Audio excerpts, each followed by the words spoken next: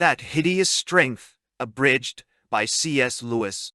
Being the third book of Lewis' famed space trilogy, this is a tall story about devilry, though it has behind it a serious point which I have tried to make in my Abolition of Man. In the story, the outer rim of that devilry had to be shown touching the life of some ordinary and respectable profession. I selected my own profession, not, of course, because I think fellows of colleges more likely to be thus corrupted than anyone else, but because my own profession is naturally that which I know best. A very small university is imagined because that has certain conveniences for fiction. Edgestow has no resemblance, save for its smallness, to Durham University, with which the only connection I have ever had was entirely pleasant. In reducing the original story to a length suitable for this edition, I believe I have altered nothing but the tempo and the manner. I myself prefer the more leisurely pace.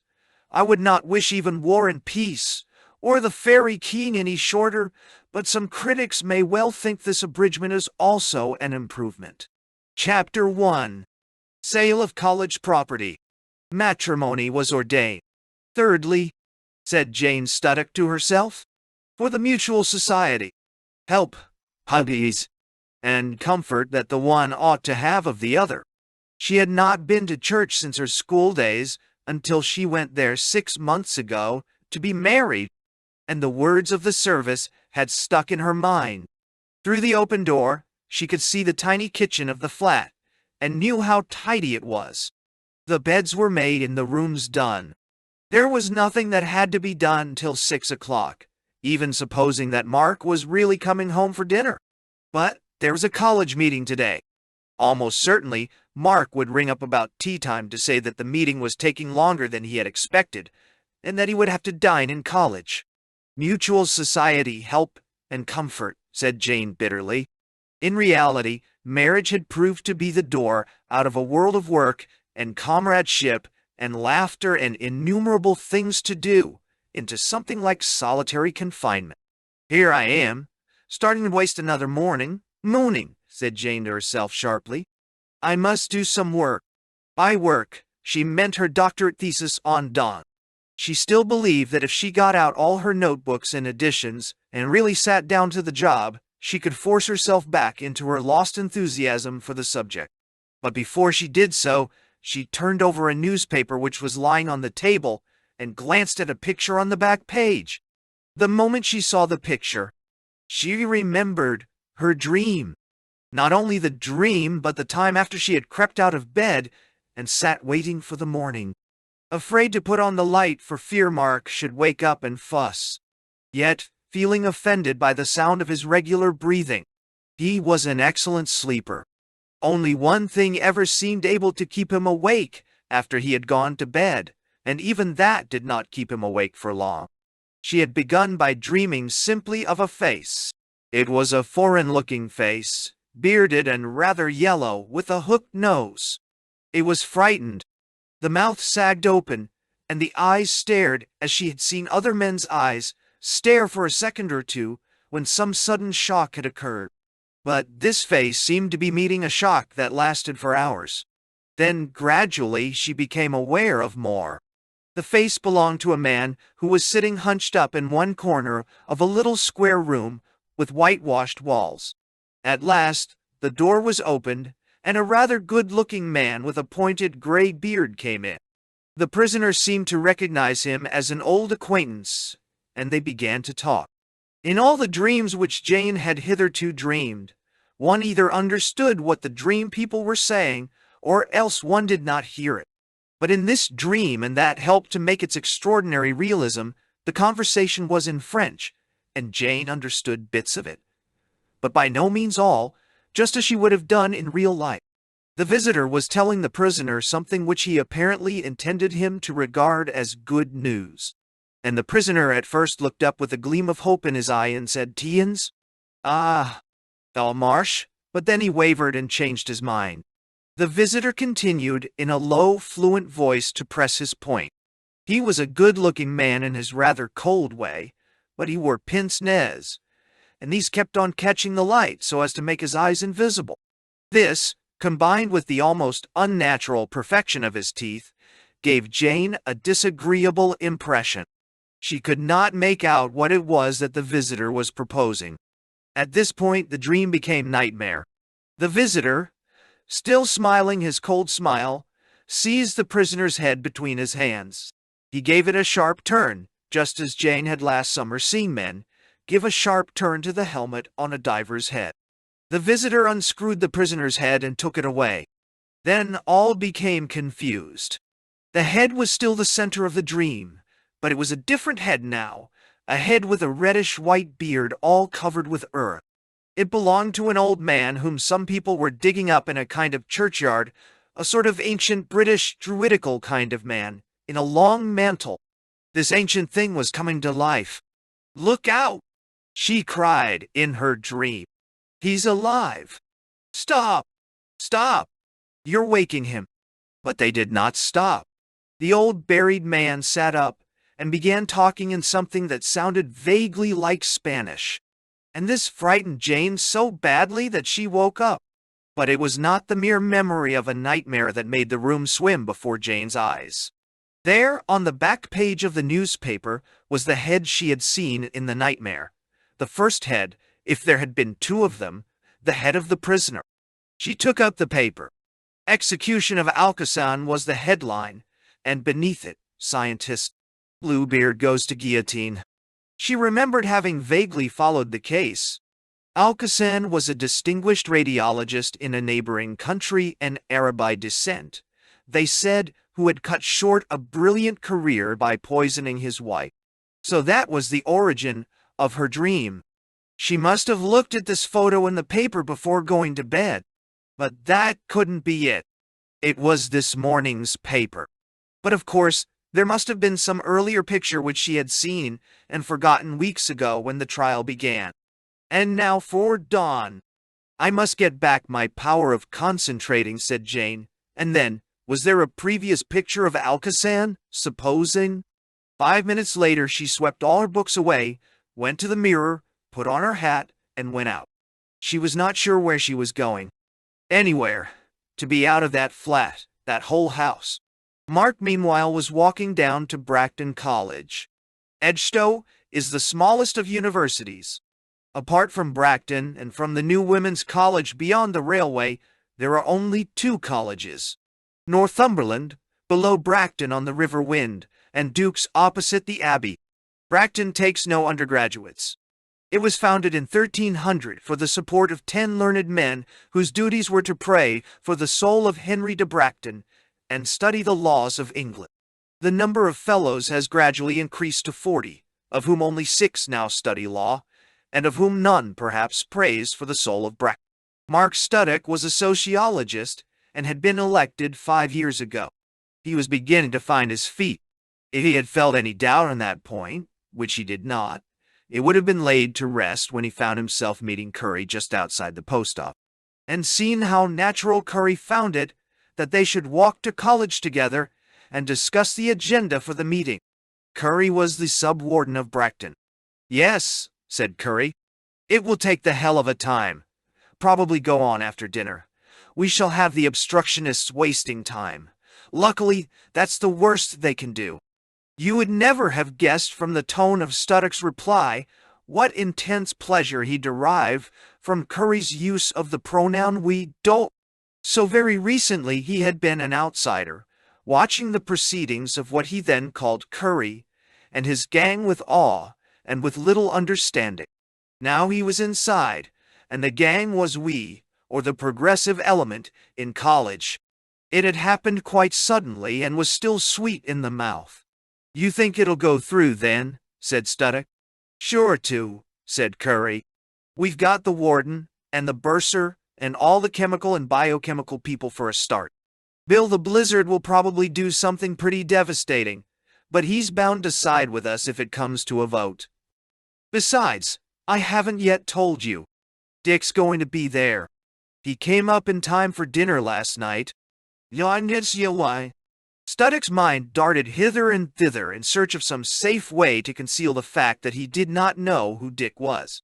In the nick of time, he remembered a very obscure colleague whose Christian name was Richard. Telford? Said Studdock in a puzzled voice. He knew very well that Telford could not be the Dick that Curry meant. Good Lord, Telford, said Curry with a laugh. No, I mean Lord Feverstone Dick Devine as he used to be. No, I was a little baffled by the idea of Telford, said Studdock, joining in the laugh. I'm glad Feverstone is coming. I've never met him, you know. Oh, but you must, said Curry. Look here, come and dine in my rooms tonight. I've asked him. I should like to very much, said Studdock quite truly. And then, after a pause, by the way, I suppose Feverstone's own position is quite secure. When you just on day. How do you mean? Asked Curry. Well, there was some talk, if you remember, as to whether someone who was away quite so much could go on holding a fellowship. Oh, you mean Glossop and all that ramp. Nothing will come of that. Didn't you think it absolute blah? As between ourselves, yes. But I confess, if I were put up to explaining in public exactly why a man who is nearly always in London should go on being a fellow of Bracton, I shouldn't find it altogether easy.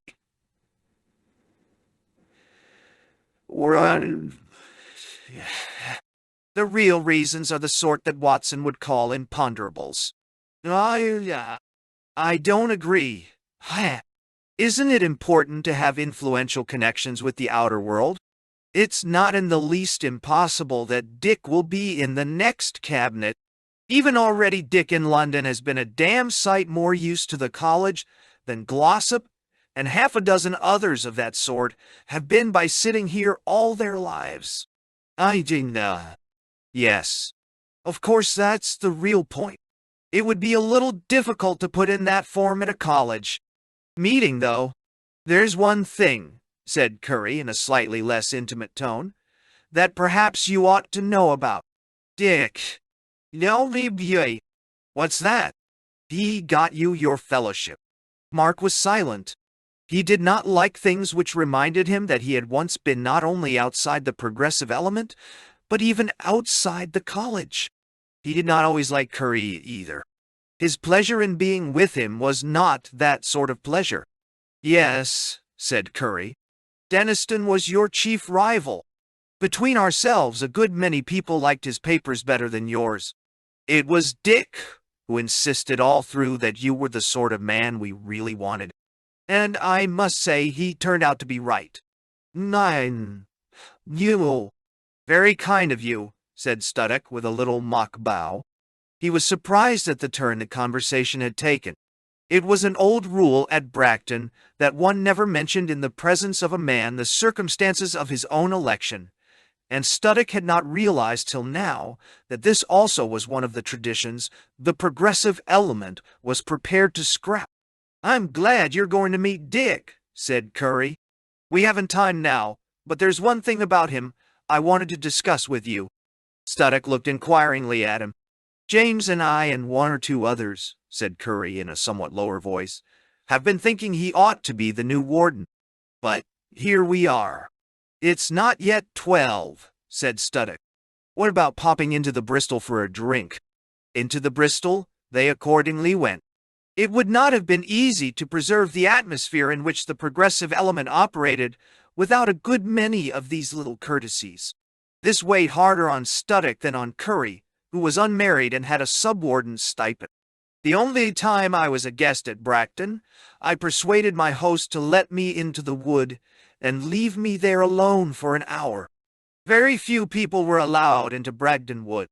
If you came in from the street and went through the college to reach it, the sense of gradual penetration into a holy of holies was very strong. First you went through the Newton Quadrangle, which is dry and gravelly. Next you must enter a cool, tunnel-like passage, nearly dark at midday, unless either the door into hall should be open on your right, or the buttery hatch on your left, giving you a glimpse of indoor daylight, falling on panels, and a whiff of the smell of fresh bread. When you emerged from this tunnel, you would find yourself in the cloister of the much smaller quadrangle called Republic. Chapel is not far off. The hoarse, heavy noise of the works of a great and old clock comes to you from somewhere overhead. You went along this cloister, past slabs and urns and busts that commemorate dead Bractonians, and then down shallow steps into the full daylight of the quadrangle called Lady Alice. There were no buildings straight ahead on the fourth side of Lady Alice, only a row of elms and a wall, and here first one became aware of the sound of running water and the cooing of wood pigeons. In the wall there was a door. It led you into a covered gallery pierced with narrow windows on either side. Looking out through these, you discovered that you were crossing a bridge, and the dark brown, dimpled wind was flowing under you. Now you were very near your goal. A wicket at the far end of the bridge brought you out on the Fellows' Bowling Green, and across that you saw the high wall of the wood, and through the Inigo Jones gate you caught a glimpse of sunlit green and deep shadow. 1/2 mile is a short walk, yet it seemed a long time before I came to the center of the wood. I knew it was the center, for there was the thing I had chiefly come to see. It was a well with steps going down to it, and the remains of an ancient pavement about it. It was very imperfect now. This was the heart of Bracton or Bragdon Wood. Out of this all the legends had come. The archaeologists were agreed that the masonry was very late British Roman work, done on the very eve of the Anglo-Saxon invasion. There is good evidence that the well with the British Roman pavement was already Merlin's Well in the 14th century, though the name is not found till Queen Elizabeth's reign. The most controversial business before the college meeting was the question of selling Bragdon Wood. The purchaser was the NICE, the National Institute of Coordinated Experiments. They wanted a site for the building which would worthily house this remarkable organization. The NICE was the first fruit of that constructive fusion between the state and the laboratory on which so many thoughtful people based their hopes of a better world. It was to be free from almost all the tiresome restraints. Red tape was the word its supporters used, which have hitherto hampered research in this country. It was also largely free from the restraints of economy. Persistent pressure and endless diplomacy on the part of the Senate of Edgestowe had lured the new institute away from Oxford, from Cambridge, from London. It had thought of all these in turn as possible scenes for its labors. At times the progressive element in Edgestowe had almost despaired. But success was now practically certain. If the NICE could get the necessary land, it would come to Edgestowe. 3 years ago, if Mark had come to a college meeting at which such a question was to be decided, he would have expected to hear the claims of sentiment against progress and beauty against utility openly debated. He knew now that that was not the way things are done. The progressive element managed its business really very well. Most of the fellows did not know that there was any question of selling the wood. They saw, of course, from their agenda paper that item 15 was sale of college land. But as that appeared at every college meeting, they were not very interested. They also saw that item 1 was questions about Bragdon Wood. These were not concerned with the proposed sale. Curry, as sub-warden, had some letters to read. The first was from a society concerned for the preservation of ancient monuments. I think myself that this society had been ill-advised to make 2 complaints. It would have been wiser if they had confined themselves to drawing the college's attention to the disrepair of the wall round the wood. When they went on to urge the desirability of building some protection over the well itself, the college began to be restive. Before Curry sat down, everyone in the room desired strongly to make the outer world understand that Bragdon Wood was the private property of Bracton College. Then he rose again to read another letter. This was from a society of spiritualists who wanted leave to investigate the reported phenomena in the wood, a letter connected, as Curry said, with the next, which, with the warden's permission, I will now read to you. This was from a firm who had heard of the spiritualist proposal and wanted permission to make a film of the spiritualists looking for the phenomena. Curry was directed to write short refusals to all 3 letters. Then came a new voice. Lord Feverstone had risen. He agreed with the action taken about these letters from busybodies outside. But was it not, after all, a fact that the wall of the wood was in a very unsatisfactory condition? At once the bursar, James Busby, was on his feet. He welcomed Lord Feverstone's question. He had recently taken expert advice about the wall of the wood. Unsatisfactory was too mild a word. Nothing but a complete new wall would meet the situation. With great difficulty the probable cost of this was elicited from him, and when the college heard the figure it gasped. Lord Feverstone inquired whether the bursar was seriously proposing that the college should undertake such an expense. Busby, a large ex-clergyman, with a bushy black beard, replied, with some temper, that if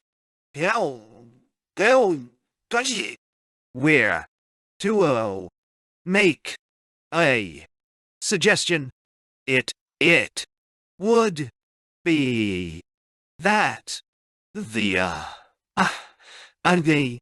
question could not be treated in isolation from some important financial considerations, which it would become his duty to lay before them later in the days. There was a pause at this ominous statement until gradually, one by one, the outsiders and obstructionists, the men not included in the progressive element, began coming into the debate. The progressive element let them talk for nearly 10 minutes. Then Lord Feverstone wanted to know whether it was possible that the bursar and the preservation committee could really find no alternative between building a new wall and allowing Bragton Wood to degenerate into a common. The bursar answered in a low voice that he had, in a purely theoretical way, got some facts about possible alternatives. A barbed wire fence, but the rest was drowned in a roar of disapproval. Finally, the matter was postponed for consideration at the next meeting. During this item, the thoughts of more than one fellow had turned to lunch, and attention had wandered. But when Curry rose at 5 minutes to 1 to introduce item 2, there was a sharp revival of interest. It was called Rectification of an Anomaly in the Stipends of Junior Fellows. I would not like to say what the Junior Fellows of Bragton were getting at this time, but I believe it hardly covered the expenses of their residence in college. Studdock, who had recently emerged from this class, understood the look in their faces. The bursar rose to reply to Curry's proposal. He hoped that no one would imagine he approved the anomaly which had, in 1910, excluded the lowest class of the fellows from the new clauses in the 18th paragraph of Statute 17. But it was his duty to point out that this was the second proposal involving heavy expenditure which had come before them that morning. It could not be isolated from the whole problem of the financial position of the college, which he hoped to lay before them during the afternoon. A great deal more was said, but when, at 1:45, the meeting adjourned for lunch, every junior had it fixed in his mind that a new wall for the wood and a rise in his own stipend were strictly exclusive alternatives. In this frame of mind the college returned after lunch to consider its finances. It was a sunny afternoon, and the smooth flow of the bursar's exposition had a sort of hypnotic power. Fellows of colleges do not always find money matters easy to understand. They gathered that the situation was bad, very bad indeed. It is very seldom that the affairs of a large corporation, indefinitely committed to the advancement of learning, can be described as being, in a quite unambiguous sense, satisfactory. Some minor retrenchments and reinvestments were approved, and the college adjourned for tea in a chastened mood. Studdock rang up Jane and told her he would not be home for dinner. It was not till 6 o'clock that all the converging lines of thought and feeling aroused by the earlier business came together upon the question of selling Bragdon Wood. It was not called the sale of Bragdon Wood, but of the area colored pink on the plan, which, with the warden's permission, I will now pass round the table. Curry admitted that this involved the loss of part of the wood. In fact, the proposed NICE site still left to the college a strip about 16 feet broad along the far half of the south side. In answer to questions, he admitted that unfortunately, or perhaps fortunately, the well itself was in the area which the NICE wanted. The rights of the college to access would of course be guaranteed, and the well and its pavement would be preserved by the Institute. He refrained from advice and merely mentioned the quite astonishing figure which the NICE was offering. After that, the meeting became lively. The advantages of the sale discovered themselves one by one like ripe fruit, dropping into the hand. It solved the problem of the wall. It solved the problem of protecting ancient monuments. It solved the financial problem. It looked like solving the problem of the junior fellows' stipends. The few real diehards present, to whom Bragdon Wood was almost a basic assumption of life, could hardly bring themselves to realize what was happening. When at last old Jewel, blind and shaky, rose to his feet, his voice was hardly audible. At this moment, Lord Feverstone folded his arms, and looking straight at the old man said in a very loud, clear voice, "If Canon Jewel wishes us not to hear his views, I suggest that his end could be better attained by silence." Jewel had been already old in the days before the First War, when old men were treated with kindness, and he had never succeeded in getting used to the modern world. He stared with puzzled eyes. The motion was carried. After leaving the flat that morning, Jane also had gone down to Edgestowe and had bought a hat. When Mrs. Dimble met her coming out of Sparrows and said, "Hullo, dear. Been buying a hat? Come home to lunch and let's see it. Cecil has the car just round the corner." Cecil Dimble, a fellow of Northumberland, had been Jane's tutor for her last years as a student, and Mrs. Dimble, one tended to call her Mother Dimble, had been a kind of universal aunt to all the girls of her year. A liking for the female pupils of one's husband is not, perhaps, so common as might be wished among Don's wives, but Mrs. Dimble appeared to like all Dr. Dimble's pupils. They drove over the bridge to the north of Bracton, and then south along the bank of the Wind, to the Dimble's front door. "How lovely it's looking," said Jane as she got out of the car. "The Dimble's garden was famous." "You'd better take a good look at it then," said Dr. Dimble. "What do you mean?" asked Jane. "Haven't you told her?" said Dr. Dimble to his wife. "I haven't screwed myself up to it yet," said Mrs. Dimble. "Anyway, I expect she knows. Your own college is being so tiresome, dear. They're turning us out. They won't renew the lease." "Won't I know why?" "Oh, Mrs. Dimble," exclaimed Jane. "And I didn't even know this was Bracton property. Mark never talks about college business." "No, sir." "Good husbands never do," said Dr. Dimble. "At least only about the business of other people's colleges. Is no one coming in to have lunch?" Dimble guessed that Bracton was going to sell the wood and everything else it owned on that side of the river, and felt too strongly on the subject to wish to talk about it before the wife of one of the Bracton men. "You'll have to wait for your lunch till I've seen Jane's new hat," said Mother Dimble, and forthwith hurried Jane upstairs. Then followed some minutes of conversation which was strictly feminine in the old-fashioned sense. Jane, while preserving a certain sense of superiority, found it indefinably comforting. When the hat was being put away again, Mrs. Dimble suddenly said, "There's nothing wrong, is there?" "Wrong," said Jane. "Why? What should there be?" "No, you're not looking yourself." "Not wanted." "Oh, I'm all right," said Jane aloud. Mentally she added, "She's dying to know whether I'm going to have a baby. That sort of woman always is." "Yes, do you hate being kissed?" said Mrs. Dimble unexpectedly. "Do I hate being kissed?" thought Jane to herself. "That indeed is the question." Hope not for mind and women, she had intended to reply of course not, but inexplicably, and to her great annoyance, found herself crying instead. And then, for a moment, Mrs. Dimble became simply a grown-up, as grown-ups had been when one was a very small child. Not to detest being petted and pawed was contrary to her whole theory of life. Yet before they went downstairs she had told Mrs. Dimble that she was not going to have a baby, but was a bit depressed from being very much alone and from a nightmare. During lunch, Dr. Dimble talked about the Arthurian legend. "It's really wonderful," he said, "how the whole thing hangs together, even in a late version like Mallory's. You've noticed how there are two sets of characters. There's Guinevere and Lancelot and all those, all very courtly and nothing particularly British about them. But then in the background there are all those dark people like Morgan and Morgause, who are very British indeed, and usually more or less hostile, mixed up with magic. Merlin, too, of course, is British.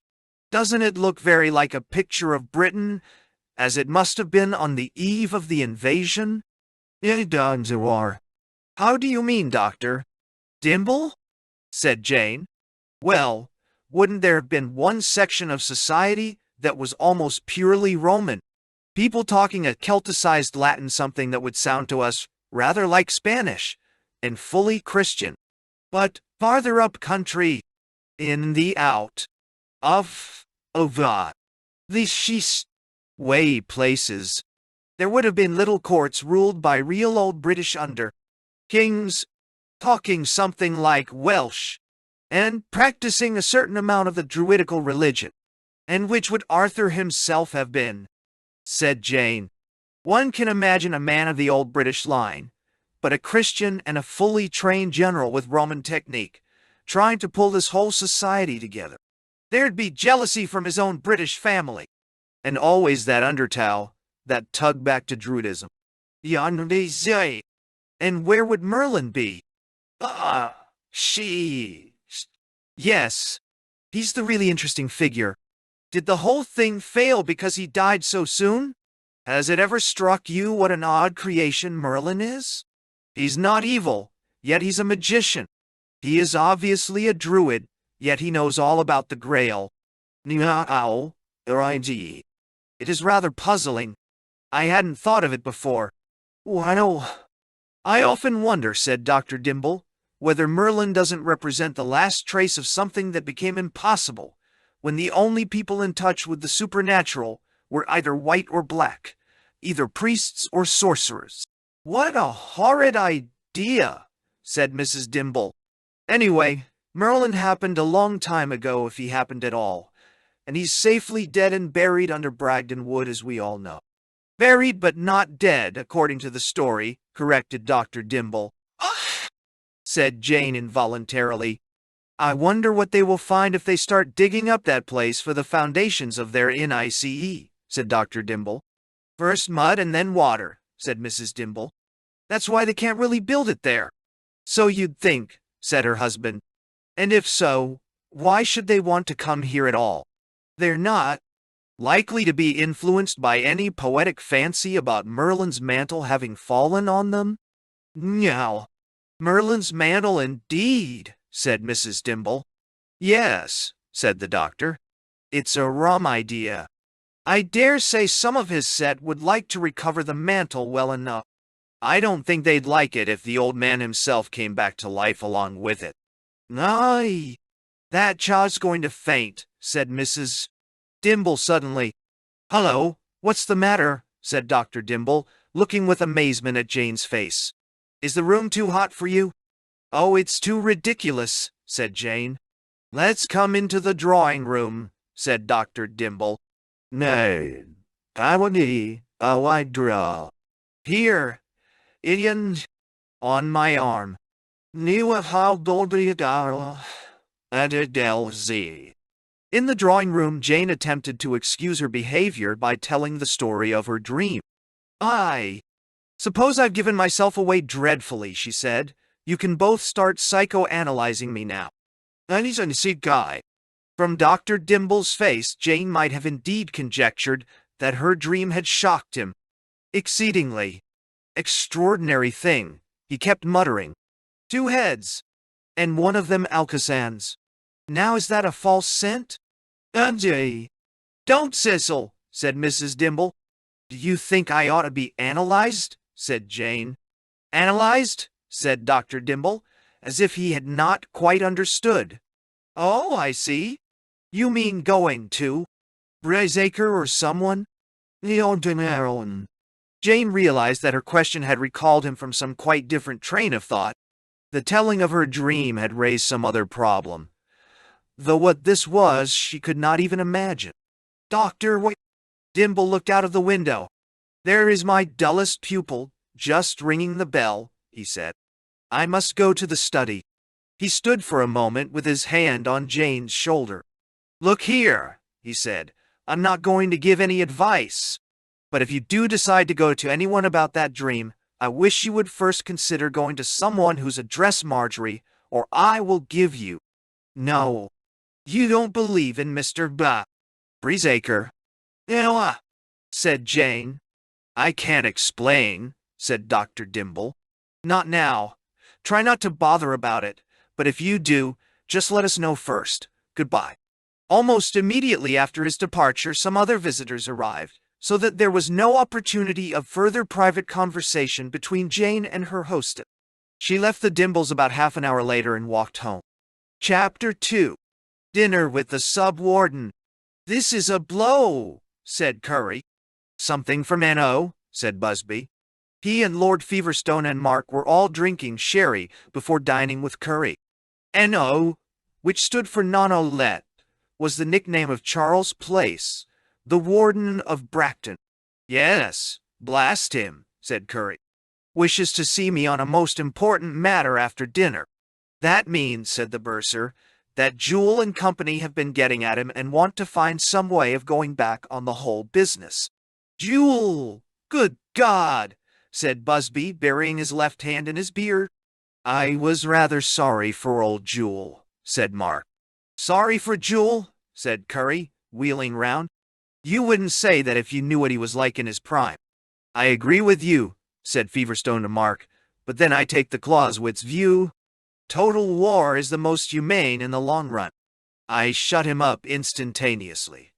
Why on the hero?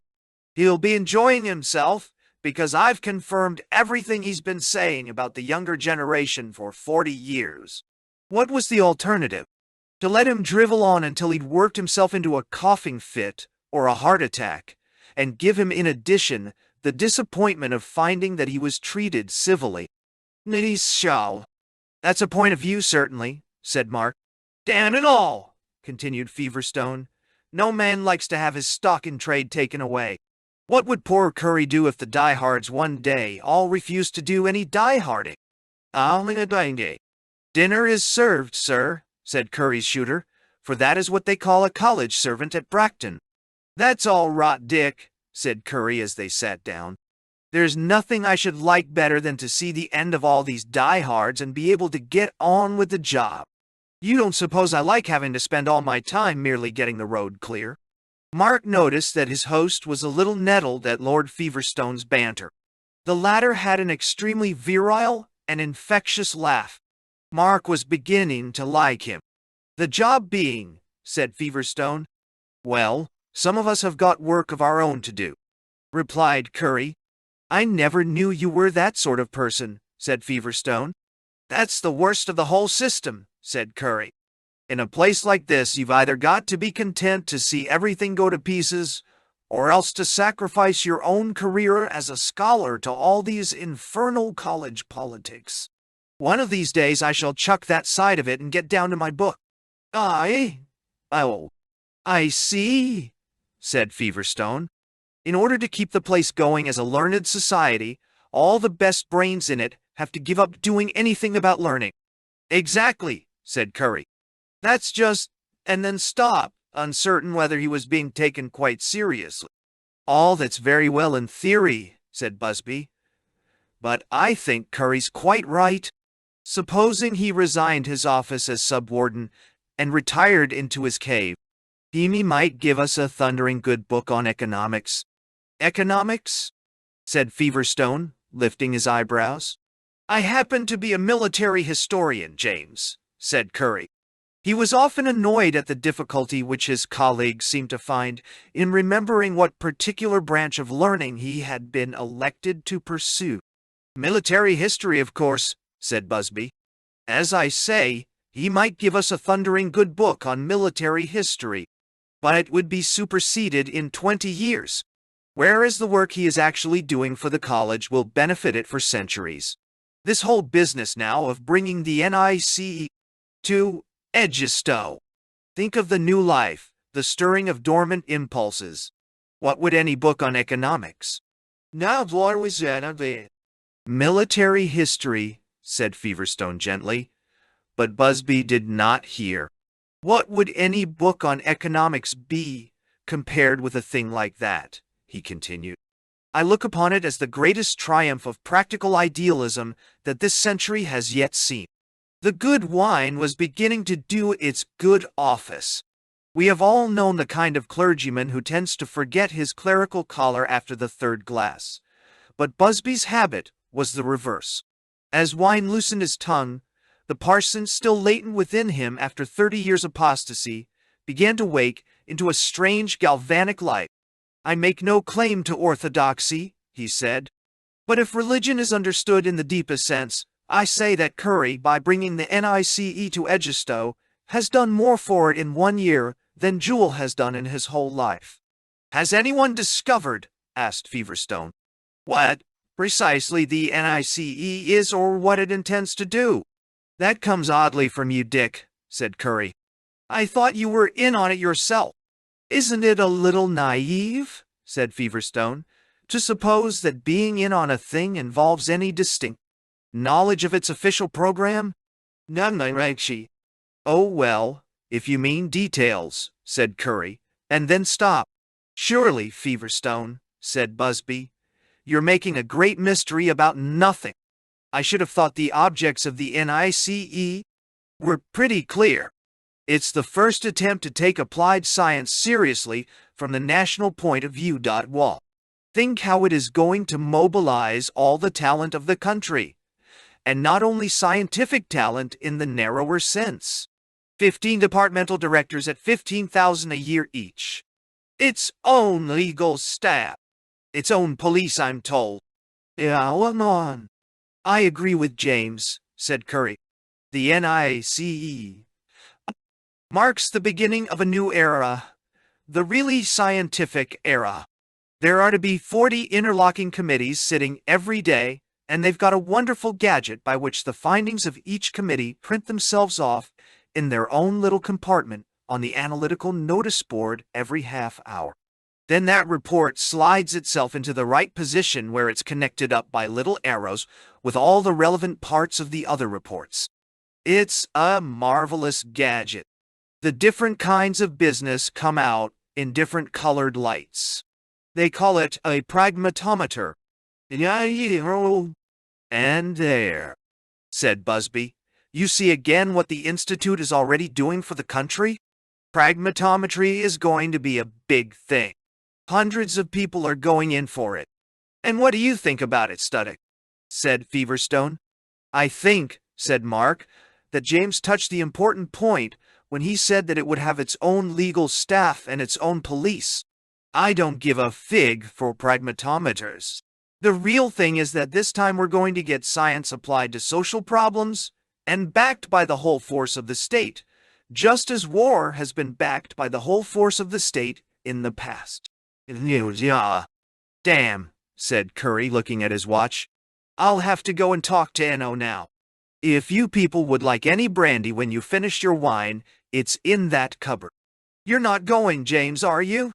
Yes, said the bursar. I'm going to bed early. Don't let me break up the party for you two. I've been on my legs nearly all day, you know. A man's a fool to hold any office in this college. Continual anxiety. Crushing responsibility.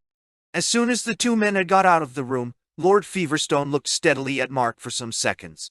Then he chuckled. Then he threw his lean, muscular body well back into his chair and laughed louder and louder. He was very infectious in his laughter, and Mark found himself laughing too. Pragmatometer's practical idealism, gasped Feverstone. It was a moment of extraordinary liberation for Mark. All sorts of things about Curry and Busby, which he had not previously noticed, came to his mind. He wondered how he could have been so blind to the funny side of them. "It really is rather devastating," said Feverstone, when he had partially recovered, "that the people one has to use for getting things done should talk such drivel about the things themselves, and yet they are, in a sense, the brains of Bracton," said Mark. "Pineal? Good Lord, no. Glossop and Bill the Blizzard, and even old Jewel have 10 times their intelligence. I didn't know you took that view. I think Glossop, etc., are quite mistaken. I think their idea of culture and knowledge and what not is unrealistic. But it is quite a clear idea, and they follow it out consistently. They know what they want. But our two poor friends haven't a ghost of a notion where they're going. They'll sweat blood to bring the NICE to Egisto. That's why they're indispensable. But what the point of the NICE is, what the point of anything is, ask them another. Pragmatometry. 15 subdirectors. Well, perhaps I'm in the same boat myself. Not at all. You saw the point at once. Mark was silent. The giddy sensation of being suddenly whirled up from one plane of secrecy to another prevented him from speaking. "I want you to come into the Institute," said Feverstone. "You mean to leave Bracton?" "No, to Brule." "That makes no odds. Anyway, I don't suppose there's anything you want here. We'd make Curry warden when N.O. retires, and they were talking of making you warden." "God," said Feverstone, and stared. Mark realized that from Feverstone's point of view, this was like the suggestion that he should become headmaster of a small idiot's school. "You," said Feverstone, "would be absolutely wasted as warden. That's the job for Curry. You want a man who loves business and wire pulling for their own sake and doesn't really ask what it's all about. We only got to tell him that he thinks so-and-so is a man the college wants, and then he'll never rest till so-and-so gets a fellowship. That's what we want the college for. A dragnet, a recruiting office. A recruiting office for the NICE, you mean? Yes, in the first instance. But it's only one part of the general show. I'm not sure that I know what you mean. You soon will. It sounds rather in Busby's style to say that humanity is at the crossroads. But it is the main question at the moment. Which side one's on, obscurantism or order? If science is really given a free hand, it can now take over the human race and recondition it. Make man a really efficient animal. If it doesn't, well, we're done. Yeah, go on. Wow, mine. There are 3 main problems. First, the interplanetary problem. What on earth do you mean? And we can't do anything about that at present. The only man who could help was Weston. He was killed in a blitz, wasn't he? He was murdered, and I've a shrewd idea who the murderer was. Young dull. Good God! Can nothing be done? No. There's no evidence. The murderer is a respectable Cambridge don with a game leg and a fair beard. He's dined in this college. What was Weston murdered for? For being on our side. The murderer is one of the enemy. You don't mean to say he murdered him for that? No. Yes, said Feverstone, bringing his hand down smartly on the table. That's just the point. People like Curry or James think the violent resistance of the other side ended with the persecution of Galileo and all that. But don't believe it. It is just beginning. They know now that we have at last got real powers. They're going to fight every inch. They'll stop at nothing. Naduno saying, down my way. They can't win, said Mark. We'll hope not, said Lord Feverstone. That is why it is of such immense importance to each of us to choose the right side. Oh, I haven't any doubt which is my side, said Mark. Hang it all, the preservation of the human race. It's a pretty rock-bottom obligation. Well, personally, said Feverstone, I'm not indulging in any Busby-isms about that. The practical point is that you and I don't like being pawns, and we do rather like fighting, especially on the winning side. Nice run. And what is the first practical step? No. Yes, that's the real question. As I said, the interplanetary problem must be left on one side for the moment. The second problem is our rivals on this planet. I don't mean only insects and bacteria. There's far too much life of every kind about, animal and vegetable. We haven't really cleared the place yet. All that is to be gone into. The third problem is man himself. Go on. This interests me very much. Non-zero. Man has got to charge of man. That means, remember, that some men have got to take charge of the rest. No, one day, DB Doyle. What sort of thing have you in mind? I'm quite simple and obvious things. At first, sterilization of the unfit, liquidation of backward races, selective breeding. Then real education, including prenatal education. By real education, I mean one that makes the patient what it wants infallibly, whatever he or his parents try to do about it. Of course, it'll have to be mainly psychological at first, but we'll get onto biochemical conditioning in the end and the direct manipulation of the brain. A new type of man, and it's people like you who've got to begin to make him.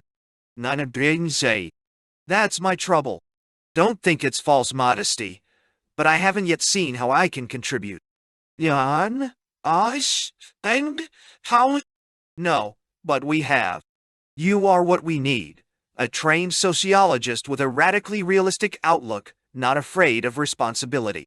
Also, a sociologist who can write. Yo, I want you now. You don't mean you want me to write up all this? No, No. We want you to write it down to camouflage it. Only for the present, of course. Once the thing gets going, we shan't have to bother about the great heart of the British public. But in the meantime, it does make a difference how things are put. For instance, if it were even whispered that the NICE wanted powers to experiment on criminals, you'd have all the old women of both sexes up in arms and yapping about humanity. Call it re-education of the maladjusted, and you have them all slobbering with delight. Odd thing it is, the word experiment is unpopular, but not the word experimental. You mustn't experiment on children, but offer the dear little kiddies free education in an experimental school attached to the NICE, and it's all correct. ID. You don't mean that this or journalistic side would be my main job? It's nothing to do with journalism. Your readers in the first instance would be committees of the House of Commons, not the public. But that would only be a sideline. As for the job itself, why, it's impossible to say how it might develop. Talking to a man like you, I don't stress the financial side. No, I wasn't thinking about that, said Mark, flushing with pure excitement. Look here, said Feverstone. What? Let me run you across tomorrow to see John Wither. You'll meet all the important people there, and it'll give you a chance to make up your mind. Oh, how does Wither come into it? I thought Jules was the head of the NICE. Jules was a distinguished novelist and scientific popularizer whose name always appeared before the public in connection with the new institute. Jules, hell's bells, said Feverstone. He's all right for selling the institute to the great British public in the Sunday papers, and he draws a whacking salary. He's no use for work. Oh, quite, said Mark. I was always rather puzzled at his being in the show. Do you know, since you're so kind, I think I'd better accept your offer and go over to Wither for the weekend. What time would you be starting? About 11:15. They tell me you live out Sandown way. I could call and pick you up. Thanks very much. Now tell me about Wither." "John Wither," began Feverstone, but suddenly broke off. "Damn! Shh!" he said. "Here comes Curry." Mark walked home. Something happened to him the moment he had let himself into the flat, which was very unusual. He found himself, on the doormat, embracing a frightened, half-sobbing Jane, even a humble Jane, who was saying, "Oh, Mark, I've been so frightened." There was a quality in the very muscles of his wife's body which took him by surprise. A certain indefinable defensiveness had momentarily deserted her. He had known such occasions before, but they were rare, and they tended in his experience to be followed next day by inexplicable quarrels. But the reasons for her unusual behavior on this particular evening were simple enough. She had got back from the Dimbles at about 4, and had had to light up and draw the curtains before she had finished tea. The thought had come into her mind that her fright at the dream, at the mention of a mantle, an old man buried but not dead, and a language like Spanish, had been as irrational as a child's fear of the dark.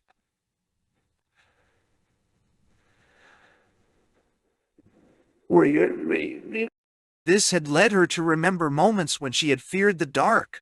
She allowed herself to remember them too long. The evening somehow deteriorated. She was restless. From being restless, she became nervous. Then came a curious reluctance to go into the kitchen to get herself some supper. And now there was no disguising the fact that she was frightened. In desperation, she rang up the Dimbles. "I think I might go and see the person you suggested. After all," she said. "Mrs. Crow." Dimble's voice came back, after a curious little pause, giving her the address. Ironwood was the name, Miss Ironwood, who lived out at St. Anne's on the Hill. Jane asked if she should make an appointment. "No," said Mrs. Dimble, "you needn't make an appointment." Jane kept the conversation going as long as she could. Secretly, she had had a wild hope that Mother Dimble would recognize her distress and say at once, "I'll come straight up to you by car." Instead, she got the mere information and a hurried good night. It seemed to Jane that by ringing up, she had interrupted a conversation about herself, or about something else more important, with which she was somehow connected. And what had Mrs. Dimble meant by they'll be expecting you? "Damn the Dimbles," said Jane to herself. And now that the lion had been used and brought no comfort, the terror, as if insulted by her futile attempt to escape it, rushed back on her, and she could never afterwards remember whether the horrible old man on the mantel had actually appeared to her in a dream, or whether she had merely sat there, hoping that they would not. And that is why Mark found such an unexpected Jane on the doormat. It was a pity, he thought, that this should have happened on a night when he was so late and so tired, and to tell the truth, not perfectly sober. "Do you feel quite all right this morning?" said Mark. "Yes, thank you," said Jane shortly. Mark was lying in bed and drinking a cup of tea. Jane was seated at the dressing table, partially dressed, and doing her hair. Jane thought she was annoyed because her hair was not going up to her liking, and because Mark was fussing. She also knew, of course, that she was angry with herself for the collapse which had betrayed her last night into being what she detested, the little woman of sentimental fiction running for comfort to male arms. But she thought this anger was only in the back of her mind, and had no suspicion that it was pulsing through every vein and producing the clumsiness in her fingers which made her hair seem intractable. "Because," continued Mark, "if you felt the least bit uncomfortable, I could put off going to see this man Wither."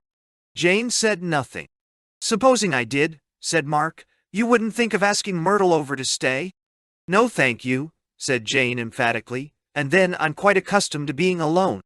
"I know," said Mark in a defensive voice. "That's the devil of the way things are in college at present. That's one of the chief reasons I'm thinking of another job." Jane was still silent. "Look here, old thing," said Mark. "There's no good beating about the bush. I don't like going away while you're in your present state." "What state?" said Jane.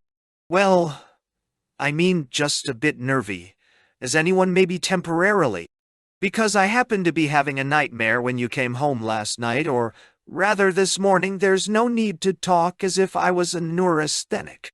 This was not in the least what Jane had intended or expected to say. "Now there's no good going on like that," began Mark. "Like what?" said Jane loudly. And then, before he had time to reply, "If you've decided that I'm going mad, you better get Breiziker to come down and certify me. It would be convenient to do it while you're away. I'm going to see about the breakfast now. If you don't dress pretty quickly, you'll not be ready when Lord Feverstone calls." Mark gave himself a bad cut while shaving, and saw, at once, a picture of himself talking to the owl, important wither with a great blob of cotton wool on his lip, while Jane decided, from a mixture of motives, to cook Mark an unusually elaborate breakfast, and upset it all over the new stove at the last moment. They were still at the table, and both pretending to read newspapers, when Lord Feverstone arrived. Unfortunately, Mrs. Maggs arrived at the same moment. Mrs. Maggs was that element in Jane's economy represented by the phrase, "I have a woman who comes in twice a week." They were about the same age, and to a bachelor's eye, there was no very noticeable difference in their clothes. It was therefore perhaps excusable that when Mark attempted to introduce Feverstone to his wife, Feverstone should have shaken Mrs. Maggs by the hand. It did not sweeten the last few minutes before the two men departed. Jane left the flat under pretense of shopping almost at once. "I really couldn't stand Mrs. Maggs today," she said to herself. "She's a terrible talker." So that was Lord Feverstone, that man, with the loud, unnatural laugh, and the mouth like a shark. Apparently a fool, too. Jane had distrusted his face. Probably he was making a fool of Mark. Mark was so easily taken in. If only he wasn't at Bracton. It was a horrible college. And meanwhile, what of the day that awaited her, and the night, and the next night? She must do something. She even thought of following Mark's advice and getting Myrtle to come and stay. But Myrtle was Mark's twin sister, with much too much of the adoring sister's attitude to the brilliant brother. Then she thought of going to see Dr. Breiziker as a patient. But when she came to think of answering the sort of questions which Breiziker would ask, this turned out to be impossible. In the end, somewhat to her own surprise, she found that she had decided to go out to St. Anne's and see Miss Ironwood. She thought herself a fool for doing so. Mark Studdock was being driven to the blood transfusion office at Belbury, where the nucleus of the ICE had taken up its temporary abode. The very size and style of Feverstone's car had made a favorable impression on him the moment he saw it. And what fine male energy, Mark felt sick of women at the moment, revealed itself in the very gestures with which Feverstone settled himself at the wheel, and clasped his pipe firmly between his teeth. The speed of the car, even in the narrow streets of Edgestowe, was impressive, and so were the laconic criticisms of Feverstone on other drivers and pedestrians. Once over the level crossing, and beyond Jane's old college, St. Elizabeth's, he began to show what his car could do. Telegraph posts raced by, bridges rushed overhead with a roar, villages streamed backward to join the country already devoured, and Mark, at once fascinated and repelled by the insolence of Feverstone's driving, sat saying yes, and quite, and it was their fault, and stealing sidelong glances at his companion. The long, straight nose and the clenched teeth, the hard, bony outlines beneath the face, the very clothes, all spoke of a big man driving a big car to somewhere where they would find big stuff going on. And he, Mark, was to be in it all. Jane Studdock, meanwhile, was progressing slowly towards the village of St. Anne's. The train, which started at 1:30, jerked and rattled along an embankment when she looked down through bare branches and branches freckled with yellow leaves into Bragdon Wood itself, and thence along the edge of Brawl Park, and so to the first stop at Dukesy. Here, as at Woolham and Cure, Hardy and Fourstones, the train settled back, when it stopped, with a little jerk and something like a sigh. And then there would be a noise of milk cans rolling and coarse boots treading on the platform, and after that, a pause while the autumn sunlight grew warm on the window pane, and smells of wood and field from beyond the tiny station floated in. At 2:15, she came to St. Anne's, which was the terminus of the branch, and the end of everything. The air struck her as cold and tonic when she left the station. There was still a climb to be done on foot, for St. Anne's is perched on a hilltop. A winding road between high banks lead her up to it. As soon as she had passed the church, she turned left, as she had been instructed, at the Saxon Cross. Presently she came to a high wall on her right that seemed to run on for a great way. There was a door in it, and beside the door an old iron bell pull. She felt sure she had come on a fool's errand. Nevertheless she rang.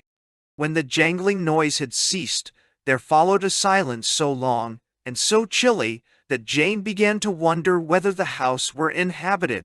Then, just as she was debating whether to ring again or to turn away, she heard the noise of someone's feet approaching on the inside of the wall. Meanwhile, Lord Feverstone's car had long since arrived at Belbury, a florid Edwardian mansion, which seemed to have sprouted into a widespread outgrowth of newer and lower buildings in cement, which housed the blood transfusion office.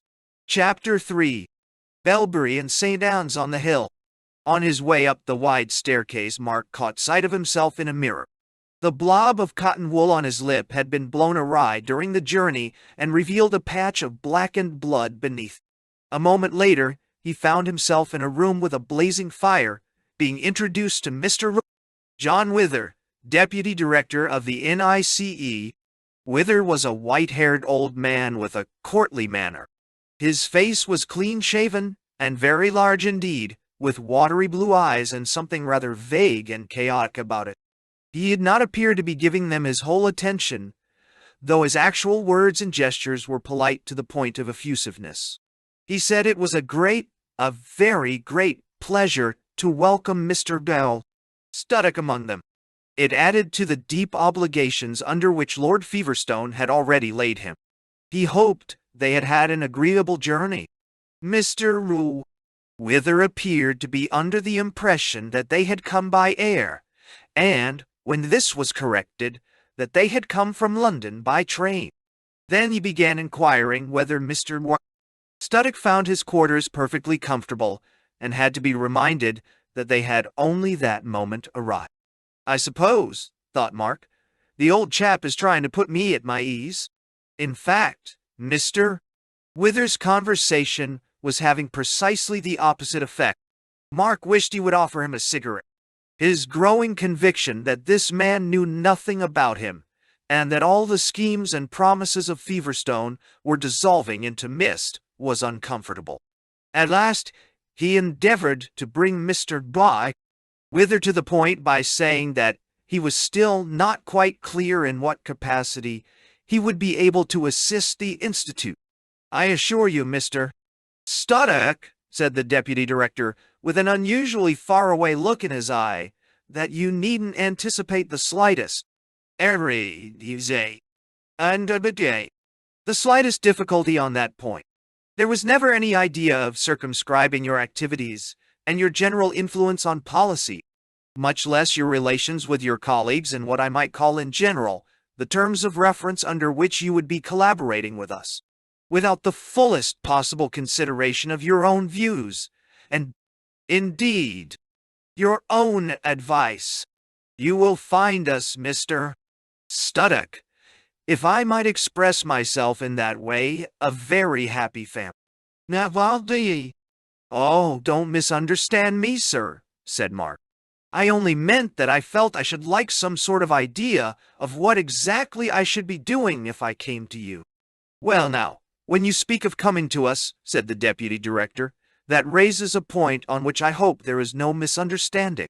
I think we all agreed that no question of residence need be raised. I mean, at this stage. We all thought, that if you cared to live in Cambridge, Edgestowe, prompted Lord Feverstone. Ah, yes, Edgestowe. Here the deputy director turned round and addressed Feverstone. I was just explaining to Mr. Bye. I gone. Studdock, and I feel sure you will fully agree with me that nothing was farther from the mind of the committee than to dictate in any way, or even to advise, where your friend should live. Of course, wherever he lives, we should place air and road transport at his disposal. I dare say you have already explained to him that all questions of that sort will adjust themselves without the smallest difficulty. Nine doll. Really, sir, said Mark, I wasn't thinking about that. I shouldn't have the smallest objection to living anywhere. But I assure you, Mr. Poole, I assure you, sir, that there is not the smallest objection to your residing wherever you may find convenient. There was never at any stage the slightest suggestion. But here Mark, in desperation, ventured to interrupt himself. It is the exact nature of the work, he said, and of my qualifications for it that I wanted to get clear. My dear friend, said the deputy director, you need not have the slightest uneasiness in that direction. As I said before, you will find us a very happy family, and may feel perfectly satisfied that no questions as to your entire suitability have been agitating anyone's mind in the least. I should not be offering you a position among us if there were the slightest danger of your not being completely welcome to all, or the least suspicion that your very valuable qualities were not fully appreciated. You are among friends here, Mr. Studdock. I should be the last person to advise you to connect yourself with any organization where you ran the risk of being exposed. To disagreeable personal contacts. Negdal. Mark did not ask again in so many words what the NICE wanted him to do, partly because he began to be afraid that he was supposed to know this already, and partly because a perfectly direct question would have sounded a crudity which might suddenly exclude him from the warm and almost drugged atmosphere of vague, yet heavily important, confidence. You are very kind, he said. The only thing I should like to get just a little clearer is the exact scope of the appointment. Well, said Mr. Wither in a voice so low and rich that it was almost a sigh, I am very glad you have raised that issue now in a quite informal way. Obviously neither you nor I would wish to commit ourselves, in this room, in any sense which was at all injurious to the powers of the committee. We do not really think, among ourselves, in terms of strictly demarcated functions, of course. Everyone in the Institute feels that his own work is not so much a departmental contribution as a moment or grade in the progressive self-definition of an organic whole. Nay, and Mark said, for he was young and shy and vain and timid whole, I do think that is so important. The elasticity of your organization is one of the things that attracts me. After that, he had no further chance of bringing the director to the point, despite the torturing recurrence of the question, what are we both talking about? At the very end of the interview, there came one moment of clarity. Mr. Wither supposed that he, Mark, would find it convenient to join the NICE club. Even for the next few days, he would be freer as a member than as someone's guest. Mark agreed, and then flushed crimson on learning that the easiest course was to become a life member at the cost of £200 sterling. How silly, he said aloud. I haven't got my checkbook with me. A moment later, he found himself on the stairs with Feverstone. Well? Asked Mark eagerly. Feverstone did not seem to hear him. Well? Repeated Mark. When shall I know my fate? I mean, have I got the job? Unday. In CQA. Hello, guy. bawled Feverstone suddenly to a man in the hall beneath. Next moment he had trotted down to the foot of the stairs, grasped his friend warmly by the hand, and disappeared. Mark, following him more slowly, found himself in the hall, among the groups and pairs of chattering men, who were all crossing it towards the big folding doors on his left. The agreeable smells which came from the folding doors made it obvious that people were going to lunch. In the end, he decided that he couldn't stand there looking like a fool any longer, and went in. There was a single long table, already so nearly filled that after looking in vain for Feverstone, he had to sit down beside a stranger. "I suppose one sits where one likes," he murmured as he did so, but the stranger apparently did not hear. He was eating very quickly and talking at the same time to his neighbor on the other side. "That's just it," he was saying. "As I told him, it makes no difference to me which way they settle it. I've no objection to the IJP. People taking over the whole thing if that's what the DD wants. But what I dislike is 3 HDs all tumbling over one another about some job that could really be done by a clerk. It's becoming ridiculous." It was a relief to Mark when people began getting up from table. Following the general movement, he recrossed the hall and came into a large room where coffee was being served. Here at last he saw Feverstone. Mark wished to approach him, if only to find out whether he were expected to stay the night. But the knot of men round Feverstone was of that confidential kind which it is difficult to join. He moved towards one of the many tables and began turning over the pages of an illustrated weekly. When he looked up, he found himself face to face with one of his own colleagues, a fellow of Bracton called Hideous. The progressive element called him Bill the Blizzard. Hideous had not been at the college meeting and was hardly on speaking terms with Feverstone. Mark realized with a certain awe that here was a man directly in touch with the NICE, one who started at a point beyond Feverstone. Bill the Blizzard had an old-fashioned curly mustache in which white had almost triumphed over yellow, a beak-like nose, and a bald head. "This is an unexpected pleasure," said Mark with a hint of formality. He was always a little afraid of Hideous. "Huh," grunted Bill. "Hey, oh, it's you, Studdock. Didn't know they'd secured your services here." "I was sorry not to see you at the college meeting yesterday," said Mark. This was a lie. The progressive element always found Hideous' presence an embarrassment. As a scientist and the only really eminent scientist they had, he was their rightful property. But he was that hateful anomaly, the wrong sort of scientist. Glossop, who was a classic, was his chief friend in college. He had the air of not attaching much importance to his own revolutionary discoveries in chemistry, and of valuing himself much more on being a Hideous.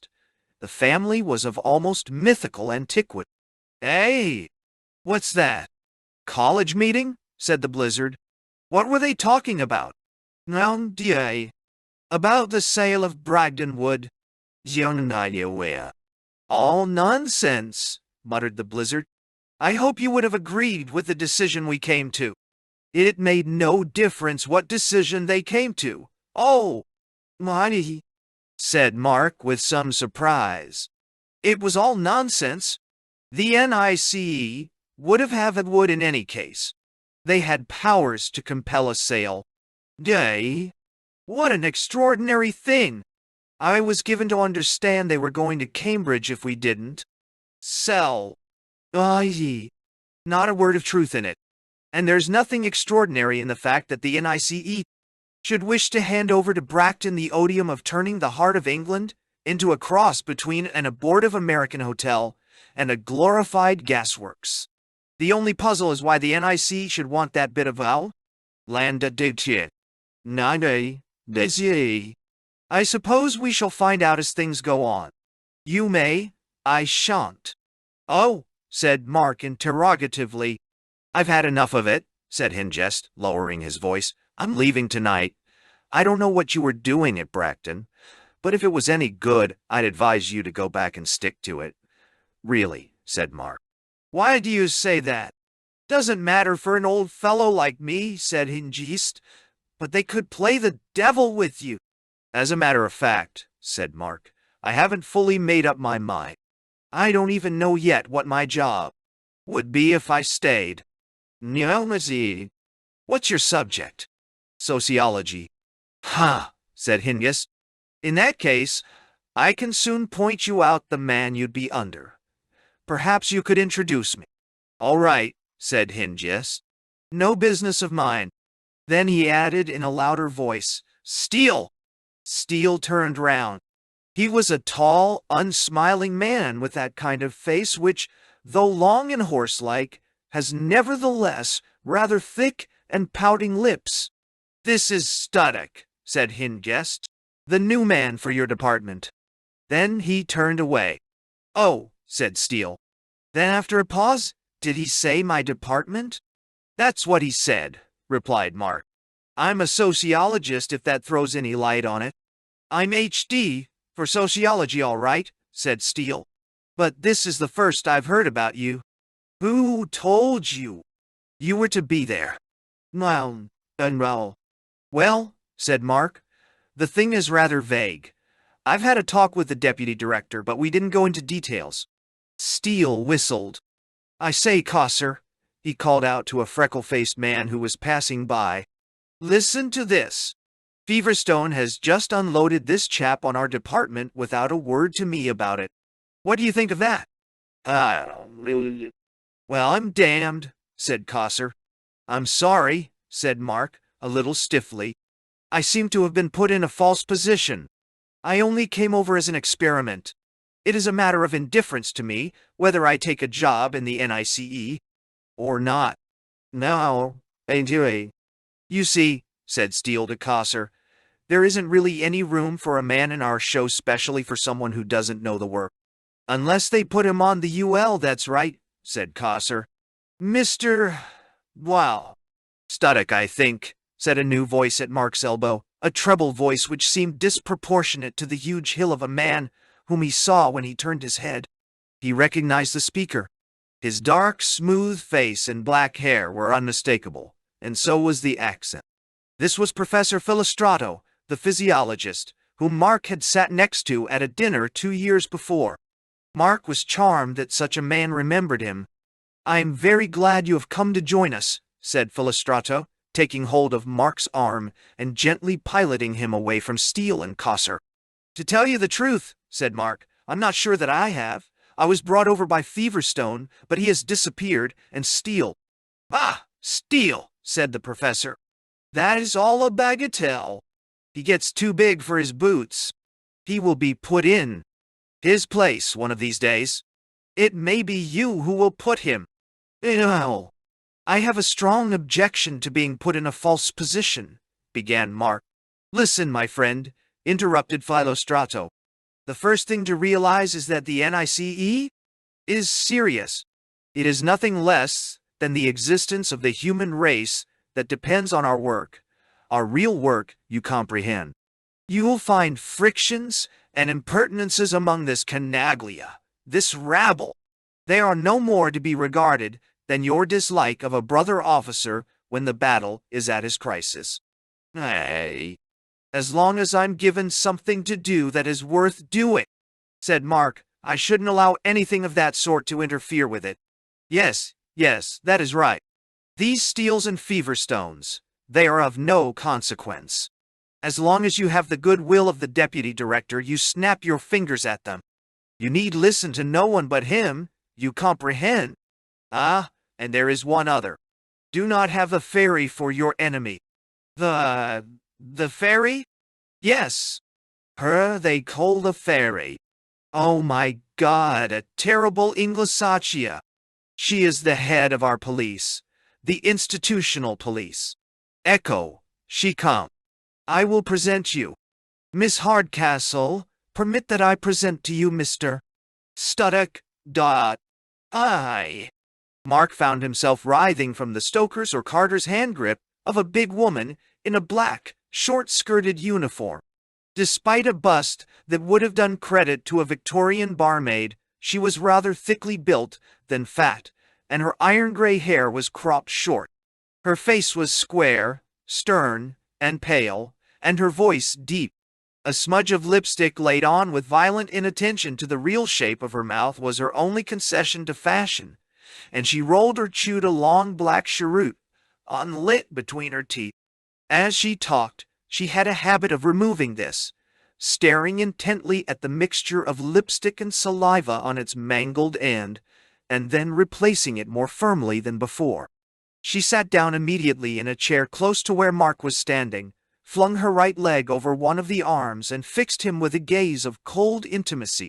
Click-clack, distinct in the silence, where Jane stood waiting, came the tread of the person on the other side of the wall.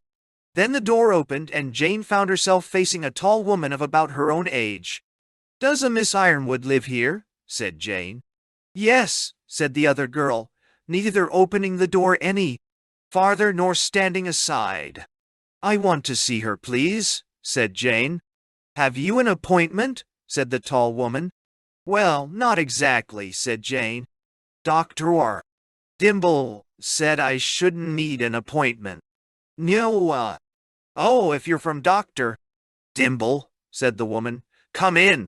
There's not room for two on this path, so you must excuse me if I go first." The woman led her along a brick path beside a wall on which fruit trees were growing, and then to the left along a mossy path with gooseberry bushes on each side. Presently they found themselves at a small side door, flanked by a water butt, in the long wall of a large house. Just as they did so, a window clapped shut upstairs. A minute or two later, Jane was sitting waiting in a large, sparely furnished room, with a shut stove to warm it. The tall woman's tread died away in the passages, and the room became very quiet when it had done so. Occasionally the cawing of rooks could be heard. A long time passed. When at length the other girl returned, Jane now conceived for her that admiration which women, more often than is supposed, feel for other women.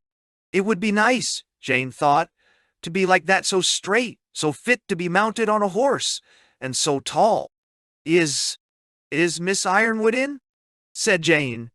"Are you Mrs. Studdock?" said the girl. "Yes," said Jane. "I will bring you to her at once," said the other. "We have been expecting you. My name is Camilla Deniston." Jane followed her. They went a long way before Camilla knocked at a door and stood aside for Jane to enter, saying, "She has come." And Jane went in, and there was Miss Ironwood dressed all in black, and sitting with her hands folded on her knees. The hands were big and bony, though they did not suggest coarseness. She was perhaps nearer 60 than 50. "What is your name, young lady?" said Miss Ironwood, taking up a pencil and a notebook. "Jane Studdock. Are you married?" "Yes." "Does your husband know you have come to us?" "No." "No." "And your age, if you please?" 23. "And now," said Miss Ironwood, "what have you to tell me?" Jane took a deep breath. "I've been having bad dreams and feeling depressed lately." Jane's narrative, she did not do it very well, took some time. While she was speaking, she kept her eyes fixed on Miss Ironwood's large hands and her black skirt and the pencil and the notebook. As she proceeded, she saw Miss Ironwood's hand cease to write, and the fingers wrap themselves round the pencil. Immensely strong fingers they seemed, and they tightened, as if under the influence of some stifled emotion, and broke the pencil in two.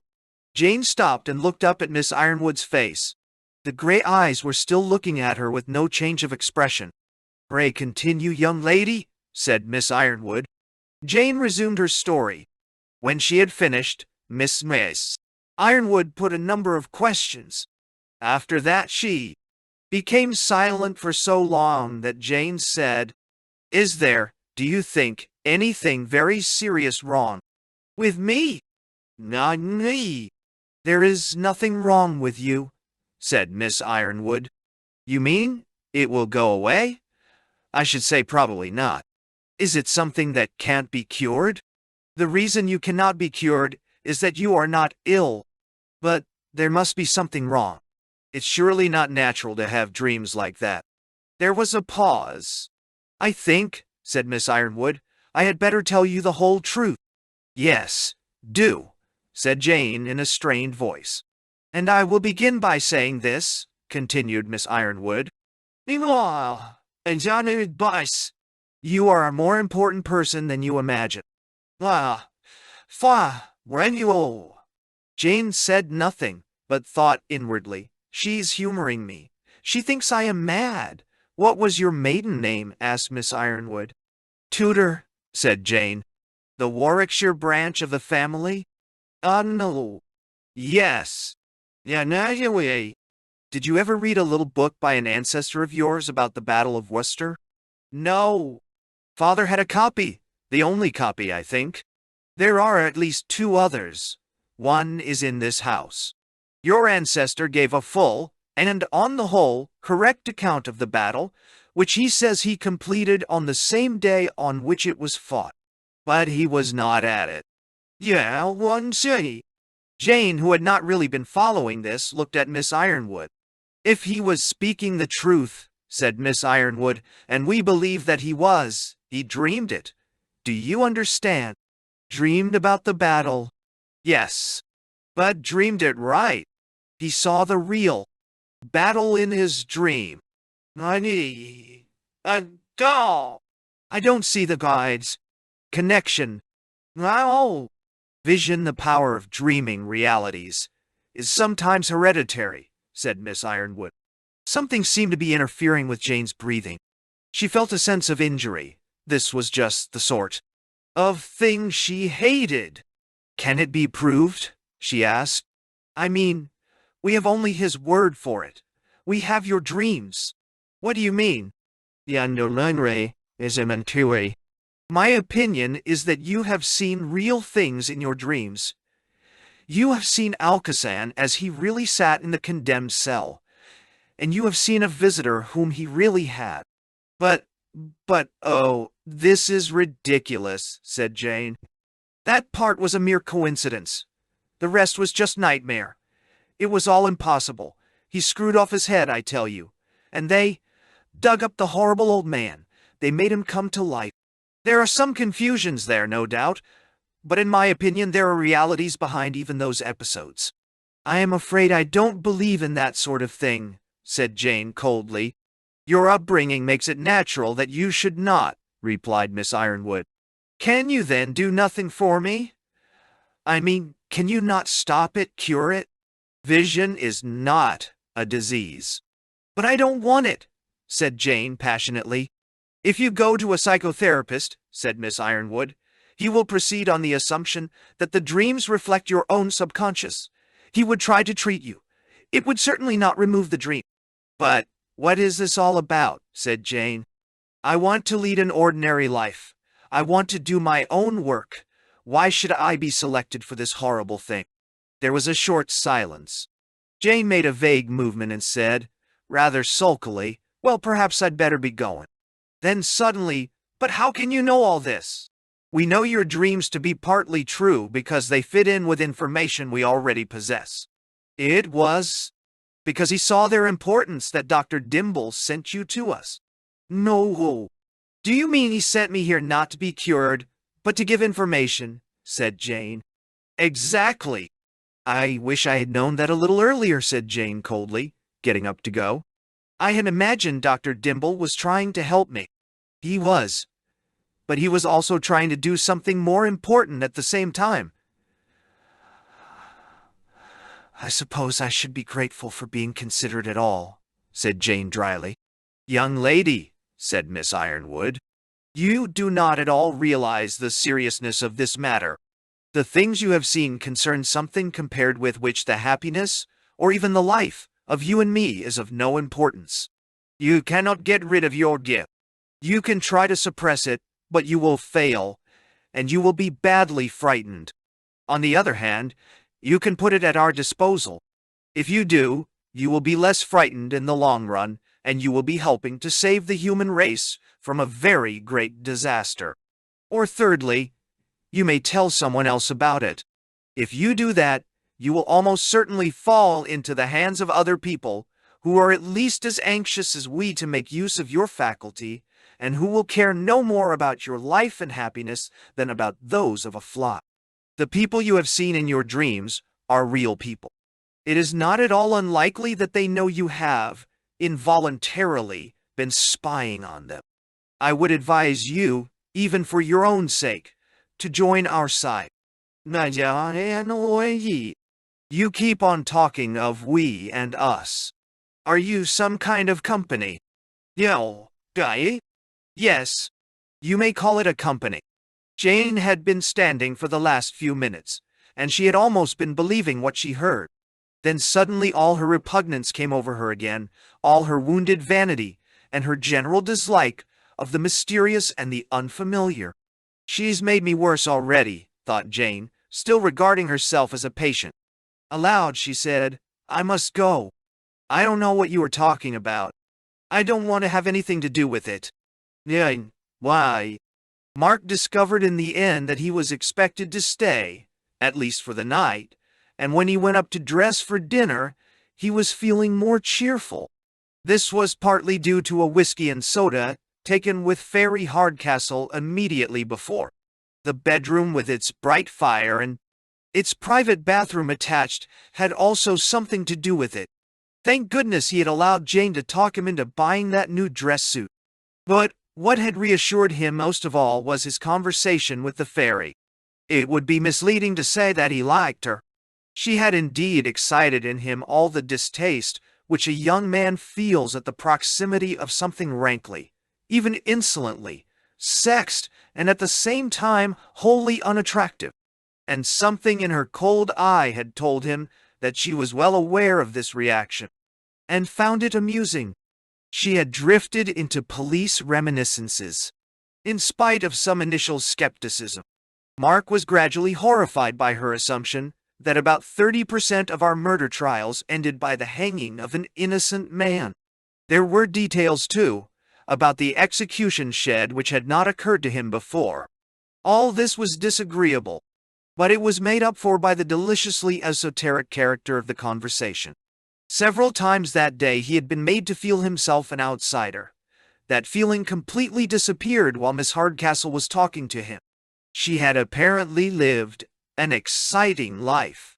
She had been, at different times, a suffragette, a pacifist, and a British fascist. She had been manhandled by the police and imprisoned. On the other hand, she had met prime ministers and dictators, and all her history was secret history. She knew from both ends what a police force could do and what it could not.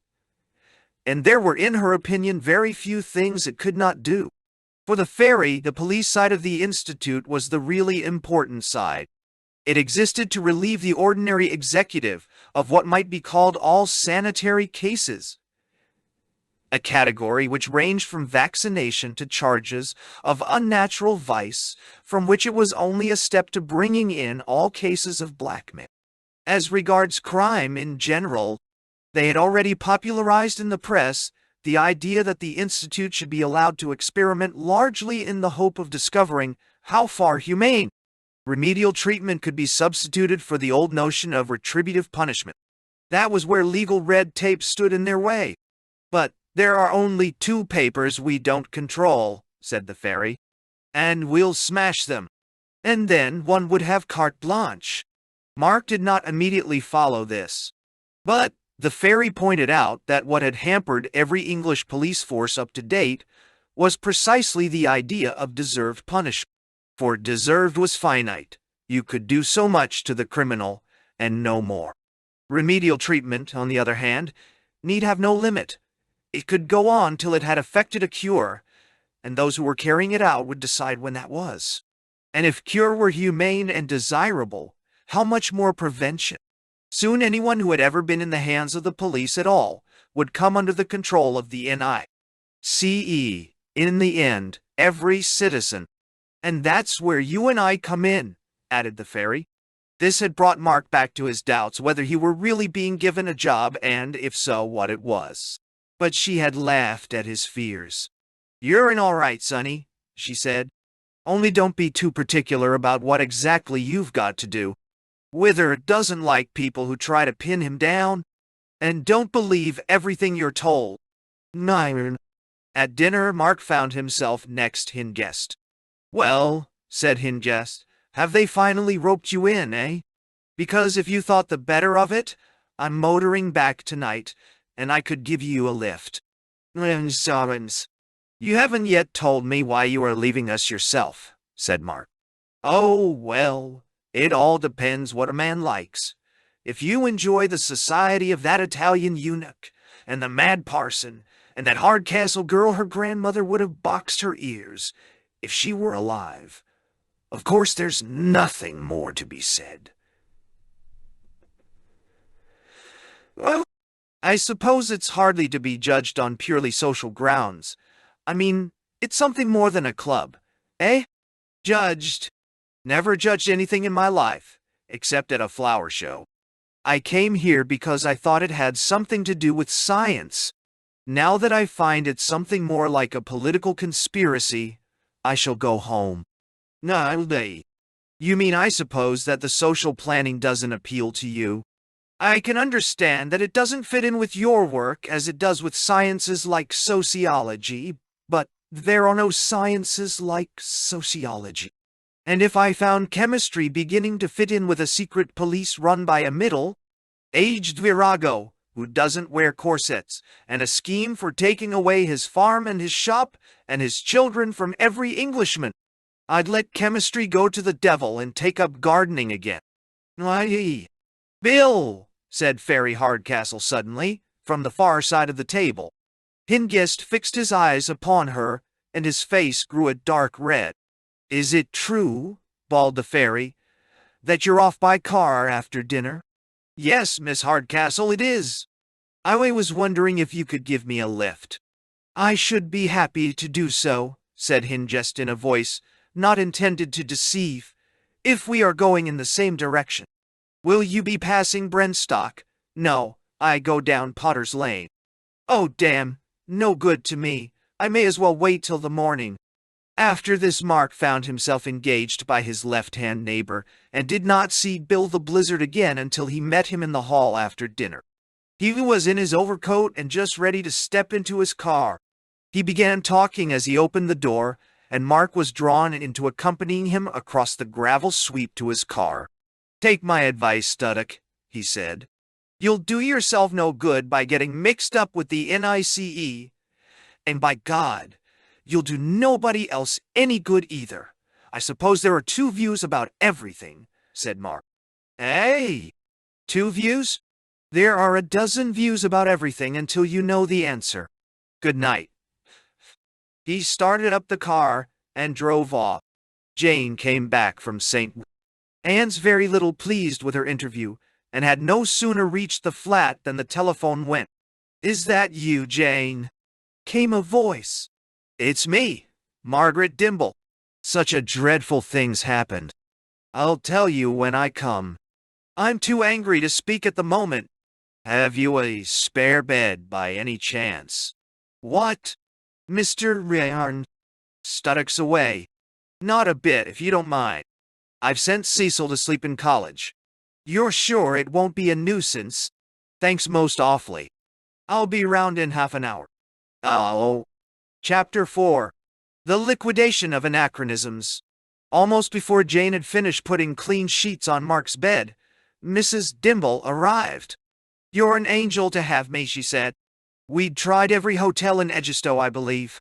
All full up with the hangers-on and camp followers of this detestable NICE.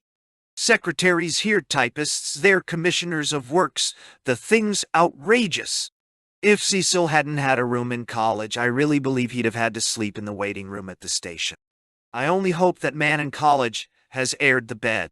"Hey, but what on earth's happened?" asked Jane.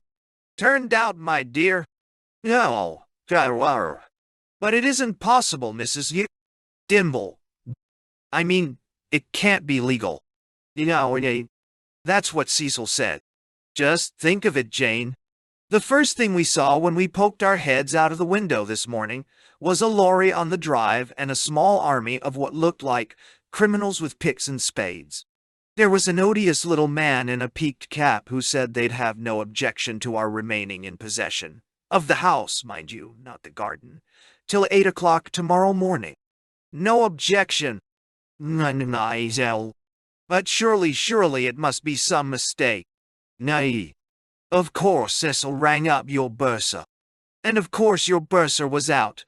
And by that time, the big beech had been cut down. At last, Cecil did get Mr.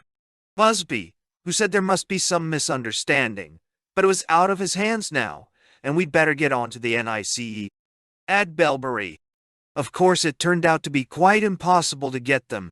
But by lunchtime we saw that one simply couldn't stay there. Why not? My dear, you've no conception what it was like.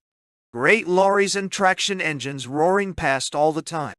Why, our own tradesmen couldn't get through it. The milk didn't arrive till 11 o'clock. We'd the greatest difficulty in getting into town ourselves. Flares and noise everywhere, and the road practically ruined. And the people, such horrid men. I didn't know we had work people like that in England. Only? And what are you going to do? Asked Jane. Heaven knows, said Mrs. Dimble. Cecil has been at Rumbold the solicitors. Rumbold doesn't seem to know where he is. He keeps on saying the NICE are in a very peculiar position legally. There's no question of trying to live on the far side of the river any longer, even if they'd let us. All the poplars are going down. All those nice little cottages by the church are going down. I found poor Ivy, that's your missus, Mags, you know, in tears. Poor things. They do look dreadful when they cry on top of powder. She's being turned out too. She's had enough troubles in her life without this. I was glad to get away. The men were so horrible. 3 big brutes came to the back door asking for hot water, and went on so that they frightened Martha out of her wits. A sort of special constable sent them away. What? Oh yes, there are dozens of what look like policemen all over the place, and I didn't like the look of them either. Cecil and I both thought the same thing. We thought it's almost as if we'd lost the war. Oh, good girl, T. That's just what I wanted. You must stay here as long as you like, Mrs. Dimble, said Jane. Mark'll just have to sleep in college. Well, really, said Mother Dimble, I feel at the moment that no fellow of Bracton ought to be allowed to sleep anywhere. As a matter of fact, I shan't have to. Cecil and I are to go out to the manor at St. Anne's. We have to be there so much at present, you see. You already talk so. Oh, said Jane, involuntarily, as her own story flowed back on her mind. Why, what a selfish pig I've been, said Mother Dimble. Here have I been quite forgetting that you've been out there and are full of things to tell me. Did you see Grace? And did you like her? And dear, when I day. Is Grace Miss Ironwood? Asked Jane. Yes. No, I saw her. I don't know if I liked her or not. But I don't want to talk about all that. I can't think about anything except this outrageous business of yours. It's you who are the real martyr, not me. Nay. No, my dear, said Mrs. Dimble, I'm not a martyr. I'm only an angry old woman with sore feet and a splitting head, but that's beginning to be better.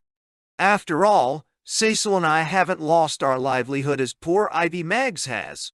It doesn't really matter leaving the old house, all those big rooms which we thought we should want because we were going to have lots of children, and then we never had.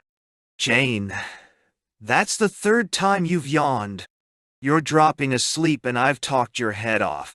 It comes of being married for 30 years. Husbands were made to be talked to. It helps them to concentrate on what they're reading. Jane found Mother Dimble an embarrassing person to share a room with because she said prayers. One didn't know where to look. Are you awake now? Said Mrs. Dimble's voice quietly, in the middle of the night. Yes, said Jane.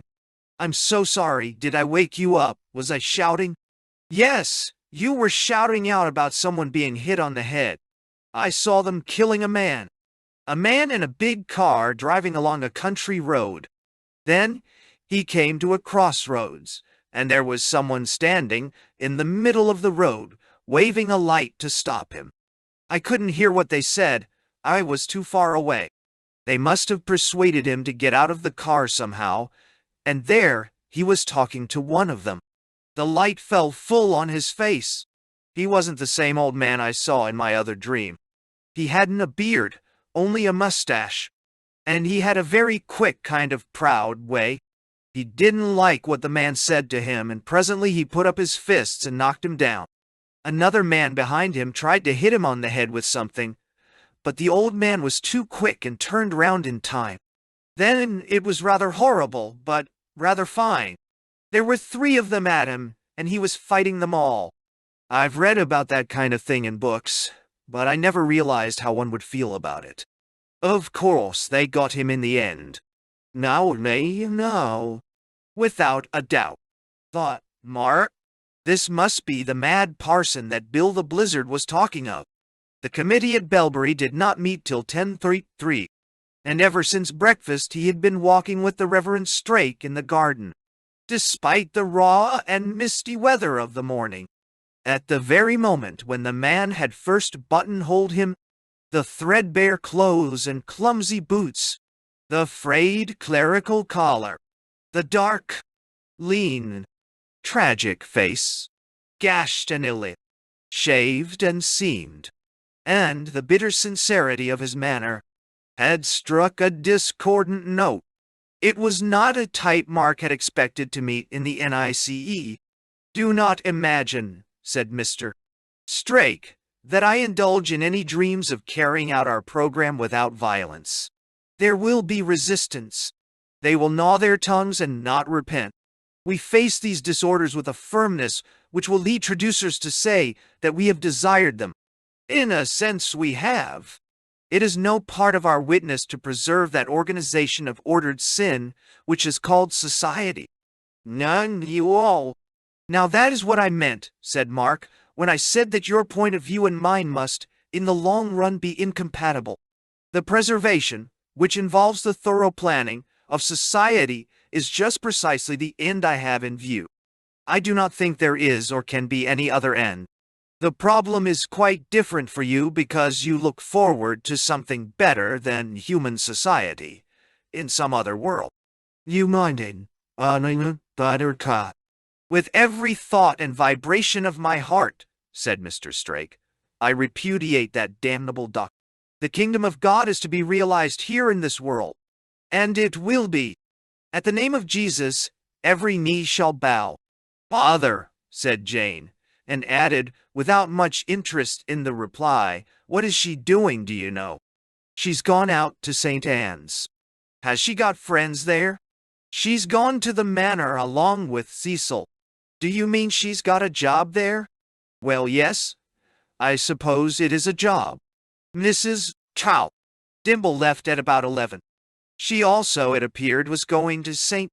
Anne's, but was first to meet her husband and lunch with him at Northumberland.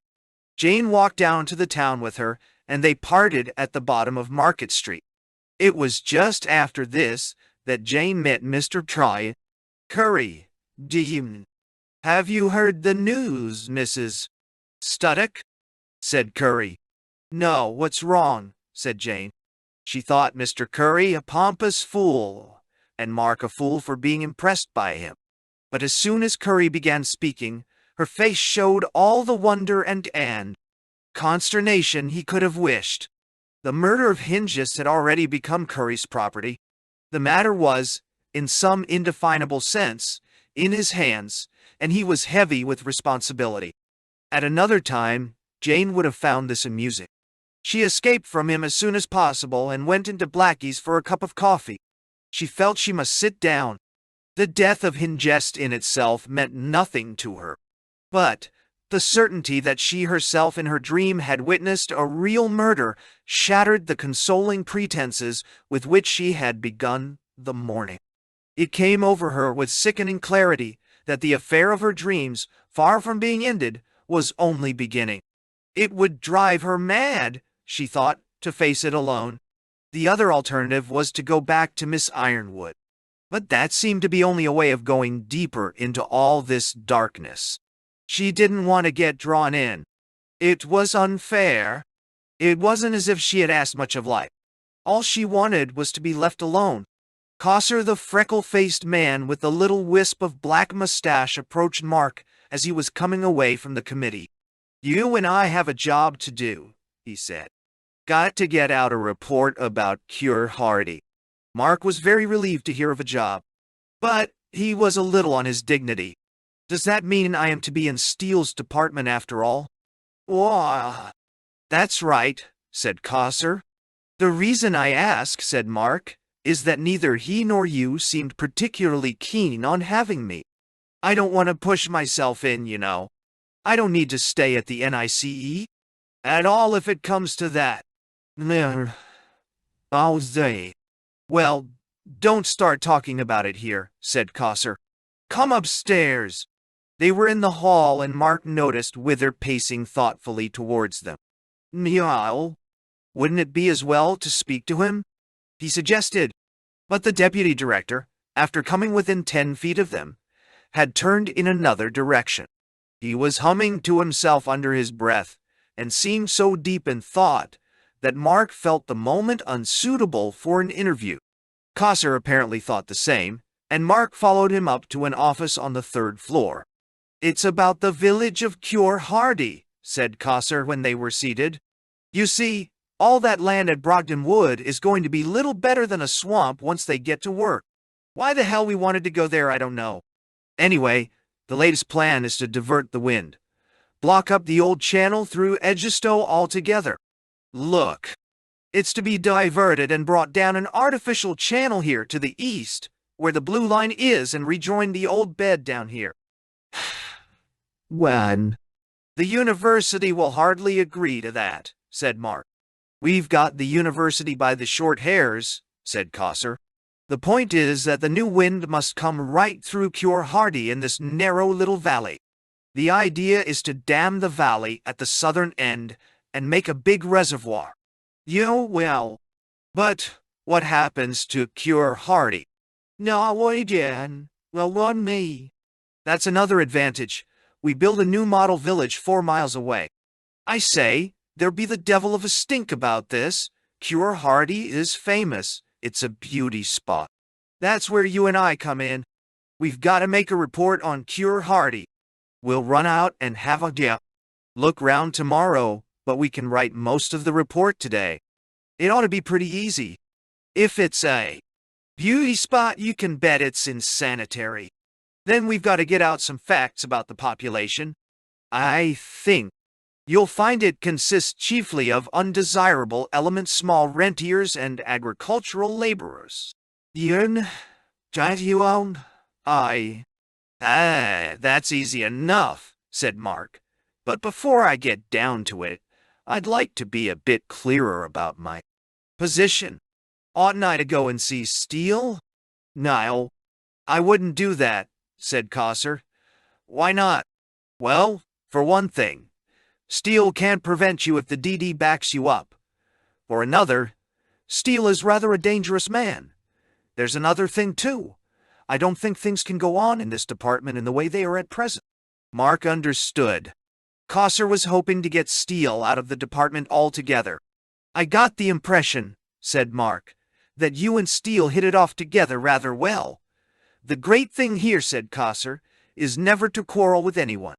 "Of course," said Mark. "By the way, if we go to Cure Hardy tomorrow, I might as well run into Edgestow and spend the night at home." For Mark, a good deal hung on the answer to this.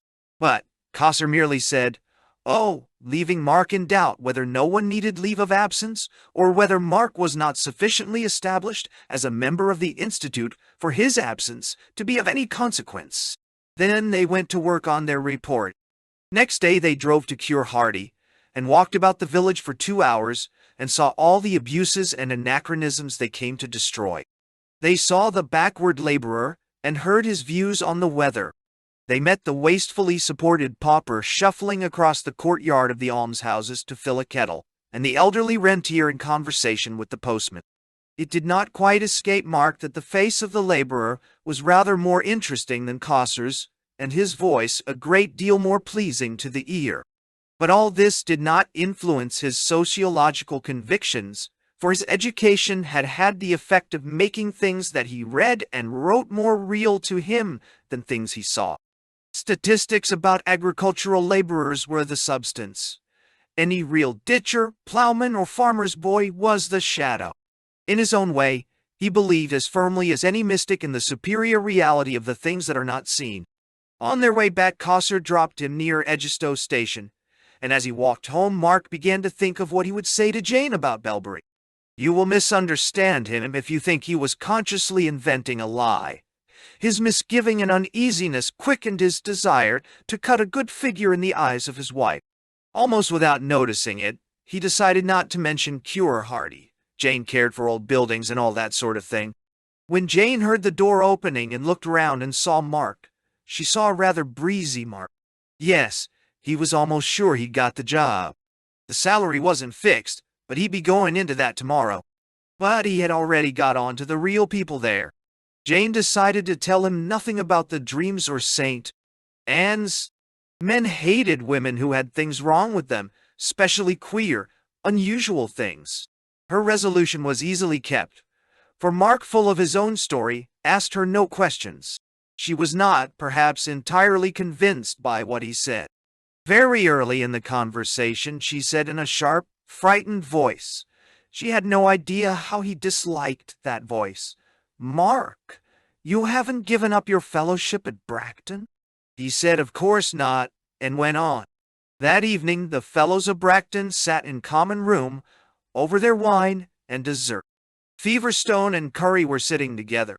Until that night, for about 300 years, this common room had been one of the pleasant, quiet places of England, and at this hour and season the windows were, of course, shut and curtained. But from beyond them came such noises as had never been heard in that room before. Shouts and curses, and the sound of lorries heavily drumming past or harshly changing gear, rattling of chains, drumming of mechanical drills, clanging of iron, whistles, thuddings, and an pervasive vibration. Beyond those windows, scarcely 30 yards away on the other side of the wind, the conversion of an ancient woodland into an inferno of mud and steel and concrete was already going on. Several members even of the progressive element had already been grumbling about it. Curry was doing his best to brazen it out, and though his conversation with Feverstone had to be conducted at the top of their voices, he made no allusion to this inconvenience. It's quite definite, then, he bawled, that young Studdock is not coming back? Gently. Oh, quite, shouted Feverstone. When will he send a formal resignation? And haven't an earthly. We must begin thinking about the vacancy at once. I'm on my way. Does his successor have to be a sociologist? I mean, is the fellowship tied to the subject? No. Oh, not in the least. I say, Feverstone, oughtn't we to give this new subject a leg up? What new subject? Pragmatometry de toile. Well, now, it's funny you should say that, because the man I was beginning to think of has been going in a good deal for pragmatometry. One could call it a fellowship in social pragmatometry, or something like that. No, duel. Who is the man? Whoa. Laird from Leicester, Cambridge. It was automatic for Curry, though he had never heard of Laird, to say, Laird. Just remind me of the details. Well, said Feverstone, as you remember, he was in bad health at the time of his finals, and came rather a cropper. The Cambridge examining is so bad nowadays that one hardly counts that. He used to edit the adult. Yes, to be sure. That Laird. But I say, Dick. Yes, I'm not quite happy about his bad degree. Of course, I don't attach a superstitious value to examination results any more than you do. Still, we have made one or two unfortunate elections lately. I'm going to be at Cambridge next week, Feverstone said. In fact, I'm giving a dinner. I'd as soon it wasn't mentioned here because, as a matter of fact, the PM may be coming, and one or two big newspaper people, and Tony Dew. What? Oh, of course you know Tony. That little dark man from the bank. Laird is going to be there. He's some kind of cousin of the PM's. I was wondering if you could join us. Yeah. Well, it would be very difficult. It rather depends on when old Bill's funeral is to be. Was there anything about the inquest on the 6 o'clock news? I can't hear, yelled Feverstone. Is this noise getting worse, or am I getting deaf? I say, Sub-Warden, shouted Ted Rayner from beyond Feverstone. What the devil are your friends outside doing? Listen, said Glossop suddenly. That's not work. Listen to the feet. Next moment, nearly everyone in the room was on his feet. They're murdering someone, said Glossop. There's only one way of getting a noise like that out of a man's throat. Where are you going? Asked Curry. I'm going to see what's happening, said Glossop. I shouldn't go out if I were you, said Feverstone. It sounds as if the police or something was there already. What do you mean? Listen, there. I thought that was their infernal drill. Listen! My God! You really think it's a machine gun? Look out! Look out! Said a dozen voices, as a splintering of glass became audible and a shower of stones fell onto the common room floor. A moment later, several of the fellows had made a rush for the windows and put up the shutters. Glossop had a cut on the forehead, and on the floor lay the fragments of that famous east window on which Henrietta Maria had once cut her name with a diamond. Chapter 5. Elasticity. Next morning Mark went back to Belbury by train. This return just sauntering in and hanging up his hat and ordering a drink was a pleasant contrast to his first arrival. The servant who brought the drink knew him. Philostrato nodded to him. After the drink he strolled upstairs to Cosser's office. Steele and Cosser were both there. Neither spoke. Ah, good morning, said Mark awkwardly. Steele finished making a pencil note. What is it, Mr. Studdock? He said without looking up. I came to see Cosser, said Mark, and then, addressing Cosser, I've been thinking over the last section in that report.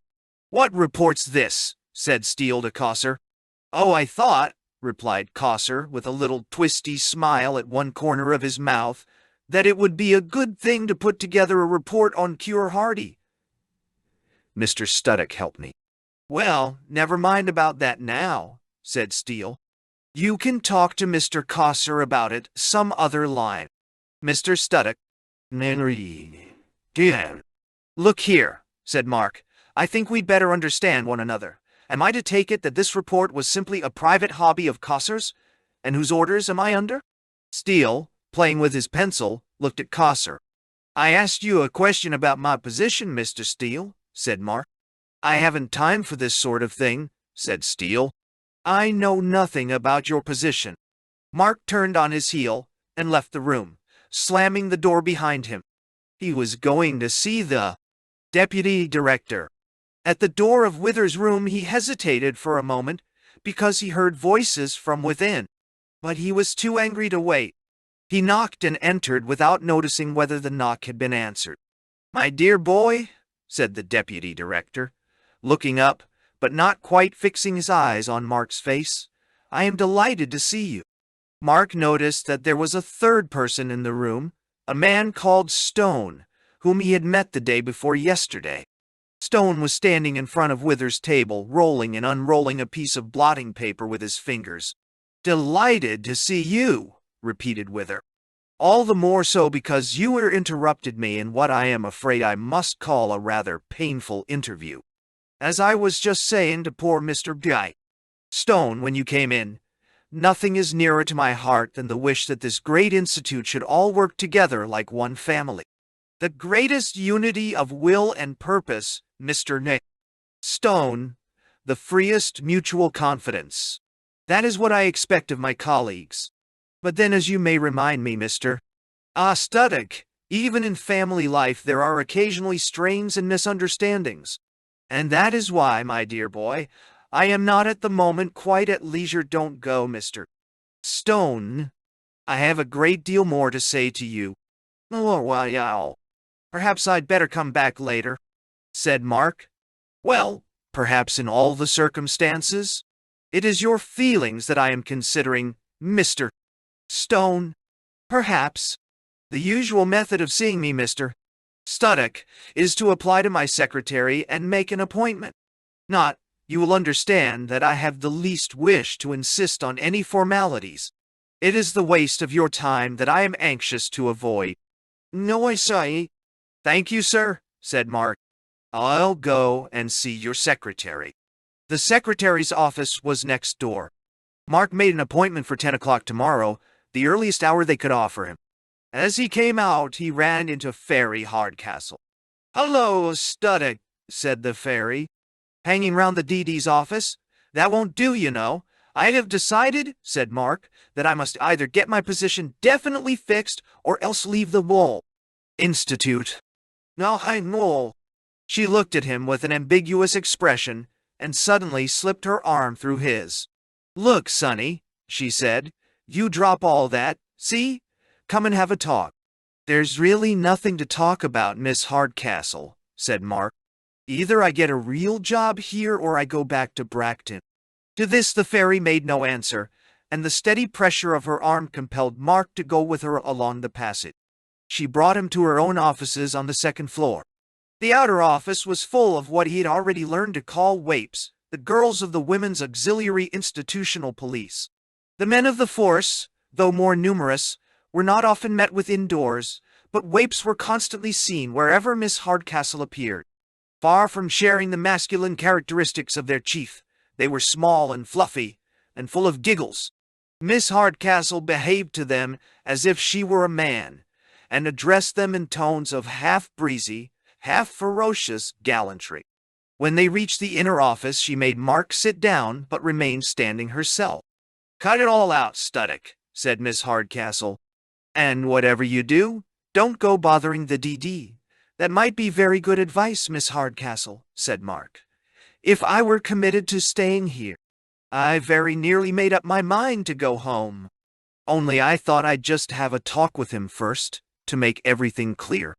"Now, making things clear is the one thing the DD can't stand," replied Miss Hardcastle. "That's not how he runs the place. And mind you, he knows what he's about. It works, Sonny. You needn't bother your head about all the Steels and Cossers. Not one of them is going to be left when we get going." "Nos? That's just the line Cosser took about Steele," said Mark, "and it didn't seem to do me much good when it came to the point." "No, do you know, Studdock," said Miss Hardcastle, "I've taken a fancy to you, because if I hadn't, I'd be disposed to resent that last remark." "I don't mean to be offensive," said Mark, "but, damn it, I'll look at it from my point of view. No good. You don't know enough yet for your point of view to be worth sixpence. You're being offered a chance. And there are only two alternatives, you know, to be in the NICE or to be out of it. And I know which is going to be most fun." "I do understand that," said Mark. "Give me a real place in the sociological department. Rats. That whole department is going to be scrapped. It had to be there at the beginning for propaganda purposes. But what assurance have I that I'm going to be one of their successors? You aren't. The real work has nothing to do with all these departments. The kind of sociology we're interested in will be done by my people, the police." "Then where do I come in?" "If you'll trust me, I can put you on to a bit of your real work. What you were brought here to do straight away." "You? What's that? Alcasanda?" "You mean the radiologist? The man who was guillotined?"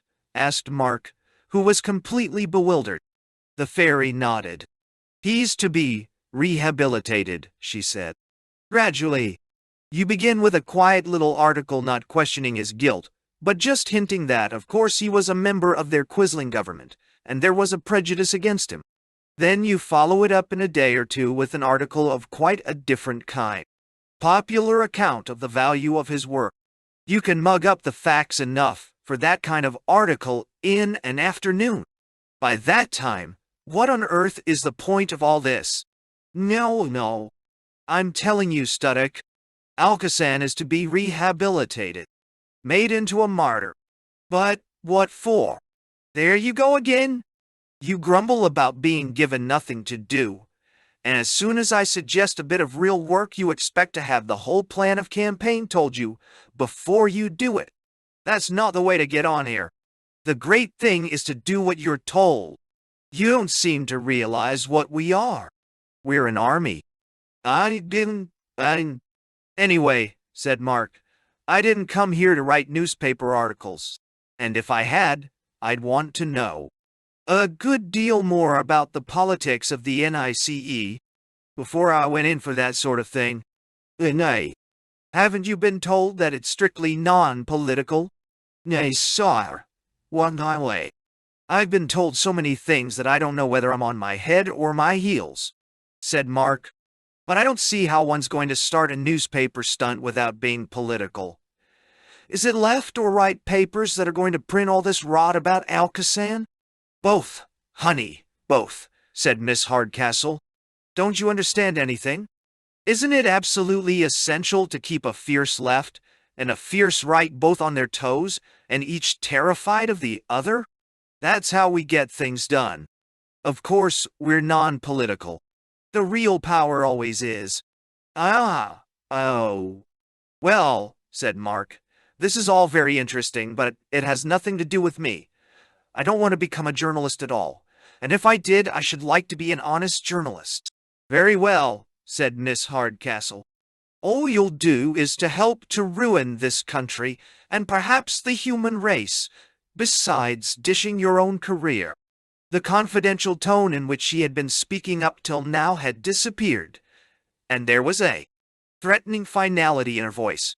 The citizen and the honest man which had been awaked in Mark by the full conversation quailed a little. His other and far stronger self, the self that was anxious at all costs not to be placed among the outsiders, leaped up, fully alarmed. I don't mean, he said, that I don't see your point. I was only wondering. It's all one to me, Studdock, said Miss Hardcastle. Go and settle it with the DD. He doesn't like people resigning, but of course you can. He'll have something to say to Feverstone for bringing you here. We'd assumed you understood. Banal, I don't ball. The mention of Feverstone brought sharply before Mark, as a reality, the plan, which had up till now been slightly unreal, of going back to Egisto and satisfying himself with the career of a fellow of Bracton. On what terms would he go back? Would he still be a member of the inner circle even at Bracton? And the salary of a mere don looked a poor thing after the dreams he had been dreaming for the last few days. Married life was already turning out more expensive than he had reckoned. Then came a sharp doubt about that £200 for membership of the NICE. But no, that was absurd. City. Well, obviously, he said in a vague voice, the first thing is to see the DD. You'd better run along now, said Miss Hardcastle. Have a nice talk with the DD. Be careful not to annoy the old man. He does so hate resignations. The rest of that day he passed miserably enough, keeping out of people's way as much as possible lest his lack of occupation should be noticed. He wandered round to the back parts of the house, where the newer and lower buildings joined it. Here he was surprised by a stable-like smell, and a medley of growls, grunts, and whimpers, all the signs, in fact, of a considerable zoo. At first he did not understand, but presently he remembered that an immense program of vivisection, freed at last from red tape and from niggling economy, was one of the plans of the NICE. He had not been particularly interested, and had thought vaguely, of rats, rabbits, and an occasional dog. The confused noises from within suggested something very different. As he stood there, one great yawn-like howl arose, and then, as if it had set the key, all manner of trumpetings, hayings, screams, laughter even, which shuddered and protested for a moment, and then died away into mutterings and whine. Mark had no scruples about vivisection. What the noise meant to him was the greatness and grandiosity of this whole undertaking, from which, apparently, he was likely to be excluded. He must get the job. He must somehow solve the problem of steel. The first real fog of the autumn had descended on Belbury that morning. Mark ate his breakfast by artificial light, and neither post nor newspaper had arrived. It was a Friday, and a servant handed him his bill for the portion of a week which he had already spent in the Institute. He put it in his pocket after a hasty glance, with a resolution that this, at any rate, should never be mentioned to Jane. Neither the total nor the items were of the sort that wives easily understand. The odd half-hour which he had to wait before keeping his appointment with the deputy director passed slowly. No one spoke to him. He was glad when he was able to go and knock on Wither's door. The conversation was not easy to begin, because Wither said nothing. Mark, divided between his desire to make it clear that he had fully resolved to be left hanging about no longer, and his equally keen desire not to lose the job, if there were any real job going, did not perhaps speak. At all events, the deputy director left him to run down, to pass into disjointed repetitions, and thence into complete silence. "So I think, sir, I'd better go," said Mark at last. "You are Mr. Studdock, I think?" said Wither tentatively after another prolonged silence. "Yes," said Mark impatiently. "I called on you with Lord Feverstone a few days ago. You gave me to understand that you were offering me a position on the—" "One moment, Mr. Studdock," interrupted the deputy director. "It is so important to be perfectly clear. You are no doubt aware that in certain senses it would be most unfortunate to speak of my offering anyone a post in the Institute. You must not imagine that I hold any kind of autocratic position, nor, on the other hand, that the relation between my own sphere of influence and the powers there temporary. Powers, you understand, of the Permanent Committee are defined by any hard and fast system of law, constitutional, or even a constitutive character. For example, then, sir, can you tell me whether anyone has offered me a post? And if so, who?" "Oh," said Wither suddenly, changing both his position and his tone as if a new idea had struck him. It was always understood that your cooperation with the Institute would be entirely acceptable, of the greatest value." "I'm Spain." "Well, oughtn't we to discuss the details? I mean the salary, for example, and who should I be working under?" "My dear friend," said Wither with a smile, "I do not anticipate that there will be any difficulty about the financial side of the matter. As for what would the salary be, sir?" said Mark. "Well, there you touch on a point which it is hardly for me to decide. I believe that members in the position which we had envisaged you as occupying usually draw some sum, like 1,500 a year, allowing for fluctuations calculated on a very liberal basis. All questions of that sort will adjust themselves with the greatest ease." "But when should I know, sir?" "Guys, you mustn't suppose, Mr. Studdock, that when I mention 1,500 I am at all excluding the possibility of some higher figure. I don't think any of us would." "I should be perfectly satisfied with 1,500, said Mark. "I wasn't thinking of that." But... The deputy director's expression became more and more courtly and confidential, so that when Mark finally blurted out, "I suppose there'd be a contract or something of the kind," he felt he had committed an unutterable vulgarity. "Well," said the deputy director, fixing his eyes on the ceiling and sinking his voice to a whisper, "that is not exactly. It would no doubt be possible."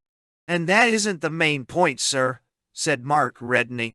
"Am I to work under Mr. Steele?" "I have here a form," said Wither, which has not, I believe, been ever actually used, but which was designed for such agreements. You might care to study it at your leisure. Unsell, unlimited. But about Mr. Steele. At that moment, a secretary entered and placed some letters on the table. "Ah, the post at last," said Wither.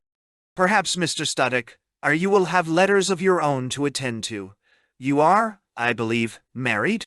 A smile of fatherly indulgence overspread his face as he said these words. "I'm sorry, sir," said Mark, "but about Mr. Steele, I should feel compelled to refuse any position which involved working under Mr. Steele. That opens up a very interesting question about which I should like to have a quite informal and confidential chat with you on some future occasion," said Wither. "For the moment, Mr. Studdock, I shall not regard anything you have said as final." He became absorbed in the letter he had opened, and Mark, feeling that he had achieved enough for one interview, left the room. Apparently they did want him at the NICE and were prepared to pay for him. He would fight it out about Steele later. He came downstairs and found the following letter waiting for him. "Bracton College, Edgestow. My dear Mark, we were all sorry to hear that you are resigning your fellowship, but feel certain you've made the right decision as far as your own career is concerned. If you have not yet sent a formal resignation to NO, I shouldn't be in any hurry to do so. If you wrote next term, the vacancy would come up at the February meeting, and we should have time to get ready a suitable candidate as your successor. Have you any ideas on the subject yourself? I was talking to James and Dick the other night about David Laird. No doubt you know his work. Could you let me have a line about it, and about his more general qualifications? I may see him next week when I'm running over to Cambridge to dine with the Prime Minister and one or two others, and Dick might ask Laird. You'll have heard that we had rather a shindy here the other night. There was some sort of fracas between the new workmen and the local inhabitants. The NICE police made the mistake of firing a few rounds over the heads of the crowd. We had the Henrietta Maria window smashed and stones came into common room. Glossop lost his head and wanted to go out and harangue the mob, but I managed to quiet him down. Yours, G.C. Curry. Navy Mowell. At the first words of this letter, a stab of fear ran through Mark. He tried to reassure himself. An explanation would be bound to put everything right. They couldn't shove a man out of his fellowship simply on a chance word spoken by Lord Feverstone in common room. It came back to him with miserable insight that what he was now calling a chance word was exactly what he had learned, in the progressive element, to describe as settling real business in private or cutting out the red tape, but he tried to thrust this out of his mind. Then another thought struck him. A letter to Curry, saying plainly that he meant to stay at Bracton, would be shown to Feverstone. Feverstone would tell Wither. Such a letter could be regarded as a refusal of any post at Belbury. Well, let it be. He would give up this short-lived dream and fall back on his fellowship. But now, if that were impossible, the whole thing might have been arranged simply to let him fall between the two stools. Then he and Jane left to sink or swim with not a sou between them. He rang the bell and ordered a large whiskey. He must write a very careful and rather elusive letter. His first draft was, he thought, not vague enough. It could be used as a proof that he had abandoned all idea of a job at Belbury. But then, if it were too vague, it would do no good. Oh, damn the whole thing. In the end, with the aid of the whiskey and of a great many cigarettes, he produced the following. The National Institute for Coordinated Experiments, Belbury, died Oct. 21st, 1928. My dear Curry, Feverstone must have got me wrong. I never made the slightest suggestion of resigning my fellowship and don't in the least wish to do so. As a matter of fact, I have almost made up my mind not to take a full-time job with the NICE, and hope to be back in college in a day or two. So be sure and contradict it if you hear anyone saying I am thinking of leaving Edgestow. I hope you'll enjoy your jaunt to Cambridge. what circles you do move in. Yours, Mark G. Studdock. P.S. Laird wouldn't have done in any case. He got a third, and his only published work has been treated as a joke. The relief of having finished the letter was only momentary, for almost as soon as he had sealed it, the problem of how to pass the rest of this day returned to him. He decided to go and sit in his own room, but when he went up there, he found the bed stripped and a vacuum cleaner in the middle of the floor. He came down and tried the lounge. The servants were tidying. He looked into the library. It was empty but for two men who were talking with their heads close together. They stopped and looked up as soon as he entered, obviously waiting for him to go.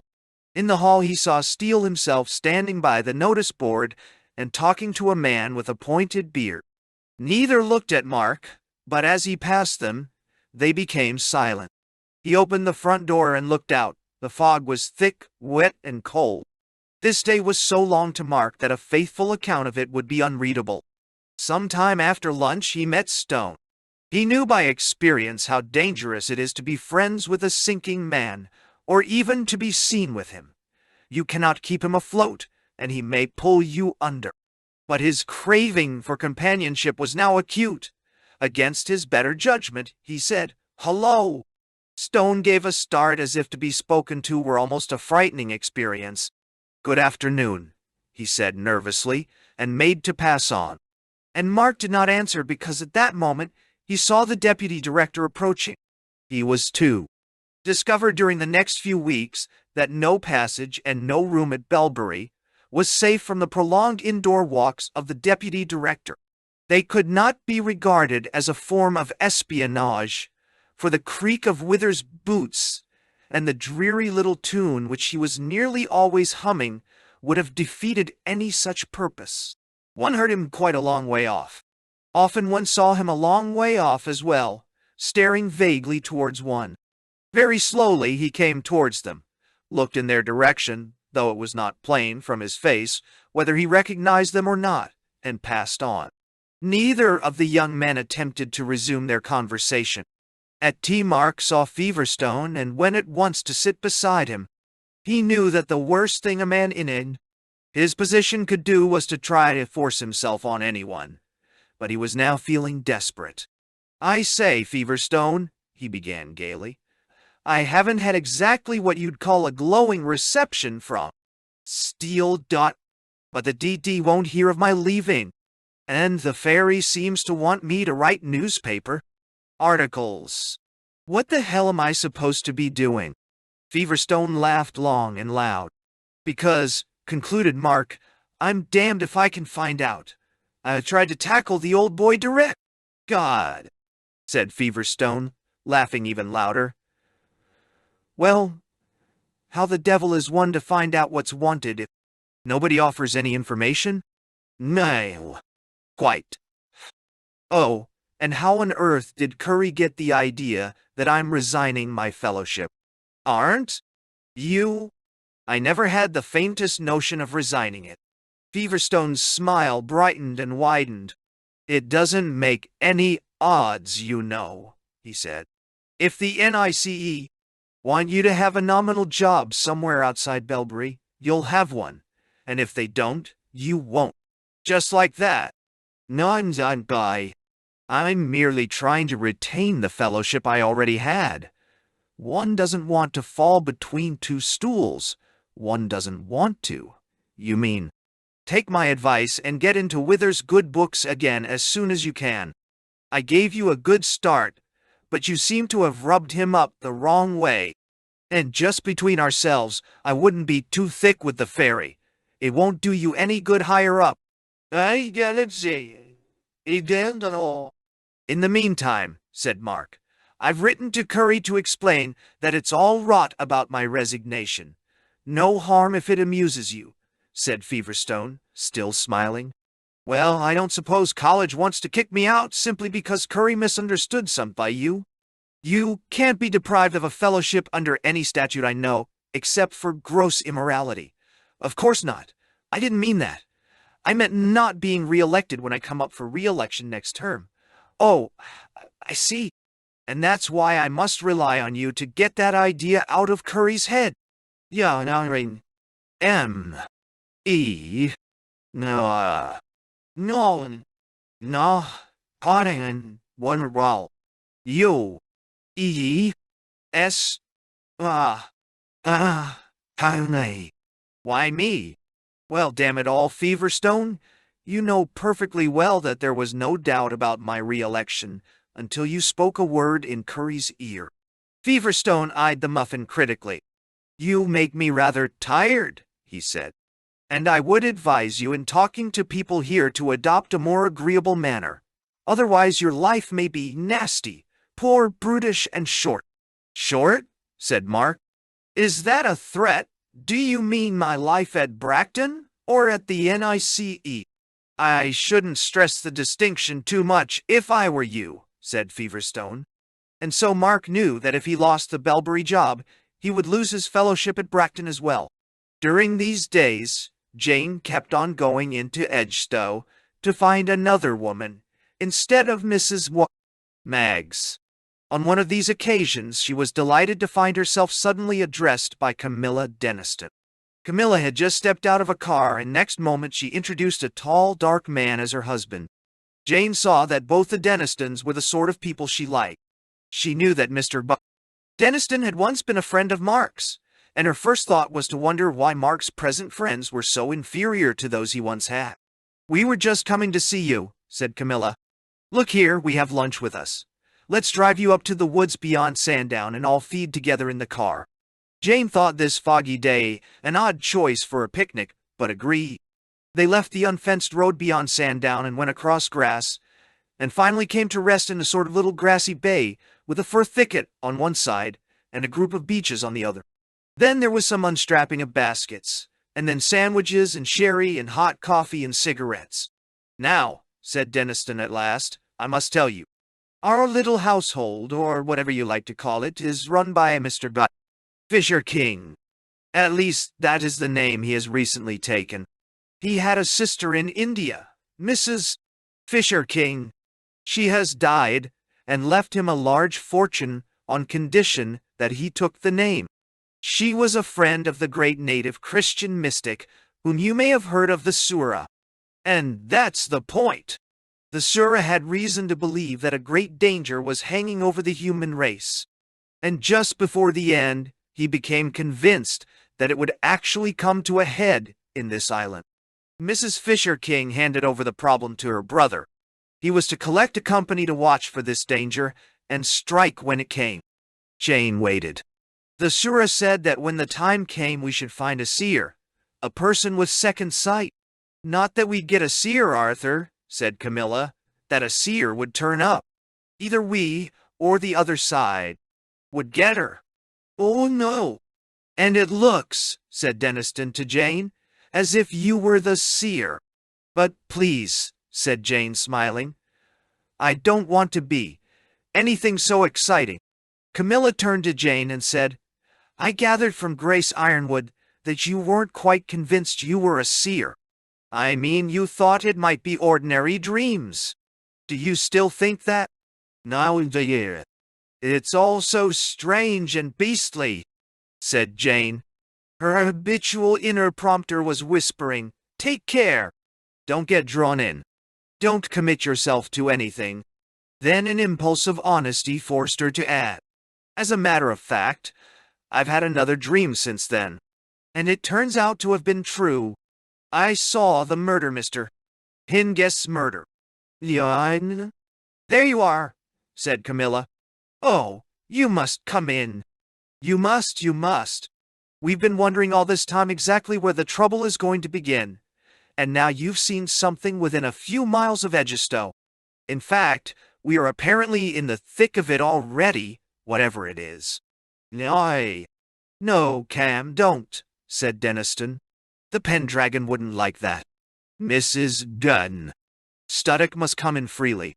You forget she knows practically nothing at all about us, and we can't tell her much until she has joined. We are, in fact, asking her to take a leap in the dark. He turned to Jane. It is like that, he said, like getting married or becoming a monk. You can't know what it's like until you take the plunge. He did not perhaps know the complicated resentments and resistances which his choice of illustrations awoke in Jane. "What exactly are you asking me to do?" she said. "To come and see our chief first of all, and then, well, to join. It would involve making certain promises to him. By the way, what view would Mark take about it?" "Mark," said Jane. "How does he come into it? Would he object to your joining, putting yourself under the head's orders, and making the promises, and all that?" "Naughty, I know." "Would he object?" asked Jane. "What on earth would it have to do with him?" "Well," said Deniston, hesitating a little, "the head or the authorities he obeys have rather old-fashioned notions. He wouldn't like a married woman to come in, if it could be avoided, without her husband's, without consulting—" "Do you mean I'm to ask Mark's permission?" said Jane. The resentment which had been rising and ebbing for several minutes had now overflowed. All this talk of promises and obedience to an unknown Mr. Fisher King had already repelled her, but the idea of this same person sending her back to get Mark's permission was the climax. For a moment she looked on Mr. Guy Deniston with dislike. She saw him and Mark and the Fisher King man simply as men complacent, patriarchal figures making arrangements for women as if women were children, or bartering them like cattle. And so the king promised that if anyone killed the dragon, he would give him his daughter in marriage. She was very angry. "Arthur," said Camilla, "I see a light over there. Do you think it's a bonfire? Let's go for a little walk and look at the fire." "Oh, do let's," said Jane. They got out. It was warmer in the open than it had by now become in the car. The fire was big and in its middle life. They stood round it and chatted of indifferent matters for a time. "I'll tell you what I'll do," said Jane presently. "I won't join your whatever it is, but I'll promise to let you know if I have any more dreams of that sort." "That is splendid," said Deniston. "And I think it is as much as we had a right to expect." Chapter 6. Fog. Another day dragged past before Mark was able to see the deputy director again. He went to him in a chastened frame of mind, anxious to get the job on almost any terms. "I have brought back the form, sir," he said. "What form?" asked the deputy director. Mark found he was talking to a new and different Wither. The absent-mindedness was still there, but the courtliness was gone. He said he had understood that Mark had already refused the job. He could not, in any event, renew the offer. He spoke vaguely and alarmingly of strains and frictions, of injudicious behavior, of the danger of making enemies, of the impossibility that the NICE could harbor a person who appeared to have quarreled with all its members in the first week. After he had hinted and murmured Mark into a sufficient state of dejection, he threw him, like a bone to a dog, the suggestion of an appointment for a probationary period at 600 a year. And Mark took it. He attempted to get answers even then to some of his questions. From whom was he to take orders? Was he to reside at Belbury? Wither replied, "I think, Mr. Studdock, we have already mentioned elasticity as the keynote of the Institute. Unless you are prepared to treat membership as a vocation rather than a mere appointment, I could not conscientiously advise you to come to us. There are no watertight compartments. I fear I could not persuade the committee to invent some cut-and-dried position in which you would discharge artificially limited duties, and, apart from those, regard your time as your own. Pray allow me to finish, Mr. Studdock. We are, as I have said before, more like a family, or even, perhaps, like a single personality. You must make yourself useful, Mr. Studdock, generally useful. I do not think the Institute could allow anyone to remain in it who grudged this or that piece of service because it fell outside some function which he had chosen to circumscribe by a rigid definition. On the other hand, it would be quite equally disastrous. I mean for yourself, Mr. Studdock, Quite equally disastrous if you allowed yourself to be distracted from your real work by unauthorized collaboration. Or worse still, interference with other members. Concentration, Mr. Studdock, concentration.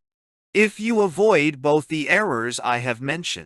I do not despair of correcting on your behalf certain unfortunate impressions which, we must admit, your behavior has already produced. No, Mr. Studdock, I can allow no further discussion. Good morning, Mr. Studdock. Good morning.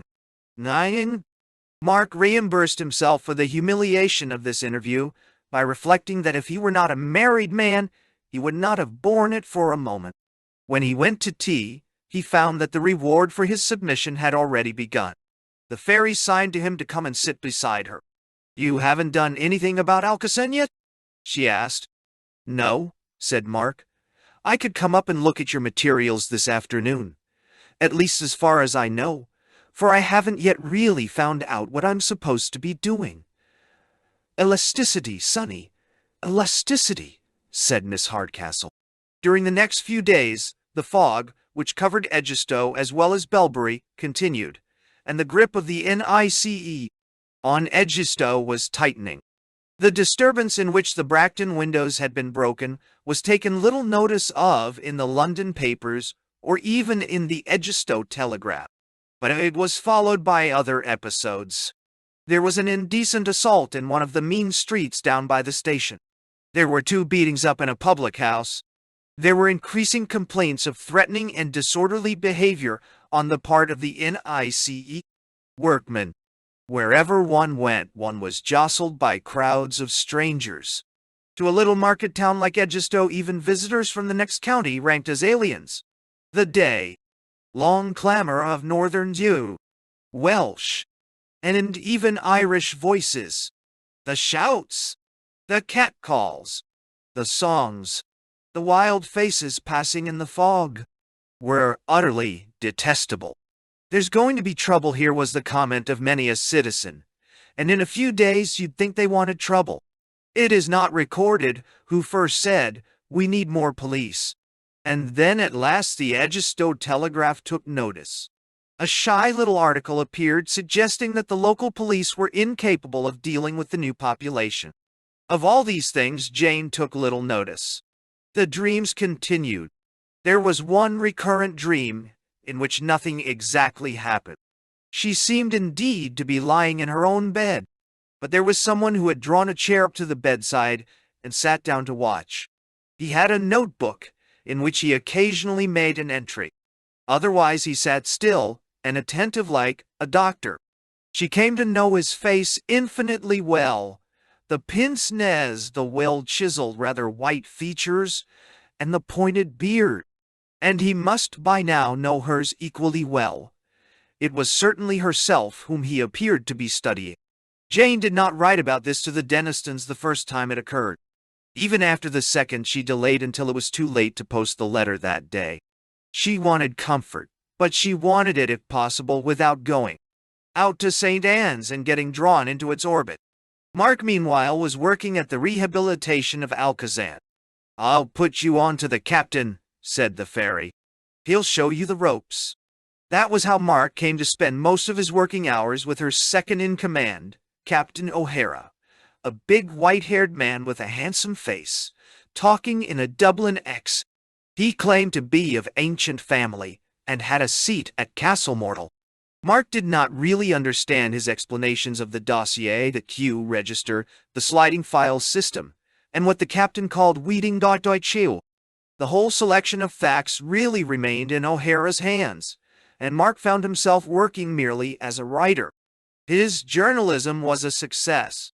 His articles and letters about Alcazan appeared in papers where he would never had the entree over his own signature, papers read by millions.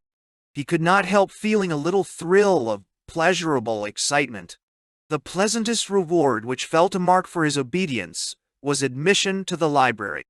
This room, though nominally public, was in practice reserved for what one had learned at school to call bloods and dead. At Bracton, the progressive element. And that was why, when Feverstone one evening sidled up to Mark and said, "What about a drink in the library?" Mark smiled and agreed and harbored no resentment for the last conversation he had had with Feverstone. The circle in the library usually consisted of Feverstone, the fairy, Philostrato, and more surprising Straight. It was balm to Mark's wounds to find that Steele never appeared there. One person whose frequent appearance he did not understand was the silent man with the pince-nez and the pointed beard, Professor Frost. The deputy director had a habit of drifting in and sauntering about, creaking and humming as usual. Sometimes he came up to the circle by the fire and listened and looked on, but he seldom said anything. He drifted away, and would return about an hour later, and once more potter about the empty parts of the room, and once more go away. The least satisfactory member of the circle in Mark's eyes was Straight. Straight made no effort to adapt himself to the ribald and realistic tone in which his colleagues spoke. He never drank nor smoked. He would sit silent, nursing a threadbare knee.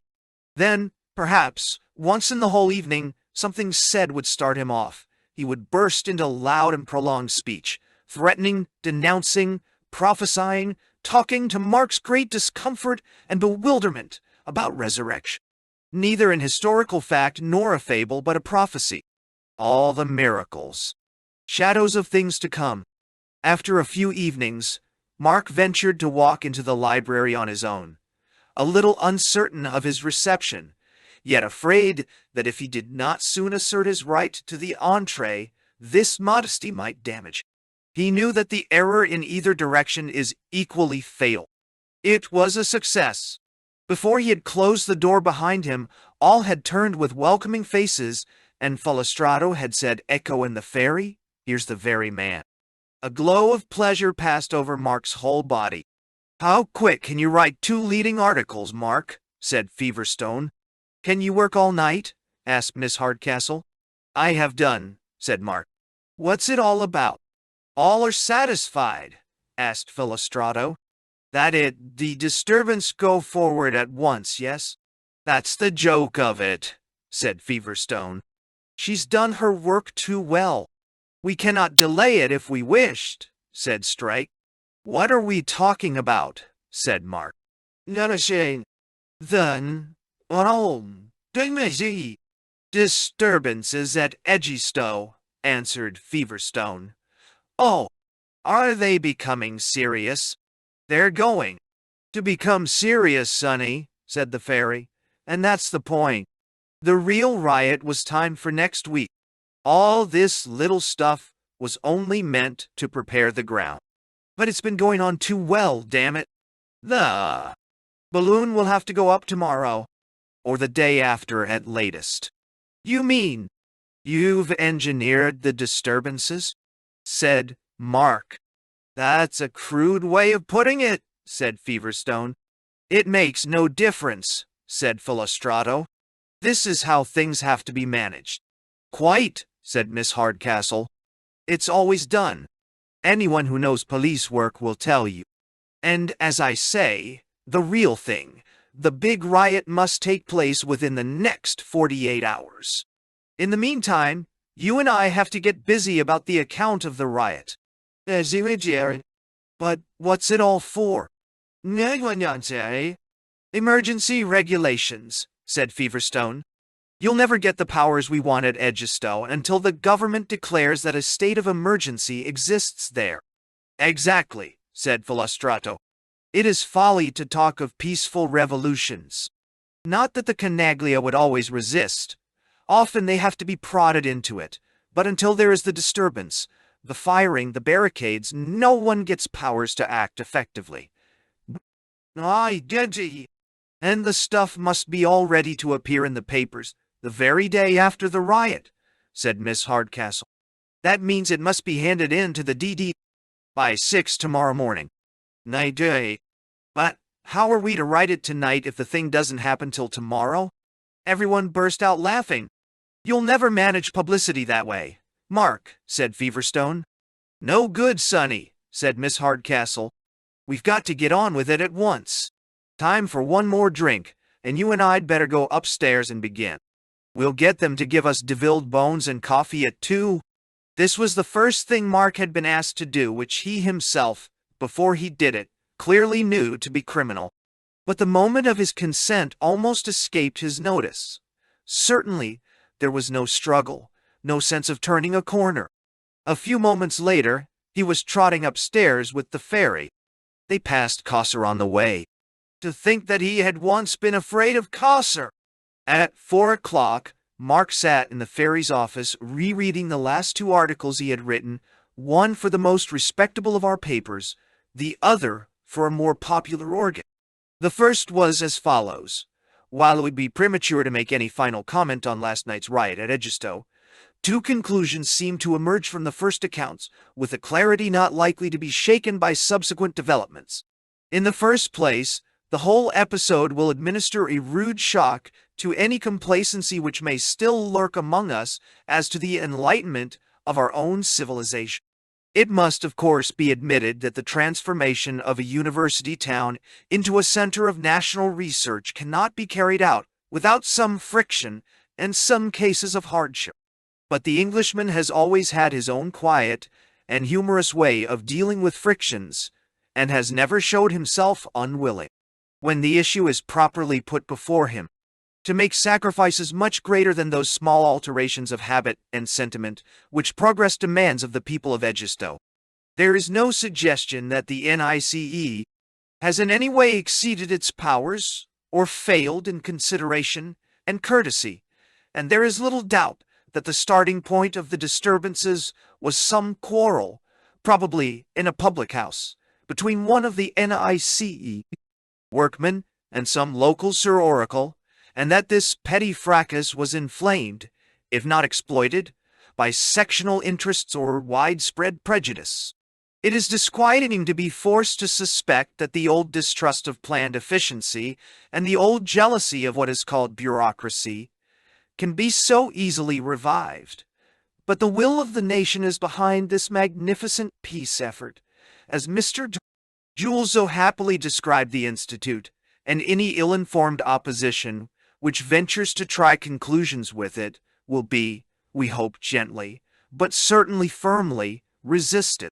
The second moral to be drawn from last night's events is a more cheering one. The original proposal to provide the NICE with what is misleadingly called its own police force was viewed with distrust in many quarters. Our readers will remember that while not sharing that distrust, we extended to it a certain sympathy, but also insisted that the complexity of modern society rendered it an anachronism to confine the actual execution of the will of society to a body of men whose real function was the prevention and detection of crime. That the police, in fact, must be relieved sooner or later of that growing body of coercive functions which do not properly fall within their sphere. The so-called police of the NICE, who should rather be called its sanitary executive, is the characteristically English solution. If any doubt as to the value of such a force existed, it has been amply set at rest by the episodes at Hideous. The happiest relations seem to have been maintained throughout between the officers of the Institute and the National Police. As an eminent police officer observed to one of our representatives this morning, but for the NICE police, things would have taken quite a different turn. If, in the light of these events, it is found convenient to place the whole Hideous area under the exclusive control of the institutional police for some limited period, we do not believe that the British people will have the slightest objection. The second said much the same with shorter words, more exclamation marks, and in a more truculent manner. The more often he reread the articles, the better he liked them. It wasn't as if he were taken in by them himself. He was writing with his tongue in his cheek, a phrase that somehow comforted him by making the whole thing appear like a practical joke. And anyway, if he didn't do it, someone else would. And all the while, the child inside him whispered how splendid and how triumphantly grown up it was to be writing, with his tongue in his cheek, articles for great newspapers. Against time. With the printer's devil at the door and all the inner ring of the NICE depending on him, and nobody ever again having the least right to consider him a nonentity or cipher. Jane stretched out her hand in the darkness, but did not feel the table which ought to have been there at her bed's head. She discovered that she was not in bed, but standing. There was darkness all about her and intense cold. Groping, she touched uneven surfaces of stone. The place, whatever it was, did not seem large. She groped along one of the walls and struck her foot against something hard. She stooped down and felt. There was a platform or table of stone about 3 feet high. And on it? Did she dare to explore? But it would be worse not to. Next moment she bit her lip to save herself from screaming, for she had touched a human foot, a naked foot, dead to judge by its coldness. To go on groping seemed the hardest thing she had ever done, but she was impelled to do it. The corpse was clothed in some very coarse stuff, which was also uneven, as though it were heavily embroidered. It must be a very large man. On his chest, the texture suddenly changed, as if the skin of some hairy animal had been laid over the coarse robe. Then she realized that the hair really belonged to a beard. It was only a dream, she could bear it, but it was so dreary, as if she had slipped through a cleft in the present, down into some cold pit of the remote past. If only someone would come quickly and let her out. And immediately she had a picture of someone bearded but also divinely young, someone golden and strong and warm, coming with a mighty earth-shaking tread into that black place. At this point she woke. She went into Edgestowe immediately after breakfast to hunt for someone who would replace Mrs. Y. Maggs. At the top of Market Street something happened, which finally determined her to go to St. Well. Anne's that very day.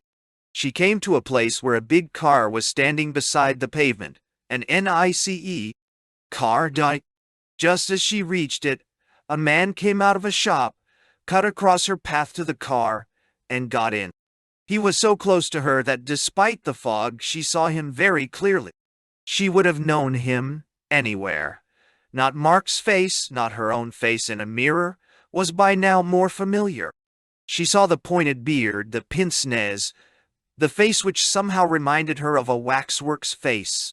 She had no need to think what she would do. Her body, walking quickly past, seemed of itself to have decided that it was heading for the station, and thence for St. Anne's. It was something different from fear that drove her. It was a total revulsion from this man on all levels of her being. The train was blessedly warm, her compartment empty.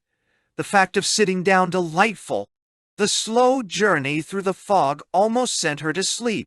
She hardly thought about St. Anne's until she found herself there. Chapter 7. The Pendragon. Before she reached the manor, Jane met Mr. Denniston and told him her story as they walked. As they entered the house they met Mrs. Maggs. "What? Mrs. Studdock? Fancy," said Mrs. Maggs. "Yes, Ivy," said Denniston, "and bringing great news. We must see Grace at once."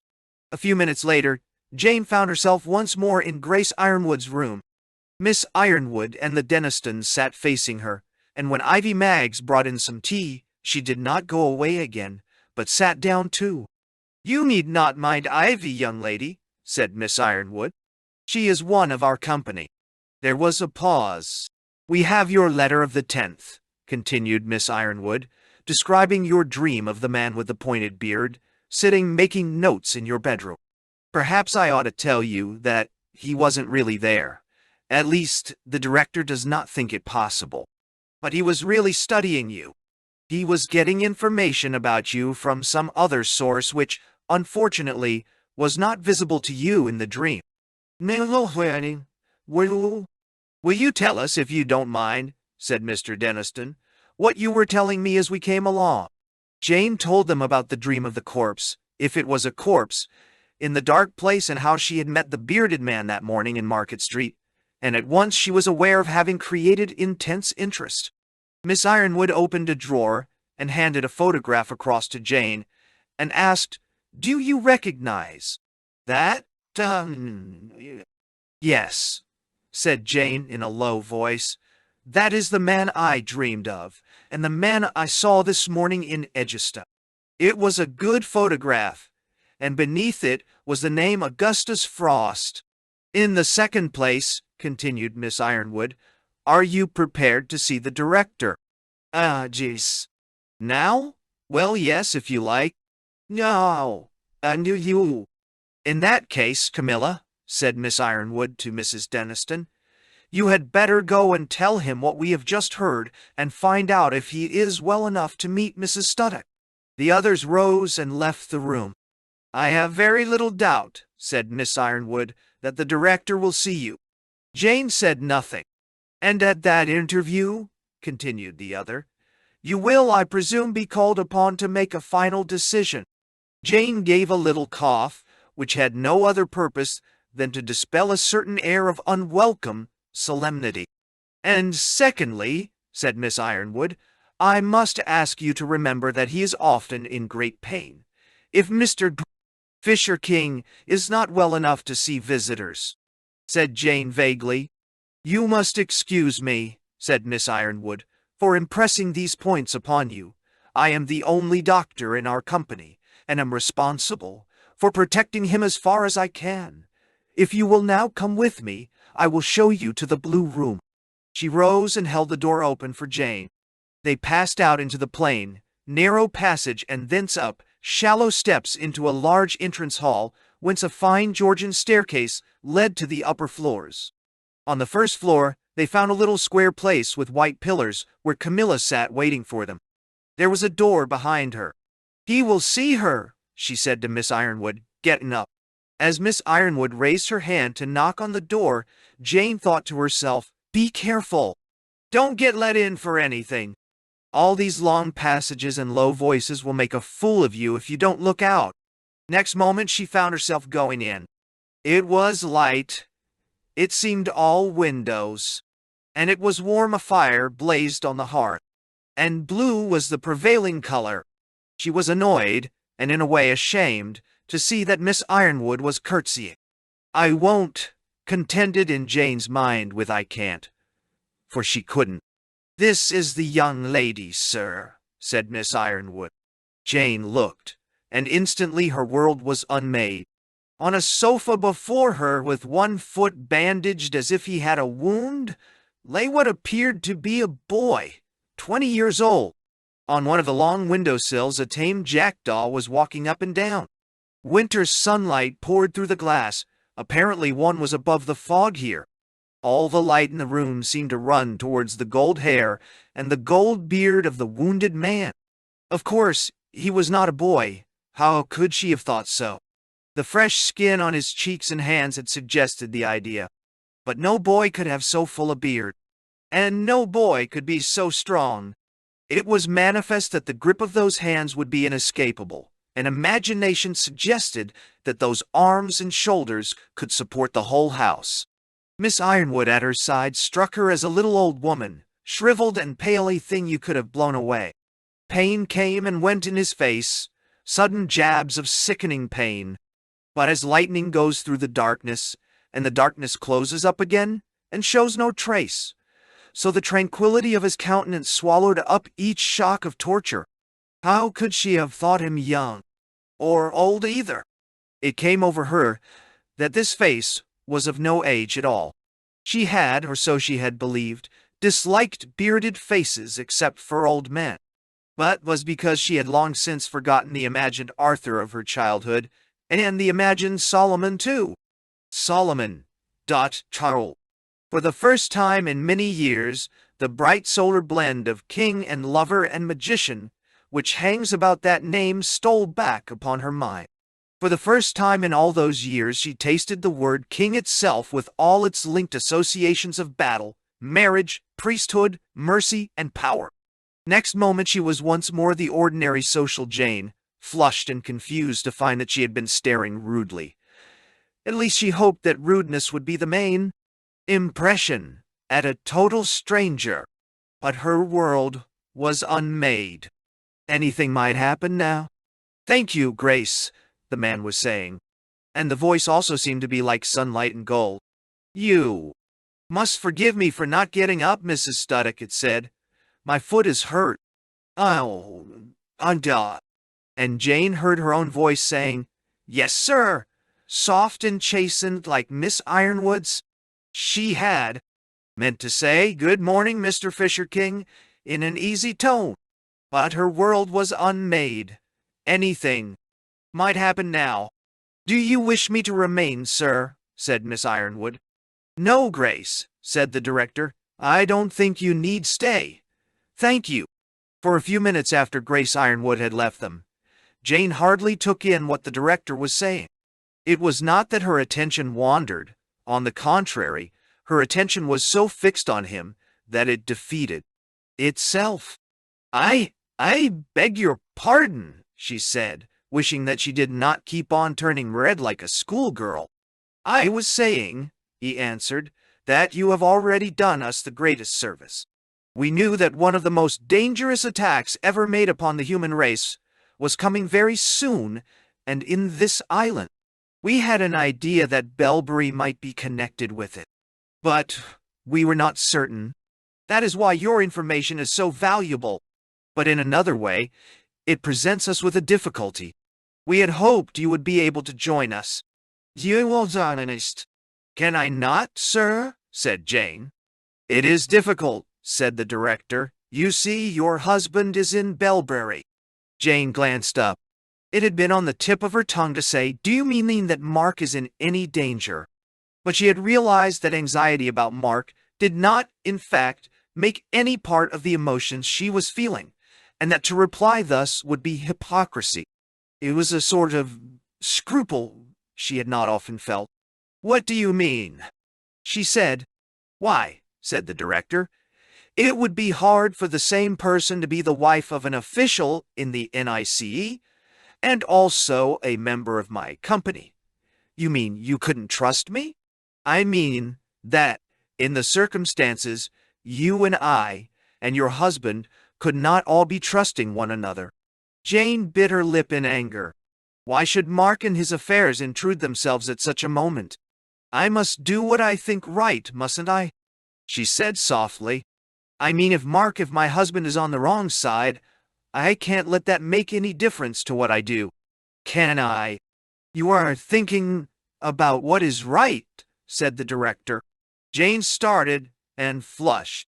She had not been thinking about that. "Of course," said the director, "things might come to such a point that you would be justified in coming here, even against his will, even secretly. It depends on how close the danger is to us all, and to you personally." "I thought the danger was right on top of us now." "That is the question," said the director with a smile. "I am not allowed to be too prudent. I am not allowed to use desperate remedies until desperate diseases are really apparent. It looks as if you will have to go back. You will, no doubt, be seeing your husband again fairly soon. I think you must make at least one effort to detach him from the NICE. "But how can I, sir?" said Jane. "What have I to say to him? He'd think it all nonsense." As she said it, she wondered, did that sound cunning? Then, was it cunning? "No," said the director. "And you must not mention me nor the company at all. We have put our lives in your hands. You must simply ask him to leave Belbury. You must put it on your own wishes." "Oh, Mark never takes any notice of what I say," answered Jane. "Perhaps," said the director, "you have never asked anything as you will be able to ask this. Do you not want to save him as well as yourself?" Jane ignored this question. She began speaking rapidly. "Don't send me back," she said.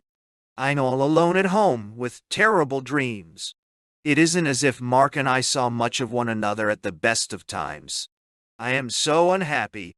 He won't care whether I come here or not." "You? What? Are you unhappy now?" said the director. Suddenly she ceased at last to think how her words might make him think of her, and answered, "No." "But," she added after a short pause, "it will be worse now if I go back." Will it?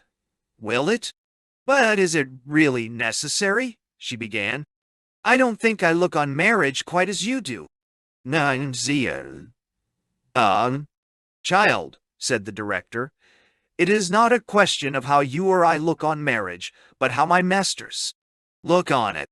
Wie gesagt. They would never think of finding out first whether Mark and I believed in their ideas of marriage.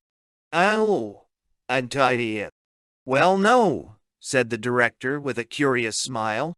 They wouldn't think of doing that, and would it make no difference to them what a marriage was actually like? No. Whether it was a success, whether the woman loved her husband. Jane had not intended to say this. But I suppose you will say I oughtn't to have told you that, she added. My dear child, said the director, you have been telling me that ever since your husband was mentioned. Does it make no difference? I suppose, said the director, it would depend on how he lost your love. Jane was silent. I don't know, she said at last. I suppose our marriage was just a mistake. The director said nothing. What would the people you are talking of say about a case like that? I will tell you if you really want to know, said the director. Please, said Jane reluctantly. They would say, he answered, that you do not fail in obedience through lack of love, but have lost love because you never attempted obedience. Something in Jane that would normally have reacted to such a remark with anger was banished by the fact that the word obedience, but certainly not obedience to Mark, came over her in that room like a strange oriental perfume, perilous, seductive. Stop it, said the director sharply. Jane stared at him, open-mouthed. The exotic fragrance faded away. You were saying, my dear, resumed the director. I thought love meant equality, she said. Ah, equality, said the director. Yes, we must all be guarded by equal rights from one another's greed, because we are fallen. Just as we wear clothes for the same reason. But the naked body should be there underneath the clothes. Equality is not the deepest thing, you know. I always thought that was just what it was. I thought it was in their souls that people were equal. You were mistaken. That is the last place where they are equal. Equality before the law, equality of incomes, that is very well. Equality guards life. It doesn't make it. It is medicine, not food. No. But surely in marriage. Worse and worse, said the director. Courtship knows nothing of it, nor does fruition. They never warned you. No one has ever told you that obedience, humility is an erotic necessity. You are putting equality just where it ought not to be. As to your coming here, that may admit of some doubt. For the present I must send you back. You can come out and see us. In the meantime, talk to your husband and I will talk to my authorities. When will you be seeing them? Nay. They come to me when they please. But we've been talking too solemnly about obedience all this time. I'd like to show you some of its drolleries. You are not. He broke off sharply and a new look came into his eyes. At the same moment a new thought came into Jane's mind. An odd one. She was thinking of hugeness, or rather, she was not thinking of it. She was, in some strange fashion, experiencing it. Something intolerably big, something from Brobdingnag, was pressing on her, was approaching, was almost in the room. She felt herself shrinking, suffocated, emptied of all power and virtue. She darted a glance at the director which was really a cry for help, and that glance, in some inexplicable way, revealed him as being, like herself, a very small object. The whole room was a tiny place, a mouse's hole, and it seemed to her to be tilted aslant, as though the insupportable mass and splendor of this formless hugeness, in approaching, had knocked it askew. She heard the director's voice. "Quick," he said gently, "these are my masters. You must leave me now. This is no place for us small ones, but I am inured. Go." During her homeward journey, Jane was so divided that one might say there were three, if not four, Janes in the compartment. The first was a Jane simply receptive of the director, recalling every word and every look, and delighting in them, a Jane taken utterly off her guard and swept away on the flood tide of an experience which she could not control. For she was trying to control it. That was the function of the second Jane. This second Jane regarded the first with disgust, as the kind of woman whom she had always particularly despised. To have surrendered without terms at the mere voice and look of this stranger, to have abandoned that prim little grasp on her own destiny, that perpetual reservation. The thing was degrading, uncivilized. The third Jane was a new and unexpected visitant, risen from some unknown region of grace or heredity. It uttered things which Jane had often heard before, but which had never seemed to be connected with real life. If it had told her that her feelings about the director were wrong, she would not have been very surprised. But it did not. It blamed her for not having similar feelings about Mark. It was Mark who had made the fatal mistake. She must be nice to Mark. The director insisted on it. At the moment when her mind was most filled with another man, there arose a resolution to give Mark much more than she had ever given him before, and a feeling that in so doing she would be really giving it to the director. And this produced such a confusion of sensations that the whole inner debate became indistinct and flowed over into the larger experience of the fourth Jane, who was Jane herself. This fourth and supreme Jane was simply in the state of joy. The other three had no power upon her, for she was in the sphere of Jove, amid light and music and festal pomp, brimmed with life and radiant in health, jocund and clothed in shining garments. She reflected with surprise how long it was since music had played any part in her life, and resolved to listen to many chorales by Bach on the gramophone that evening. She rejoiced also in her hunger and thirst, and decided that she would make herself buttered toast for tea, a great deal of buttered toast. And she rejoiced also in the consciousness of her own beauty, for she had the sensation, it may have been false in fact, but it had nothing to do with vanity, that it was growing and expanding like a magic flower with every minute that passed. Her beauty belonged to the director. It belonged to him so completely that he could order it to be given to another. As the train came into Hideous station, Jane was just deciding that she would not try to get a bus. She would enjoy the walk. And then, what on earth was all this? The platform, usually almost deserted at this hour, was like a London platform on a bank holiday. "Here you are, mate," cried a voice as she opened the door, and half a dozen men crowded into her carriage so roughly that for a moment she could not get out. She found difficulty in crossing the platform. People seemed to be going in all directions at once, angry, rough, and excited people. "Get back into the train, quick!" shouted someone. "Get out of the station if you're not traveling," bawled another voice. And from outside, beyond the station, came a great roaring noise like the noise of a football crowd. Hours later, bruised, frightened, and tired, Jane found herself in a street she did not even know, surrounded by NICE policemen and a few of their females, the Wapes. A couple of the men one seemed to meet them everywhere, except where the rioting was most violent, had shouted out, "You can't go down there, miss!" But as they then turned their backs, Jane had made a bolt for it. They caught her, and that was how she found herself being taken into a lighted room and questioned by a uniformed woman with short gray hair, a square face, and an unlighted cheroot. The woman with the cheroot took no particular interest until Jane had given her name. Then Miss Hardcastle looked her in the face for the first time, and Jane felt quite a new sensation. She was already tired and frightened, but this was different. The face of the other woman affected her as the face of some fat men with small, greedy eyes and strange, disquieting smiles had affected her when she was in her teens. "Jane Studdock," said the fairy, "you'll be the wife of my friend Mark." While she spoke, she was writing something on a green form. "Well, that's all right. Now, Just one question, dear. What were you doing down here at this time of night? Ninjale.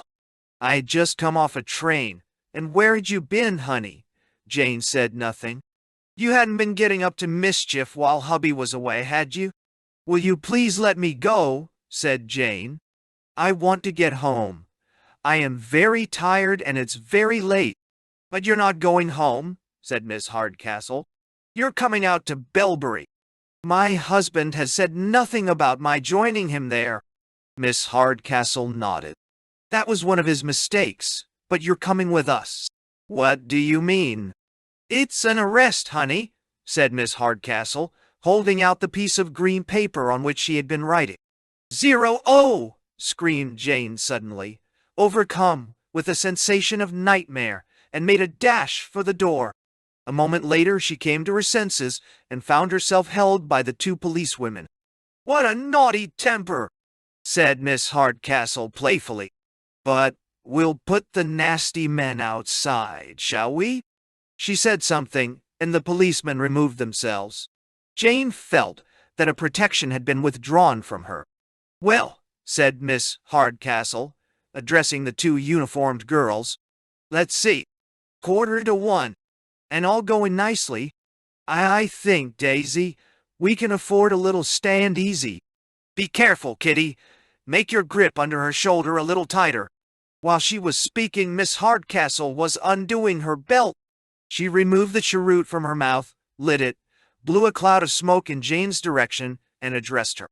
Where had you been by that train? She said.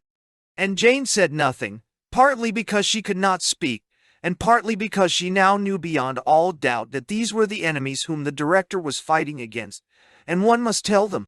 Nothing. She heard Miss Hardcastle say, I think, Kitty dear, you and Daisy had better bring her round here. The two women forced her round to the other side of the table, and she saw Miss Hardcastle, sitting with her legs wide apart, long leather-clad legs projecting from beneath her short skirt.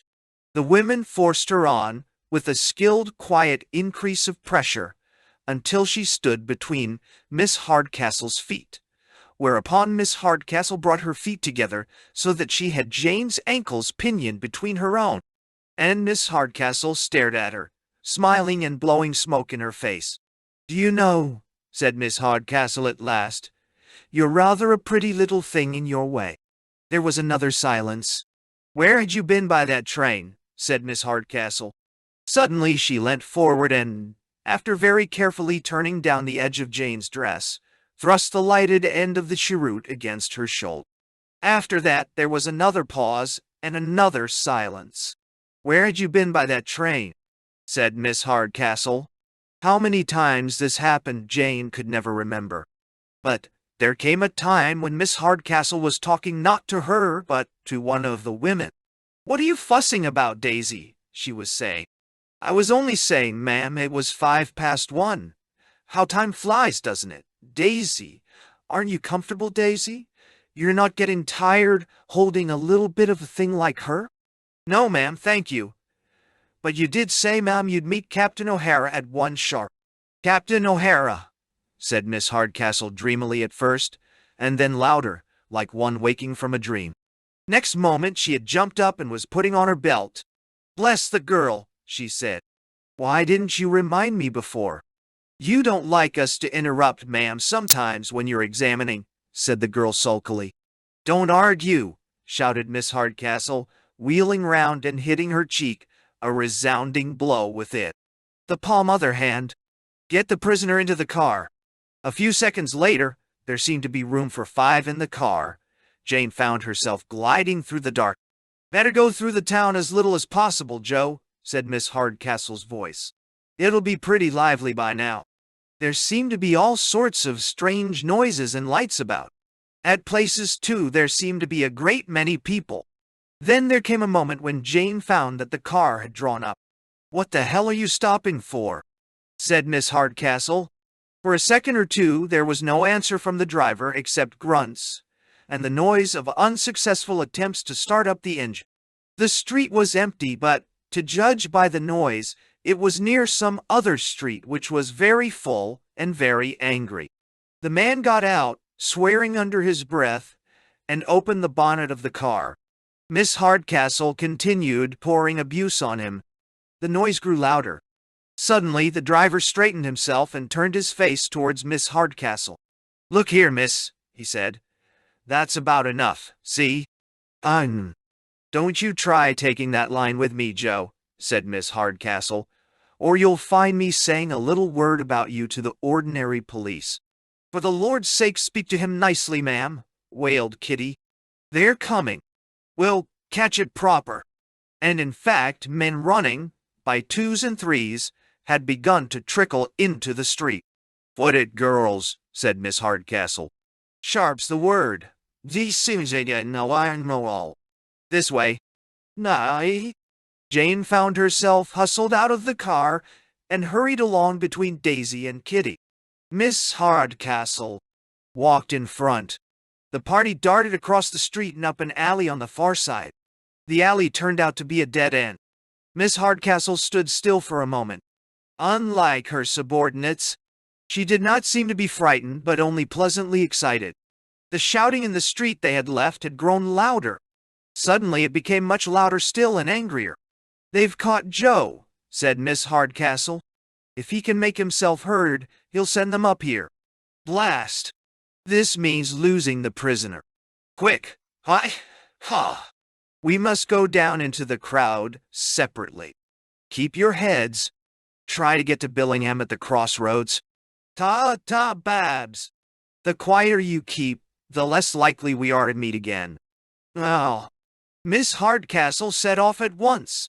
Jane saw her stand for a few seconds on the fringes of the crowd and then disappear into it. The two girls hesitated and then followed. Jane sat down on a doorstep. She was deadly cold and a little sick, but, above all, tired. So tired she could drop asleep almost. She shook herself.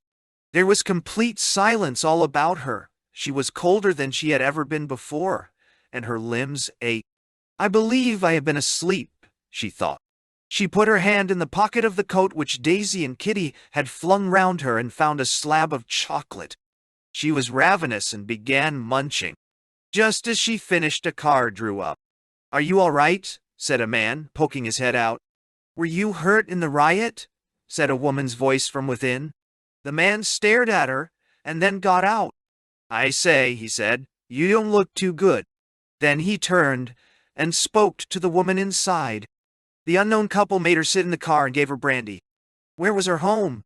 And Jane, somewhat to her surprise, heard her own voice very sleepily answering, "The manor at St.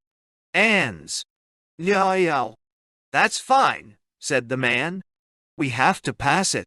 Then Jane fell asleep at once again, and awoke only to find herself entering a lighted doorway and being received by a woman in pajamas and an overcoat who turned out to be Mrs. Maggs. But she was too tired to remember how she got to bed. Chapter 8. Moonlight at Belbury. "I am the last person, Miss Hardcastle," said the deputy director, "to wish to interfere with your private pleasures. But really, it was some hours before breakfast time, and he and the fairy were standing in his study." "She can't be far away," said Fairy Hardcastle. "We'll pick her up some other time." It was well worth trying. If I'd got out of her where she'd been, and I should have if I'd had a few minutes longer, why, it might have turned out to be enemy headquarters. "No, it was hardly a suitable occasion," began Wither, but she interrupted him. "We haven't so much time to waste, you know. You tell me Frost is already complaining that the landlord, woman's mind is less accessible. That means she's falling under the influence of the other side. Where'll we be if you lose touch with her mind before I've got her body locked up here?" "Nee, wait, I am always, of course," said Wither, "most ready and interested to hear expressions of your own opinions, and would not for a moment deny that they are, in certain respects, of course, if not in all, of a very real value. On the other hand, there are matters The head will, I fear, take the view that you have exceeded your authority. I do not say that I necessarily agree with him. But we must all agree. Oh, cut it out, Wither, said the fairy, seating herself on the side of the table. Try that game on the steels and stones. It's no bloody good trying the elasticity stunt on me. It was a golden opportunity, running into that girl. If I hadn't taken it, you'd have talked about lack of initiative. We've got to get the girl, haven't we? But not by an arrest. If a mere arrest could have secured the air goodwill and collaboration of Mrs. Studdock, we should hardly have embarrassed ourselves with the presence of her husband. I couldn't tell that the bucking car was going to break down, could I? Nay. I do not think, said Wither, the head could be induced to regard that as the only miscarriage. Once the slightest resistance on this woman's part developed, it was not, in my opinion, reasonable to expect success by the method you employ. I always deplore anything that is not perfectly humane, but that is quite consistent with the position that if more drastic expedients have to be used, then they must be used thoroughly. Moderate pain, such as any ordinary degree of endurance can resist, is always a mistake. I should not be doing my duty if I failed to remind you that complaints from that quarter have already been made, though not, of course, minuted. As to your tendency to allow a certain emotional excitement in the disciplinary side of your work to distract you from the demands of policy. You won't find anyone can do a job like mine well, unless they get some kick out of it, said the fairy sulkily. Anyway, what does the head want to see me now for? I've been on my feet the whole bloody night. I might be allowed a bath and some breakfast. The path of duty, Miss Hardcastle, said Wither, can never be an easy one. Well, I must have something to drink before I go in. Wither held out his hands in deprecation. Come on, Waldy. Wither. I must, said Miss Hardcastle. You don't think he'll smell it? Said Wither. I'm not going in without it, anyway, said she. The old man unlocked his cupboard and gave her whiskey. Then the two left the study and went a long way, right over to the other side of the house where it joined on to the actual blood transfusion offices. At last they came to a place where the lights were on, and there was a mixture of animal and chemical smells, and then to a door which was open to them after they had parleyed through a speaking tube. Philostrato, wearing a white coat, confronted them in the doorway. Enter, said Philostrato. He expect you for some time. Is it in a bad temper? Said Miss Hardcastle. You are to go in at once, said Philostrato, as soon as you have made yourselves ready. Stop. Half a moment, said Miss Hardcastle suddenly. What is it? Be quick, please, said Philostrato. I'm going to be sick. You cannot be sick here. Go back. It's all right now, said Miss Hardcastle. It was only momentary. It'd take more than this to upset me. Use it on. Silence, please, said the Italian. Do not attempt to open the second door until my assistant has shut the first one behind you. Do not speak more than you can help. Do not say yes when you are given an order. The head will assume your obedience. Do not get too close. Now, Jail. Long after sunrise there came into Jane's sleeping mind a sensation which, had she put it into words, would have sung, Be glad, thou sleeper, and thy sorrow offcast. I am the gate to all good adventure. Some time after this, Mrs. Maggs came in and lit the fire and brought breakfast. It's ever so nice us both being here, isn't it, Mrs. Studdock? She said. Shortly after breakfast came Miss Ironwood. She examined and dressed the burns, which were not serious. You can get up in the afternoon if you like, Mrs. Studdock, she said. What would you like to read? I'd like Mansfield Park, please, said Jane, and Shakespeare's sonnets. Having been provided with reading matter, she comfortably went to sleep again. When Mrs. Maggs looked in at about 4 o'clock, Jane said she would like to get up. "Nay? Well, all right, Mrs. Studdock," said Mrs. Maggs, "just as you like. I'll bring you along a nice cup of tea in a minute, and then I'll get the bathroom ready for you.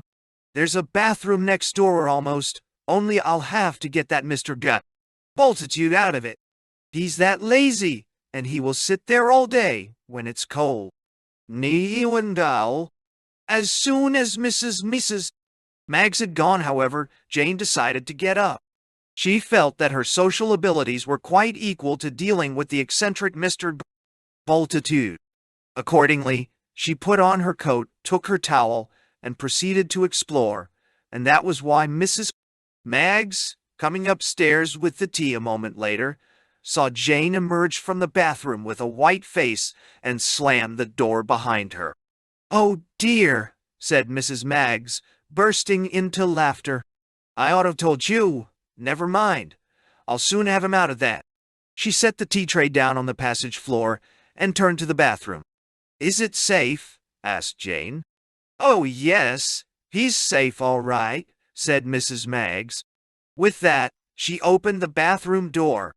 Inside, sitting up on its hunkers beside the bath, was a great, snuffly, wheezy, beady-eyed, loose-skinned, gore-bellied brown bear, which, after a great many reproaches, exhortations, pushes, and blows from Mrs.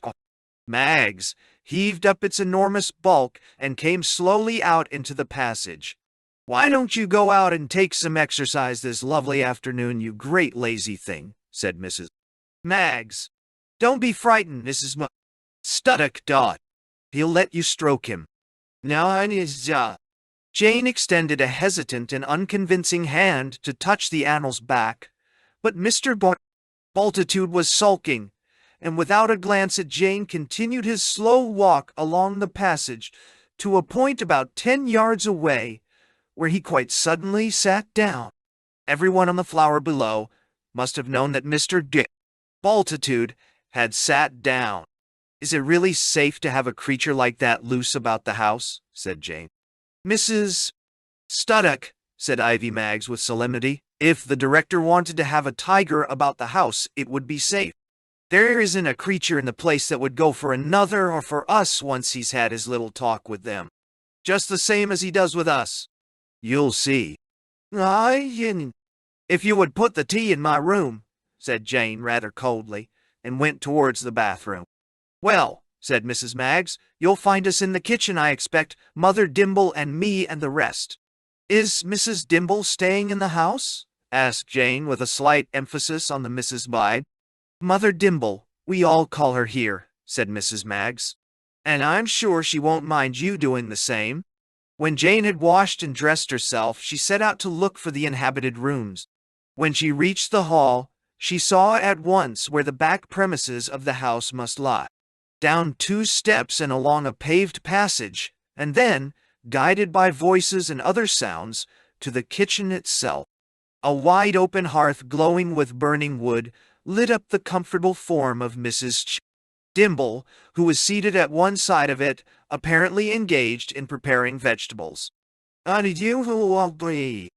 Mrs. Maggs and Camilla were doing something at a stove and in a doorway, which led to the scullery.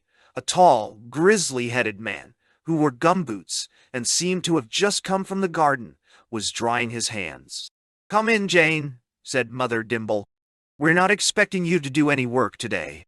This is Mr. MacFee, who has no right to be here, but he'd better be introduced to you." Mr. MacFee, having finished the drying process and carefully hung the towel behind the door, advanced rather ceremoniously and shook hands with Jane. His own hand was very large and coarse in texture, and he had a shrewd, hard-featured face. "I am very glad to see you, Mrs. Studdock," he said, in what Jane took to be a Scotch accent, though it was really that of an Ulsterman. "Don't believe a word he says, Jane," said Mother Dimble. "He's your prime enemy. He doesn't believe in your dreams." "Mrs. Dimble," said MacFee, I have repeatedly explained to you the distinction between a personal feeling of confidence and a logical satisfaction of the claims of evidence. Of course, said Jane vaguely, and a little confused. I'm sure you have a right to your own opinions. All the women laughed as McPhee, in a somewhat louder tone, replied, Mrs. Studdock, I have no opinions on any subject in the world. I state the facts and exhibit the implications. If everyone indulged in fewer opinions, he pronounced the word with emphatic disgust. There'd be less silly talking and printing in the world. Yo, I know who talks most in this house, said Mrs. Maggs, somewhat to Jane's surprise. The Ulsterman eyed the last speaker with an unaltered face while producing a small pewter box from his pocket and helping himself to a pinch of snuff. What are you waiting for anyway? Said Mrs. Maggs. Women's Day in the kitchen today. I was wondering, said McPhee, whether you had a cup of tea saved for me. And why didn't you come in at the right time then? Said Mrs. Maggs. Jane noticed that she talked to him much as she had talked to the bear. I was busy, said the other, seating himself at one end of the table, and added after a pause, trenching, Celery! What is Women's Day in the kitchen? Asked Jane of Mother Dimble. There are no servants here, said Mother Dimble, and we all do the work. The women do it one day, and the men the next. What? No, it's a very sensible arrangement. The director's idea is that men and women can't do housework together without quarreling. The cardinal difficulty, said McPhee, in collaboration between the sexes, is that women speak a language without nouns. If two men are doing a bit of work, one will say to the other, Put this bowl inside the bigger bowl which you'll find on the top shelf of the green cupboard. The female for this is, Put that and the other one in there. There is consequently a phatic hiatus. There's your tea now, and I'll go and get you a piece of cake, said Ivy Maggs, and left the room. Jane took advantage of this to say to Mother Dimble in a lower voice, Mrs. Maggs seems to make herself very much at home here. My dear, she is at home here. As a maid, you mean? Well, no more than anyone else. She's here chiefly because her house has been taken from her. She had nowhere else to go. You mean she is one of the director's charities? No, certainly that. Why do you ask? At that moment, the door opened, and a voice from behind it said, Well, go in then, if you're going. Thus admonished, a very fine jackdaw hopped into the room, followed firstly by Mr. Bultitude and secondly by Arthur Denniston. Dr. Dimble's just come back, Mother Dimble, said Denniston. But he's had to go straight to the blue room, and the director wants you to go to him too, McPhee. Mark sat down to lunch that day in good spirits. Everyone reported that the riot had gone off most satisfactorily, and he had enjoyed reading his own accounts of it in the morning papers. His morning, too, had involved a conversation with Frost, the fairy, and Wither himself about the future of Edgestow. All agreed that the government would follow the almost unanimous opinion of the nation, as expressed in the newspapers, and put it temporarily under the control of the institutional police. An emergency governor of Edgestow must be appointed. Feverstone was the obvious man. As a member of Parliament, he represented the nation. As a Fellow of Bracton, he represented the university. As a member of the Institute, he represented the Institute. The articles on this subject which Mark was to write that afternoon would almost write themselves. And Mark had, as he would have put it, got to know Frost.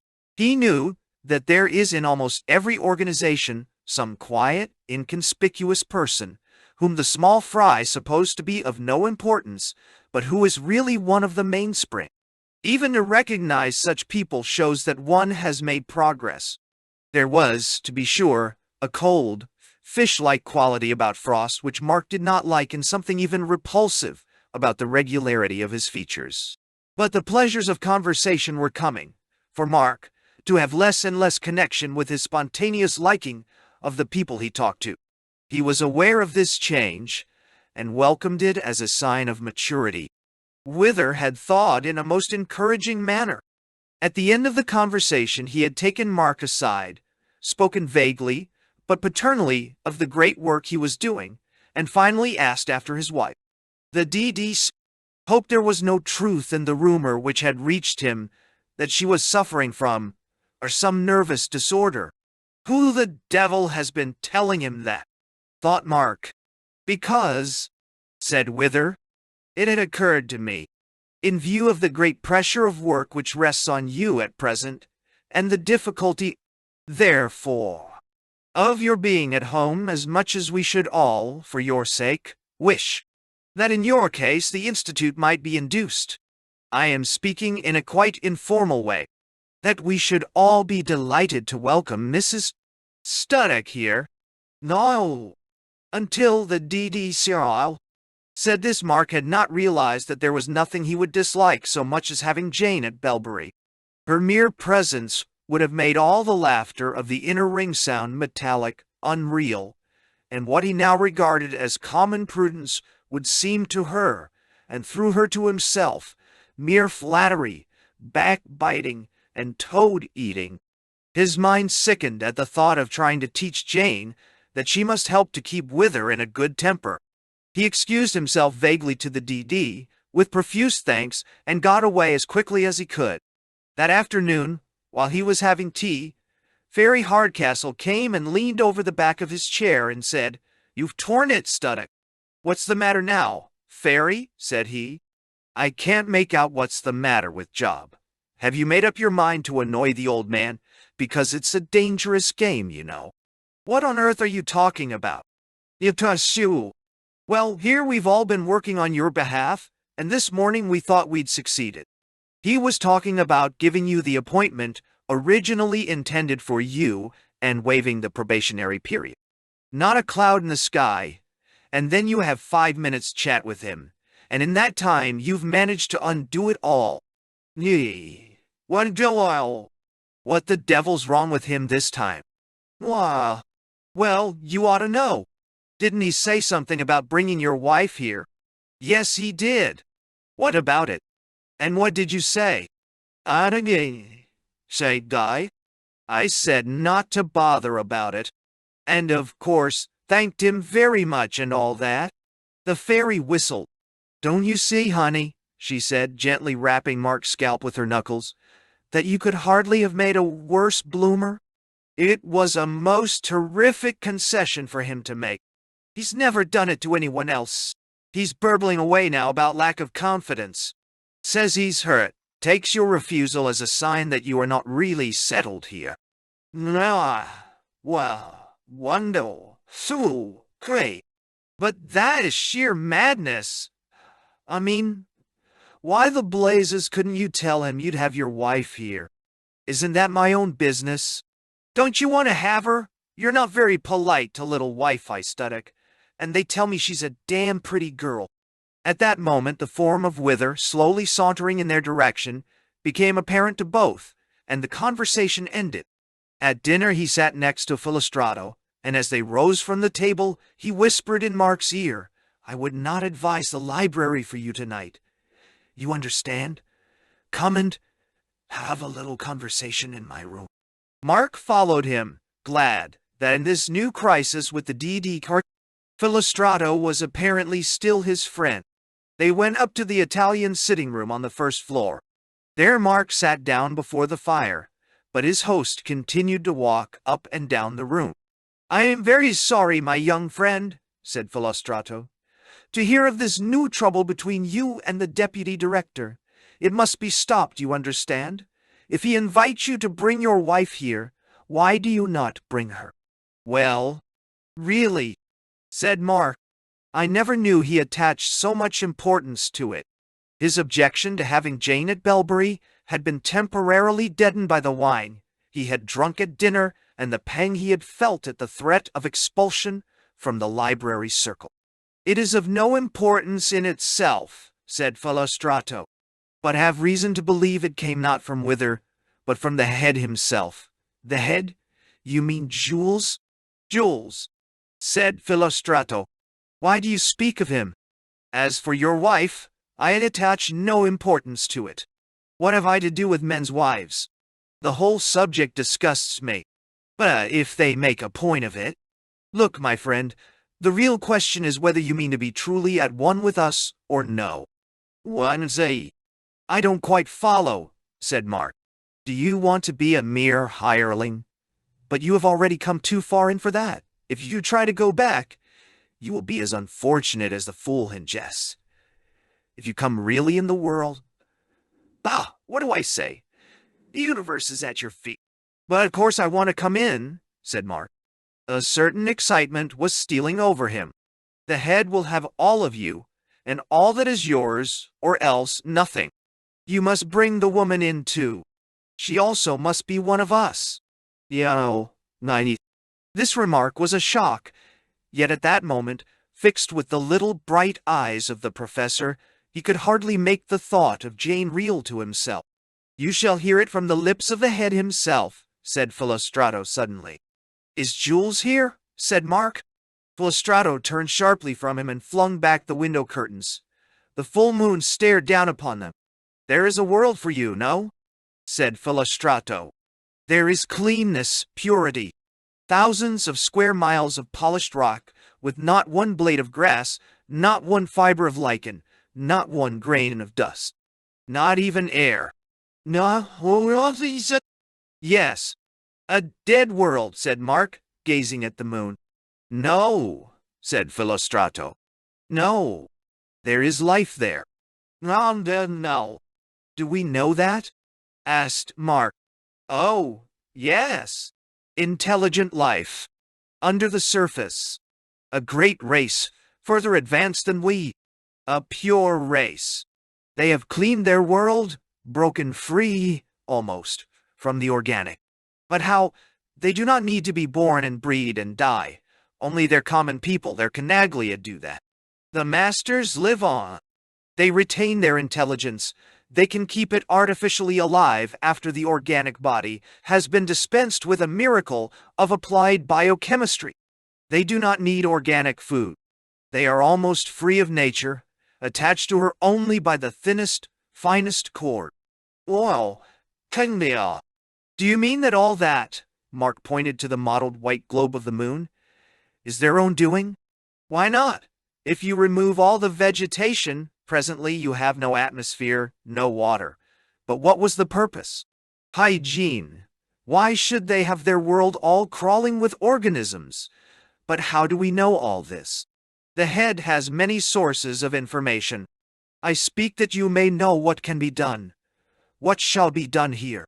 This Institute Dio Mio, it is for something better than housing and vaccinations and curing the people of cancer. It is for the conquest of death, or for the conquest of organic life, if you prefer. They are the same thing. It is to bring out of that cocoon of organic life which sheltered the babyhood of mind, the new man, the man who will not die, the artificial man, free from nature. Oh, and you think that someday we shall really find a means of keeping the brain alive, indefinitely? We have begun already. The head himself. Go on, said Mark. Wait. This at last was the real thing. The head himself has already survived death, and you shall speak to him this night. Do you mean that Jules has died? Bah! Jules is nothing. He is not the head. Then who is? At this moment there was a knock on the door. Someone came in. Is the young man ready? Asked the voice of Strake.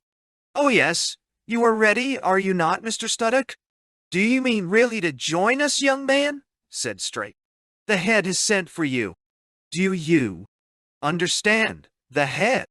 You will look upon one who was killed and is still alive. The resurrection of Jesus in the Bible was a symbol. Tonight you shall see what it symbolized. This is real man at last. No, man. No, What the devil are you talking about? Said Mark. My friend is quite right, said Philostrato. Our head is the first of the new men, the first that lives beyond animal life. If nature had her way, his brain would now be moldering in the grave. But he willeth speak to you within this hour, and a word in your ear you will obey. Yes. But who is it? Said Mark. It is Francois Alcasson, said Philostrato. You mean the man who was guillotined, gasped Mark. Both the heads nodded. Both faces were close to him. In that disastrous light they looked like masks hanging in the air. You are frightened, said Philostrato. Ah, if you were outside, if you were mere Canaglia, you would have reason. It is the beginning of all power. It is the beginning of man, immortal and man ubiquitous, said Strike. It is what all the prophecies really meant. At first, of course, said Philostrato, the power will be confined to a small number of individual men, those who are selected for eternal life. Yo, they. And you mean, said Mark, it will then be extended to all men. No, said Philostrato. I mean it will then be reduced to one man. You are not a fool, are you, my young friend? All that talk about the power of man over nature is only for the Canaglia. You know, as I do, that man's power over nature means the power of some men over other men, with nature as the instrument. There is no such thing as man, it is a word. It is not man who will be omnipotent. It is some one man, some immortal man. Alcasson, our head, is the first sketch of it. The completed product may be someone else. It may be you. It may be me. Nine is Saul. I don't understand, said Mark. But it is very easy, said Philostrato. We have found how to make a dead man live. He was a wise man even in his natural life. He live now forever. He get wiser. Later, we make them live better, for at present this second life is probably not very agreeable. Later we make it pleasant for some, perhaps not so pleasant for others. For we can make the dead live whether they wish it or not. They cannot refuse the little present. Yea? And so, said Strike, the lessons you learned at your mother's knee return. God will have power to give eternal reward and eternal punishment. God, said Mark. How does he come into it? I don't believe in God. But, my friend, said Philostrato, does it follow that because there was no God in the past, that there will be no God also in the future? Don't you see, said Strike, that we are offering you the unspeakable glory of being present at the creation of God Almighty? And that little affair of the wife, added Philostrato. You will do as you are told. One does not argue with the head. Mark had nothing now to help him but the rapidly ebbing exhilaration of the alcohol taken at dinner, and some faint gleams of memory from hours during which the world had had a different taste from this exciting horror which now pressed upon it. On the other side was fear. What would they do to him if he refused now? And aiding the fear, there was, even then, a not wholly disagreeable thrill at the thought of sharing so stupendous a secret. Yes, he said. Yes, of course, I'll come. They let him out. He stumbled, and they linked arms with him. The journey seemed long, passage after passage, doors to unlock, strange smells. Then Philostrato spoke through a speaking tube, and a door was opened to them. A young man in a white coat received them. Strip to your underclothes, said Philostrato. The opposite wall of the room was covered with dials. Numbers of flexible tubes came out of the floor and went into the wall just beneath the dials. The staring dial faces and the bunches of tubes beneath them, faintly pulsating, gave one the impression of looking at some creature with many eyes and many tentacles. When the three newcomers had removed their outer clothes, they washed their hands and faces, and Philostrato plucked white clothes for them out of a glass container with a pair of forceps. He gave them gloves and masks, such as surgeons wear. He studied the dials. Yes, yes, he said. A little more air. Turn on the chamber air. Slowly. To full. Now air in the lock. A little less of the solution. Now. Ah. Chapter 9. The Saracen's Head. "It was the worst dream I've had yet," said Jane next morning. She was in the blue room with the director and Grace Ironwood. "I was in a dark room," said Jane, "with queer smells and a humming noise.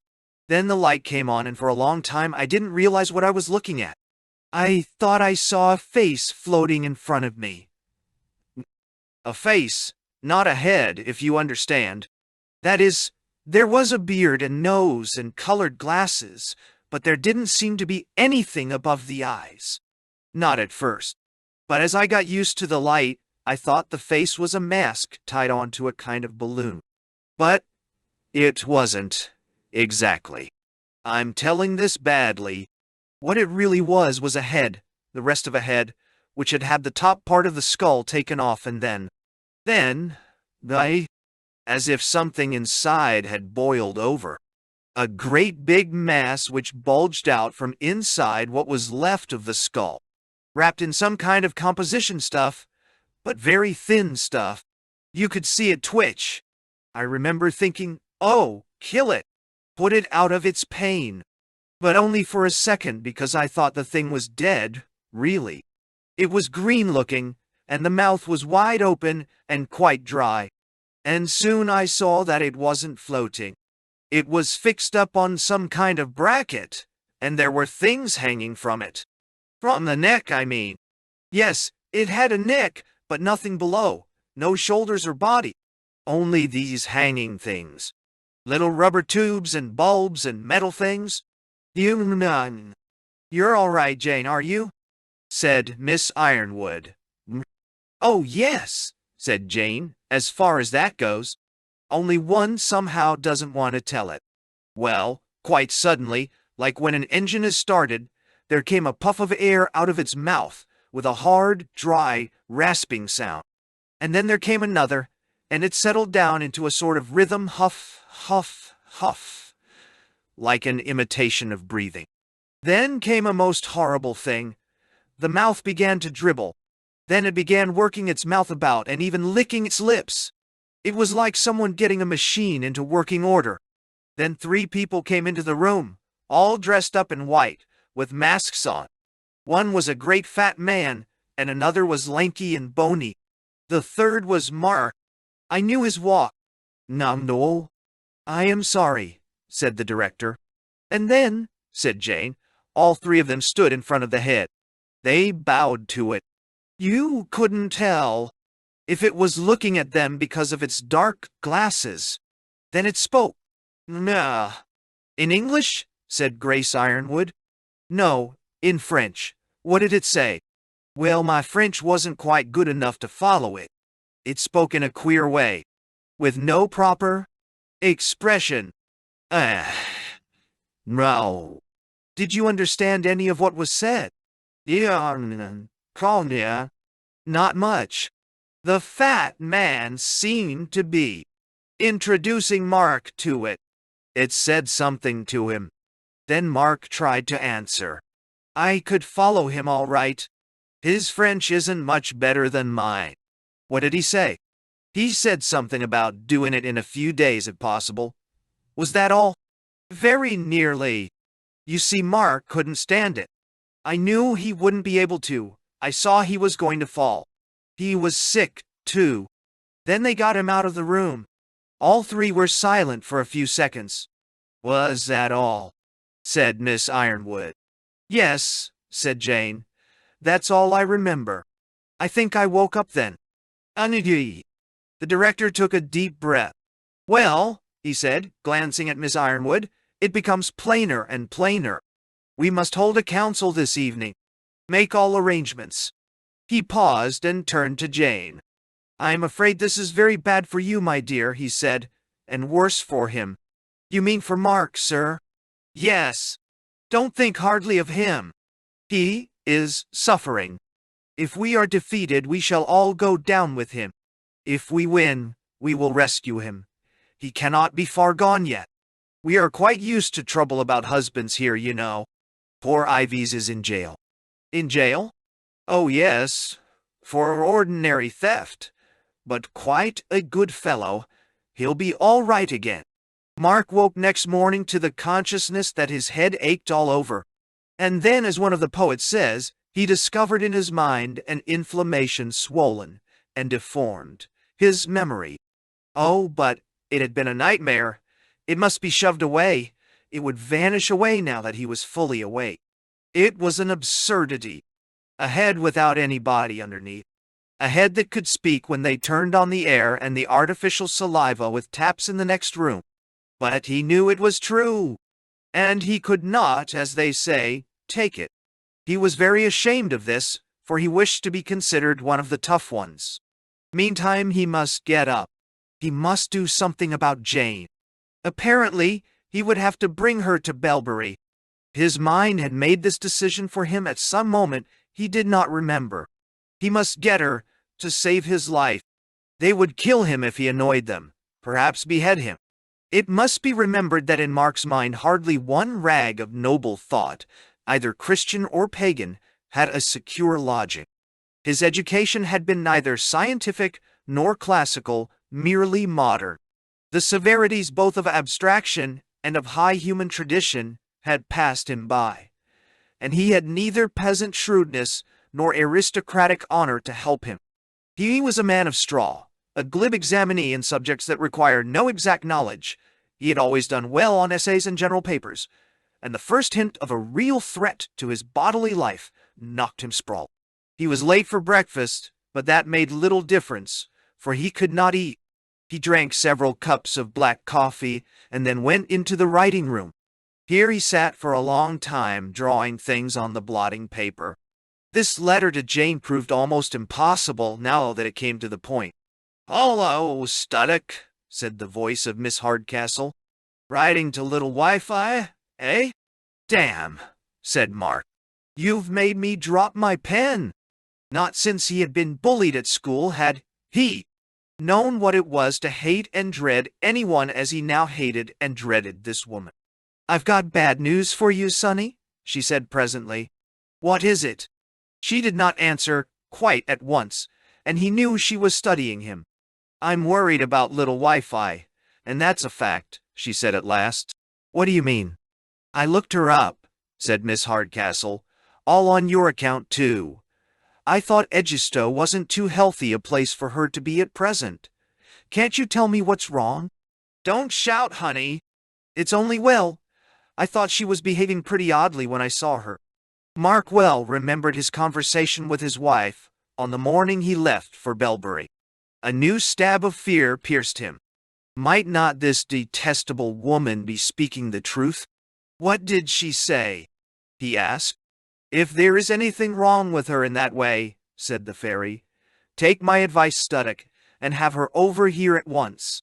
I wouldn't like to have anyone belonging to me popped into Edgestow Asylum, especially now that we're getting our emergency powers. They'll be using the ordinary patients experimentally, you know. If you'll just sign this form, I'll run over after lunch and have her here this evening." "Well, cool. But you haven't given me the slightest notion what's wrong with her." "She kept on talking about someone who'd broken into your flat and burned her with cigars. Then, most unfortunately, she noticed my cheroot, and if you please, she identified me with this imaginary persecutor. Of course, after that I could do no good." "What be?" "I must go home at once," said Mark, getting up. "Don't be a fool, lovey," said Miss Hardcastle. "You're in a damn dangerous position already. You'll about do yourself in if you're absent without leave now. Send me. Sign the form. That's the sensible way to do it. But a moment ago you said she couldn't stand you at any price." "Oh, that wouldn't make any odds." "I say, Studdock, you don't think little Wi-Fi could be jealous, do you?" "Jealous? Of you?" said Mark with uncontrollable disgust. "Where are you off to?" said the fairy sharply. "To see the DD, and then home." "Come back, Studdock," shouted the fairy. "Wait. Don't be a bloody fool." But Mark was already in the hall. He put on his hat and coat, ran upstairs and knocked at the door of the deputy director's office. There was no answer, but the door was not quite shut. He ventured to push it open a little farther, and saw the deputy director sitting with his back to the door. "Excuse me, sir," said Mark. "Might I speak to you for a few minutes?" There was no answer.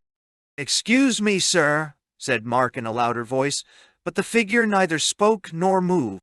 Mark went in and walked round to the other side of the desk, but when he turned to look at Wither, he caught his breath, for he thought he was looking into the face of a corpse.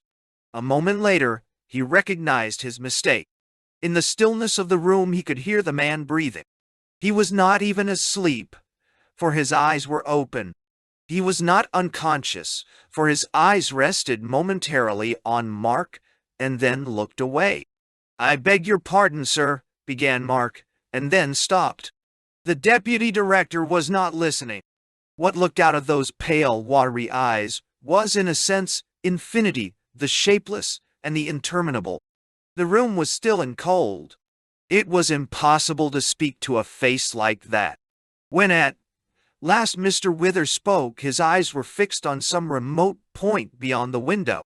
"I know who it is," said Wither. "Your name is Studdock. You had better have stayed outside. Go away." Mark's nerves suddenly broke. All the slowly mounting fears of the last few days ran together into one fixed determination, and a few seconds later he was going downstairs 3 steps at a time. Then he was crossing the hall.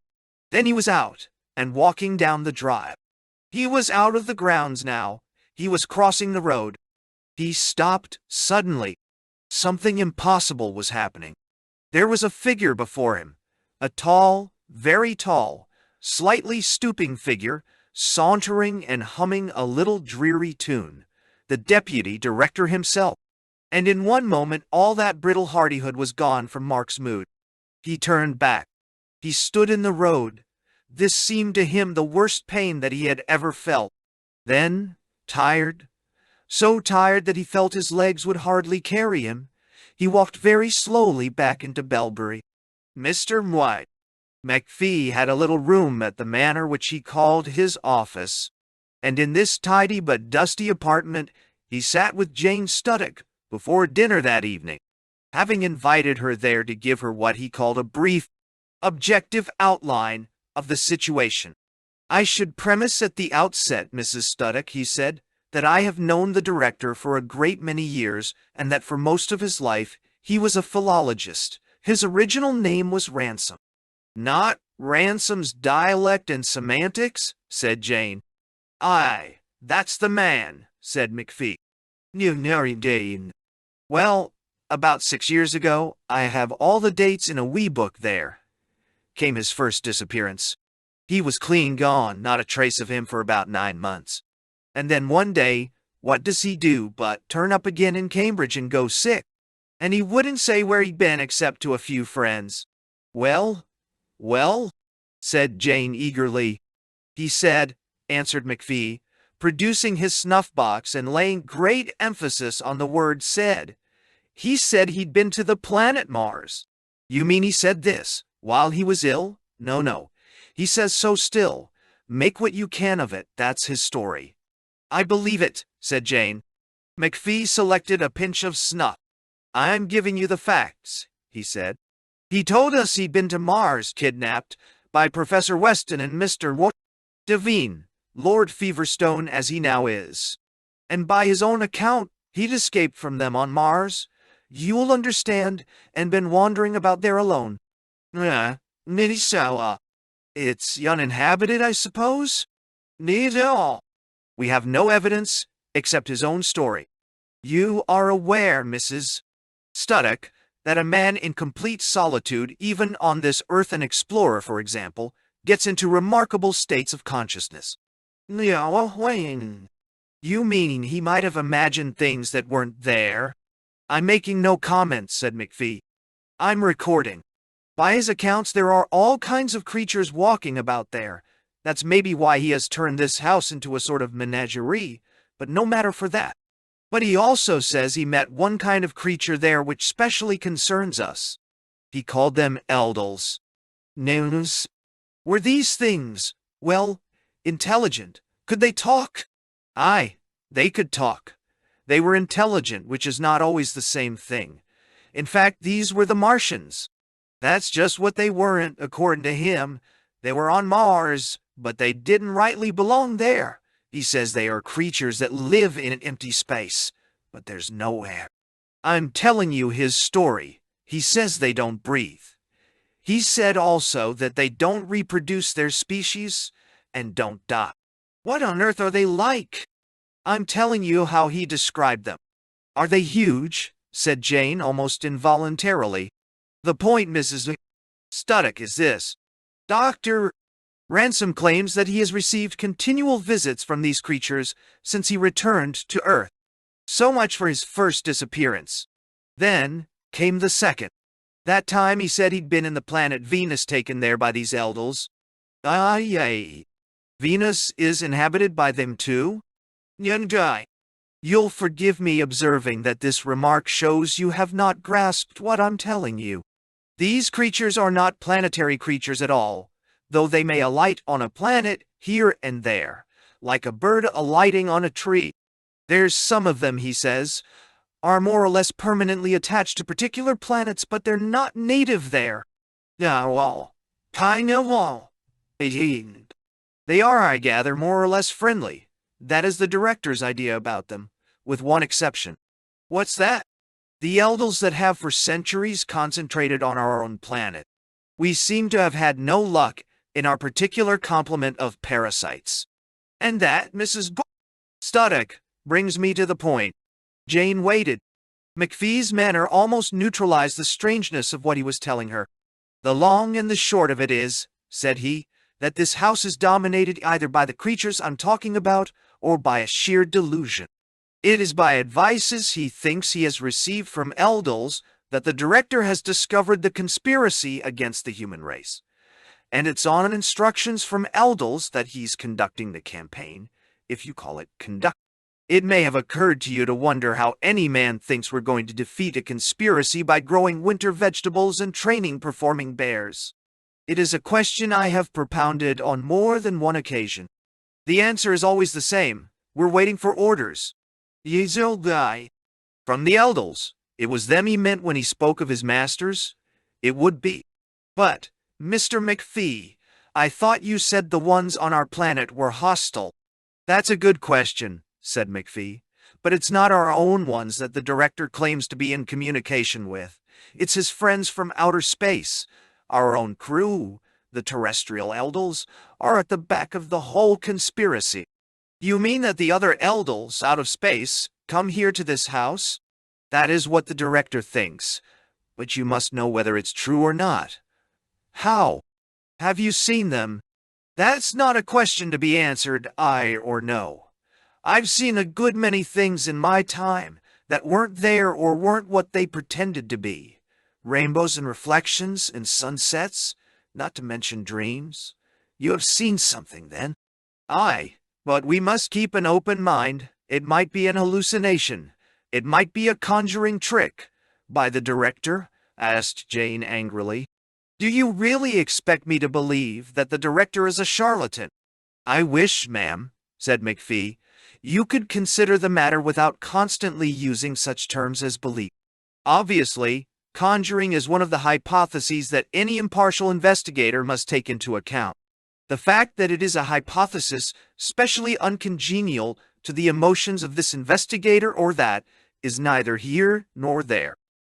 Gee, there's such a thing as loyalty, said Jane. McPhee looked up with 100 Covenanters in his eyes. There is, ma'am, he said. As you get older, you will learn that it is a virtue too important to be lavished on individual personalities. At that moment, there was a knock at the door. Come in, said McPhee, and Camilla entered. Have you finished with Jane, Mr. McPhee? She said. She promised to come out for a breath of air with me before dinner.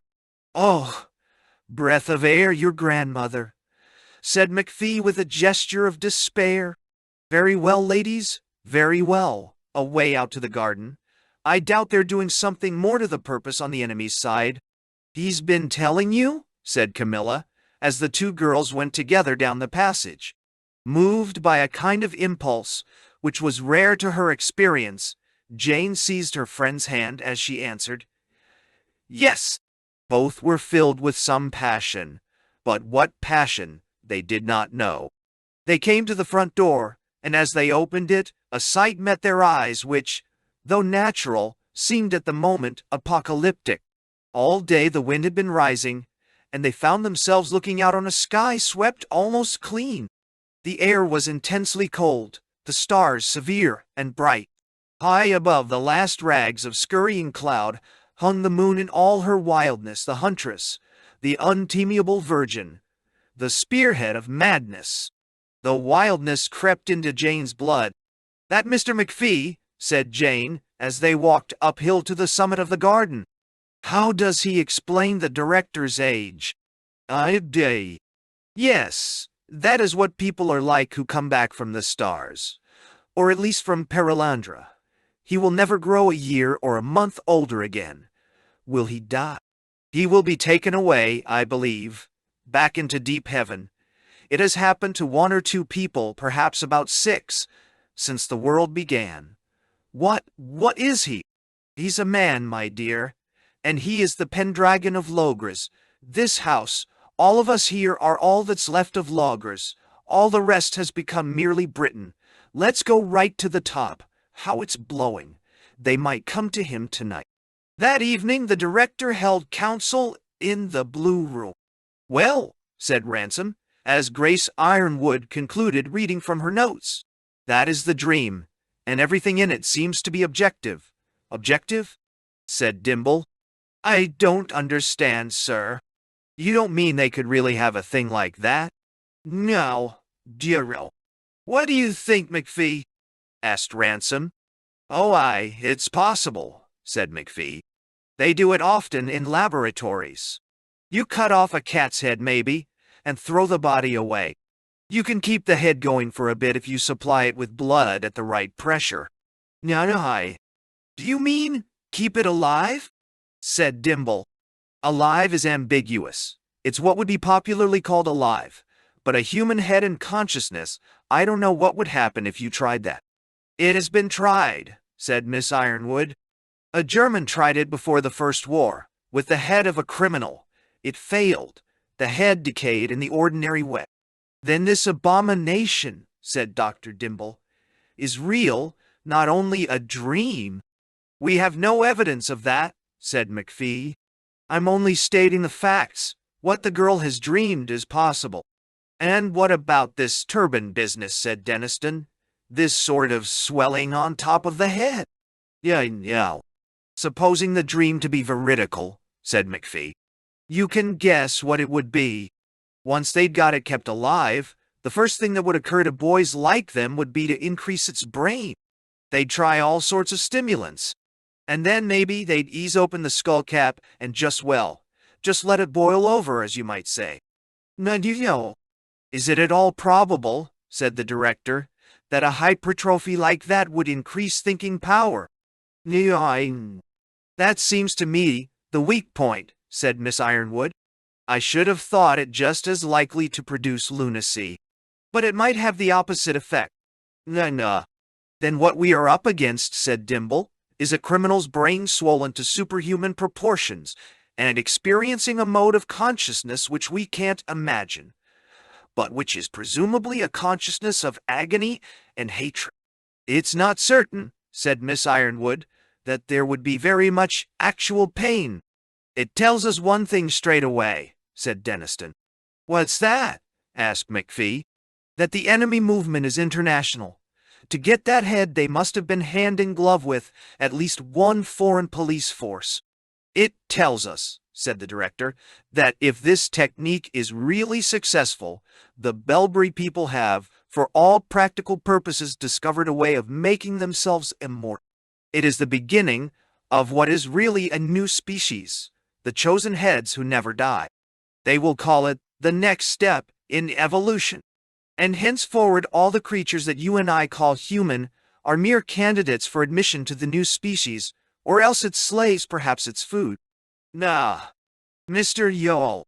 "Director," said McPhee, "you'll excuse me for speaking frankly. Your enemies have provided themselves with this head. They have taken possession of Edgestowe, and they're in a fair way to suspend the laws of England. And still you tell us it is not time to move. If you had taken my advice 6 months ago, we would have had an organization all over this island by now, and maybe a party in the House of Commons. I know well what you'll say, that those are not the right methods. And maybe no. But if you can neither take our advice nor give us anything to do, what are we all sitting here for? Have you seriously considered sending us away and getting some other colleagues that you can work with? Yeah, no. Dissolve the company, do you mean? Said Dimble.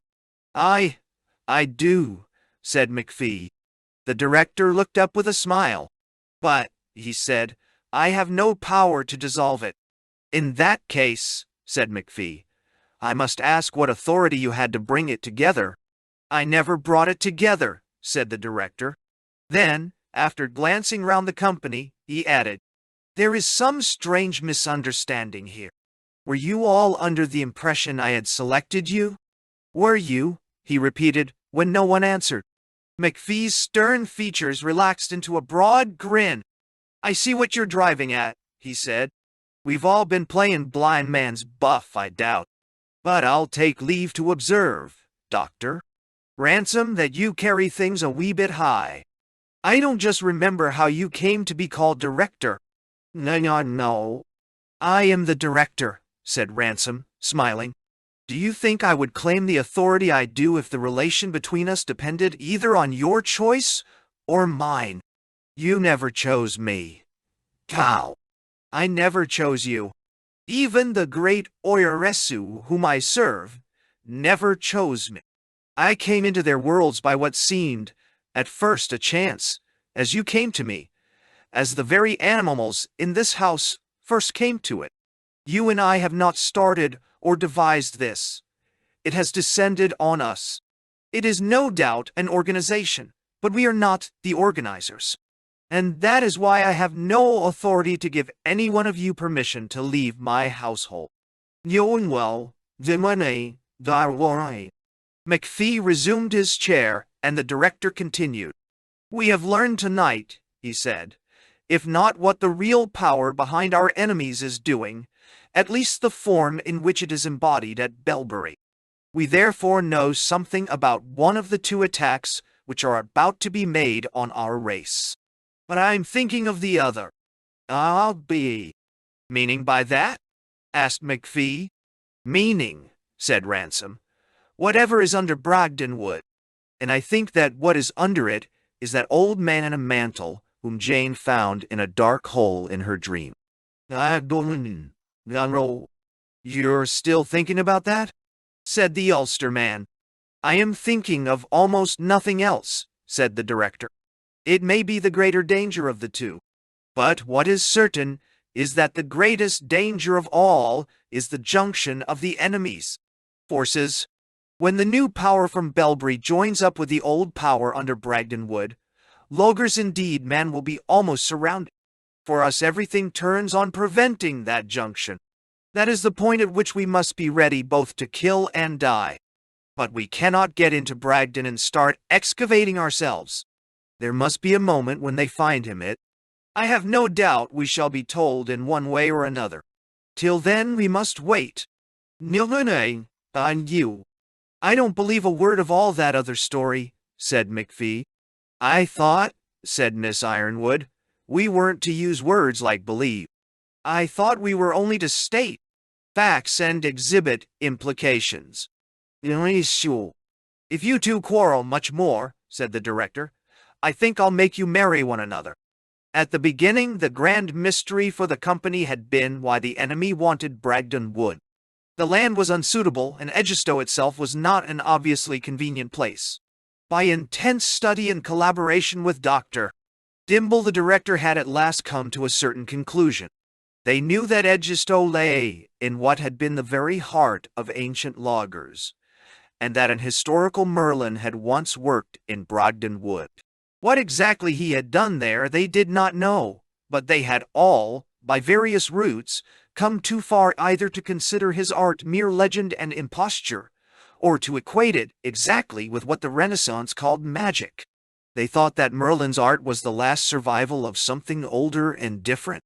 Something brought to Western Europe after the fall of Atlantis and going back to an era in which the general relations of mind and matter on this planet had been other than those we know. It had probably differed from Renaissance magic profoundly. It had possibly, though this was doubtful, been less guilty. It had certainly been more effective. But if the only possible attraction of Bragdon lay in its association with the last vestiges of Atlantean magic, this told the company something else. It told them that the NICE at its core was not concerned solely with modern or materialistic forms of power. It told the director, in fact, that there was Eldilic energy and Eldilic knowledge behind it. Up to a certain point, the director had supposed that the powers for which the enemy hankered were resident in the mere site at Bragdon 4.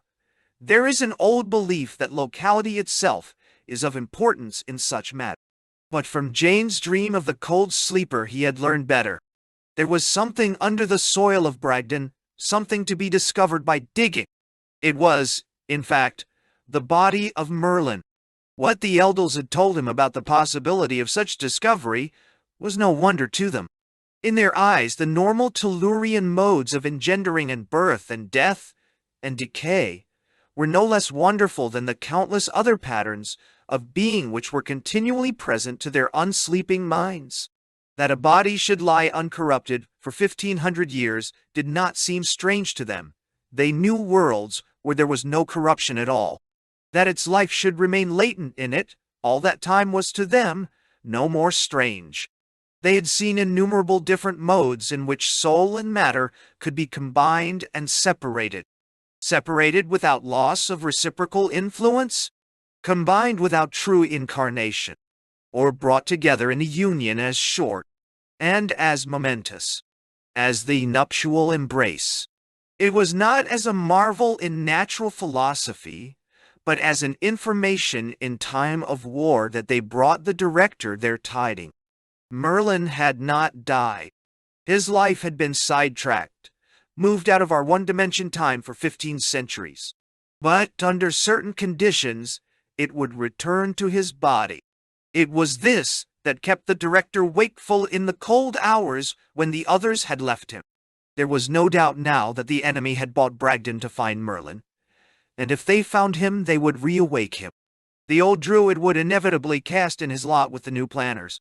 A junction would be effected between two kinds of power, which between them would determine the fate of our planet. Doubtless that had been the will of the Dark Eldils for centuries. The sciences, good and innocent in themselves, had even in Ransom's own time begun to be subtly maneuvered in a certain direction. Despair of objective truth had been increasingly insinuated into the scientists' indifference to it, and a concentration upon power had been the result.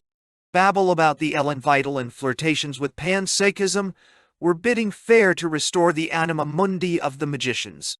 Dreams of the far future destiny of man were dragging up from its shallow and unquiet grave the old dream of man as God. The very experiences of the pathological laboratory were breeding a conviction that the stifling of deep-set repugnances was the first essential for progress. And now all this had reached the stage at which its dark contrivers thought they could safely begin to bend it back, so that it would meet that other and earlier kind of power. Indeed, they were choosing the first moment at which this could have been done.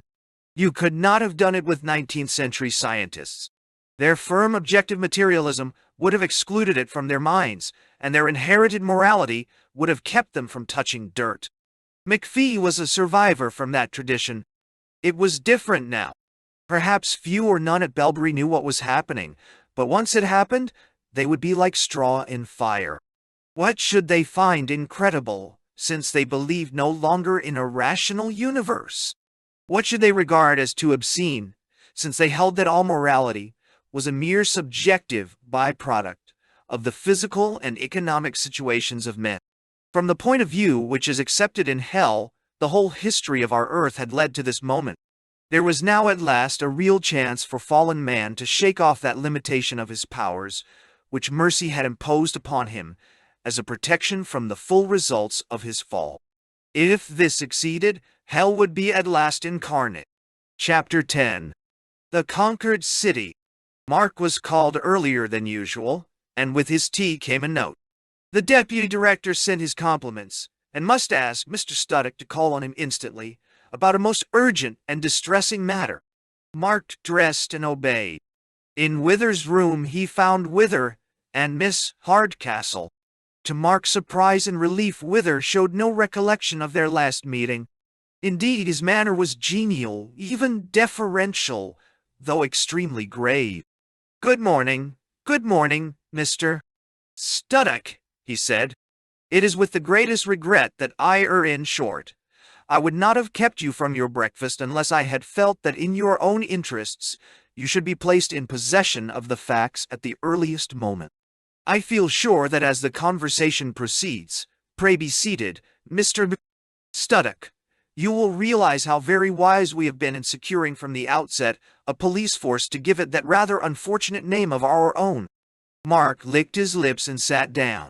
My reluctance to raise the question, continued Wither, would, however, be much more serious if I did not feel able to assure you, in advance you understand, of the confidence which we all feel in you, and which I very much hoped. Here for the first time he looked Mark in the eyes. You were beginning to reciprocate. We regard ourselves here as being so many brothers and her sisters, and shall all feel entitled to discuss the subject in the most informal manner possible. Miss Hardcastle's voice suddenly broke in. You have lost your wallet, Studdock, she said. Yes, I have. Have you found it? Does it contain £3.10, letters from a woman signing herself Myrtle, from the bursar of Bracton, from G. Hernshaw, and a bill for a dress suit from Simons & Son, 32A Market Street, Edgestowe? Nay. Well, more or less so. Now, there it is, said Miss Hardcastle. No, you don't, she added as Mark made a step towards it. None of that. This wallet was found beside the road, about 5 yards away from Hingest's body. My God, said Studdock, you don't mean. The thing's absurd. Young man, I'll die. I don't really think, said the deputy director, that you need have the slightest apprehension that there is, at this stage, any radical difference between your colleagues and yourself as to the light in which this painful matter should be regarded. The question is really a constitutional one. Constitutional, said Mark angrily. If I'll understand her, Miss Hardcastle is accusing me of murder. Wither's eyes looked at him as if from an infinite distance. Oh, said he, I don't really think that does justice to Miss Hardcastle's position. That element in the institute which she represents would be strictly ultra-vires in doing anything of the kind within the NICE, supposing, but purely, of course, for purposes of argument, that they wished, or should wish at a later stage, to do so, while in relation to the outside authorities her function. Yeah, but it's the outside authorities with whom I'm concerned, I suppose, said Mark. As far as I can understand, Miss Hardcastle means I'm going to be arrested. On the contrary, said Wither, this is precisely one of those cases in which you see the enormous value of possessing our own executive. I do not know if Miss Hardcastle has made it perfectly clear to you that it was her officers, and they only, who have made this embarrassing discovery. What do you mean, said Mark. If Miss Hardcastle does not think there's a prima facie case against me, why am I being arraigned in this way at all? And if she does, how can she avoid informing the authorities? My dear friend, said Wither in an antediluvian tone, there is not the slightest desire on the part of the committee to insist on defining, in cases of this sort, the powers of action of our own police, much less what is here in question, their powers of inaction.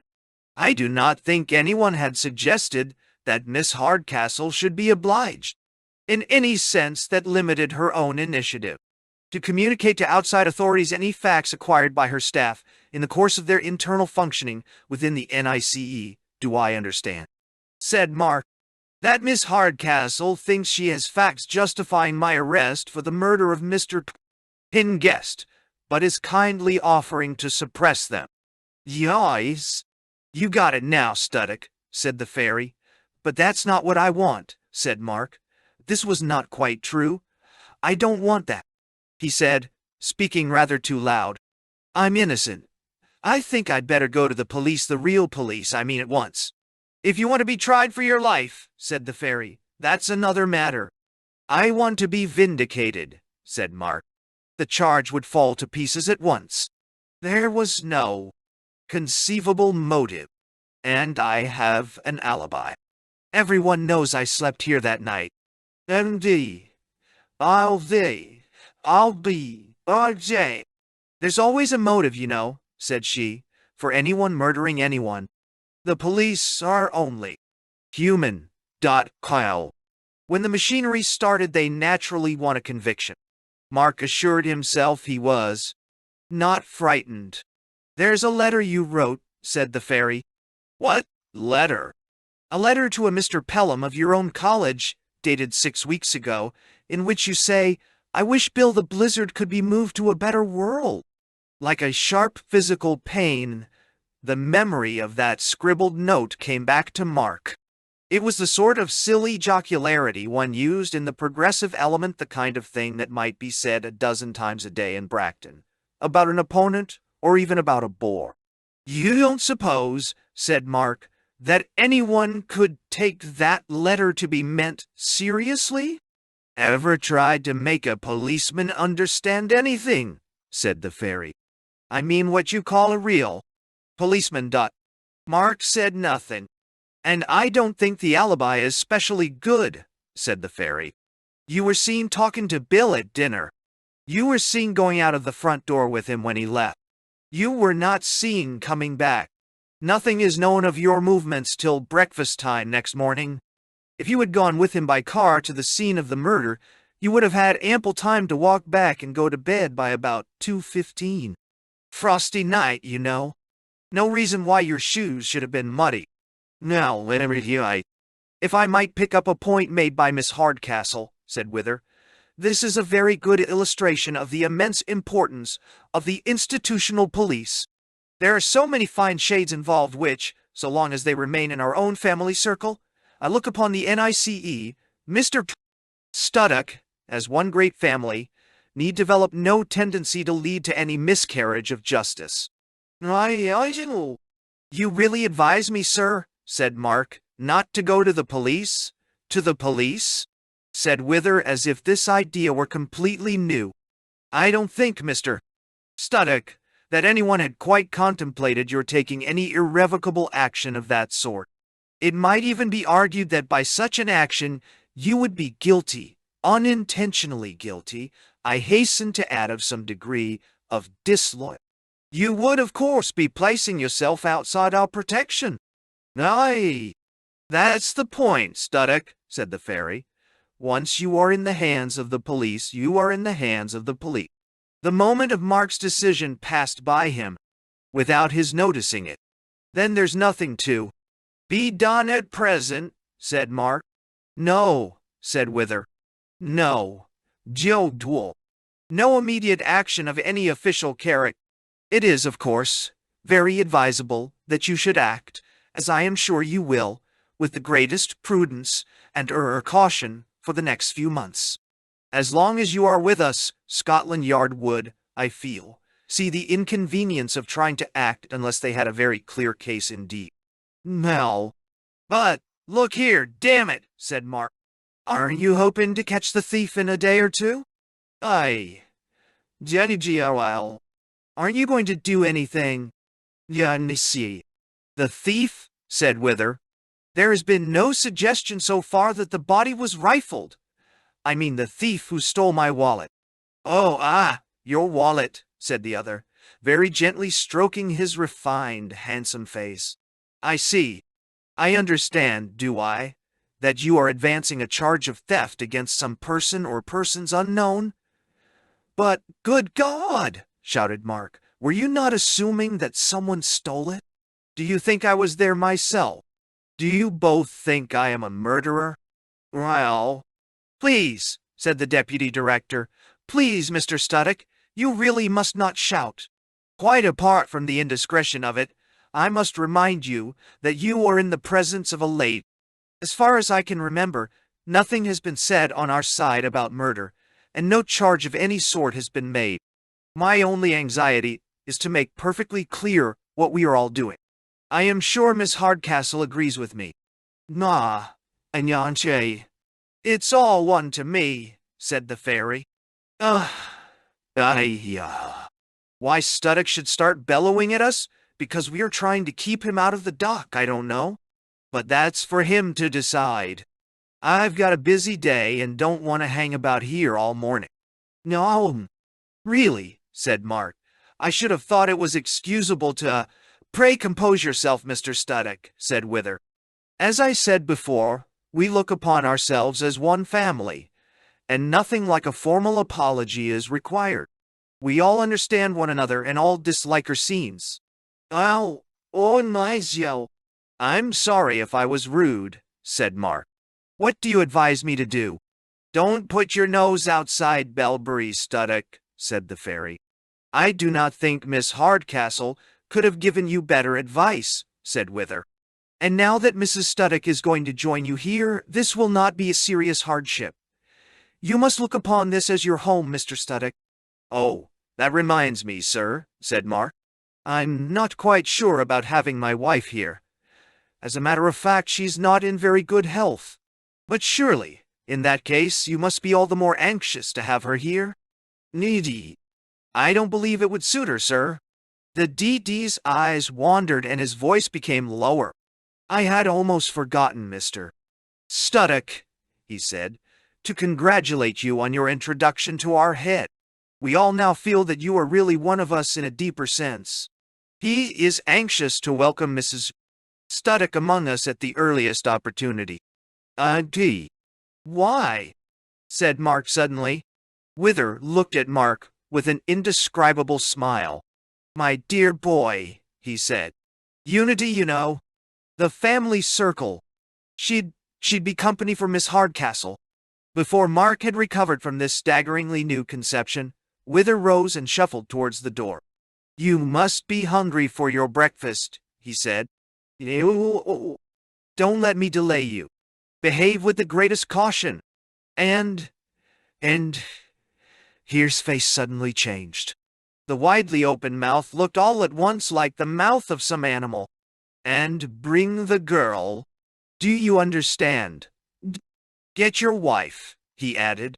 The head. He's not patient. There's one day. As Mark closed the door behind him, he immediately thought now. They're both in there together, safe for a minute at least. Without even waiting to get his hat, he walked briskly to the front door and down the drive. Nothing but physical impossibility would stop him from going to Edgestow and warning Jane.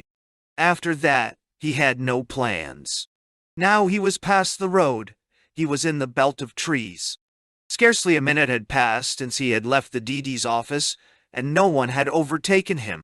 But yesterday's adventure was happening over again.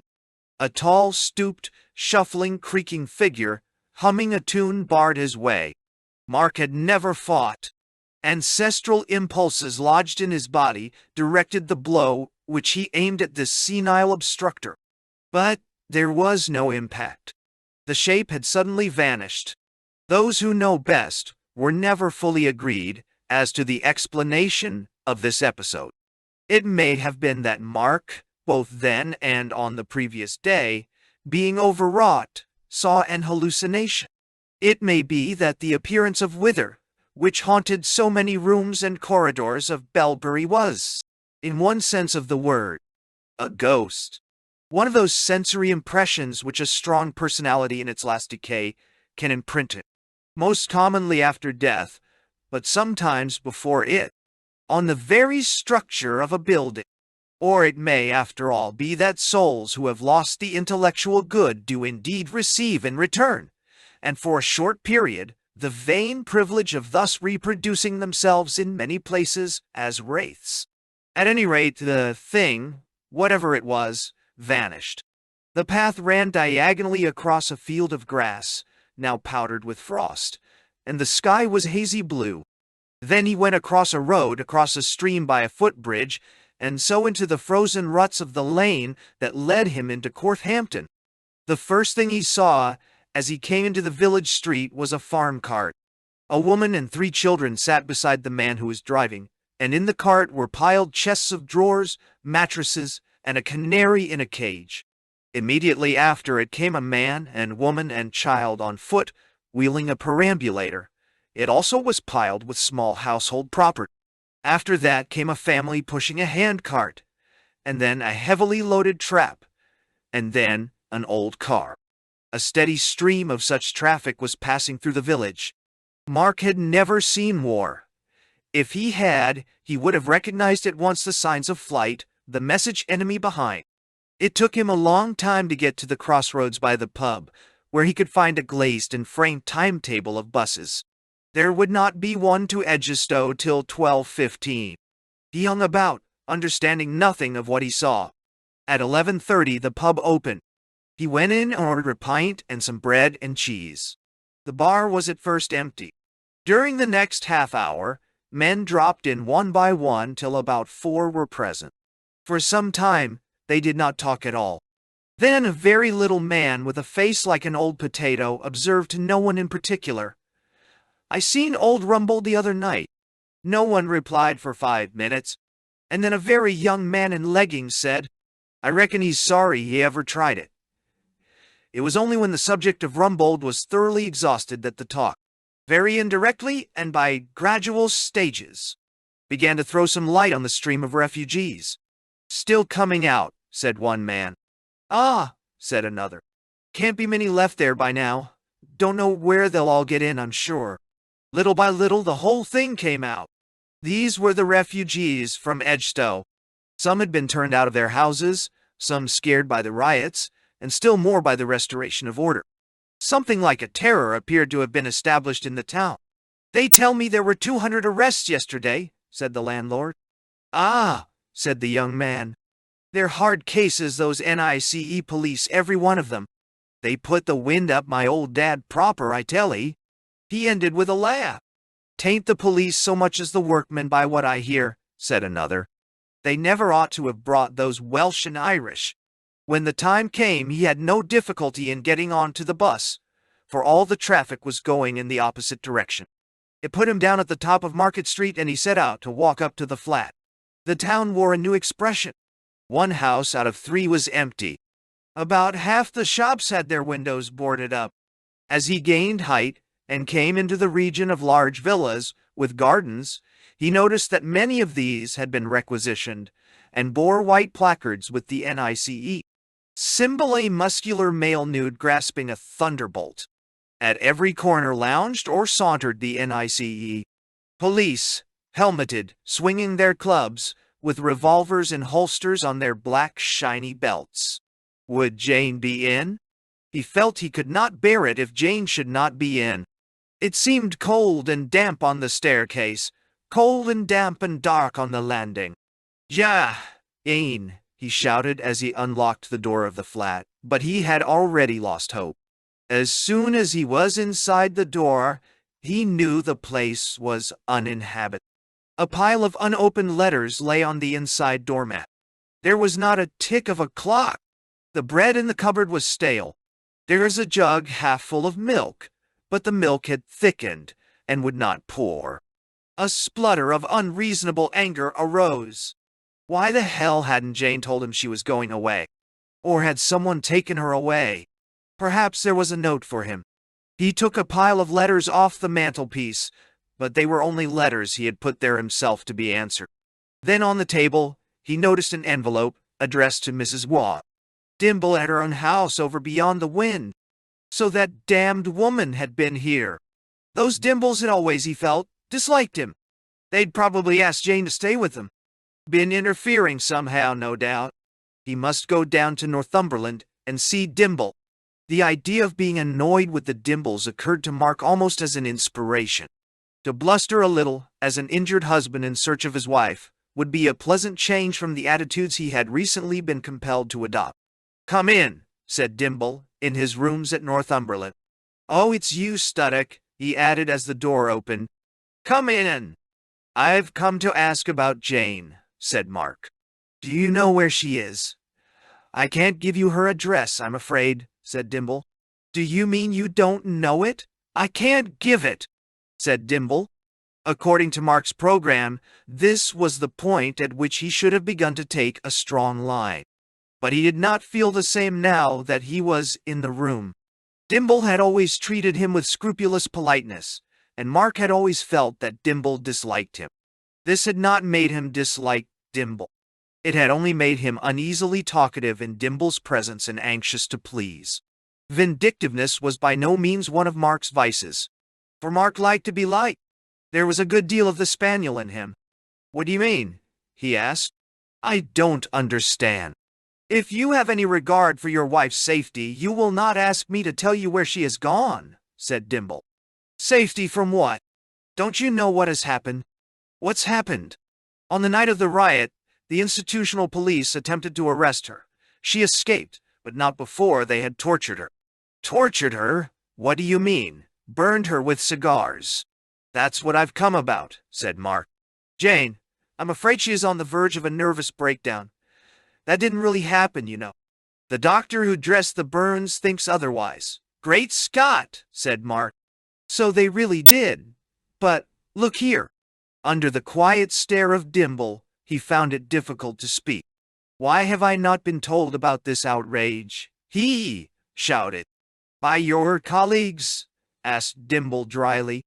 It is an odd question to ask me. You ought to understand the workings of the NICE better than I do.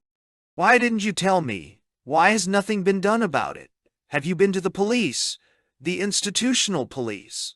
No, the ordinary police. Do you really not know that there are no ordinary police left in Edgestow? I suppose there are some magistrates, do well, no. There's the emergency commissioner, Lord Feverstone. You seem to misunderstand. This is a conquered and occupied city. Well, then why, in heaven's name, didn't you get on to me? You? Said Dimble. For one moment, Mark saw himself exactly as a man like Dimble saw him. It almost took his breath away. Look here, he said. You don't. It's too fantastic. You don't imagine I knew about it. You don't really believe I sent policemen about to manhandle my own wife. Dimble said nothing, and his face did not relax. I know you've always disliked me, said Mark. But I didn't know it was quite as bad as that. And again Dimble was silent. Well, said Studdock, there doesn't seem to be much more to say. I insist on being told where Jane is. Do you want her to be taken to Belbury? I don't see why I should be cross-questioned in this way. Where is my wife? I have no permission to tell you. She is not in my house, nor under my care. If you still have the slightest regard for her happiness, you will make no attempt to get into touch with her. When you're dying. Am I some sort of leper or criminal that I can't even be trusted to know her address? Excuse me. You are a member of the NICE, who have already insulted, tortured, and arrested her. Since her escape, she has been left alone only because your colleagues do not know where she is. And if it really was the NICE police, do you suppose I'm not going to have a very full explanation out of them? Damn it, what do you take me for? I can only hope that you have no power in the NICE at all. If you have no power, then you cannot protect her. If you have, then you are identified with its policy. In neither case will I help you to discover where Jane is. This is fantastic, said Mark. Even if I do happen to hold a job in the NICE for the moment, you know me. I do not know you, said Dimble. I have no conception of your aims or motives. He seemed to Mark to be looking at him, not with anger or contempt, but with that degree of loathing which produces in those who feel it a kind of embarrassment. In reality, Dimble was simply trying very hard not to hate, not to despise, and he had no idea of the fixed severity which this effort gave to his face. There has been some ridiculous mistake, said Mark. I'll make a row. I suppose some newly enrolled policeman got drunk or something. Well, he'll be broken. It was the chief of your police, Miss Hardcastle herself, who did it. Very well. I'll break her then. Do you know Miss Hardcastle well? Asked Dimble. Mark thought that Dimble was reading his mind, and seeing there his certainty that he had no more power of calling Miss Hardcastle to account than of stopping the revolution of the earth. Suddenly Dimble's face changed, and he spoke in a new voice. Have you the means to bring her to book? He said. Are you already as near the center of Belbury as that? If so, then you have consented to the murder of Hingest, the murder of Compton. It is with your approval that criminals, honest criminals whose hands you are unfit to touch, are being taken from the jails to which British judges sent them and packed off to Belbury to undergo for an indefinite period, out of reach of the law, whatever tortures and assaults on personal identity you call remedial treatment. It is you who have driven 2,000 families from their homes. It is you who can tell us why Place and Rowley have been arrested. And if you are as deeply in it as that, not only will I not deliver Jane into your hands, but I would not deliver my dog. Nan. Really, said Mark. This is absurd. What have I ever done that you should make me responsible for every action that any NICE official has taken or is said to have taken in the gutter press? Gutter press. What nonsense is this? Do you suppose I don't know that you have control of every paper in the country except one? And that one has not appeared this morning. No. It may seem strange to say that Mark, having long lived in a world without charity, had nevertheless seldom met anger. Malice in plenty he had encountered, but it all operated by snubs and sneers and stabbing in the back. The eyes and voice of this elderly man had an effect on him which was unnerving. At Belbury one used the words whining and yapping to describe any opposition which Belbury aroused in the outer world. Monsieur, I tell you I knew nothing about it, he shouted. I'll raise hell about it. I'll break the infernal bitch who did it, if it means breaking the whole NICE. He knew that Dimble knew that he was now talking nonsense. Yet Mark could not stop. Sooner than put up with this, he shouted, I'll leave the NICE. Do you mean that? Asked Dimble with a sharp glance. To Mark this glance appeared accusing and intolerable.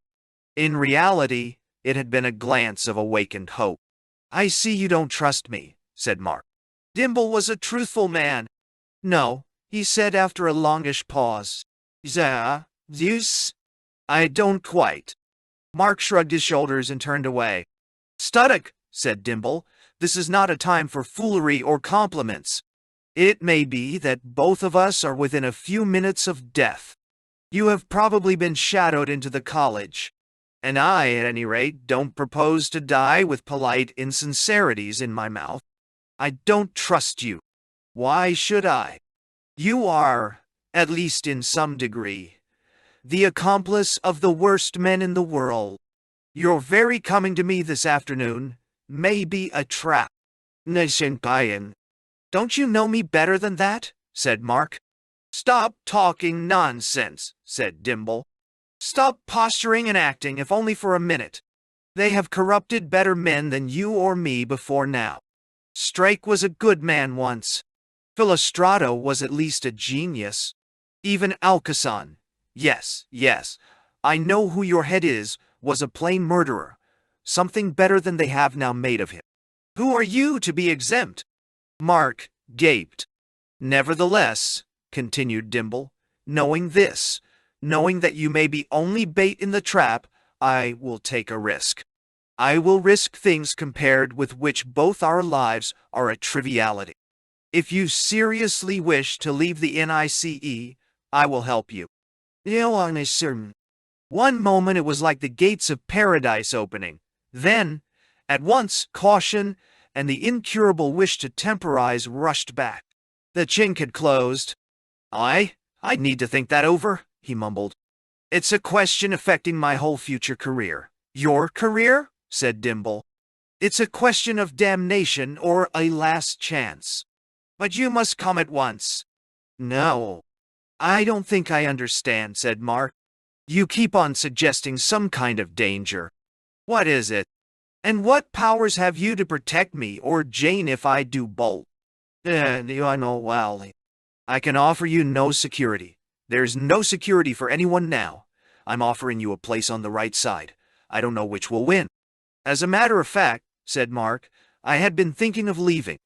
But I must think it over. Supposing I look you up again tomorrow? Do you know that you'll be able? No. Or in an hour. Come, that's only sensible. Will you be here in an hour's time? What can an hour do for you? You are only waiting in the hope that your mind will be less clear.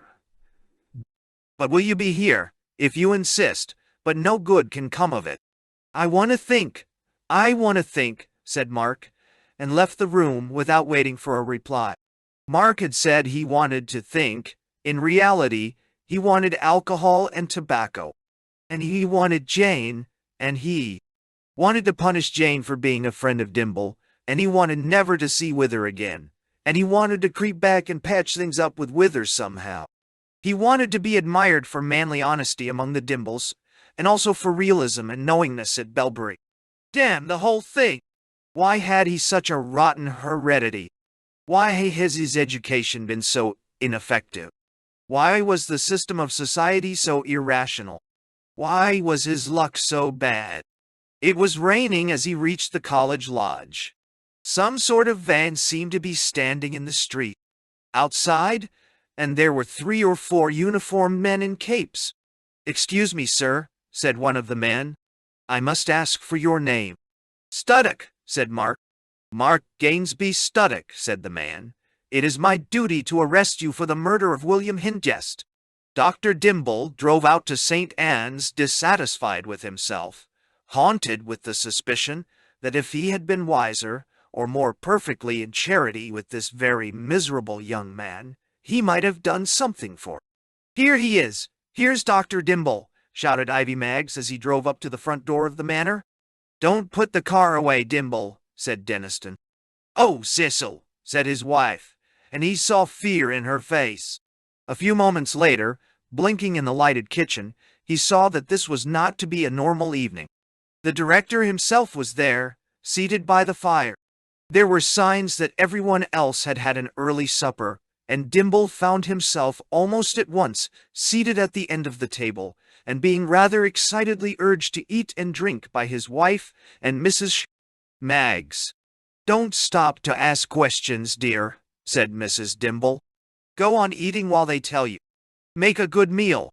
"You have to go out again," said Ivy Maggs. "Yes," said the director. "We're going into action at last. I'm sorry to send you out the moment you come in, but the battle has started." "I've already repeatedly urged," said McPhee, "the absurdity of sending out an older man like yourself, when here am I, a great strapping fellow sitting doing nothing." "It's no good, McPhee," said the director. "You can't go. Put the other map on the table where Dimble can see it while he goes on with his meal. And now, Dimble." What was under Bragdon was a living Merlin. Yes, asleep, if you like to call it sleep. And nothing has yet happened to show that the enemy have found him. Last night Jane had the most important dream she's had. You remember that in an earlier dream she saw, or so I thought, the very place where he lay under Bragdon. But, and this is the important thing, it's not reached by a shaft and a stair. She dreamed of going through a long tunnel with a very gradual descent. Jane thinks she can recognize the entrance to that tunnel under a heap of stones at the end of a copsewood. What was it, Jane? What? A white gate, sir. An ordinary 5-barred gate with a crosspiece. But the crosspiece was broken off about a foot from the top. I'd know it again. You see, Dimble? There's a very good chance that this tunnel comes up outside the area held by the NICE. "You mean," said Dimble, That we can now get under Bragdon without going into Bragdon. Exactly. But that's not all. Apparently we are almost too late. He has waked already. And Dimble stopped eating. Jane found the place empty, said Ransom. You mean the enemy have already found him? No, not quite as bad as that. The place had not been broken into. He seems to have waked of his own accord. But what does it mean?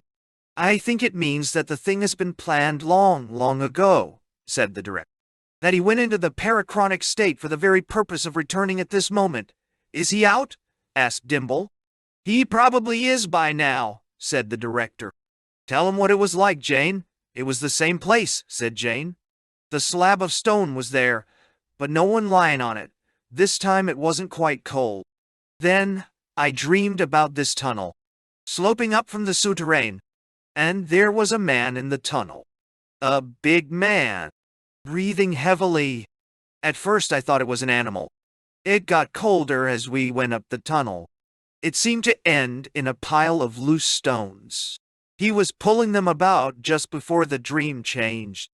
Then I was outside, in the rain, at the white gate. It looks, you see, said Ransom, as if they had not yet or not then established contact with him. Our only chance now is to meet this creature before they do. Bragdon is very nearly waterlogged, put in McPhee. Where you'll find a dry cavity is a question. That's the point, said the director. The chamber must be under the high ground, the gravelly ridge on the south, where it slopes up to the Eton Road. That's where you'll have to look for Jane's White Gate. I suspect it opens on the Eton Road. Or else that other road, the yellow one that runs up into the Y of Cure Hardy. We can be there in half an hour, said Dimble. I suppose it must be tonight, said Mrs. Dimble shamefacedly. I am afraid it must, Margaret, said the director. Every minute counts. Oh, of course. I see. I'm sorry, said Mrs. Dimble. And what is our procedure, sir? Said Dimble. The first question is whether he's out, said the director. He may take hours getting out. You'll need at least 2 strong men with picks, began McPhee. It's no good, McPhee, said the director. I'm not sending you. But he may have powers we don't know. If he's out, you must look for tracks. Thank God it's a muddy night. If Jane is going, sir, said Camilla, couldn't I go too? Jane has to go because she is the guide, said Ransom. You must stay at home. We in this house are all that is left of loggers. You carry its future in your body. As I was saying, Dimble, you must hunt. I do not think he can get far. The country will be quite unrecognizable to him, even by daylight. And, if we do find him, sir? No. That is why it must be you, Dimble. Only you know the great tongue. Even if he does not understand it, he will, I think, recognize it. That will teach him he is dealing with masters. There is a chance that he will think you are the Belbury people. In that case, you will bring him here at once. And if not, that is the moment when the danger comes. We do not know what the powers of the old Atlantean circle were. Some kind of hypnotism probably covered most of it. Don't be afraid, but don't let him try any tricks. Keep your hand on your revolver. You too, Deniston. I'm a good hand with a revolver myself, said McPhee. And why? You can't go, McPhee, said the director. He'd put you to sleep in 10 seconds. The others are heavily protected, and you are not. You understand, Dimble? Your revolver in your hand, a prayer on your lips. Then, if he stands, conjure him. What shall I say in the great tongue? Say that you come in the name of God, and all angels, and in the power of the planets, from one who sits today in the seat of the Pendragon, and command him to come with you. Say it now. And Dimble raised his head, and great syllables of words came out of his mouth. Jane felt her heart leap and quiver. It was as if the words spoke themselves through him from some strong place at a distance, or as if they were not words at all, but present operations of God, the planets, and the Pendragon. For this was the language spoken before the fall and beyond the moon. Language herself, as she first sprang at Maeldiel's bidding out of the molten quicksilver of the star called Mercury on earth, but Viratrolbia in deep heaven. "Thank you," said the director. "And if he comes with you, all is well. If he does not, why then? Dimble, say your prayers and keep your will fixed in the will of Maeldiel. I don't know what he will do. You can't lose your soul whatever happens, at least not by any action of his." "And no." "Yes," said Dimble. "I understand." "Nanny, what is still? You are all right, Jane." "Nanny, and did you know, Mikhail?" "I think so, sir," said Jane. "Do you place yourself in the obedience?" said the director. "In obedience to Maeldiel." "Sir," said Jane, "I know nothing of Maeldiel, but I place myself in obedience to you." "It is enough for the present," said the director. "This is the courtesy of deep heaven, that when you gwawl, meanwhile, he always takes you to have meant better than you knew. It will not be enough for always. He is very jealous. He will have you for no one but himself in the end. But for tonight it is enough. And now, duel. This is the craziest business ever I heard of," said McPhee. Chapter 11. Battle begun. "I can't see a thing," said Jane. "This rain is spoiling the whole plan," said Dimble from the back seat. "Is this still Eaton Road, Arthur?" "I think. Yes, there's the toll house," said Denniston, who was driving. "I say," said Jane suddenly. "Look, look, what's that? Stop." "I can't see a white gate," said Denniston. "Oh, it's not that," said Jane. "Look over there." "Do you mean that light?" said Denniston. "Yes, of course, that's the fire." "What fire?" "It's the light," she said. "The fire in the hollow." "Yes, I know. I never told Grace or the director. I do forgotten that part of the dream till this moment. That was how it ended. It was the most important part. That was where I found him, Merlin, you know, sitting by a fire in a little wood. After I came out of the Valon place, underground. Oh, come quickly. Enjoy. "What do you think, Arthur?" said Dimble. "I think we must go wherever Jane leads," answered Denniston. "Oh, do hurry," said Jane. "There's a gate here. It's only 1 field away." All 3 of them crossed the road and opened the gate and went into the field. Dimble said nothing. He had, perhaps, a clearer idea than the others of what sort of things might happen when they reached the place. Jane, as guide, went first, and Denniston beside her, giving her his arm and showing an occasional gleam of his torch on the rough ground. Dimble brought up the rear. The change from the road to the field was as if one had passed from a waking into a phantasmal world. They realized that they had not really believed in Merlin till now. They had thought they were believing the director in the kitchen, but they had been mistaken. Out here, with only the changing red light ahead and the black all round, one began to accept as fact this tryst with something dead, and yet not dead. Something exhumed from that dark pit of history which lies between the ancient Romans and the beginning of the English. The Dark Ages, thought Dimble. How lightly one had read and written those words! Suddenly all that Britain, which had been so long familiar to him as a scholar, rose up like a solid thing. He could see it all. Little dwindling cities where the light of Rome still rested, little Christian sites, Gamalidanum, Caerleon, Glastonbury, a church, a villa or two, a huddle of houses, an earthwork. And then, beginning a stone's throw beyond the gates, the wet, tangled, endless woods, wolves slinking, beavers building, wide shallow marshes, dim horns and drummings, eyes in the thickets, eyes of men not only pre-Roman but pre-British. ancient creatures, unhappy and dispossessed, who became the elves and ogres and wood woozes of the later tradition. But worse than the forests, the clearings, little strongholds with unheard-of kings, little colleges and covens of druids, houses whose mortar had been ritually mixed with baby's blood. Then came a check. They had walked right into a hedge. They had come to the end of a field. They went a long way out of their course before they found a gate. It would not open, and as they came down on the far side, after climbing it, they went ankle-deep into water. Hitherto, Jane had scarcely attempted to think of what might lie before them. As they went on, the real meaning of that scene in the kitchen began to dawn on her. He had told the men to bid goodbye to their wives. He had blessed them all. It was likely, then, that this stumbling walk on a wet night across a plowed field meant death. Jane was trying to see death in the new light of all she had heard since she left Edgestowe.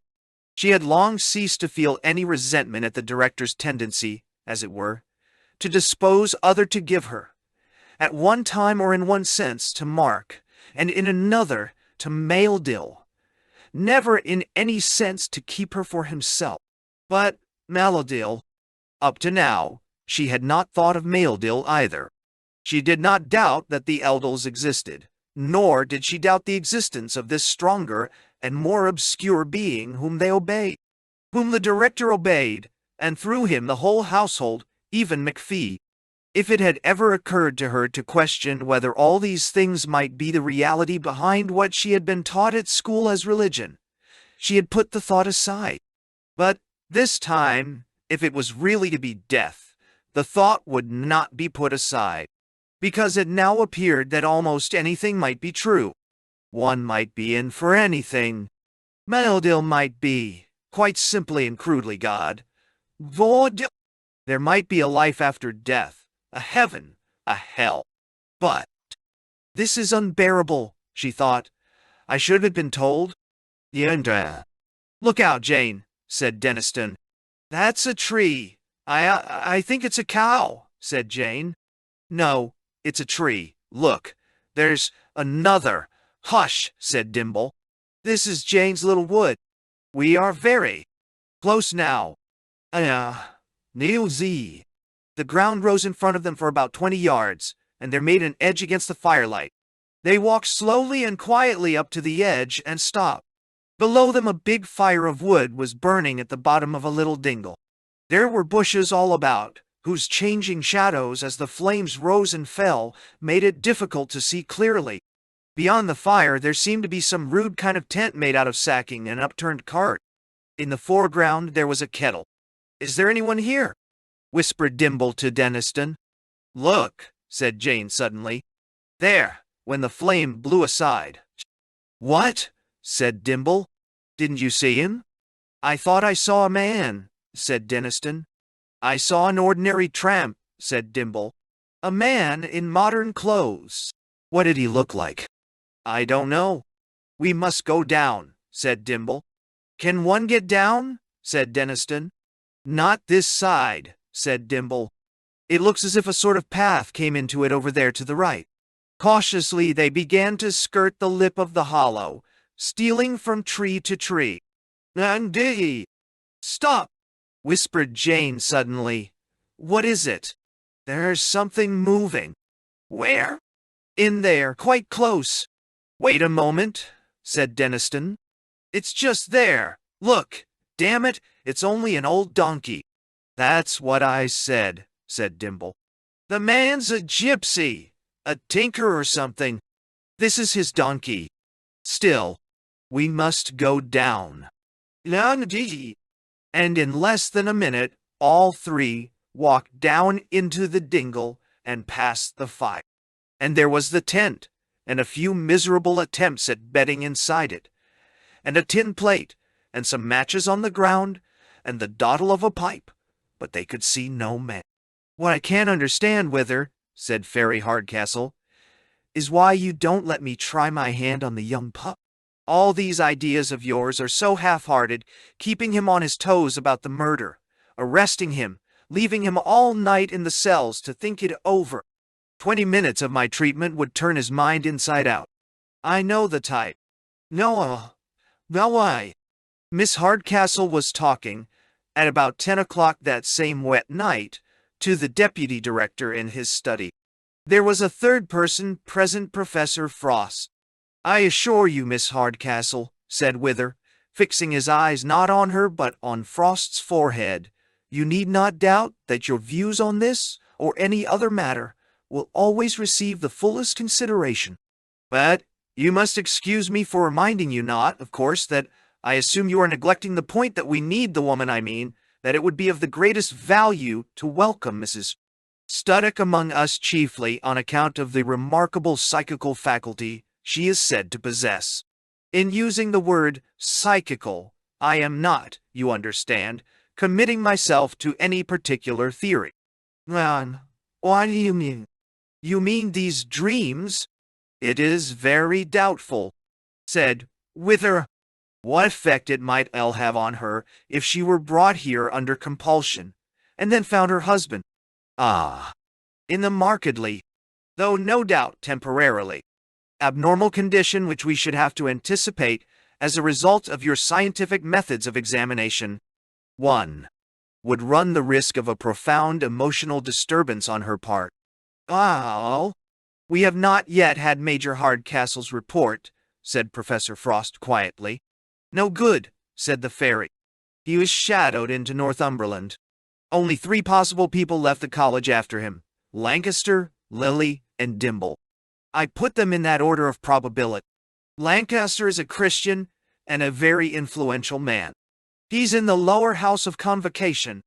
He had a lot to do with the Repton Conference. He has a real stake in their side. Lily is rather the same type, but less of an organizer. Both are dangerous men. Dimble is quite a different type. Except that he's a Christian, there isn't much against him. He's purely academic. Impractical. He'd be too full of scruples to be much use to them. You should tell Major Hardcastle that we have access to most of these facts already, said Professor Frost. Perhaps, said Wither, in view of the late hour. Well, said the fairy, I had to follow all 3, with the resources I had at the moment. You'll realize young Studdock was seen setting off for Edgestowe only by good luck. It was a bombshell. Half my people were already busy. I had to lay my hands on anyone I could get. I posted a sentry and had 6 others out of sight of the college, in plain clothes. As soon as Lancaster came out, I told off the 3 best to keep him in sight. We may be on to something there. I sent the next 2 of my lads to deal with Lily. Dimble came out last. I would have sent my last man to follow him, but a call came through at that moment from O'Hara, who wanted another car. So I sent my man up with the one he had. Dimble can be got any time. He comes into college pretty regularly, and he's a non-entity. Now don't I do not quite understand, said Frost, why you had no one inside the college to see what staircase Studdock went to. Because of your damned emergency commissioner, said the fairy. We're not allowed into colleges now, if you please. I said at the time that Feverstone was the wrong man. He's trying to play on both sides. I am far from denying, said Wither, though without at all closing my mind to other possible explanations, that some of Lord Feverstone's measures may have been injudicious. It would be inexpressibly painful to me to suppose that— Need we keep Major Hardcastle? Said Frost. Bless my soul, said Wither. How very right of you. I had almost forgotten, my dear lady, how tired you must be, and how very valuable your time is. He got up and held the door open for her. You don't think, said she, that I ought to let the boys have just a little go at Studdock? And suddenly, as Wither stood with his hand on the door handle, the whole expression faded out of his face. Miss Hardcastle had the feeling that a mere mask of skin and flesh was staring at her. A moment later she was gone. I wonder, said Wither as he came back to his chair, whether we are attaching too much importance to this Studdock woman. Allow me to remind you of the facts, said Frost. The authorities had access to the woman's mind for only a very short time. They inspected only one important dream which revealed, though with some irrelevancies, an essential element in our program. That warned us that if the woman fell into the hands of any ill-affected persons who knew how to exploit her faculty, she would constitute a grave danger. Oh, to be sure. I never intended to deny. That was the first point, said Frost. The second is that her mind became opaque to our authorities immediately afterward. We know only one cause for such occultations. They occur when the mind in question has placed itself, by some voluntary choice, however vague, under the control of some hostile organism. The occultation, therefore, while cutting off our access to the dreams, also tells us that she has come under enemy influence. It also means that to find her would probably mean discovering the enemy's headquarters. Miss Hardcastle is probably right in maintaining that torture would soon induce Studdock to give up his wife's address. But as you pointed out, a roundup at their headquarters, an arrest, and the discovery of her husband here in the condition in which the torture would leave him, would produce psychological conditions in the woman which might destroy her faculty. That is the first objection. The second is that an attack on enemy headquarters is very risky. They almost certainly have protection of a kind we are not prepared to cope with. And, finally, the man may not know his wife's address. In that case, you die. Oh, said Wither, there is nothing I should more deeply deplore. Scientific examination. I cannot allow the word torture in this context. In cases where the patient doesn't know the answer is always a mistake. As men of humanity, we should neither of us. And then, if you go on, the patient naturally does not recover. No. There is, in fact, no way of implementing our instructions except by inducing Studdock to bring his wife here himself. Or else, said Wither, a little more dreamily than usual, if it were possible, by inducing in him a much more radical allegiance to our side than he has yet shown. I am speaking, my dear friend, of a real change of heart. I was saying that he must be induced to send for the woman himself. That can be done in two ways. Either by supplying him with some motive on the instinctive level, such as fear of us or desire for her, or else by conditioning him to identify himself so completely with the cause that he will understand the real motive for securing her person and act on. Exactly, said Wither.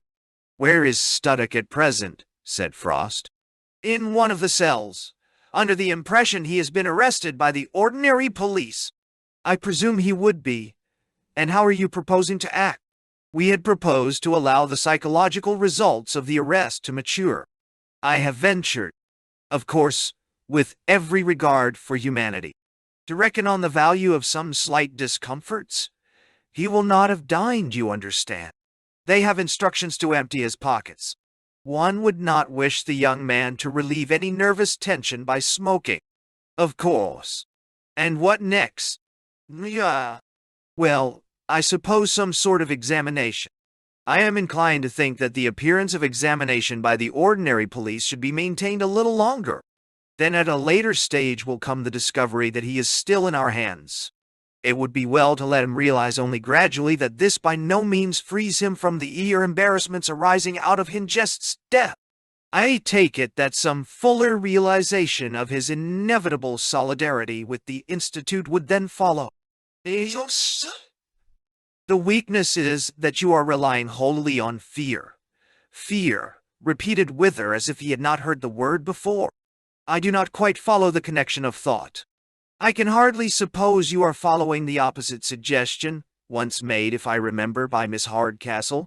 What was that? Why, said Wither, if I understand her right, she thought of taking scientific measures to render the society of his wife more desirable to him. Some of the chemical resources. Nine and soy. You mean an aphrodisiac? Wither sighed gently and said nothing. That is nonsense, said Frost. It isn't to his wife that a man turns under the influence of aphrodisiacs. But as I was saying, I think it is a mistake to rely wholly on fear. But there are other alternatives. There is desire. Now you say, what I said and inside. I am not sure that I am following you. You have rejected the idea of any medical or chemical approach. I was thinking of stronger desires. Neither at this stage of the conversation, nor at any other did the deputy director look much at the face of Frost. But either Frost or Witherett, was difficult to say which, had been gradually moving his chair, so that by this time the two sat with their knees almost touching. I had my conversation with Philostrato, said Frost. I used expressions which must have made my meaning clear if he had any notion of the truth. His assistant, Wilkins, was present. The truth is, neither is really interested. What interests them is the fact that they have succeeded as they think in keeping the head alive and getting it to talk. What it says does not really interest them. As to any question about what is really speaking, they have no curiosity. No. You are suggesting, if I understand, said Wither, a movement towards Mr. Studdock along those lines. I need hardly say that I fully realize a certain disappointment which serious-minded people must feel with such colleagues as Philostrato. That is the point, said Frost. One must guard against supposing that the political and economic dominance of England, by the NICE, is more than a subordinate object. It is individuals we are really concerned with. A hard core of individuals really devoted to the cause. That is what we need and are under orders to supply. We have not succeeded so far in bringing many people really in. There is still no news from Bragton Wood. No? No. And you believe that Studdock might really be a suitable person? You must not forget, said Frost, that his value does not rest solely on his wife's clairvoyance. The couple are eugenically interesting, and I think he can offer no resistance. The hours of fear in the cell, and then an appeal to desires that undercut the fear, will have an almost certain effect on a character of that sort. Aye. Of course, said Wither. Nothing is so much to be desired as the greatest possible unity. Any fresh individual brought into that unity would be a source of the most intense satisfaction to all concerned. You need not doubt that I would open my arms to receive, to absorb, to assimilate this young man. They were now sitting so close together that their faces almost touched, as if they had been lovers about to kiss. Suddenly there was a crash. Wuzu had fallen off the table, swept onto the floor as, with sudden, swift, convulsive movement, the two old men lurched forward towards each other and sat swaying to and fro, locked in an embrace from which each seemed to be struggling to escape. And as they swayed and scrabbled with hand and nail, there arose, shrill and faint at first, a cackling noise that seemed in the end rather an animal than a senile parody of laughter. When Mark was bundled out of the police wagon and left at length alone in a little lighted room, he had no idea that he was at Belbert. Nor would he have cared greatly if he had known. For the moment he was arrested, he had despaired of his life. He was going to be hanged. There came a sudden uprush of grisly details about execution, supplied long since by Miss Hardcastle. Because he felt that he was choking, he looked round the cell for any sign of ventilation. There was, in fact, some sort of grating above the door. All else was white floor, white ceiling, white wall, without a chair or table or peg, and one hard white light in the center of the ceiling. Something in the look of the place now suggested to him for the first time the idea that he might be at Belbury and not in an ordinary police station. But the flash of hope aroused by this idea was so brief as to be instantaneous. What difference did it make whether Wither and Miss Hardcastle and the rest decided to get rid of him by handing him over to the ordinary police or by making away with him in private? They were all his enemies, playing upon his hopes and fears to reduce him to servility, certain to kill him if he broke away, and certain to kill him in the long run when he had served the purpose for which they wanted him. It appeared to him astonishing that he could ever have thought otherwise. What a fool, a babyish, gullible fool he had been! Why had he come to Belbury in the first instance? Ought not his first interview with the deputy director to have warned him? Feverstone's guffaw, that day he had called him an incurable romantic, came back to his mind. Feverstone! That was how he had come to believe in Wither, on Feverstone's recommendation. Apparently his folly went farther back. How on earth had he come to trust Feverstone? Jane, or Dimble, would have seen through him at once. He had crook written all over him. He was fit only to deceive puppets like Curry and Buzzbot. But then, at the time when he first met Feverstone, he had not thought Curry and Busby puppets. With astonishment, he remembered how he had felt about the progressive element at Bracton when he was first admitted to its confidence. Was there no beginning to his folly? Had he been a fool all through from the day of his birth? Even as a schoolboy, when he had ruined his work and half broken his heart trying to get into the society called Grip, and lost his only real friend in doing so. Even as a child, fighting Myrtle because she would go and talk secrets with Pamela next door. There were no moral considerations at this moment in Mark's mind. He looked back on his life, not with shame, but with a kind of disgust at its dreariness. He saw himself as a little boy in short trousers, hidden in the shrubbery beside the paling to overhear Myrtle's conversation with Pamela, and trying to ignore the fact that it was not at all interesting when overheard. He saw himself making believe that he enjoyed those Sunday afternoons with the athletic heroes of Grip, while all the time, as he now saw, he was almost homesick for one of the old walks with Pearson, whom he had taken such pains to leave behind. He saw himself in his teens laboriously reading rubbishy grown-up novels and drinking beer when he really enjoyed John Buchan and Stone Ginger. The hours that he had spent learning the slang of each new circle. The assumption of interest in things he found dull and of knowledge he did not possess. The sacrifice of nearly every person and thing he actually enjoyed. The miserable attempt to pretend that one could enjoy Grip, or the progressive element, or the NICE. All this came over him with a kind of heartbreak. When had he ever done what he wanted? Mixed with the people whom he liked, or even eaten and drunk what took his fancy? The concentrated insipidity of it all filled him with self-pity. In his normal condition, explanations that laid on impersonal forces outside himself the responsibility for all this life of dust and broken bottles would have occurred at once to his mind and been at once accepted. None of these occurred to him now. He was aware that it was he himself who had chosen the dust and broken bottles, the heap of old tin cans, the dry and choking places. An unexpected idea came into his head. This death of his would be lucky for Jane. He now knew, for the first time, what he had secretly meant to do with Jane. If all had succeeded, if he had become the sort of man he hoped to be, she was to have been the great hostess. Well, it was lucky for Jane. She seemed to him, as he now thought of her, to have in herself deep wells and knee-deep meadows of happiness, rivers of freshness, enchanted gardens of leisure, which he could not enter but could have spoiled. She was one of those other people like Pearson, like Denniston, like the Dimbles, who could enjoy things for their own sake. She was not like him. It was well that she should be rid of him. Of course she would get over it. She had tried to do her best, but she didn't really care for him. Nobody ever had much. At that moment came the sound of a key turning in the lock of the cell door.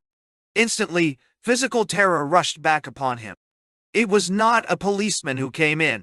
It was a man whose pince-nez, as he glanced towards the light, became opaque windows concealing his eyes. Mark knew him at once, and knew that he was at Belbury.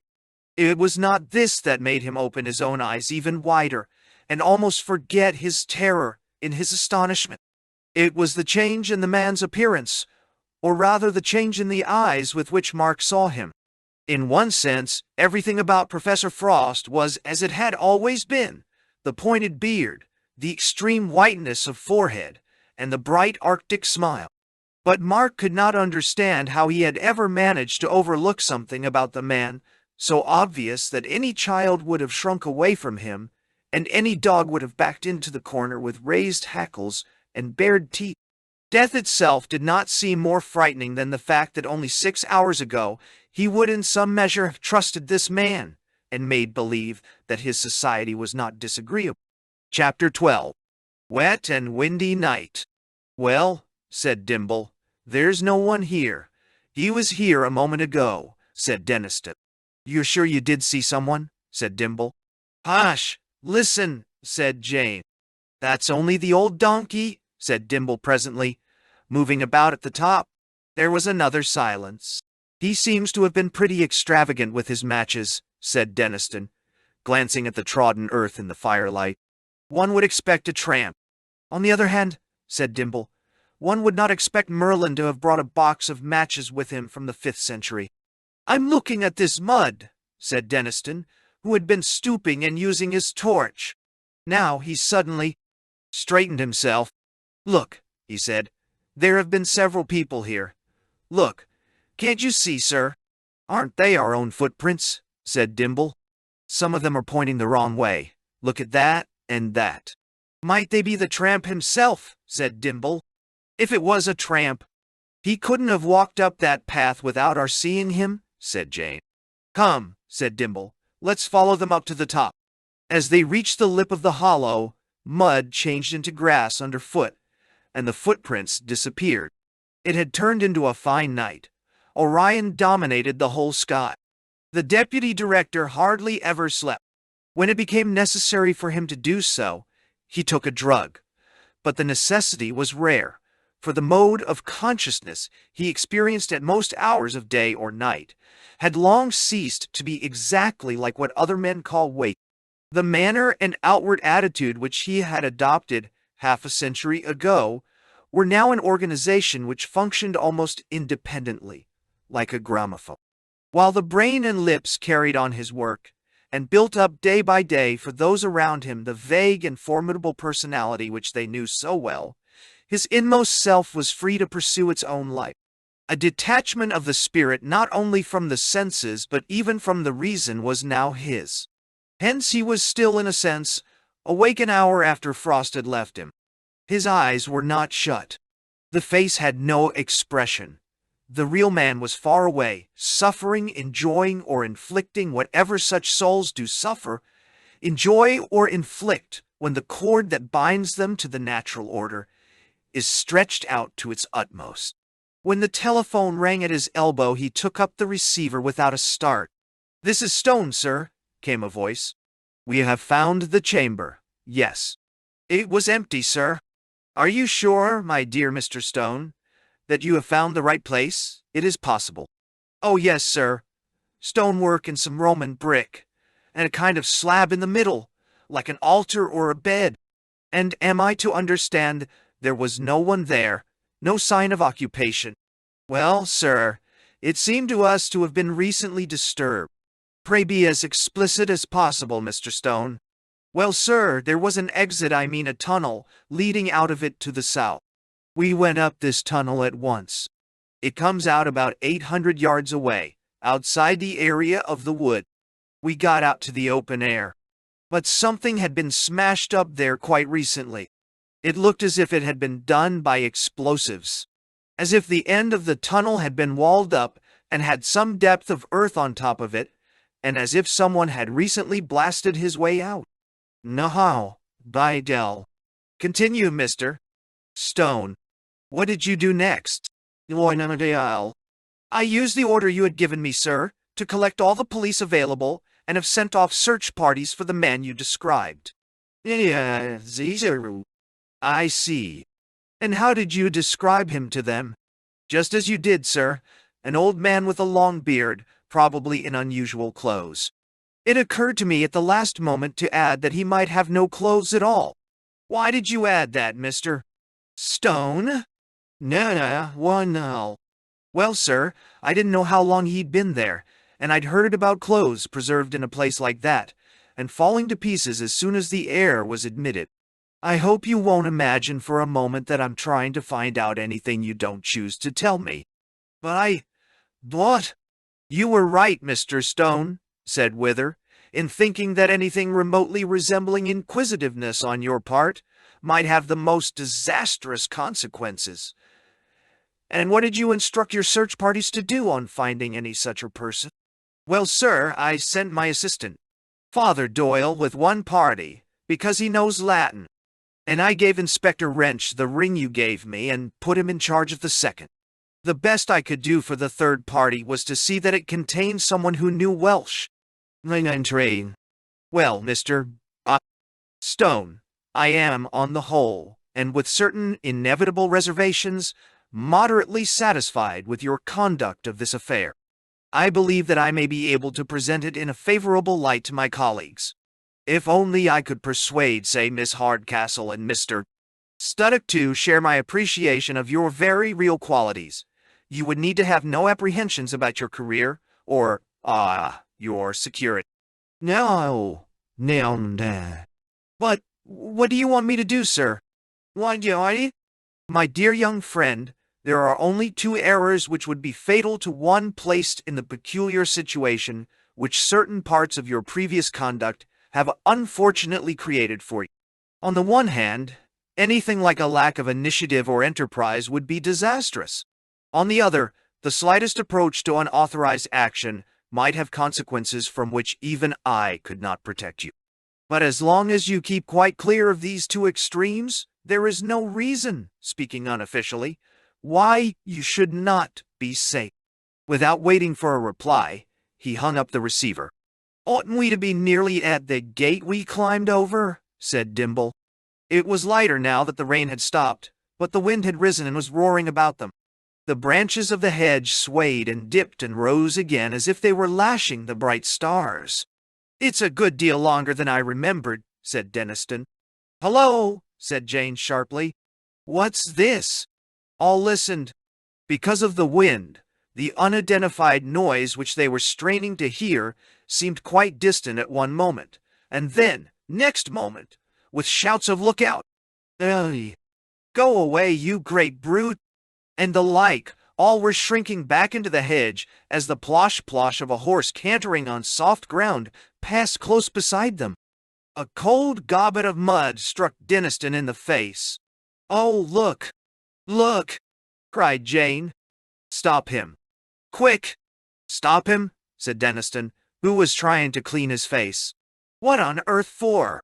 "Oh, shout out to him, Dr. Dimble," said Jane, in an agony of impatience. "Come on! Run! Didn't you see? See what?" "There's a man on his back," gasped Jane. She was tired, and out of breath, and had lost a shoe. "A man?" said Denniston, and then, by God, sir, Jane's right. Look there, against the sky, to your left. "We can't overtake him," said Dimble. "Hi! Stop! Come back! Friends of me," bawled Denniston. Dimble was not able to shout for the moment, and while he stood trying to get his breath, all the others suddenly cried, "Look!" For high among the stars, looking unnaturally large and many-legged, the shape of the horse appeared as it leaped a hedge some 20 yards away, and, on its back, with some streaming garment blown far out behind him in the wind, the great figure of a man. It seemed to Jane that he was looking back over his shoulder, as though he mocked. Then came a splash and thud as the horse alighted on the far side, and then nothing but wind and starlight again. "You are in danger," said Frost, when he had finished locking the door of Mark's cell, "but you are also within reach of a great opportunity." "I gather," said Mark. "I am at the Institute, and not in a police station." "Yes. That makes no difference to the danger. The Institute will soon have official powers of liquidation. It has anticipated them. Hingist and Carstairs have both been liquidated." "Nyan Shawol." "If you are going to kill me," said Mark, Why all this farce of a murder charge? Before going on, said Frost, I must ask you to be objective. Resentment and fear are both chemical phenomena. Our reactions to one another are chemical phenomena. You must observe these feelings in yourself in an objective manner. Do not let them distract your attention from the facts. Nandana Rindal. I see, said Mark. He was acting while he said it, trying to sound at once faintly hopeful and slightly sullen, ready to be worked upon. But within, his new insight into Belbury kept him resolved not to believe one word the other said, not to accept, though he might feign acceptance, any offer he made. The murder charge against you and the alternations in your treatment have been part of a program with a well-defined end in view, said Frost. It is a discipline through which everyone has passed before admission to the circle. Only a few days ago Mark would have swallowed any hook with that bait on it, and even now. I don't quite see the purpose of it, he said aloud. It is to promote objectivity. A circle bound together by subjective feelings of mutual confidence and liking would be useless. Those are chemical phenomena. They could all, in principle, be produced by injections.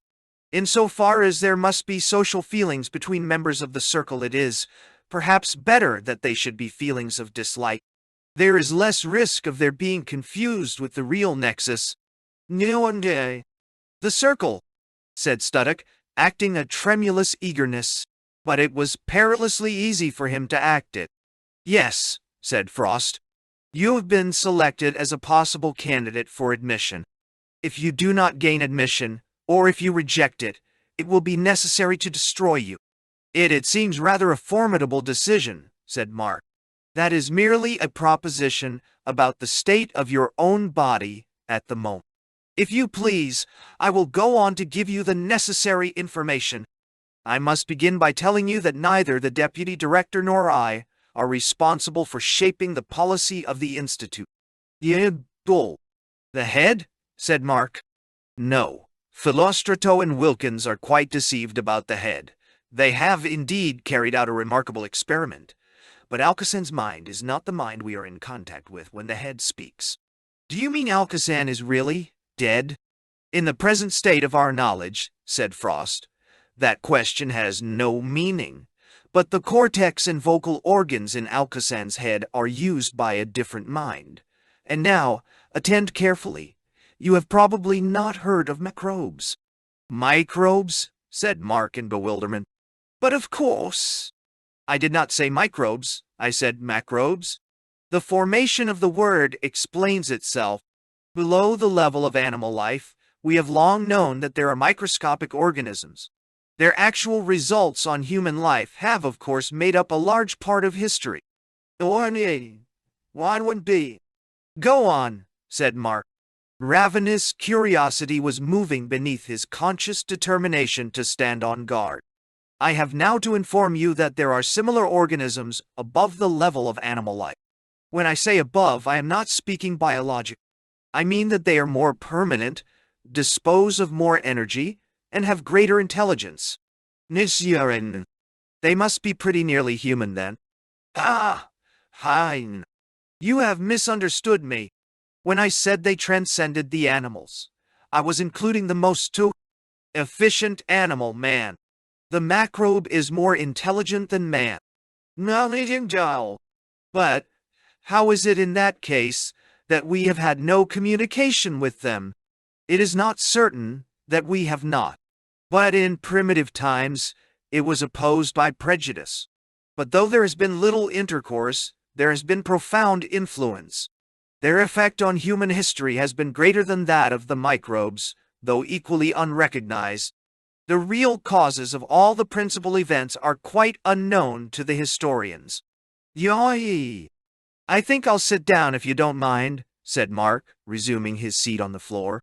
The vocal organs and brain taken from Alcosan, Frost continued, have become the conductors of a regular intercourse between the macrobes and our own species. The circle to which you may be admitted is the organ of that cooperation between the two species which has created a new situation for humanity. The change is far greater than that which turned the subman into the man. No. These organisms, then, said Mark, are friendly to humanity? Friendship is a chemical phenomenon. So is hatred. Both of them presupposes organisms of our own type. Dot. No, I don't, I said it, or I didn't mean friendly in that sense. I meant, were their aims compatible with our own? No, I don't want. What do you mean by our own aims? No, well, I suppose the scientific reconstruction of the human race, the elimination of war and poverty, a fuller exploitation of nature, the preservation and extension of our species, in fact. No, so I may. I do not think this pseudo-scientific language really modifies the essentially subjective and instinctive basis of the ethics you are describing. Surely, said Mark, one requires a large population for the full exploitation of nature, if for nothing else, and surely war is dysgenic and reduces efficiency? That idea is a survival from conditions which are rapidly being altered. A few centuries ago, a large agricultural population was essential, and war destroyed types which were then useful. But every advance in industry and agriculture reduces the number of work people required. A large, unintelligent population is now a dead weight. The importance of scientific war is that scientists have to be reserved. It was not the great technocrats of Königsberg or Moscow who supplied the casualties in the siege of Stalingrad. The effect of modern war is to eliminate retrogressive types, while sparing the technocracy and increasing its hold upon public affairs. In the new age, what has hitherto been merely the intellectual nucleus of the race is to become, by gradual stages, the race itself. You are to conceive the species as an animal which has discovered how to simplify nutrition and locomotion to such a point that the old complex organs and the large body which contain them are no longer necessary. The masses are therefore to disappear. The body is to become all head. The human race is to become all technocracy. Dude. I see, said Mark. I had thought that the intelligent nucleus would be extended by education. That is a pure chimera. The great majority of the human race cannot be educated. Even if they could, the day for a large population has passed. It has served its function as a kind of cocoon for technocratic and objective man. Now, the macrobes and the selected humans who cooperate with them have no further use for it. 9. The last two wars, then, were not disasters in your view. On the contrary, they were simply the first two of the 16 major wars which are scheduled to take place in this century. Mark sat with his eyes fixed on the floor. He was occupied with the conflict between his resolution not to trust these men and the terrible strength of an opposite emotion. For here surely at last, so his desire whispered him, was the true inner circle of all, the circle whose center was outside the human race, the ultimate secret, the supreme power, the last initiation. The fact that it was almost completely horrible did not in the least diminish its attraction. Nothing that lacked the tang of horror would have been quite strong enough to satisfy the delirious excitement which now set his temples hammering. A knocking which had been obscurely audible for some time now became so loud that Frost turned to the door. "Go away," he said, raising his voice. "What is the meaning of this impertinence?" The noise of someone shouting was heard, and the knocking went on. Frost's smile widened as he turned and opened the door. Instantly a piece of paper was put into his hand. As he read it, he started violently. Without glancing at Mark, he left the cell. Mark heard the door locked behind him.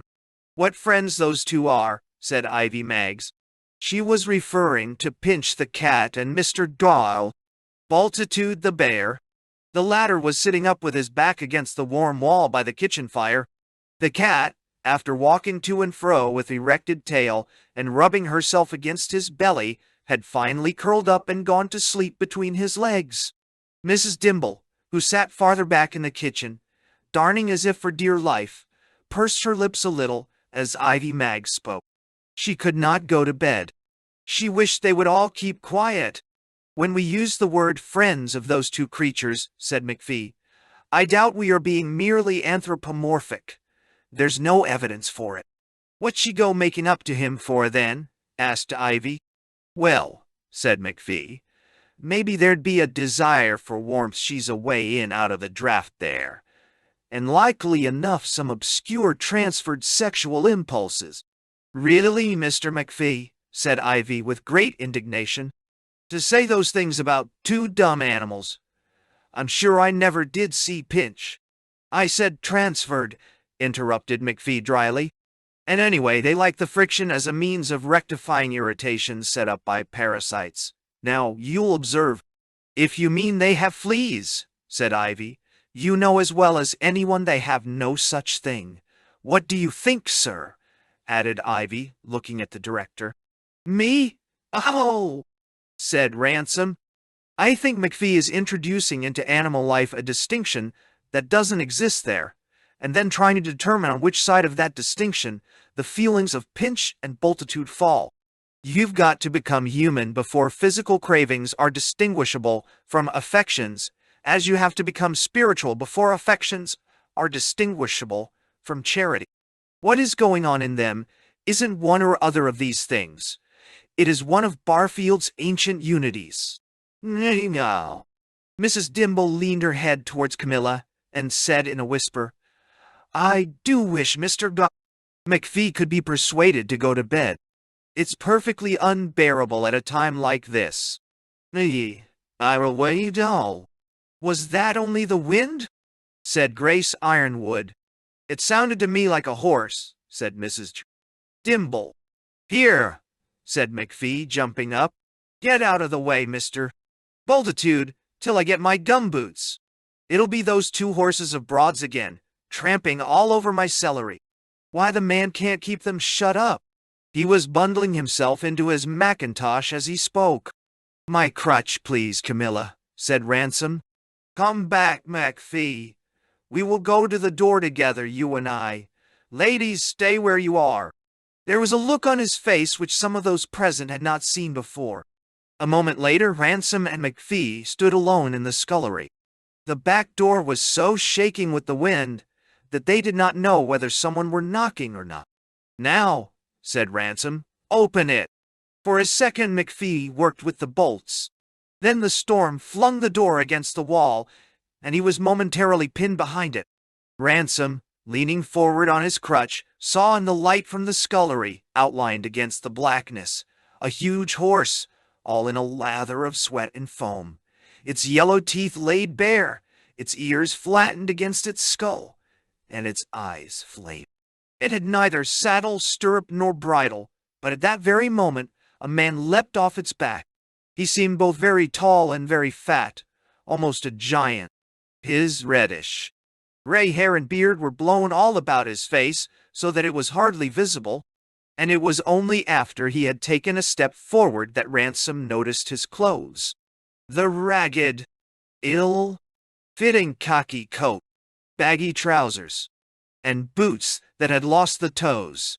In a great room at Belbury, where the fire blazed and wine and silver sparkled on side tables, and a great bed occupied the center of the floor, the deputy director watched while 4 men carried in a burden on a stretcher.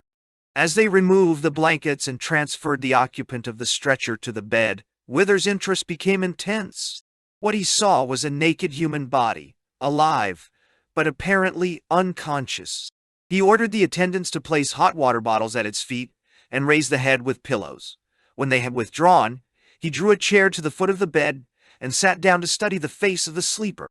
The head was very large, though perhaps it looked larger than it was because of the unkempt beard and the tangled gray hair. For a quarter of an hour he sat thus. Then the door opened, and Professor Frost came in. He walked to the bedside, bent down, and looked closely into the stranger's face. "Is he asleep?"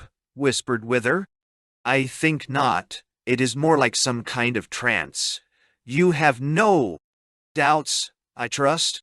"No, where did they find him?" quarter of a mile from the entrance to the souterrain. They had the track of bare feet almost all the way. You will make provision about stone, yes? But what do you think? He pointed with his eyes to the bed. I think it is he, said Frost. The place is right. The nudity is hard to account for on any other hypothesis. The skull is the kind I expected. But the face? Yes. There are certain traits which are a little disquieting. I know. I could have sworn, said Wither, that I knew the look of a master, even the look of one who could be made into a master. You understand me? One sees at once that Strake or Studdock might do, that Miss Hardcastle, with all her excellent qualities, would not. Yes. Perhaps we must be prepared for great crudities in him. Who knows what the technique of the Atlantean circle was really like? Certainly, one must not be narrow-minded. One can suppose that the masters of that age were not quite so sharply divided from the common people as we are. All sorts of emotional and even instinctive elements were perhaps still tolerated in the great Atlantean, which we have had to discard. Now. Instead of replying, Frost signaled to his companion. The sleeper had opened his eyes. As the seconds passed, Wither's main impression of the face was its caution. But there was nothing intense or uneasy about it. It had an habitual, unemphatic defensiveness. Wither rose to his feet and cleared his throat. Magister Merlin, he said, sapien lissum Britanum, secreti secretorum possessor, incredibili quodum gaudio, officimur quad te domum nostrum, accipier nobis a contingit. Cito nos etiam haud imperitos esse, magnae artis et ut itadicant. Naughty gain, Danae. But his voice died away. It was too obvious that the sleeper was taking no notice of what he said. Was there, then, some error in his own pronunciation? But he felt by no means sure that this man could not understand him. The total lack of interest in his face suggested rather that he was not listening. Frost took a decanter from the table and poured out a glass of red wine. He then returned to the bedside, bowed deeply, and handed it to the stranger. The latter sat up in bed, revealing a huge hairy chest and lean muscular arms. His eyes turned to the table and he pointed. Frost went back to it and touched a different decanter. The stranger shook his head and pointed again. I think, said Wither, that our very distinguished guest is trying to indicate the jug. It contains beer, said Frost. Well, it's hardly appropriate still, perhaps. We know so little of the customs of that age. Well, while he was still speaking, Frost had filled a pewter mug with beer and offered it to their guest. For the first time, a gleam of interest came into that cryptic face. The man snatched the mug eagerly, pushed back his disorderly mustache from his lips, drank, set it down, wiped his wet lips with the back of his hand, and heaved a long sigh. Then he turned his attention once more to the table. For about 20 minutes the two old men fed him. All sorts of delicacies had been provided, but the stranger devoted his attention entirely to cold beef, chicken, pickles, bread, cheese, and butter. The butter he ate neat off the end of a knife. He took the chicken bones in both hands, placing them under the pillow when he had done. When he had eaten, he signaled for a second pint of beer, drank it at 2 long draughts, wiped his mouth on the sheet and his nose on his hand, and seemed to be composing himself for further slumber. Domine, said Wither, nihil magis mihi displiceret, quam tibi ulo modo, a molestum esse, a tamen venia tua, once. But the man was taking no notice at all. Frost and Wither exchanged inquiring glances. There is no approach to this room, is there? Said Frost. Except through the next one? No, said Wither. Let us go out there and discuss the situation. We can leave the door ajar. When Mark found himself left suddenly alone by Frost, his first sensation was an unexpected lightness of heart. In the very midst of his fears, a strange sense of liberation had sprung up. The relief of no longer trying to win these men's confidence, the shuffling off of miserable hopes, was almost exhilarating. He might lose the fight, but at least it was now his side against theirs. And he could talk of his side now. Already he was with Jane, and with all she symbolized. The approval of one's own conscience is a very heady draught, and especially for those who are not accustomed to it. Within 2 minutes, Mark had passed from that first sense of liberation to a conscious attitude of courage, and thence into unrestrained heroics. It wasn't everyone, after all, who could have resisted an invitation like Frost's. An invitation that beckons you right across the frontiers of human life. A touch on that infinitely secret chord which was the real nerve of all history. How it would have attracted him once. Suddenly, like a thing that leaped to him across infinite distances with the speed of light, desire, salt, black, ravenous, unanswerable desire. Sir, nothing would be farther from my wish than to be in any way troublesome to you. At the same time, with your pardon, took him by the throat. The merest hint will convey to those who have felt it the quality of the emotion which now shook him, like a dog shaking a rat. For others, no description perhaps will avail. Many writers speak of it in terms of lust, a description illuminating from within, misleading from without. It has nothing to do with the body, but it is in two respects like lust. For like lust, it disenchants the universe. Everything else that Mark had ever felt, love, ambition, hunger, lust itself appeared to have been mere milk and water toys for children. The infinite attraction of this dark thing sucked all other passions into itself. But it was like lust in another respect also. It is idle to point out to the perverted man the horror of his perversion, while the fierce fit is on. That horror is the very spice of his craving. It is ugliness itself that becomes, in the end, the goal of his lechery. Beauty has long since grown too weak a stimulant. And so it was here. These creatures of which Frost had spoken, and he did not doubt now that they were locally present with him in the cell-breathed death on the human race and on all joy. Not despite this, but because of this, the terrible gravitation sucked and tugged and fascinated him towards them. The image of Wither's face rose to his memory. And this time he did not merely loathe it.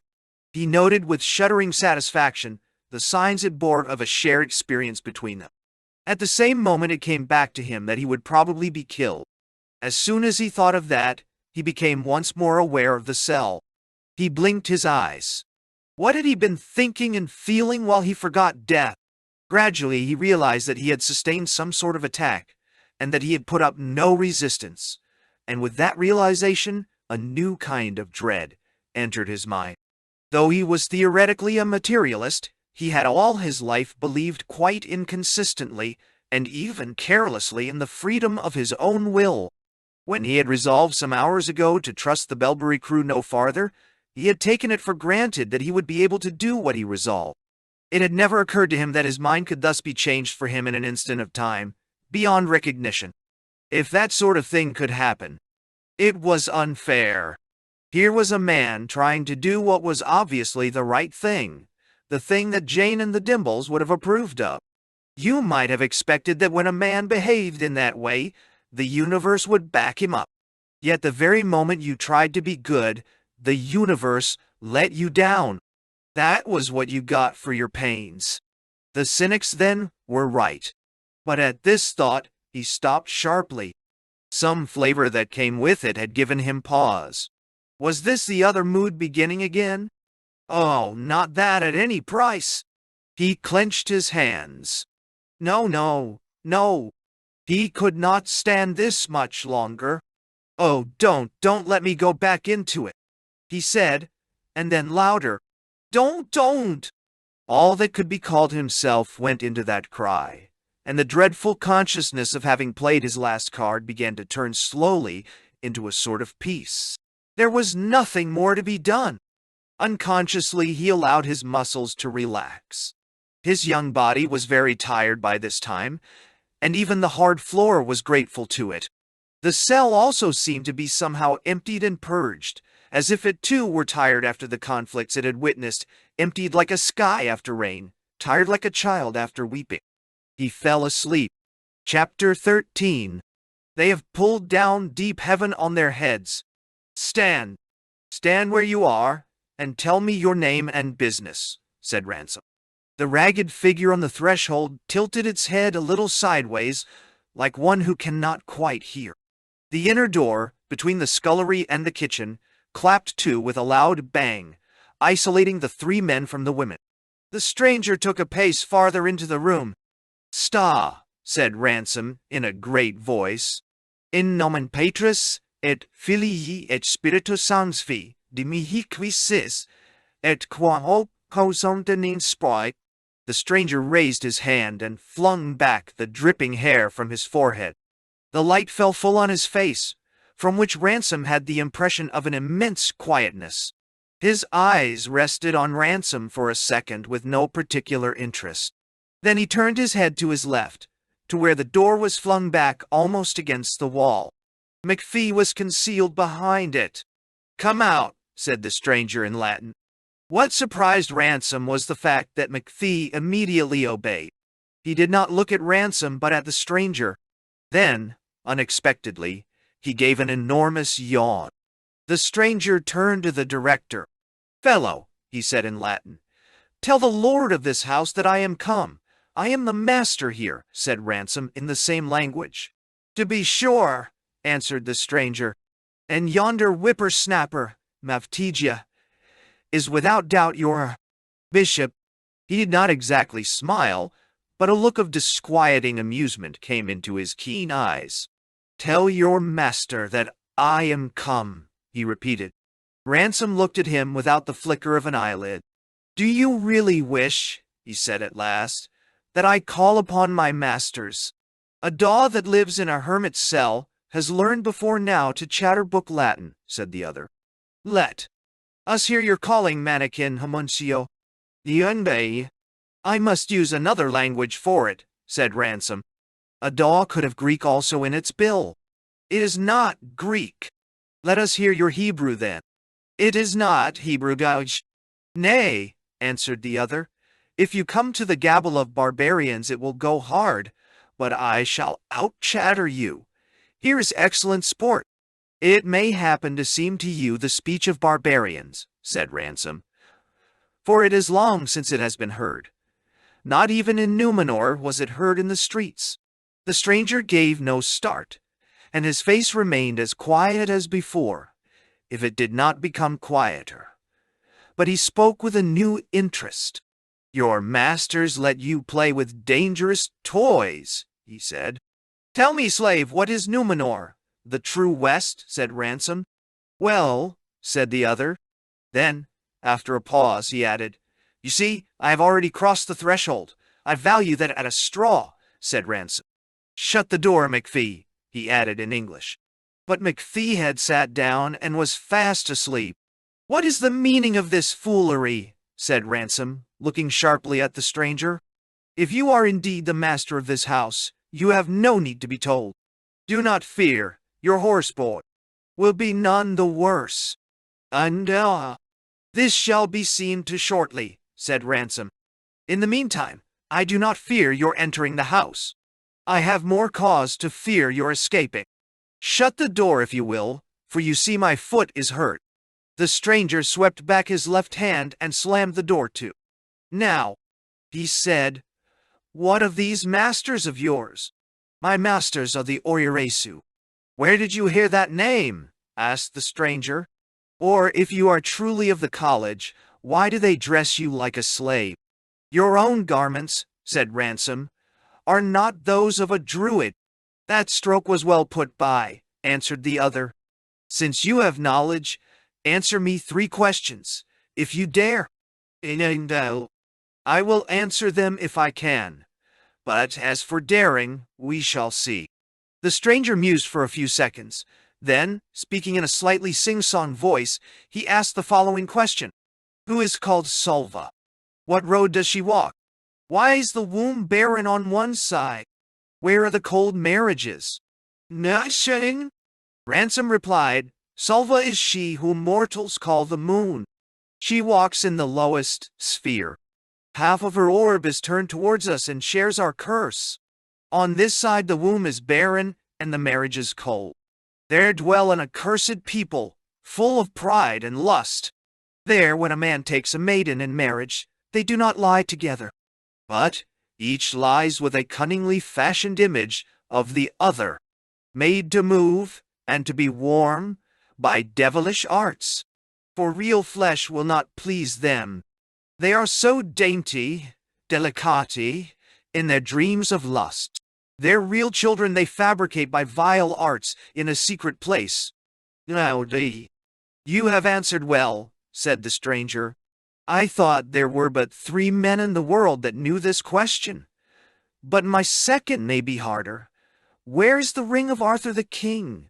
What lord has such a treasure in his house? The ring of the king, said Ransom, is on Arthur's finger where he sits in the land of Abhaljan, beyond the seas of Lur and Perilandra. For Arthur did not die, but our Lord took him to be in the body till the end, with Enoch and Elias, and Moses and Melchizedek the king. Melchizedek is he in whose hall the steep-stoned ring sparkles on the forefinger of the Pendragon. What did he see? Well answered, said the stranger. In my college, it was thought that only 2 men in the world knew this. But as for my third question, no man knew the answer but myself. Who shall be Pendragon in the time when Saturn descends from his sphere? In what world did he learn war? Me. In the sphere of Venus I learned war, said Ransom. In this age, Lurga shall descend. I am the Pendragon. When he had said this, he took a step backwards, for the big man had begun to move, and there was a new look in his eyes. Slowly, ponderously, yet not awkwardly, as though a mountain sank like a wave, he sank on one knee, and still his face was almost on a level with the director's. This throws a quite unexpected burden on our resources, said Wither to Frost, where they both sat in the outer room with the door ajar. I must confess I had not anticipated any serious difficulty about language. We must get a Celtic scholar at once, said Frost. Ransom would be the man to advise us if he were available. I met him once, said Wither, half closing his eyes. He was a man whose penetrations might have been of infinite value, if he had not embraced the cause of reaction. It is a saddening reflection, of course, said Frost, interrupting him. Strake knows modern Welsh. His mother was a Welsh woman. It would certainly be much more satisfactory, said Wither, if we could, so to speak, keep the whole matter in the family. There would be something very disagreeable about introducing a Celtic expert from outside.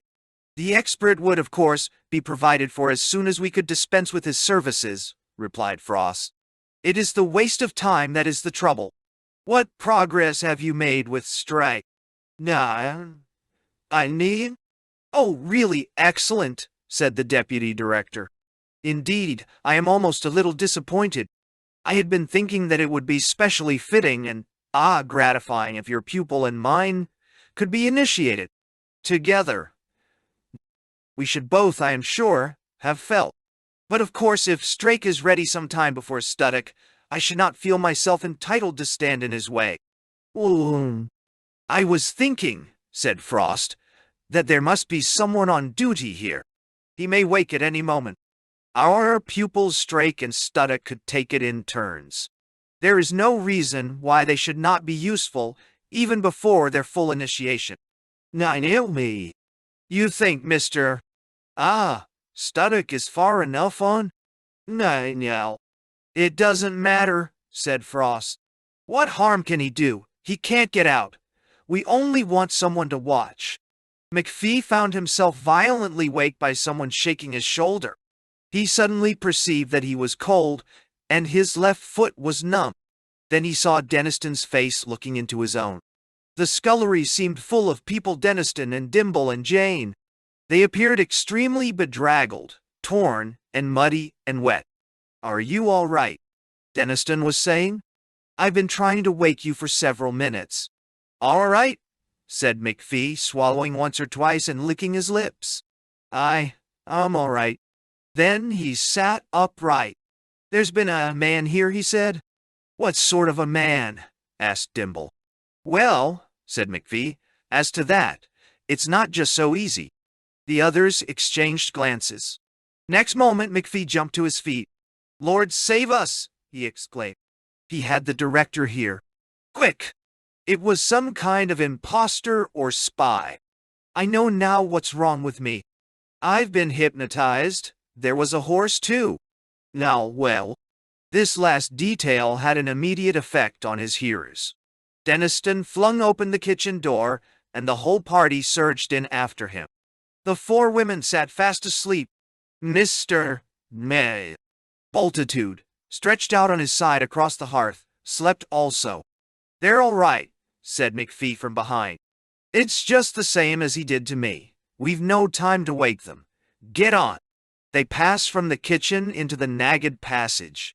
To all of them except McPhee, the silence of the house seemed intense after their buffeting in the wind and rain. The lights, as they switched them on, successively revealed empty rooms and empty passages, which wore the abandoned look of indoor midnight. "Now for upstairs," said Dimble. "The lights are on upstairs," said Jane, as they all came to the foot of the staircase. "Excuse me," said Dimble to McPhee. "I think perhaps I'd better go first." "Yeah." Up to the first landing they were in darkness. On the second and last the light from the first floor fell. Looking down on them from the balustrade were two men, one clothed in sweepy garments of red, and the other in blue. It was the director who wore blue, and for one instant a thought that was pure nightmare crossed Jane's mind. The two robed figures looked to be two of the same sort. And what, after all, did she know of this director? And there they were, the pair of them, talking their secrets, the man who had been dug up out of the earth, and the man who had been in outer space. All this time she had hardly looked at the stranger. Next moment she noticed his size. The man was monstrous, and the two men were allies. And the stranger was speaking and pointing at her as he spoke. She did not understand the words, but Dimble did, and heard Merlin saying in what seemed to him a rather strange kind of Latin, "Sir, you have in your house the falsest lady of any at this time alive." And Dimble heard the director answer, "Sir, you are mistaken. She is doubtless, like all of us, a sinner, but the woman is chaste." "Sir," said Merlin, "know well that she has done in Logres a thing of which no less sorrow shall come than came of the stroke that Belinas struck. For, sir, it was the purpose of God that she and her lord should between them have begotten a child, by whom the enemies should have been put out of Logres for 1,000 years. She is but lately married," said Ransom. "The child may yet be born." "Sir," said Merlin, "be assured that the child will never be born, for the hour of its begetting is past. Of their own will they are barren. I did not know till now that the usages of Sulva were so common among you. For 100 generations in 2 lines the begetting of this child was prepared, and unless God should rip up the work of time, such seed and such an hour in such a land shall never be again." "Enough," answered Ransom. "The woman perceives that we are speaking of her. It would be great charity," said Merlin, "if you gave order that her head should be cut from her shoulders, for it is a weariness to look at her." Dimble thrust Jane behind him and called out, "Ransom! What in heaven's name is the meaning of Bob? This, new Gaia?" McPhee, who had followed the Latin even less than Jane, broke into the conversation. "Wow, Dr. Ransom," he said. "I don't know who the big man is, and I'm no Latinist. But I know well that you've kept me under your eye all this night against my own will, and allowed me to be hypnotized. It gives me little pleasure to see yourself dressed up like something out of a pantomime and standing there hand in glove with that shaman, or priest, or whatever he is. He need not look at me the way he's doing. I'm not afraid of him." And as for my own life and limb, if you have changed sides after all that's come and gone, I don't know that I've much more use for either. But I'm not going to be made a fool of. We're waiting for an explanation. The director looked down on them in silence for a few seconds. Has it really come to this? He said. Does not one of you trust me? I do, sir, said Jane suddenly. Well, said the director after a pause, we have all been mistaken. So has the enemy. This man is Merlinus Ambrosius. They thought that if he came back he would be on their side. I find he is on ours. You, Dimble, ought to realize that this was always a possibility. Well, that is true, said Dimble. I suppose it was, well, the look of the thing, and his appalling bloodthirstiness. I have been startled by it myself, said Ransom. But after all, we had no right to expect that his penal code would be that of the 19th century. I find it difficult, too, to make him understand that I am not an absolute monarch. Is he a Christian? Asked Dimble. Yes, said Ransom. As for my clothes, I have for once put on the dress of my office to do him honor. In his days men did not, except for necessity, go about in shapeless sacks of drab. Do I understand, Dr. Ransom, said McPhee, that you are asking us to accept this person as a member of our organization? I am afraid, said the director. I cannot put it that way. He is a member. What inquiries have been made into his credentials? It would be hard, said the director, to explain to you my reasons for trusting Merlinus, but no harder than to explain to him why, despite appearances which might be misunderstood. I trust you. There was just the ghost of a smile about his mouth as he said this. Then Merlin spoke to him again in Latin, and he replied. After that, Merlin addressed Dimble. The Pendragon tells me, he said, that you accuse me for a fierce and cruel man. It is a charge I never heard before. A third part of my substance I gave to widows and poor men. I never sought the death of any but felons and heathen Saxons. As for the woman, she may live, for me. I am not master in this house. Even that gallows bird Cruciarius, beside you. I mean you, fellow. You with the face like sour milk, and the voice like a saw in a hard log, and the legs like a crane's. Even that cut. Purus, sector zonaru. Though I would have him to the gatehouse. Yet the rope should be used on his back, not his throat. Nay, Mr. Director, said McPhee, when Merlin had finished, I would be obliged if— Come, said the director suddenly, we have none of us slept tonight. Arthur, you come and light a fire for our guest in the big room at the north end. And would someone wake the women? Ask them to bring him up refreshments. A bottle of Burgundy and whatever you have cold. And then, all to bed. We're going to have difficulties with that new colleague of ours, said Dimble. He was alone with his wife in their room at St. Anne's late on the following day. I felt that at lunch, you know, said his wife. It was silly not to have realized that he wouldn't know about forks. But what surprised me even more, after the first shock, was how elegant he was without— Oh, the old boy's a gentleman in his own way, anyone can see that. But, well, I don't know. I suppose it's all right. What happened at the meeting? Well, everything had to be explained. We'd a job to make him understand that Ransom isn't the king of this country. And then we had to break it that we weren't the British, but the English, what he calls Saxons. I see. No. And then McPhee had to choose that moment for embarking on an explanation of the relations between Scotland and Ireland and England. McPhee imagines he's a Celt when, apart from his name, there's nothing Celtic about him any more than about Mr. Bultitude. By the way, Merlinus made a prophecy about Mr. Bultitude. Oh, what was that? In himself.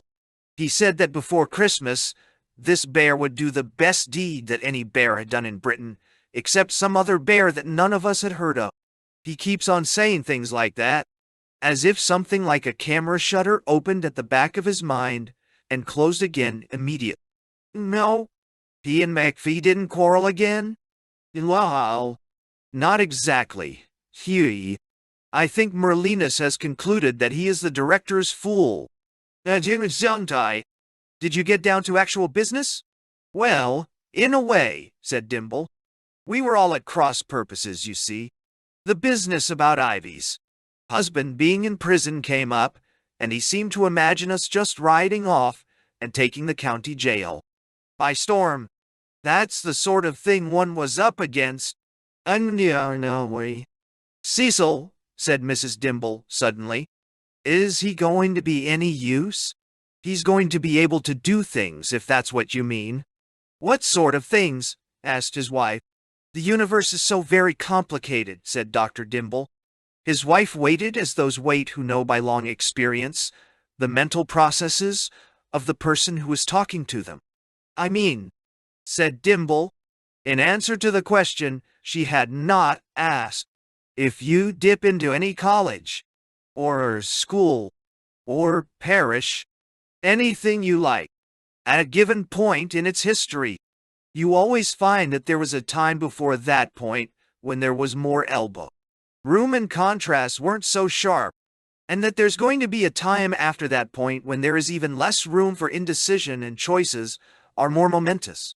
Good is always getting better and bad getting worse. The possibilities of neutrality are always diminishing. The whole thing is sorting itself out all the time, coming to a point, getting sharper and harder. I see. Like Browning's line, life's business being just the terrible choice. Exactly. But not only in questions of moral choice. Everything is getting more different from everything else. Evolution means species getting less and less like one another. Minds get more spiritual, matter more material. Poetry and prose draw farther apart. Yes? Well, about Merlin, were there possibilities for a man of that age which there aren't for a man of ours?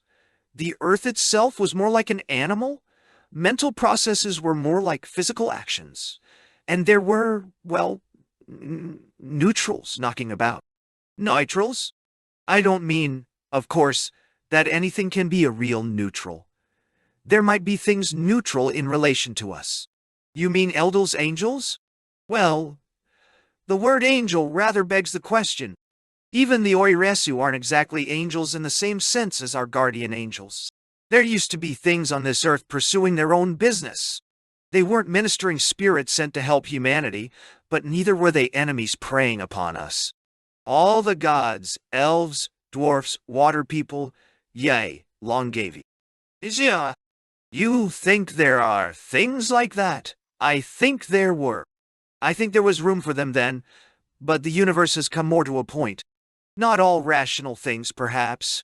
Some would be mere wills inherent in matter, hardly conscious. More like animals. Others, but I don't really know. At any rate, that is the sort of situation in which one got a man like Merlin. It sounds rather horrible. It was rather horrible. I mean, even in Merlin's time, though you could still use that sort of life in the universe innocently, you couldn't do it safely. The things weren't bad in themselves, but they were already bad for us. They withered the man who dealt with them. Not on purpose. They couldn't help doing it. Merlinus is withered. That quietness of his is just a little deadly, like the quiet of a gutted building. Cecil, do you feel quite comfortable about the directors using a man like this? Doesn't it look a little bit like fighting Belbury with its own weapons? No. I had thought of that. Merlin is the reverse of Belbury. He is the last vestige of an old order in which matter and spirit were, from our point of view, confused. For him, every operation on nature is a kind of personal contact. After him came the modern man, to whom nature is a machine to be worked, and taken to bits if it won't work as he pleases. Finally come the Belbury people, who take over that view unaltered, and simply want to increase power by tacking onto it the aid of spirits extra-natural, antinatural spirits. They thought the old magia of Merlin, which worked in with the spiritual qualities of nature, loving and reverencing them and knowing them from within, could be combined with the new Gotia, the brutal surgery from without. No. In a sense, Merlin represents what we've got to get back to in some different way. Done well. Good gracious, said Mrs. Dimble. There's 6 o'clock. I'd promised Ivy to be in the kitchen at 1:45.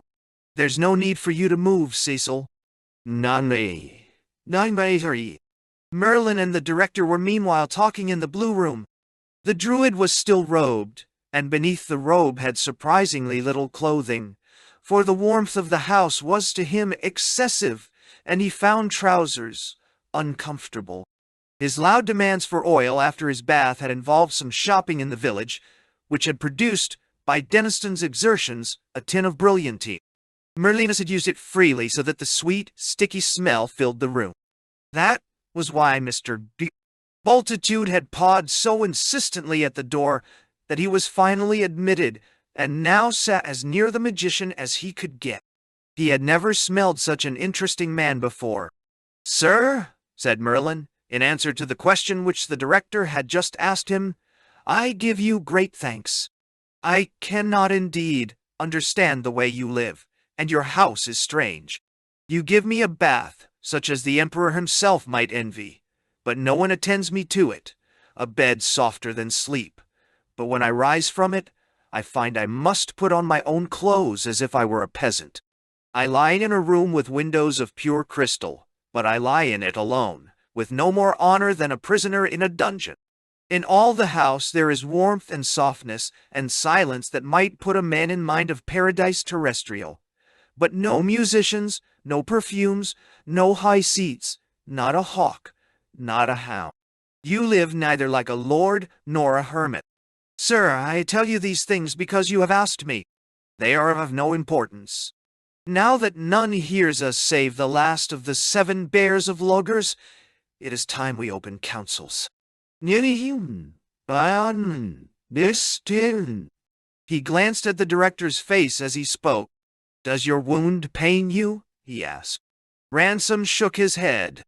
"Sir," said Merlinus in a softer voice, "I could take all the anguish from your heel as though I were wiping it out with a sponge. Give me but 7 days to go in and out, and up and down, and to and fro, to renew old acquaintance. These fields and I, this wood and I, have much to say to one another." He was leaning forward, so that his face and the bear's were almost side by side. The druid's face had a strangely animal appearance, not sensual nor fierce, but full of the patient, unarguing sagacity of a beast. "You might find the country much changed," said Ransom.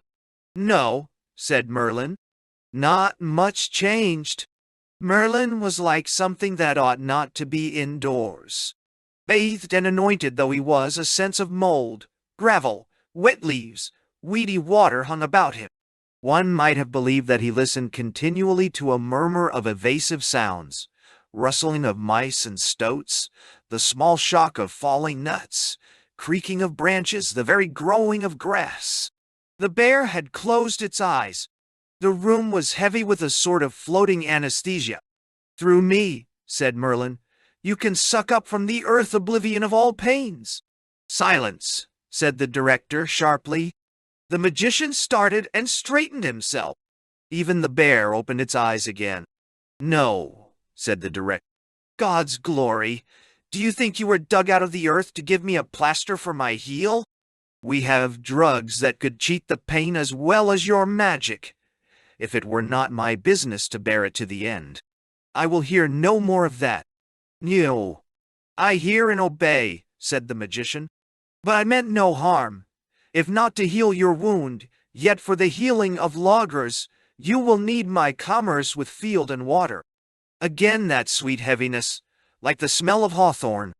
"Nay, no," said the director, "that cannot be done any longer. The soul has gone out of the wood and water. Oh, I dare say you could awake them a little, but it would not be enough. Your weapon would break in your hands. For the hideous strength confronts us, and it is as in the days when Nimrod built a tower to reach heaven. Hidden it may be, said Merlinus, but not changed. Leave me to work, Lord. I will wake it. No, lol. No, said the director. I forbid it. Whatever of spirit may still linger in the earth has withdrawn 1,500 years farther away from us since your time. You shall not lift your little finger to call it up. It is in this age utterly unlawful. He leaned forward and said in a different voice, It never was very lawful, even in your day. Remember, when we first knew that you would be awaked, we thought you would be on the side of the enemy. And because our Lord does all things for each, one of the purposes of your reawakening was that your own soul should be saved. Merlin sank back into his chair. The bear licked his hand.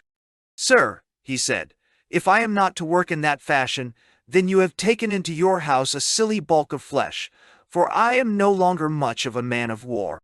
Not that way either, said Ransom. No power that is merely earthly will serve against the hideous strength. Then let us all to prayers, said Merlinus. Certainly, to prayers, said Ransom, now and always. But that was not what I meant. There are celestial powers, created powers, not in this earth, but in the heavens. Merlinus looked at him in silence. You know well what I am speaking of, said Ransom. Did not I tell you when we first met that the Oiriesu were my masters? Of course, said Merlin. And that was how I knew you were of the college. Is it not our password? Password, exclaimed Ransom, with a look of surprise. I did not know that. But, said Merlinus, if you knew not the password, how did you come to say it? Nino Haikal. I said it because it was true. Yeah. The magician licked his lips, which had become very pale. True as the thing.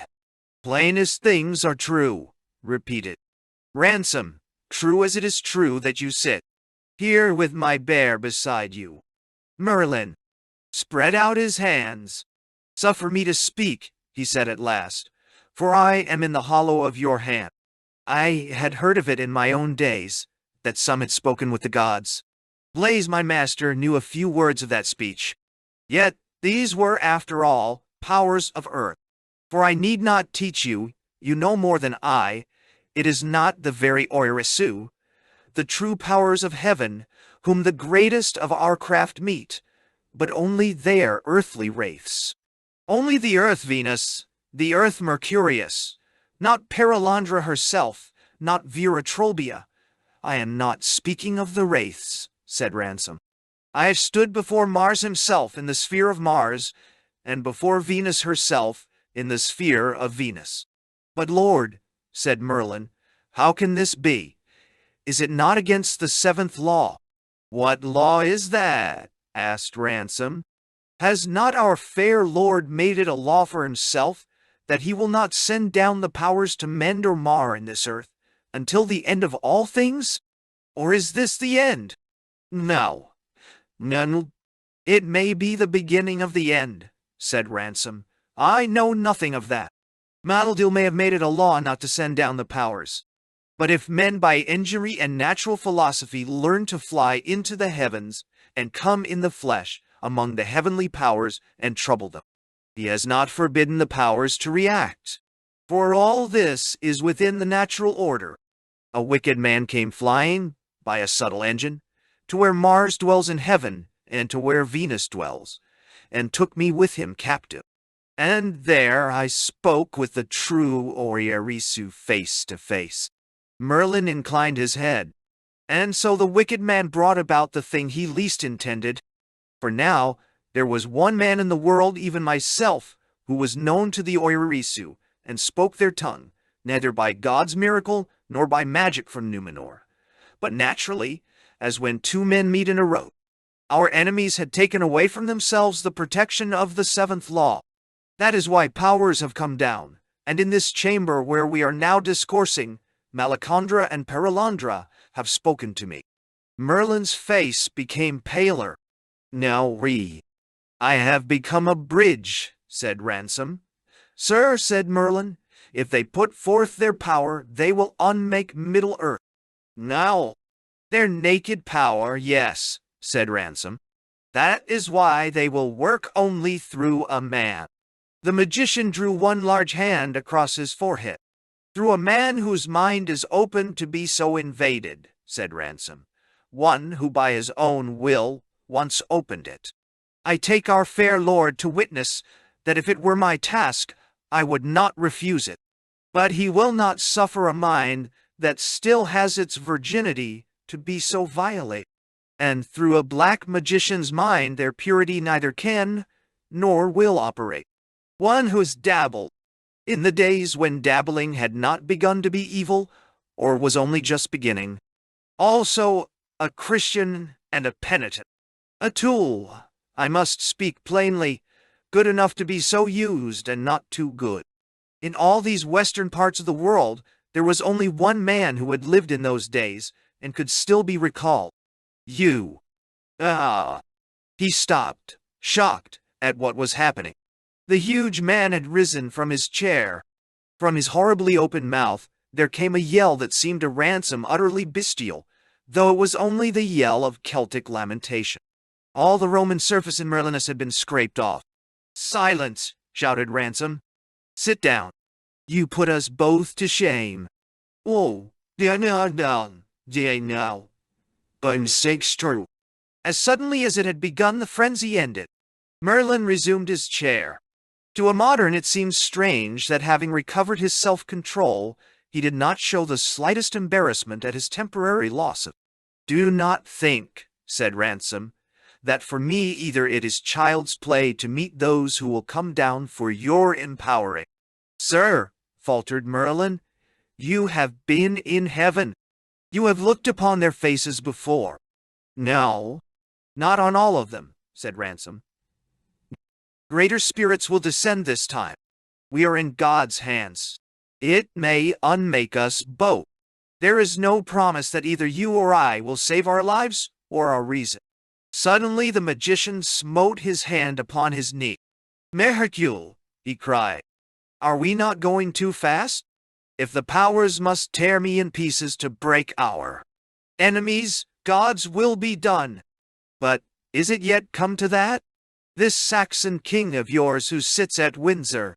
Now, is there no help in him? None in his hand. He has no power in this matter. Then is he not weak enough to be overthrown?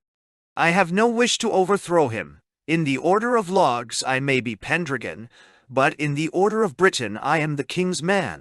Is it then his great men, the counts and legates and bishops, who do the evil, and he does not know of it? I see. Do what? It is though they are not exactly the sort of great men you have in mind. But what of the true clerks? Is there no help in them? It cannot be that all your priests and bishops are corrupted. The faith itself is torn in pieces since your day and speaks with a divided voice. Even if it were made whole, the Christians are but a 10th part of the people. There is no help there. Then let us seek help from oversea. Is there no Christian prince in Neustria or Ireland who would come in and cleanse Britain if he were called? I'll vow, and me say, there is no Christian prince left. Nay, can't be on anyway. Then we must go to him whose office is to put down tyrants and give life to dying kingdoms. We must call on the emperor. And die. There is no emperor. No emperor, began Merlin, and then his voice died away. Presently he said, This is a cold age in which I have awaked. If all this west part of the world is apostate, might it be lawful, in our great need, to look farther, beyond Christendom? Should we not find some even among the heathen who are not wholly corrupt? There were tales in my day of some such. Men who knew not the articles of our most holy faith, but who worshipped God as they could and acknowledged the law of nature. Sir, I believe it would be lawful to seek help even there beyond Byzantium. I know not where. Babylon, Arabia, or Cathay. I shall see. Ransom shook his head. The poison was brewed in these west lands, but it has spat itself everywhere by now. However far you went, you would find the machines, the crowded cities, the empty thrones, the false writings, men maddened with false promises and soured with true miseries, cut off from earth their mother and from the Father in heaven. The shadow of one dark wing is over all Tellus. Aye? Is it then the end? Asked Merlin. And this, said Ransom, ignoring the question, is why we have no way left, save the one I have told you. The hideous strength holds all this earth in its fist. If of their own evil will they had not broken the frontier and let in the celestial powers, this would be their moment of victory. Their own strength has betrayed them. They have gone to the gods who would not have come to them, and pulled down deep heaven on their heads. Therefore, they will die. For though you search every cranny to escape, now that you see all crannies closed, you will not disobey me. Me. Slowly there crept back into Merlin's white face that almost animal expression, earthy and healthy, with a glint of half-humorous cunning. Well, he said, if the earths are stopped, the fox faces the hounds. But had I known who you were at our first meeting, I think I would have put the sleep on you as I did on your fool. No, I did. I am a very light sleeper, since I have traveled in the heavens, said Ransom. Chapter 14. Real life is meeting. Mark did not know whether it was minutes or hours later that he found himself once more awake, once more confronting Frost, and still fasting. The professor came to ask if he had thought over their recent conversation. Mark, who judged that some show of reluctance would make his final surrender more convincing, replied that he did not quite understand what one stood to gain by cooperation with the microbes. He saw that the motives on which most men act were mere products of the animal organism, but he did not yet see what was to be substituted for these irrational motives. On what ground henceforward were actions to be justified or condemned? The question, said Frost, is meaningless. It presupposes a means and end pattern of thought which descends from Aristotle, who was merely hypostasizing elements in the experience of an Iron Age agricultural community. Motives are not the causes of action but its byproducts. When you have attained real objectivity, you will recognize all motives as subjective epiphenomena. You will then have no motives, and you will find that you do not need them. I see, said Mark. The philosophy which Frost was expounding was by no means unfamiliar to him. He recognized it as the logical conclusion of thoughts, which he had always hitherto accepted, and which at this moment he found himself irrevocably rejecting.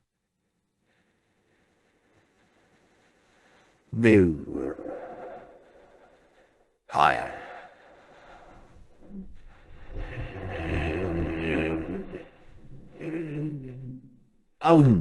The knowledge that his own assumptions led to Frost's position, combined with what he saw in Frost's face and had experienced in this cell, effected a complete conversion.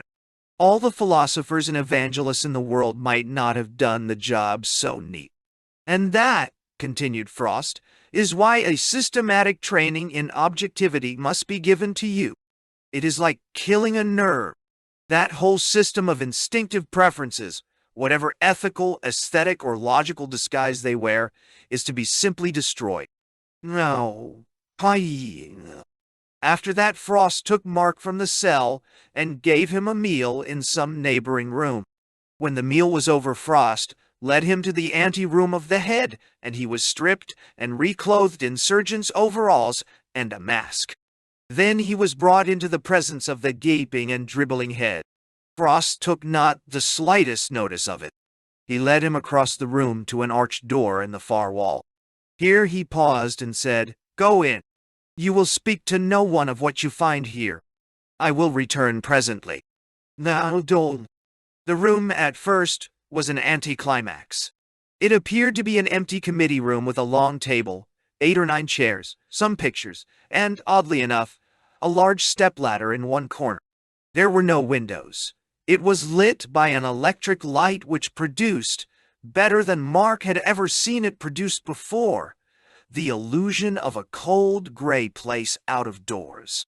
A man of trained sensibility would have seen at once that the room was ill-proportioned, not grotesquely but sufficiently to produce dislike. Mark felt the effect without analyzing the cause, and the effect grew as time passed. Sitting staring about him, he next noticed the door. The point of the arch was not in the center. The thing was lopsided. Once again, the error was not gross. The thing was near enough to the true to deceive you for a moment, and to go on teasing the mind after the deception had been unmasked. He turned and sat with his back to it.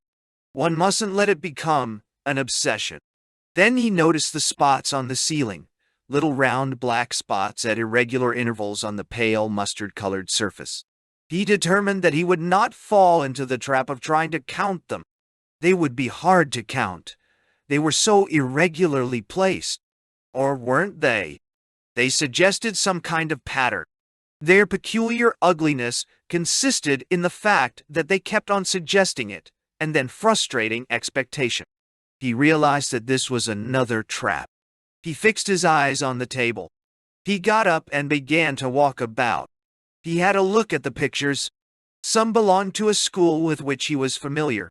There was a portrait of a young woman who held her mouth wide open to reveal the fact that the inside of it was thickly overgrown with hair. It was very skillfully painted in the photographic manner so that you could feel that hair. There was a giant mantis playing a fiddle while being eaten by another mantis, and a man with corkscrews instead of arms bathing in a flat, sadly colored sea beneath a summer sunset. But most of the pictures were not of this kind. Mark was a little surprised at the predominance of scriptural themes. It was only at the second or third glance that one discovered certain unaccountable details. Who was the person standing between the Christ and the Lazarus? And why were there so many beetles under the table in the Last Supper? What was the curious trick of lighting that made each picture look like something seen in delirium? When once these questions had been raised, the apparent ordinariness of the pictures became like the ominous surface innocence at the beginning of certain dreams. Every fold of drapery, every piece of architecture had a meaning one could not grasp but which withered the mind. He understood the whole business now. Frost was not trying to make him insane, at least not in the sense Mark had hitherto given to the word insanity. To sit in the room was the first step towards what Frost called objectivity, the process whereby all specifically human reactions were killed in a man, so that he might become fit for the fastidious society of the macrobes. Higher degrees in the asceticism of anti-nature would doubtless follow. The eating of abominable food, the dabbling in dirt and blood, the ritual performances of calculated obscenities. They were playing quite fair with him, offering him the same initiation through which they themselves had passed. After an hour, this long high coffin of a room began to produce on Mark an effect which his instructor had probably not anticipated. As the desert first teaches men to love water, or as absence first reveals affection, there rose, up against this background of the sour and the crooked, some kind of vision of the sweet and the straight. Something else, something he vaguely called the normal, apparently existed. He had never thought about it before, but there it was, solid, massive, like something you could touch or eat or fall in love with. It was all mixed up with Jane, and fried eggs, and soap and sunlight, and the rooks cawing at Cure Hardy. He was not thinking in moral terms at all. Or else, what is much the same thing, he was having his first deeply moral experience. While it was still at its height, Frost returned. He led Mark to a bedroom where a fire blazed and an old man lay in bed. The light gleamed on glasses and silver, and Frost told him that he must remain here till relieved, and must ring up the deputy director if the patient spoke or stirred. He himself was to say nothing. Indeed, it would be useless, for the patient did not understand English. Frost retired. Mark glanced round the room. He was reckless now. Do or die for it. He was going to have a meal. Perhaps a smoke first. "Damn!" he said as he put his hand into his pocket and found it empty. At the same moment he noticed that the man in the bed had opened his eyes and was looking at him. "I'm sorry," said Mark. "I didn't mean—" and then stopped. The man sat up in bed and jerked his head towards the door. "Ah?" he said inquiringly. "I beg your pardon," said Mark. "Ah?" said the man again. "You are no one say, unzawa. Foreigners, eh? No, nobody. You do speak English, then?" said Mark. "Ah," said the man. After a pause of several seconds, he said, "Governor!" Mark looked at him. "Governor," repeated the patient with great energy. "You haven't got such a thing as a bit of baccy about you." "Ah?" "I think that's all we can do for the present," said Mother Dimble. "We'll do the flowers this afternoon." She was speaking to Jane, and both were in what was called the lodge, a little stone house beside the garden door, at which Jane had been first admitted to the manor. Mrs. Dimble and Jane had been preparing it for the Maggs family. For Mr. Noll, Maggs's sentence expired today, and Ivy had gone off by train on the previous afternoon to spend the night with an aunt in the town where he was imprisoned, and to meet him at the prison gates. In Mrs. Dimble's hands the task became something between a game and a ritual. It woke in Jane memories of 16th century epithalamians, old superstitions, jokes, and sentimentalities about bridal beds and bowers. Mother Dimble, for all her 19th century propriety, struck her this afternoon as being herself an archaic person. Ivy had discussed her own story with Jane only the day before. Mr. Maggs had stolen some money from the laundry that he worked for. He had done this before he met Ivy, and at a time when he had got into bad company. Since he and Ivy had started going out together, he had gone as straight, but the little crime had been unearthed and come out of the past to catch him. Jane had said very little during the telling of this story. Ivy had not seemed conscious of the purely social stigma attaching to petty theft and a term of imprisonment, so that Jane would have had no opportunity to practice, even if she had wished, that almost technical kindness which some people reserve for the sorrows of the poor. On the other hand, she was given no chance to be revolutionary or speculative to suggest that theft was no more criminal than all wealth was criminal. Ivy seemed to take traditional morality for granted. She had been ever so upset about it. It seemed to matter a great deal in one way, and not to matter at all in another. It had never occurred to her that it should alter her relations with her husband, as though theft, like ill health, were one of the normal risks one took in getting married. Mrs. Dimble went back to the house presently to fetch some little nicety which would put the finishing touch to the bedroom in the lodge. Jane, feeling a little tired, knelt on the window seat and put her elbows on the sill and her chin in her hands. The sun was almost hot.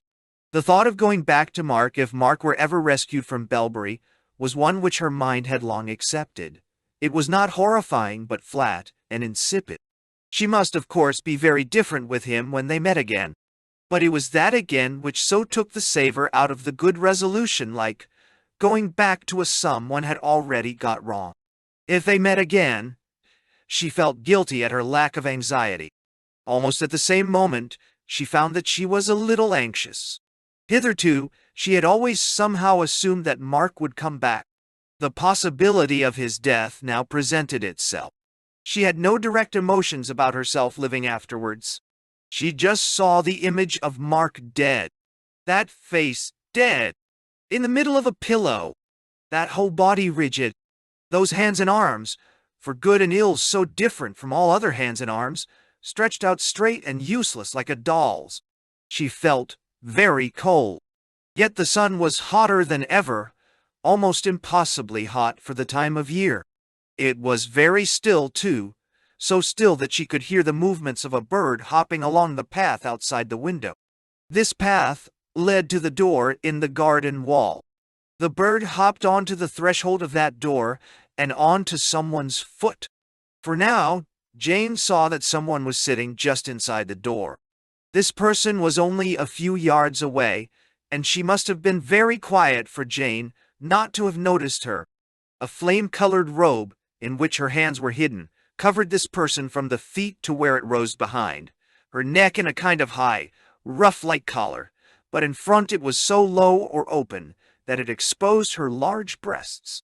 Her skin was darkish and southern and glowing, almost the color of honey. Some such dress Jane had seen worn by a Minoan priestess on a vase from Cenosis. The head, poised motionless on the muscular pillar of her neck, stared straight at Jane. It was a red-cheeked, wet-lipped face with black eyes, almost the eyes of a cow, and an enigmatic expression. It was not, by ordinary standards, at all like the face of Mother Dimble, but Jane recognized it. It was Mother Dimble's face with something left out, and the omission shocked Jane. It is brutal, she thought, for its energy crushed her. But then she half changed her mind, and thought, it is I who am weak, trumpery. It is mocking me, she thought, but then once more changed her mind and thought, it is ignoring me. It doesn't see me. She tried to look aside from the face, succeeded, and saw for the first time that there were other creatures present. A whole crowd of ridiculous little men, fat dwarfs in red caps with tassels on them, gnome-like little men, insufferably familiar, frivolous, and irrepressible.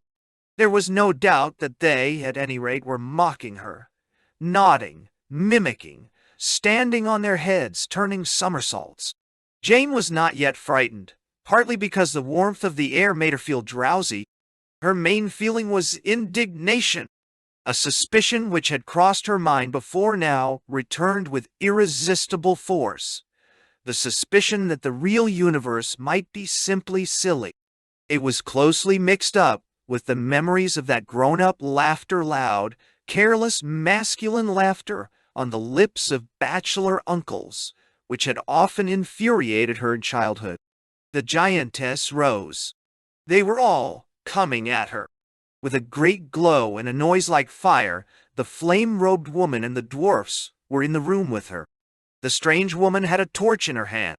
It burned with terrible, blinding brightness, crackling, and sent up a cloud of dense black smoke and a sticky, resinous smell. If they're not careful, thought Jane, they'll set the house on fire. The outrageous little men began making hay of the room. In a few seconds the bed was a mere chaos, the sheets on the floor, the pillows hurtling through the air, feathers flying everywhere. Look out, can't you?" shouted Jane, for the giantess was beginning to touch various parts of the room with her torch. She touched a vase on the mantelpiece. Instantly there rose from it a streak of color which Jane took for fire. She was just moving to try to put it out when she saw that the same thing had happened to a picture on the wall. It happened faster and faster all round her. The very top-knots of the dwarfs were now on fire. But just as the terror of this became unbearable, Jane noticed that what was curling up from everything the torch had touched was not flame after all, but vegetation. Ivy and honeysuckle were growing up the legs of the bed. Red roses were sprouting from the caps of the little men, and from every direction huge lilies rose to her knees and waist, shooting out their yellow tongues at her. "Oh, Jane, Jane," said the voice of Mrs. Dimble suddenly. "What on earth is the matter?" Jane sat up. The room was empty, but the bed had all been pulled to pieces. "Are you ill, child?" asked Mother Dimble. "I must see the director at once," said Jane. "It's all right. Don't bother. I can get up by myself." "Really? I didn't see. Mr. Bultitude's mind was as furry and as unhuman as his body. He did not remember the provincial zoo from which he had escaped during a fire, nor his first snarling and terrified arrival at the manor, nor the stages whereby he had learned to love and trust its inhabitants. He did not know that he loved and trusted them now. He did not know that they were people, nor that he was a bear. Everything that is represented by the words I and me and thou was absent from his mind. When Mrs.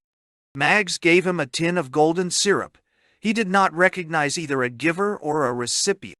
His loves might, if you wished, be all described as cupboard loves. But if by a cupboard love you meant something cold or calculating, you would be quite misunderstanding the beast's sensations. He was no more like a human egoist than he was like a human altruist. There was no prose in his life. The appetencies which a human might disdain as cupboard loves were for him quivering aspirations which absorbed his whole being, infinite yearnings, stabbed with the thread of tragedy, and shot through with the colors of paradise. One of our race, if plunged for a moment in the warm, trembling, iridescent pool of that pre-Adamite consciousness, would have emerged believing that he had grasped the absolute. For states below reason and states above it have a superficial resemblance, but fathoms deeper than any memory can take us, right down in the central warmth and dimness, the bear lived all its life. Today, an unusual thing had happened to him. He had got into the garden without being muzzled. He was always muzzled out of doors, not because there was any fear of his becoming dangerous, but because of his partiality for fruit and for the sweeter kinds of vegetables. But today the precaution had been forgotten, and the bear had passed a very agreeable morning investigating the turnips. Now, in the early afternoon, he had approached the garden wall. There was a chestnut tree within the wall which the bear could easily climb, and from its branches he could drop down on the far side. He was standing looking up at this tree. Mrs. Maggs would have described his state of mind by saying, "He knows perfectly well he's not allowed out of the garden." That was not how it appeared to Mr. Bultitude. He had no morals, but the director had given him certain inhibitions. A mysterious reluctance arose, a clouding of the emotional weather when the wall was too close, but mixed with this, there was an opposite impulse to get beyond that wall. If the pressure behind this impulse could be translated into human terms at all, it would appear more like a mythology than a thought. One met bees in the garden. The bees all went away, over the wall, and to follow bees was the obvious thing to do. There was a sense in the bear's mind. One could hardly call it a picture, of green lands beyond the wall, and hives, and bees the size of sparrows, and there, walking, trickling, oozing to meet one, something or someone stickier, sweeter, than honey itself. 3 times Mr. Bultitude turned away from the tree and the wall, but each time he came back. Then, very cautiously and quietly, he began to climb the tree. When he got up into the fork, he sat there for a long time. He sat there for nearly half an hour. Sometimes his mind wandered from the point, and once he nearly went to sleep. In the end, he got down on the outside of the wall. When he found that the thing had really happened, he became so frightened that he sat still at the bottom of the grassy bank on the very edge of the road. A motor van came into sight. It was driven by a man in the livery of the NICE, and another man in the same livery sat beside him. "Hello, I say," said the second man. "Pull up, Sid." "What about that?" "What?" said the driver. "Haven't you got eyes in your head?" said the other. "Gore," said Sid, pulling up. "A bloody great bear, I say it. Couldn't be our own bear, could it?" "Get on," said his mate. "She was in her cage all right this morning. You don't think she could have done a bunk? There'd be hell to pay for you and me." "She couldn't have got here if she had done a bunk. Bears don't go 40 miles an hour, but hadn't we better pinch this one?" "We haven't got no orders," said Sid. "No. And we haven't failed to get that blasted wolf either, have we? Well, what? Wasn't our fault. Indeed. Now, of course it wasn't our fault, but the boss won't take no notice of that. It's get on or get out at Belbury." "Get out?" said Sid. I wish to hell I knew how to. Len spat over the side, and there was a moment's silence. Anyway, said Sid presently, what's the good of taking a bear back? Wow. Well, isn't it better than coming back with nothing? Said Len. I know they want another one, and here it is free. All right, said Sid ironically. If you're so keen on it, just hop out and ask him to step in. Dope, said Len. Not on my bit of dinner you don't, said Sid. You're a bucking good mate to have, said Len, groping in a greasy parcel.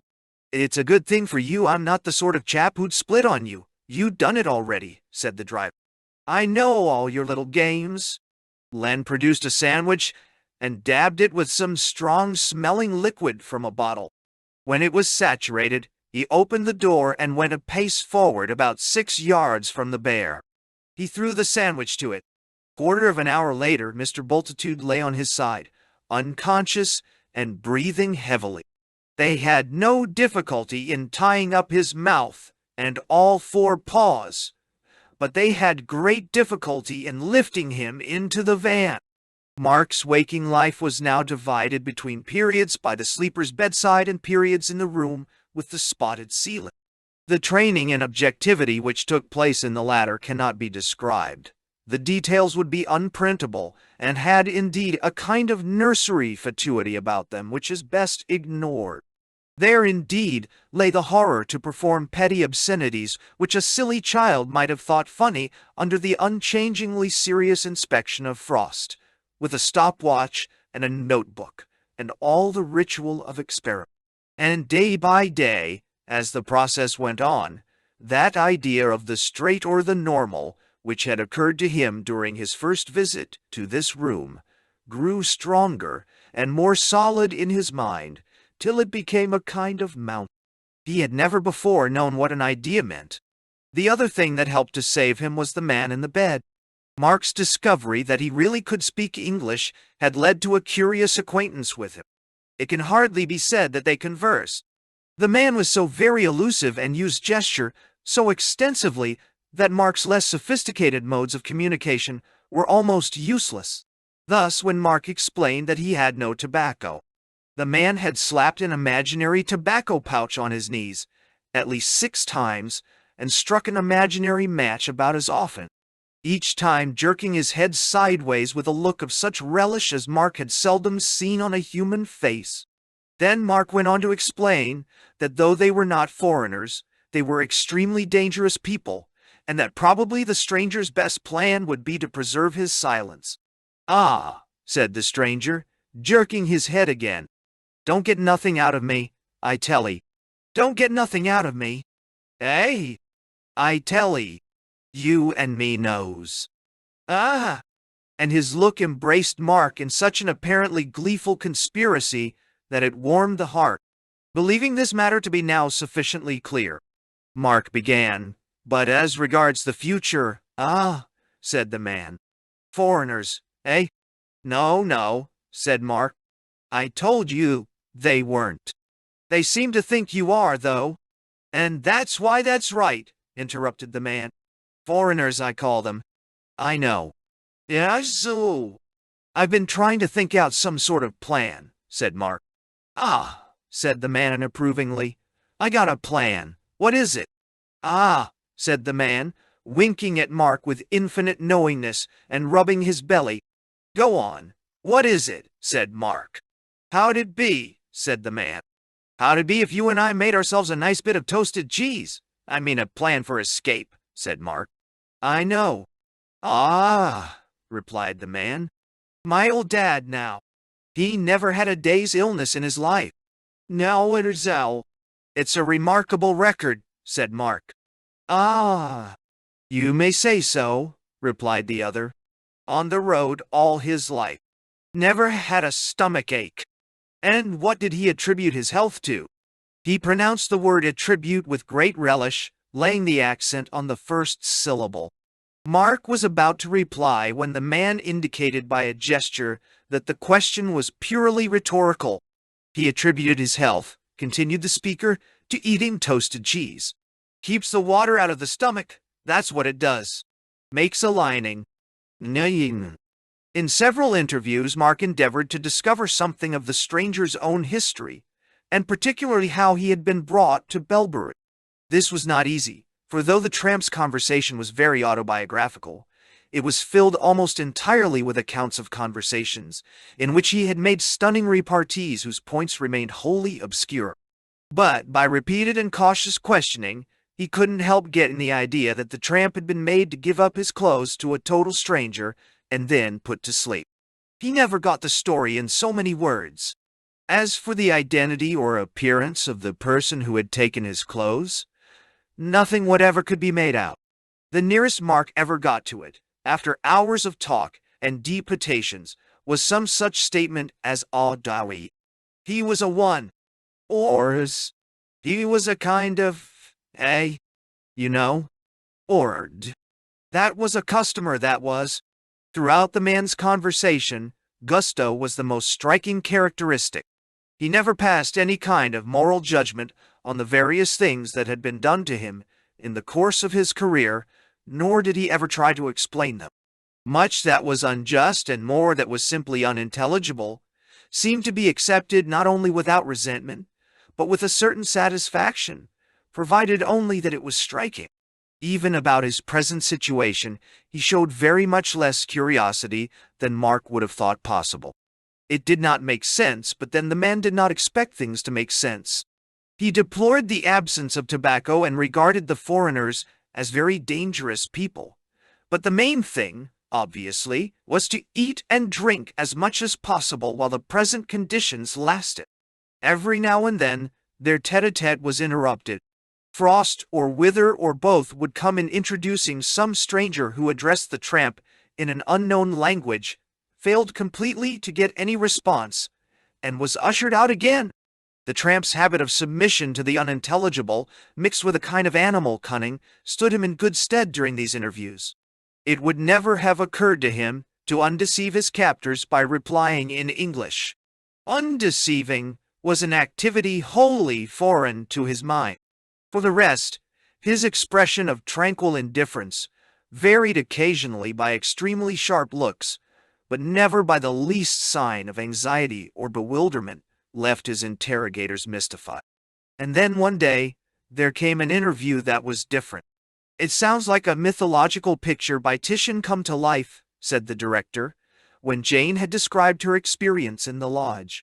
"Yes, but," said Jane, and stopped. "I see," she began again. "It was very like that, as if the air were on fire.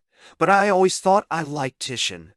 I suppose I wasn't really taking the pictures seriously enough."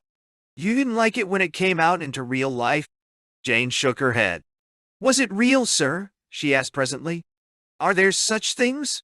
"Yes," said the director. "It was real enough. Oh, there are thousands of things within this square mile that I don't know about yet. And I dare say that the presence of Merlinus brings out certain things. And you yourself, you are a seer. You were perhaps bound to meet her. She's what you'll get if you won't have the other."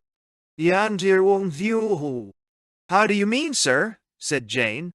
"You said she was a little like Mother Dimble." "So she is. But Mother Dimble with something left out. Mother Dimble is friends with all that world as Merlinus is friends with the woods and rivers. But he isn't a wood or a river himself.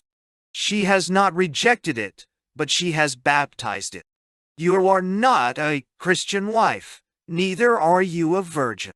You have put yourself where you must meet that old woman, and you have rejected all that has happened to her since Maldil came to earth. So you get her raw and transformed and demoniac, and you don't like it." "Oh, you mean," said Jane slowly, "I've been repressing something." "Aye." The director laughed, just that loud, assured, bachelor laughter which had often infuriated her on other lips. "Yes," he said, "but don't think I'm talking of Freudian repressions." He knew only half the facts. "I'm afraid there's no niche in the world for people that won't be either pagan or Christian. Just imagine a man who is too dainty to eat with his fingers and yet wouldn't use forks. His laughter rather than his words had reddened Jane's cheeks. Her female dream of finding a man who really understood was being insulted. Some knowledge of a world beyond nature she had already gained from living in his house. But she had been conceiving this world as spiritual in the negative sense, as some neutral or democratic vacuum where differences disappeared, where sex and sense were not transcended, but simply taken away. "No," said the director, "there is no escape. If it were a virginal rejection of the male, he would allow it. Such souls can bypass the male and go on to meet something far more masculine, higher up, to which they must make a yet deeper surrender. But your trouble has been what old poets called dongir. We call it pride. You are offended by the masculine itself, the loud, eruptive, possessive thing, the gold lion, the bearded bull which breaks through hedges and scatters the little kingdom of your primness as the dwarf scattered the carefully made bed. The male you could have escaped, for it exists only on the biological level. But the masculine none of us can escape. What is above and beyond all things is so masculine that we are all feminine in relation to it. You had better agree with your adversary quickly." "No, I mean, did I? Well, you mean I shall have to become a Christian?" said Jane. "It looks like it," said the director. "Playing for time?" she asked. "Who was that huge woman?" "I'm not sure," said the director, "but I think I can make a guess. Did you know that all the planets are represented in each?" "No, sir, I didn't." "Apparently they are. There is no Oyarsa in heaven who has not got his representative on earth. And there is no world where you could not meet a little unfallen partner of our own black archon, a kind of other self. That is why there was an Italian Saturn, as well as a heavenly one, and a Cretan Jove as well as an Olympian. What concerns you more? There is a terrestrial as well as a celestial Venus Paralandra's wraith as well as Paralan. And you think, Galileo. I do. I have long known that this house is deeply under her influence. There's even copper in the soil. Also the Earth Venus will be specially active here at present, for it is tonight that her heavenly archetype will really descend. I had forgotten, said Jane. You will not forget it once it has happened. All of you had better stay together. Do not come upstairs. Tonight I will bring Merlin before my masters, all 5 of them, Viratrolbia, Paralandra, Malacandra, Glund and Lurga. He will be opened. Powers will pass into him. Now, indeed. What will he do, sir? The director laughed. The first step is easy. The enemies at Belbury are already looking for experts in archaic Western dialects, preferably Celtic. We shall send them interpreter. Yes, by the splendor of Christ we will send them one.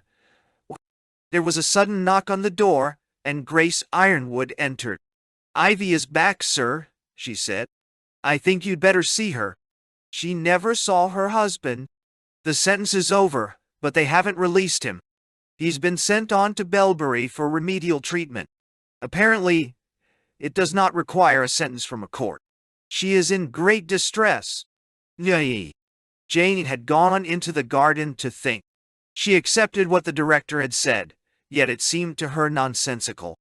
Religion ought to mean a realm in which her haunting female fear of being treated as a thing, an object of barter and desire and possession, would be set permanently at rest, and what she called her true self would soar upwards and expand in some freer and purer world. For still, she thought that religion was a kind of exhalation, or a cloud of incense, something steaming up from specially gifted souls towards a receptive heaven. Then, quite sharply, it occurred to her that the director never talked about religion, nor did the Dimbles nor Camilla. They talked about God. They had no picture in their minds of some mist steaming upward, rather of strong, skillful hands thrust down to make and mend, perhaps even to destroy. Supposing one were a thing after all, a thing designed and invented by someone else and valued for qualities quite different from what one had decided to regard as one's true self. Supposing all those people who, from the bachelor uncles down to Mark and Mother Dimble, had infuriatingly found her sweet and fresh when she wanted them to find her also interesting and important, had all along been simply right and perceived the sort of thing she was. Supposing Maeldill on this subject agreed with them and not with her. For one moment, she had a ridiculous and scorching vision of a world in which God himself would never understand, never take her with full seriousness. Then, at one particular corner of the gooseberry patch, the change came. What awaited her there was serious to the degree of sorrow and beyond. There was no form nor sound. The mold under the bushes, the moss on the path, and the little brick border were not visibly changed. But they were changed. A boundary had been crossed. She had come into a world, or into a person, or into the presence of a person. Something expectant, patient, inexorable, met her with no veil or protection between. In the closeness of that contact, she perceived at once that the director's words had been entirely misleading. This demand which now pressed upon her was not, even by analogy, like any other demand. It was the origin of all right demands and contained them. In its light you could understand them. But from them you could know nothing of it. There was nothing, and never had been anything like this. And now there was nothing except this. Yet also, everything had been like this. Only by being like this had anything existed. In this height and depth and breadth, the little idea of herself, which she had hitherto called me, dropped down and vanished, unfluttering, into bottomless distance, like a bird in space without air. The name me was the name of a being whose existence she had never suspected, a being that did not yet fully exist but which was demanded. It was a person, not the person she had thought, yet also a thing, a made thing, made to please another, and in him to please all others, a thing being made at this very moment, without its choice, in a shape it had never dreamed of. And the making went on amidst a kind of splendor, or sorrow, or both, whereof she could not tell whether it was in the molding hands or in the kneaded lump. Words take too long. To be aware of all this and to know that it had already gone made one single experience. It was revealed only in its departure. The largest thing that had ever happened to her had apparently found room for itself in a moment of time too short to be called time at all. Her hand closed on nothing but a memory, and as it closed, without an instant's pause, the voices of those who have not joy rose howling and chattering from every corner of her being. Take care. Draw back. Keep your head. Don't commit yourself, they said. And then more subtly, from another quarter, you have had a religious experience. This is very interesting. Not everyone does. How much better you will now understand the 17th century poets. Or from a third direction, more sweetly. Go on. Try to get it again. It will please the director. But her defenses had been captured, and these counterattacks were unsuccessful. Chapter 15. The Descent of the Gods. All the house at St. Anne's was empty, but for 2 rooms. In the kitchen, drawn a little closer than usual about the fire, and with the shutters closed, sat Dimble and McPhee and Denniston and the women. Removed from them by many a long vacancy of stair and passage, the Pendragon and Merlin were together in the blue room. If anyone had gone up to the lobby outside the blue room, he would have found something other than fear that barred his way, an almost physical resistance.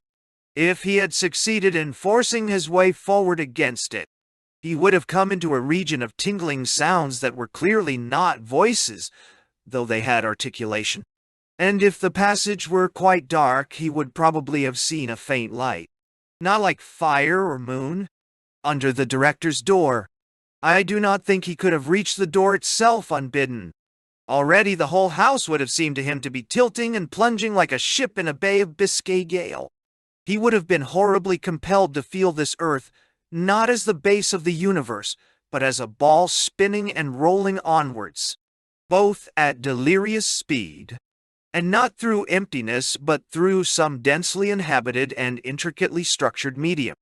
He would have known sensuously, until his outraged senses forsook him, that the visitants in that room were in it, not because they were at rest, but because they glanced and wheeled through the packed reality of heaven, which men call empty space, to keep their beams upon this spot of the moving earth's hide. The Druid and Ransom had begun to wait for these visitors soon after sundown. Ransom was on his sofa. Merlin sat beside him, his hands clasped, his body a little bent forward. Sometimes a drop of sweat trickled coldly down his gray cheek. He had at first addressed himself to Neil, but Ransom forbade him. "See thou do it not," he had said. "Have you forgotten that they are our fellow servants?" The windows were uncurtained, and all the light that there was in the room came thence. Frosty red when they began their waiting, but later starlit. Long before anything happened in the blue room, the party in the kitchen had made their 10 o'clock tea. It was while they sat drinking it that the change occurred. Up till now, they had instinctively been talking in subdued voices, as children talk in a room where their elders are busied about some august incomprehensible matter, a funeral, or the reading of a will. Now, of a sudden, they all began talking loudly at once, each, not contentiously but delightedly, interrupting the others. A stranger coming into the kitchen would have thought they were drunk. Not soddenly, but gaily drunk. Would have seen heads bent close together, eyes dancing, an excited wealth of gesture. What they said, none of the party could afterwards remember. Dimble maintained that they had been chiefly engaged in making puns. McPhee denied that he had ever, even that night, made a pun, but all agreed that they had been extraordinarily witty. If not plays upon words, yet certainly plays upon thoughts, paradoxes, fancies, anecdotes, theories laughingly advanced, yet, on consideration, well worth taking seriously, had flowed from them and over them with dazzling prodigality. Even Ivy forgot her great sorrow. Mother Dimble always remembered Deniston and her husband as they had stood, one on each side of the fireplace, in a gay intellectual duel, each capping the other, each rising above the other, up and up, like birds or aeroplanes in combat. Never in her life had she heard such talk, such eloquence, such toppling structures of double meaning, such sky rockets of metaphor and illusion. A moment after that, and they were all silent. Calm fell, as suddenly as when one goes out of the wind behind a wall. They sat staring upon one another, tired and a little self-conscious. Upstairs, this first change had had a different operation. There came an instant at which both men braced themselves. Ransom gripped the side of his sofa. Merlin set his teeth. A rod of colored light, whose color no man can name or picture, darted between them. No more to see than that, but seeing was the least part of their experience. Quick agitation seized them, a kind of boiling and bubbling in mind and heart, which shook their bodies also. It went to a rhythm of such fierce speed that they feared their sanity must be shaken into 1,000 fragments. And then it seemed that this had actually happened. But it did not matter, for all the fragments, needle-pointed desires, brisk merriments, lynx-eyed thoughts, went rolling to and fro like glittering drops and reunited themselves. It was well that both men had some knowledge of poetry. The doubling, splitting, and recombining of thoughts which now went on in them would have been unendurable for one whom that art had not already instructed in the counterpoint of the mind, the mastery of doubled and trebled vision. For Ransom, whose study had been for many years in the realm of words, it was heavenly pleasure. He found himself sitting within the very heart of language, in the white-hot furnace of essential speech. All fact was broken, splashed into cataracts, caught, turned inside out, kneaded, and reborn as meaning. For the Lord of Meaning himself, the herald, the messenger, the slayer of Argus, was with them, the angel that spins nearest the sun, Viratrolbia, whom men call Mercury and Thought. Down in the kitchen, drowsiness stole over them after the orgy of speaking had come to an end. Jane, having nearly fallen asleep, was startled by her book falling from her hand and looked about her. How warm it was! How comfortable and familiar! She had always liked wood fires, but tonight the smell of the logs seemed more than ordinarily sweet. She began to think it was sweeter than it could possibly be, that a smell of burning cedar or of incense pervaded the room. It thickened. Fragrant names hovered in her mind, nard and cassia's balmy smells in all Arabia breathing from a box. Even something more subtly sweet, perhaps maddening. Why not forbid? But she knew it was commanded. She was too drowsy to think deeply how this could be. The Dimbles were talking together, but in so low a voice that the rest could not hear. Their faces appeared to her transfigured. She could no longer see that they were old, only mature, like ripe fields in August, serene and golden, with the tranquility of fulfilled desire. On her other side, Arthur said something in Camilla's ear. There too. But as the warmth and sweetness of that rich air now fully mastered her brain, she could hardly bear to look on them. Not through envy, that thought was far away, but because a sort of brightness flowed from them that dazzled her, as if the god and goddess in them burned through their bodies and through their clothes and shone before her in a young double. Natured nakedness of rose, red spirit that overcame her, and all about them danced, as she half saw, not the gross and ridiculous dwarfs which she had seen that afternoon, but grave and ardent spirits, bright-winged, their boyish shapes smooth and slender like ivory rods. In the blue room also Ransom and Merlin felt about this time that the temperature had risen. The windows, they did not see how or when, had swung open. But the temperature did not drop, for it was from without that the warmth came. Through the bare branches, across the ground which was once more stiffening with frost, a summer breeze was blowing into the room, but the breeze of such a summer as England never has. Laden like heavy barges that glide nearly gunwale under. Laden so heavily you would have thought it could not move. Laden with ponderous fragrance of night, scented flowers, sticky gums, groves that drop odors, and with cool savor of midnight fruit. It stirred the curtains. It lifted a letter that lay on the table. It lifted the hair which had a moment before been plastered on Merlin's forehead. The room was rocking. They were afloat. A tingling and shivering as of foam and breaking bubbles ran over their flesh. Tears ran down Ransom's cheeks. He alone knew from what seas and what islands that breeze blew. Merlin did not, but in him also the inconsolable wound with which man is born waked and ached at this touching. Low syllables of prehistoric, Celtic self-pity murmured from his lips. These yearnings and fondlings were, however, only the forerunners of the goddess. As the whole of her virtue seized, focused, and held that spot of the rolling earth in her long beam, something harder, shriller, more perilously ecstatic, came out of the center of all the softness. Both the humans trembled, Merlin because he did not know what was coming, Ransom because he knew. And now it came. It was fiery, sharp, bright, and ruthless, ready to kill, ready to die, outspeeding light.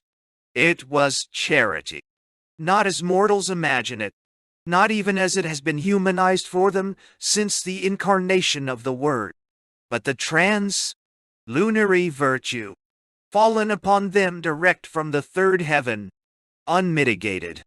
They were blinded, scorched. They thought it would burn their bones. They could not bear that it should continue. They could not bear that it should cease. So, Perilandra, triumphant among planets, whom men call Venus, came and was with them in the room.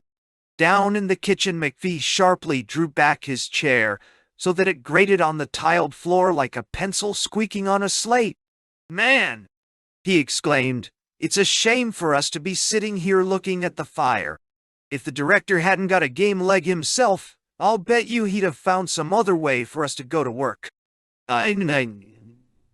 Deontay. Camilla's eyes flashed towards him. Go on, she said. Go on. What do you mean, McPhee? Said Dimble. He means fighting, said Camilla. They'd be too many for us, I'm afraid, said Arthur Deniston. Maybe so, said McPhee. But maybe there'll be too many for us this way, too. But it would be grand to have one go at them before the end. To tell you the truth, I sometimes feel I don't greatly care what happens. But I wouldn't be easy in my grave if I knew they'd won, and I'd never had my hands on them. No, they might be shy. Oh, said Camilla, if one could have a charge in the old style. I don't mind anything once I'm on a horse. No, I can't understand it, said Dimble. I'm not like you, McPhee. I'm not brave. But I was just thinking as you spoke that I don't feel afraid of being killed and hurt as I used to do. Not tonight. That's all. We may be, I suppose, said Jane. As long as we're all together, said Mother Dimble. It might be. No, I don't mean anything heroic. It might be a nice way to die. And suddenly, all their faces and voices were changed. They were laughing again, but it was a different kind of laughter. Their love for one another became intense. Each, looking on all the rest, thought, I'm lucky to be here. I could die with these. But McPhee was humming to himself. King William said, Be not dismayed for the loss of one commander. Wow. Upstairs it was, at first, much the same. Merlin saw in memory the wintry grass on Badon Hill, the long banner of the Virgin fluttering above the heavy British Roman cataphracts, the yellow-haired barbarians. He heard the snap of the bows, the click-clack of steel points in wooden shields, the cheers, the howling, the ringing of struck mail. He remembered also the evening, fires twinkling along the hill, frost making the gashes smart, starlight on a pool, fouled with blood, eagles crowding together in the pale sky. And Ransom, it may be, remembered his long struggle in the caves of Paralandra. But all this passed. Something tonic and lusty and cheerily cold, like a sea breeze, was coming over them. There was no fear anywhere. The blood inside them flowed as if to a marching song. They felt themselves taking their places in the ordered rhythm of the universe, side by side with punctual seasons and patterned atoms, and the obeying seraphim. Under the immense weight of their obedience, their will stood up straight and untiring like caryatides. Eased of all fickleness they stood, gay, light, nimble, and alert. They had outlived all anxieties. Care was a word without meaning. To live was to share without effort this processional pomp. Ransom knew, as a man knows when he touches iron, the clear, taut splendor of that celestial spirit who now flashed between them. Vigilant Malacandra, captain of a cold orb, whom men call Mars and Mavers, and Tyr, who put his hand in the wolf mouth. Ransom greeted his guests in the tongue of heaven. But he warned Merlin that now the time was coming when he must play the man. The three gods who had already met in the Blue Room were less unlike humanity than the two whom they still awaited. In Viritrolbia and Venus and Malacandra were represented those two of the 7 genders which bear a certain analogy to the biological sexes and can therefore be in some measure understood by men. It would not be so with those who were now preparing to descend. These also doubtless had their genders, but we have no clue to them. These would be mightier energies, ancient eldils, steersmen of giant worlds which have never from the beginning been subdued to the sweet humiliations of organic life. Stir the fire, Deniston, for any sake. That's a cold night, said McPhee in the kitchen. Fine. It must be cold outside, said Dimble. All thought of that, of stiff grass, hen roosts, dark places in the middle of woods, graves. Then of the sun's dying, the earth gripped, suffocated, in airless cold, the black sky lit only with stars. And then, not even stars, the heat death of the universe, utter and final blackness of nonentity from which nature knows no return. Another life. Possibly, thought McPhee. I believe, thought Denniston. But the old life gone, all its times, all its hours and days, gone. Can even omnipotence bring back? Where do years go and why? Man never would understand it. Saturn, whose name in the heavens is Lurga, stood in the blue room. His spirit lay upon the house, or even on the whole earth, with a cold pressure such as might flatten the very orb of Tellus to a wafer. Matched against the lead-like burden of his antiquity, the other gods themselves perhaps felt young and ephemeral. It was a mountain of centuries sloping up from the highest antiquity we can conceive. Up and up, like a mountain whose summit never comes into sight. Not to eternity where the thought can rest, but into more and still more time, into freezing wastes and silence of unnameable numbers. It was also strong, like a mountain. Its age was no mere morass of time where imagination can sink in reverie, but a living self, remembering duration which repelled lighter intelligences from its structure as granite flings back waves. Itself, unwithered and undecayed, but able to wither any who approached it unadvised. Ransom and Merlin suffered a sensation of unendurable cold, and all that was strength in Lurga became sorrow as it entered them. Yet Lurga in that room was overmatched. Suddenly a greater spirit came, one whose influence tempered and almost transformed to his own quality the skill of leaping Mercury, the clearness of Mars, the subtler vibration of Venus, and even the numbing weight of Saturn. In the kitchen his coming was felt. No one afterwards knew how it happened, but somehow the kettle was put on, the hot toddy was brewed. Arthur, the only musician among them, was bidden to get out his fiddle. The chairs were pushed back, the floor cleared. They danced. What they danced no one could remember. It was some round dance, no modern shuffling. It involved beating the floor, clapping of hands, leaping high. And no one, while it lasted, thought himself or his fellows ridiculous.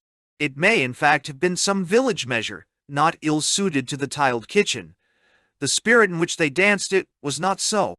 It seemed to each that the room was filled with kings and queens, that the wildness of their dance expressed heroic energy, and its quieter movements had seized the very spirit behind all noble ceremonies. Upstairs his mighty beam turned the blue room into a blaze of lights. Before the other angels a man might sink, before this he might die, but if he lived at all, he would laugh. If you had caught one breath of the air that came from him, you would have felt yourself taller than before. Though you were a cripple, your walk would have become stately. Though a beggar, you would have worn your rags magnanimously. Kingship and power and festal pomp and courtesy shot from him as sparks fly from an anvil. The ringing of bells, the blowing of trumpets, the spreading out of banners are means used on earth to make a faint symbol of his quality. It was like a long sunlit wave, creamy-crested and arched with emerald, that comes on 9 feet tall, with roaring and with terror and unquenchable laughter. It was like the first beginning of music in the halls of some king so high, and at some festival so solemn, that a tremor akin to fear runs through young hearts when they hear it. For this was great Glund, Oyarsa, King of Kings, through whom the joy of creation principally blows across these fields of Arbol, known to men in old times as Jove, and under that name, by fatal but not inexplicable misprision, confused with his maker. So little did they dream by how many degrees the stair even of created being rises above him. At his coming, there was holiday in the blue room.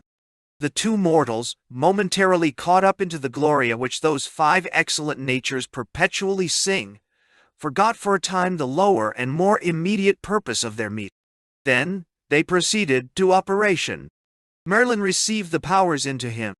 He looked different next day, partly because his beard had been shaved, but also because he was no longer his own man. No one doubted that his final severance from the body was near. Was Later in the day, McPhee drove him off and dropped him in the neighborhood of Belbury. Mark had fallen into a doze in the tramp's bedroom that day when he was startled and driven suddenly to collect himself by the arrival of visitors. Frost came in first. Two others followed. One was the deputy director. The other was a man whom Mark had not seen before. This person was dressed in a rusty cassock and carried in his hand a wide-brimmed black hat, such as priests wear in many parts of the continent. He was a very big man, and the cassock perhaps made him look bigger. He was clean-shaven, revealing a large face with heavy and complicated folds in it, and he walked with his head a little bowed. Mark decided that he was a simple soul, probably an obscure member of some religious order who happened to be an authority on some even more obscure language. It was rather odious to see him between those two birds of prey, Withers, effusive and flattering, on his right, and Frost on his left, waiting with scientific attention, but also, as Mark could see, with a certain cold dislike for the result of the new experiment. Wither talked to the stranger for some moments in a language which Mark recognized as Latin. A priest, obviously, thought Mark. But I wonder where from. Wither knows most of the ordinary languages. Would the old chap be a Greek? The stranger took a step nearer to the bed and spoke two syllables in a low voice. For a second or two the tramp seemed to be afflicted with a shivering fit. Then, slowly, but with continuous movement, as when the bows of a ship come round in obedience to the rudder, he rolled round and lay staring up into the other's face. From certain jerkings of his head and hands, and from certain attempts to smile, Mark concluded that he was trying to say something, probably of a deprecatory and insinuating kind. What next followed took his breath away. The stranger spoke again, and then, with much facial contortion, mixed with coughs and stammers and spluttering and expectoration, there came out of the tramp's mouth, in a high, unnatural voice, syllables, words, a whole sentence, in some language that was neither Latin nor English. All this time the stranger kept his eyes fixed on those of the tramp. The stranger spoke again. This time the tramp replied at much greater length, and seemed to manage the unknown language a little more easily, though his voice remained quite unlike that in which Mark had heard him talking for the last few days. At the end of his speech he sat up in bed and pointed to where Wither and Frost were standing. The stranger appeared to ask him a question. The tramp spoke for the third time. At this reply the stranger started back, crossed himself several times, and exhibited every sign of terror. He turned and spoke rapidly in Latin to the other two, caught up his skirts and made a bolt for the door. But the scientists were too quick for him. For a few minutes all three were wrangling there, Frost's teeth bared like an animal's, and the loose mask of Wither's face wearing, for once, a quite unambiguous expression. The old priest was being threatened.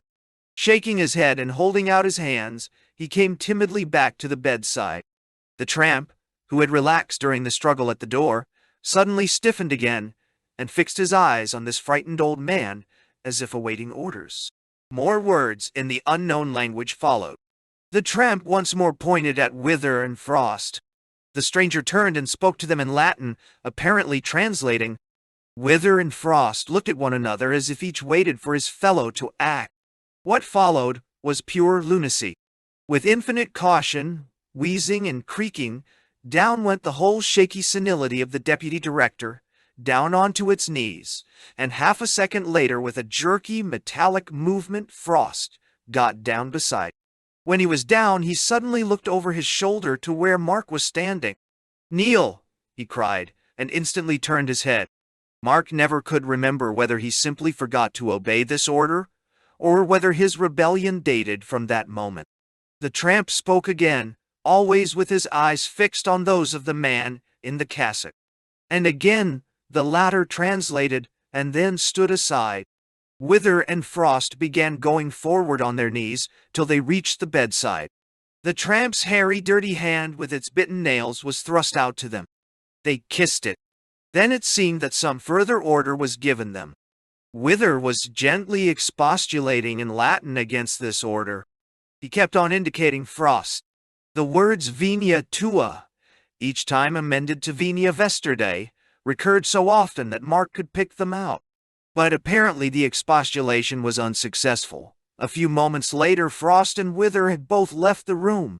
As the door shut, the tramp collapsed like a deflated balloon. He rolled himself to and fro on the bed, muttering, "Gore, blimey! Couldn't have believed it.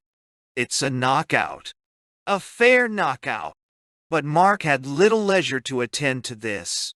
He found that the stranger was addressing him, and though he could not understand the words, he looked up. Instantly he wished to look away again, and found that he could not. A moment later he fell into his chair and slept. "It is, profoundly perplexing," said the deputy director, as soon as they found themselves outside the door. "It certainly looked," continued Frost, as if the man in the bed were being hypnotized, and the Basque priest were in charge of the situation. "And how on your hypothesis would a Basque priest come to invent the story that our guest was Merlinus Ambrosius? That is the point. If the man in the bed is not Merlinus, then someone else, someone quite outside our calculations, namely the priest, knows our whole plan. And that, my dear friend, is why the retention of both these persons and a certain extreme delicacy in our attitude to both is required. They must, of course, be detained. I would hardly say detained. It has implications. The most cordial welcome, the most meticulous courtesy. Now, Lenny, do I understand that you had always pictured Merlinus entering the Institute as a dictator rather than a colleague? As to that, said Wither, my conception had always been elastic. It would be a very real grief to me if I thought you were allowing any misplaced sense of your own dignity. In short, provided he is Merlinus. Where are you taking us at the moment? To my own apartments. The request was that we should provide our guest with some clothes. There was no request. We were ordered. The deputy director made no reply. When both men were in his bedroom and the door was shut, Frost said, "You do not seem to realize the dangers. We must take into account the possibility that the man is not Merlinus. And if he is not, then the priest knows things he ought not to know." "And where did you get the priest from?" "I think that is the kind of shirt which would be most suitable," said Wither, laying it on the bed. "The suits are in here. The clerical personage said he had come in answer to our advertisement. What do you propose to do?" "We will, of course, consult the head at once. I use that term, you understand, purely for convenience." "But how can you? Have you forgotten that this is the night of the inaugural banquet, and that Jules is coming down? He may be here in an hour. You will be dancing attendance on him till midnight." Wither had indeed forgotten. But the realization of this troubled him more than it would have troubled another. It was like the first breath of winter, the first crack in that great secondary self which he had built up to carry on the business of living while he floated far away on the frontiers of ghosthood. "You have to consider at once," said Frost, "what to do with these two men this very evening, which reminds me that we have already left them alone, and with Studdock, too, for over 10 minutes. We must go back." "And without a plan?" inquired Frost. "We must be guided by circumstances," said Wither. They were greeted on their return by a babble of imploring Latin from the man in the cassock. "Let me go," he said. "I entreat you do not do violence to a harmless old man. I will tell nothing, God forgive me, but I cannot stay here. This man who says he is Merlinus, come back from the dead. He is a diabolist, a worker of infernal miracles. Look what he did to the poor young man." He pointed to where Mark lay unconscious in his chair. "Silence," said Frost in the same language, "and listen. If you do what you are told, no harm will come to you. If you do not, you will be destroyed." The man whimpered. Suddenly, not as if he wished to, but as if he were a machine that had been worked, Frost kicked him. "Get on," he said. The end of it was that the tramp was washed and dressed. When this had been done, the man in the cassock said, "He is saying that he must now be taken through your house and shown the secrets." "Tell him," said Wither, "that it will be a very great pleasure and privilege." But here the tramp spoke again.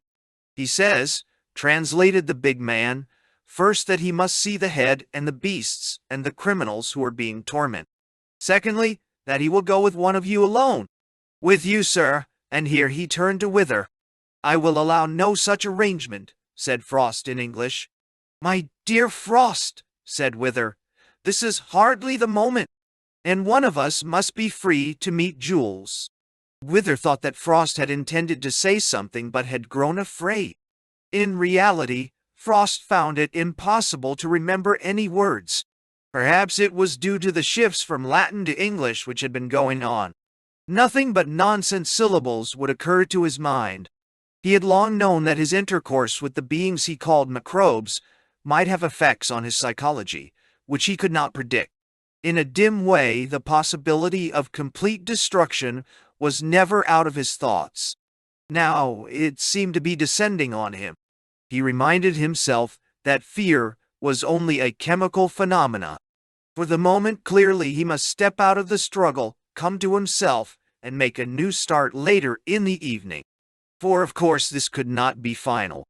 At worst it could only be the first hint of the end. Probably he had years of work before him. He would outlast Wither. He stood aside, and the tramp, accompanied by the real Merlin and the deputy director, left the room. Frost had been right in thinking that the aphasia would be only temporary. As soon as they were alone, he found no difficulty in saying, as he shook Mark by the shoulder, "Get up. What do you mean by sleeping here? Come with me to the objective room." "Why now?" Before proceeding to their tour of inspection, Merlin demanded robes for the tramp, and Wither dressed him as a doctor of philosophy of the University of Edgestone. Thus arrayed, walking with eyes half shut, the bewildered tinker was led upstairs and downstairs, and through the zoo and into the cells. Now and then, his face underwent a spasm, as if he were trying to say something, but he never succeeded in producing any words, except when the real Merlin asked him a question and fixed him with his. Meanwhile, in the objective room, something like a crisis had developed. As soon as they arrived there, Mark saw that the table had been drawn back. On the floor lay a crucifix, almost life-size, a work in the Spanish tradition, ghastly and realistic. "We have half an hour to pursue our exercises," said Frost. Then he instructed Mark to trample on it and insult it in other ways. Now, whereas Jane had abandoned Christianity in early childhood, along with fairies and Santa Claus, Mark had never believed it at all. At this moment, therefore, it crossed his mind for the first time that there might conceivably be something in it. Frost, who was watching him carefully, knew perfectly well that this might be the result of the present experiment. But he had no choice. Whether he wished it or not, this sort of thing was part of the initiation. "But, look here," said Mark. "What is it?" said Frost. "Pray, be quick." "This," said Mark, "this is all surely a pure superstition." Well, if so, what is their objective about stamping on the face? Isn't it just as subjective to spit on a thing like this as to worship it? That is superficial. If you had been brought up in a non-Christian society, you would not be asked to do this. Of course it is a superstition, but it is that particular superstition which has pressed upon our society for many centuries. It can be experimentally shown that it still forms a dominant system in the subconscious of many whose conscious thought appears to be wholly liberated. An explicit action in the reverse direction is therefore a necessary step towards complete objectivity. We find in practice that it cannot be dispensed with. Yeah, right. Mark was surprised at the emotions he was undergoing. He did not regard the image with anything like a religious feeling. Most emphatically, it did not belong to that idea of the straight or normal which had, for the last few days, been his support. The horrible vigor of its realism was indeed as remote from that idea as anything else in the room. That was one source of his reluctance. To insult even a carved image of such agony seemed abominable, but it was not the only source. With the introduction of this Christian symbol, the whole situation had altered and become incalculable. His simple antithesis of the normal and the diseased had obviously failed to take something into account. Why was the crucifix there? Why were more than half the poison pictures religious? "Pray make haste," said Frost. He was on the verge of obeying and getting the whole silly business over, when the defenselessness of the figure deterred him. Not because its hands were nailed and helpless, but because they were only made of wood, and therefore even more helpless, because the thing, for all its realism, was inanimate and could not in any way hit back. He paused. The unretaliating face of a doll, one of Myrtle's dolls, which he had pulled to pieces in boyhood, had affected him in the same way. "What are you waiting for, Mr. Studdock?" said Frost. Mark was aware of rising danger. Obviously, if he disobeyed, his last chance of getting out of Belbury alive might be gone.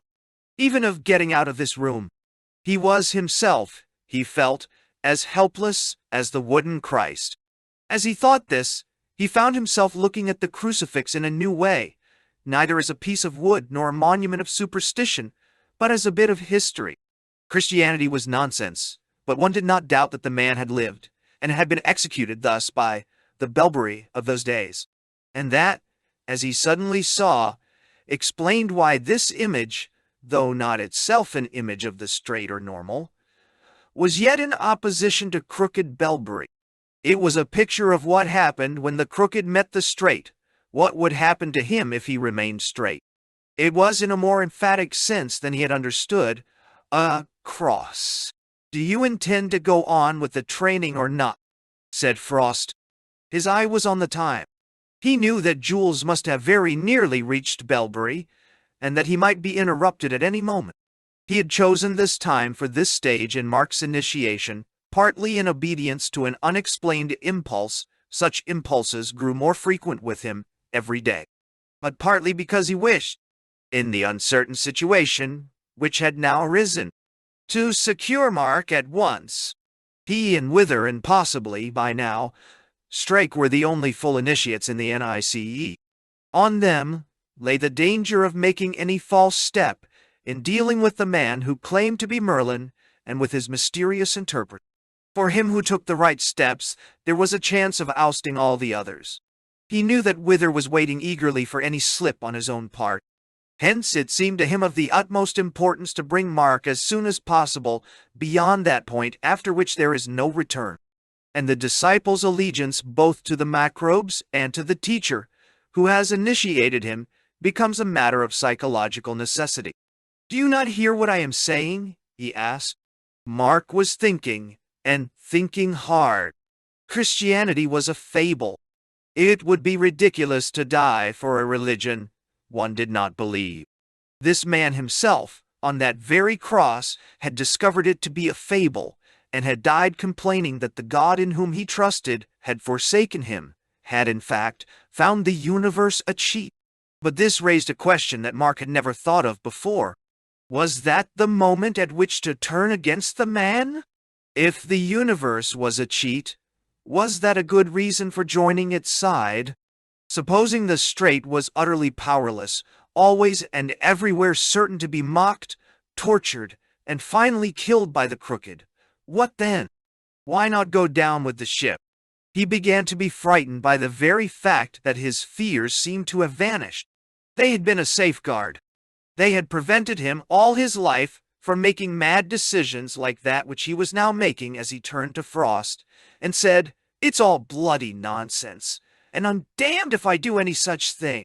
When he said this, he had no idea what might happen next. Then he saw that Frost was listening, and he began to listen himself. A moment later, the door opened. The room seemed suddenly full of people, a man in a red gown. Mark did not recognize the tramp, and the huge man in the black gown, and Wither. In the great drawing-room at Belbury, a singularly uncomfortable party was by now assembled. Horace Jules, director of the NICE, had arrived about half an hour before. Conversation was hanging fire. Conversation with Mr. B. Jules was always difficult because he insisted on regarding himself not as a figurehead, but as the real director of the Institute, and even as the source of most of its ideas. And since, in fact, any science he knew was that taught him at the University of London over 50 years ago, it was not, in fact, possible to talk to him about most of the things the Institute was really doing. That was why the absence of the deputy director was so disastrous. Wither alone was master of a conversational style that exactly suited Jules. Jules was a cockney, a very little man, whose legs were so short that he had unkindly been compared to a duck. He had a turned-up nose and a face in which some original bonhomie had been much interfered with by years of good living and conceit. His novels had first raised him to fame and affluence. Later, as editor of the weekly called We Want to Know, he had become such a power in the country that his name was really necessary to the NICE. "And as I said to the Archbishop," observed Jules. "You may not know, my lord," said I, "that modern research shows the temple at Jerusalem to have been about the size of an English village church," said Feverstone to himself, where he stood silent on the fringes of the group. "Have a little more sherry." "Director," said Miss Hardcastle. "Well, I don't mind if I do," said Jules. "It's not at all bad sherry, though I think I could tell you of a place where we could get something better. And how are you getting on, Miss Hardcastle, with your reforms of our penal system?" "Making real headway," she replied. "I think what I always say," remarked Jules, interrupting her, "is, why not treat crime like any other disease? What you want to do is to put the man on the right lines, give him a fresh start, give him an interest in life. I dare say you've been reading a little address I gave at Northampton." "Yes, she went I agreed with you," said Miss Hardcastle. "That's right," said Jules. "I tell you who didn't, though. Old Hingest, and by the by, that was a queer business. You never caught the murderer, did you? Very last time I met him, one or two of us were talking about juvenile offenders, and do you know what he said? He said, 'The trouble with these courts for young criminals nowadays is that they're always binding them over when they ought to be bending them over.' Not bad, was it? Still, as Wither said, and, by the way, where is Wither?" "I think he should be here any moment now," said Miss Hardcastle. "I think," said Philostrato, "he have a breakdown with his car. He will be desolated, Mr. Director, not to have given you the welcome." "Wandal." "Oh, he needn't bother about that," said Jules, "though I did think he'd be here when I arrived. You're looking very well, Philostrato. I'm following your work. I look upon you as one of the makers of mankind." "There's a lord." "Yes, yes," said Philostrato, "that is the real business. Already we begin." "I try to help you all I can on the non-technical side," said Jules. "It's a battle I've been fighting for years. The whole question of our sex life. What I always say is that once you get the whole thing out into the open, you don't have any more trouble. I want every boy and girl in the country." "God!" said Feverstone to himself. "Forgive me," said Philostrato, who, being a foreigner, had not yet despaired of trying to enlighten Jules. "But that is not precisely the point." At this moment the clock struck a quarter. "I say," asked Jules, "what time is this dinner at?" "At 7:45, said Miss Hardcastle. "You know," said Jules, "this fellow Wither really ought to be here. I mean to say, it isn't the kind of thing a chap expects, is it?" "Echo," said Philostrato. "Someone come." It was indeed Wither who entered the room, in company which Jules had not expected, and Wither's face had certainly good reason to look even more chaotic than usual. He had been bustled round his own institute, as if he were a kind of footman. He had not even been allowed to have the supply of air turned on for the head when they made him take them into the head's room. And Merlin, if it was Merlin, had ignored it. Worst of all, it gradually become clear to him that this intolerable incubus and his interpreter fully intended to be present at dinner. No one could be more keenly aware than Wither of the absurdity of introducing to Jules a shabby old priest who couldn't speak English, in charge of what looked like a somnambulist chimpanzee dressed up as a doctor of philosophy. To tell Jules the real explanation, even if he knew which was the real explanation, was out of the question. It was a minor nuisance that ever since their visit to the objective room, he had been compelled to have both Frost and Studdock in attendance. Nor did it mend matters that as they approached Jules and all eyes were fixed upon them, the pseudo-Merlin collapsed into a chair, muttering, and closed his eyes. "My dear director," began Wither, a little out of breath, "this is one of the happiest moments of my life. It has been most unfortunate that I was called away. A remarkable coincidence. Another very distinguished person has joined us at the very same moment. A foreigner." "Oh," interrupted Jules in a slightly rasping voice. "Who's he?" "Allow me," said Wither, stepping a little to one side. "Do you mean that?" said Jules.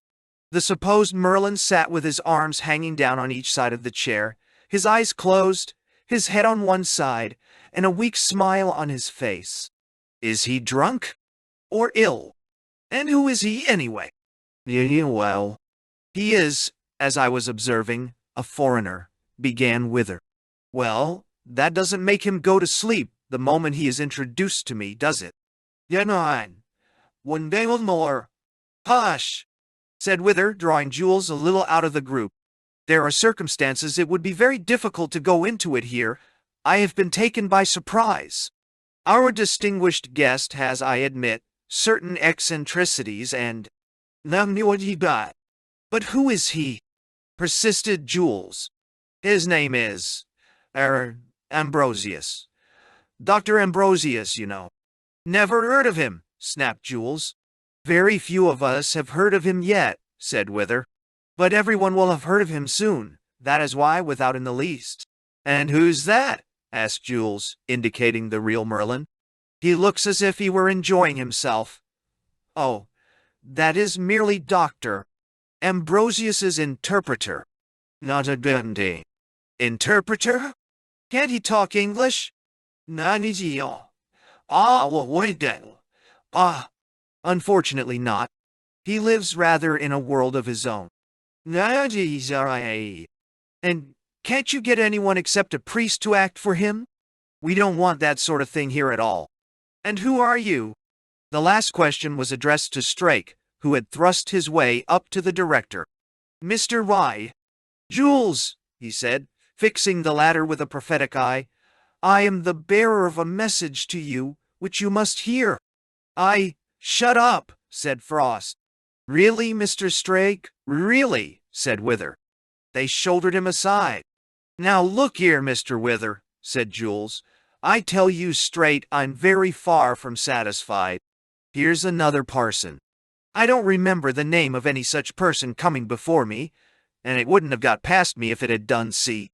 It seems to me you've been making appointments behind my back and turning the place into a kind of seminary, and that's a thing I won't stand. Nor will the British people." "Ah, I will thee." I know, said Wither. "I understand your feelings exactly. I am eager and waiting to explain the situation to you. In the meantime, perhaps, as Dr. Ambrosius seems slightly overcome and the dressing bell has just sounded. Oh, I beg your pardon. This is Dr. Ambrosius. No, he. The tramp, to whom the real magician had recently turned, was now risen from his chair, and approaching Jules, held out his hand sulkily. Dr. Ambrosius, looking over Jules's shoulder and grinning in an inexplicable fashion, seized it and shook it, as if absent-mindedly, some 10 or 15 times. His breath, Jules noticed, was strong and his grip horny. He was not liking Dr. Ambrosius. Chapter 16. Banquet at Belbury. It was with great pleasure that Mark found himself once more dressing for dinner. He got a seat with Philostrato on his right and an inconspicuous newcomer on his left. Even Philostrato seemed human compared with the two initiates, and to the newcomer his heart positively warmed.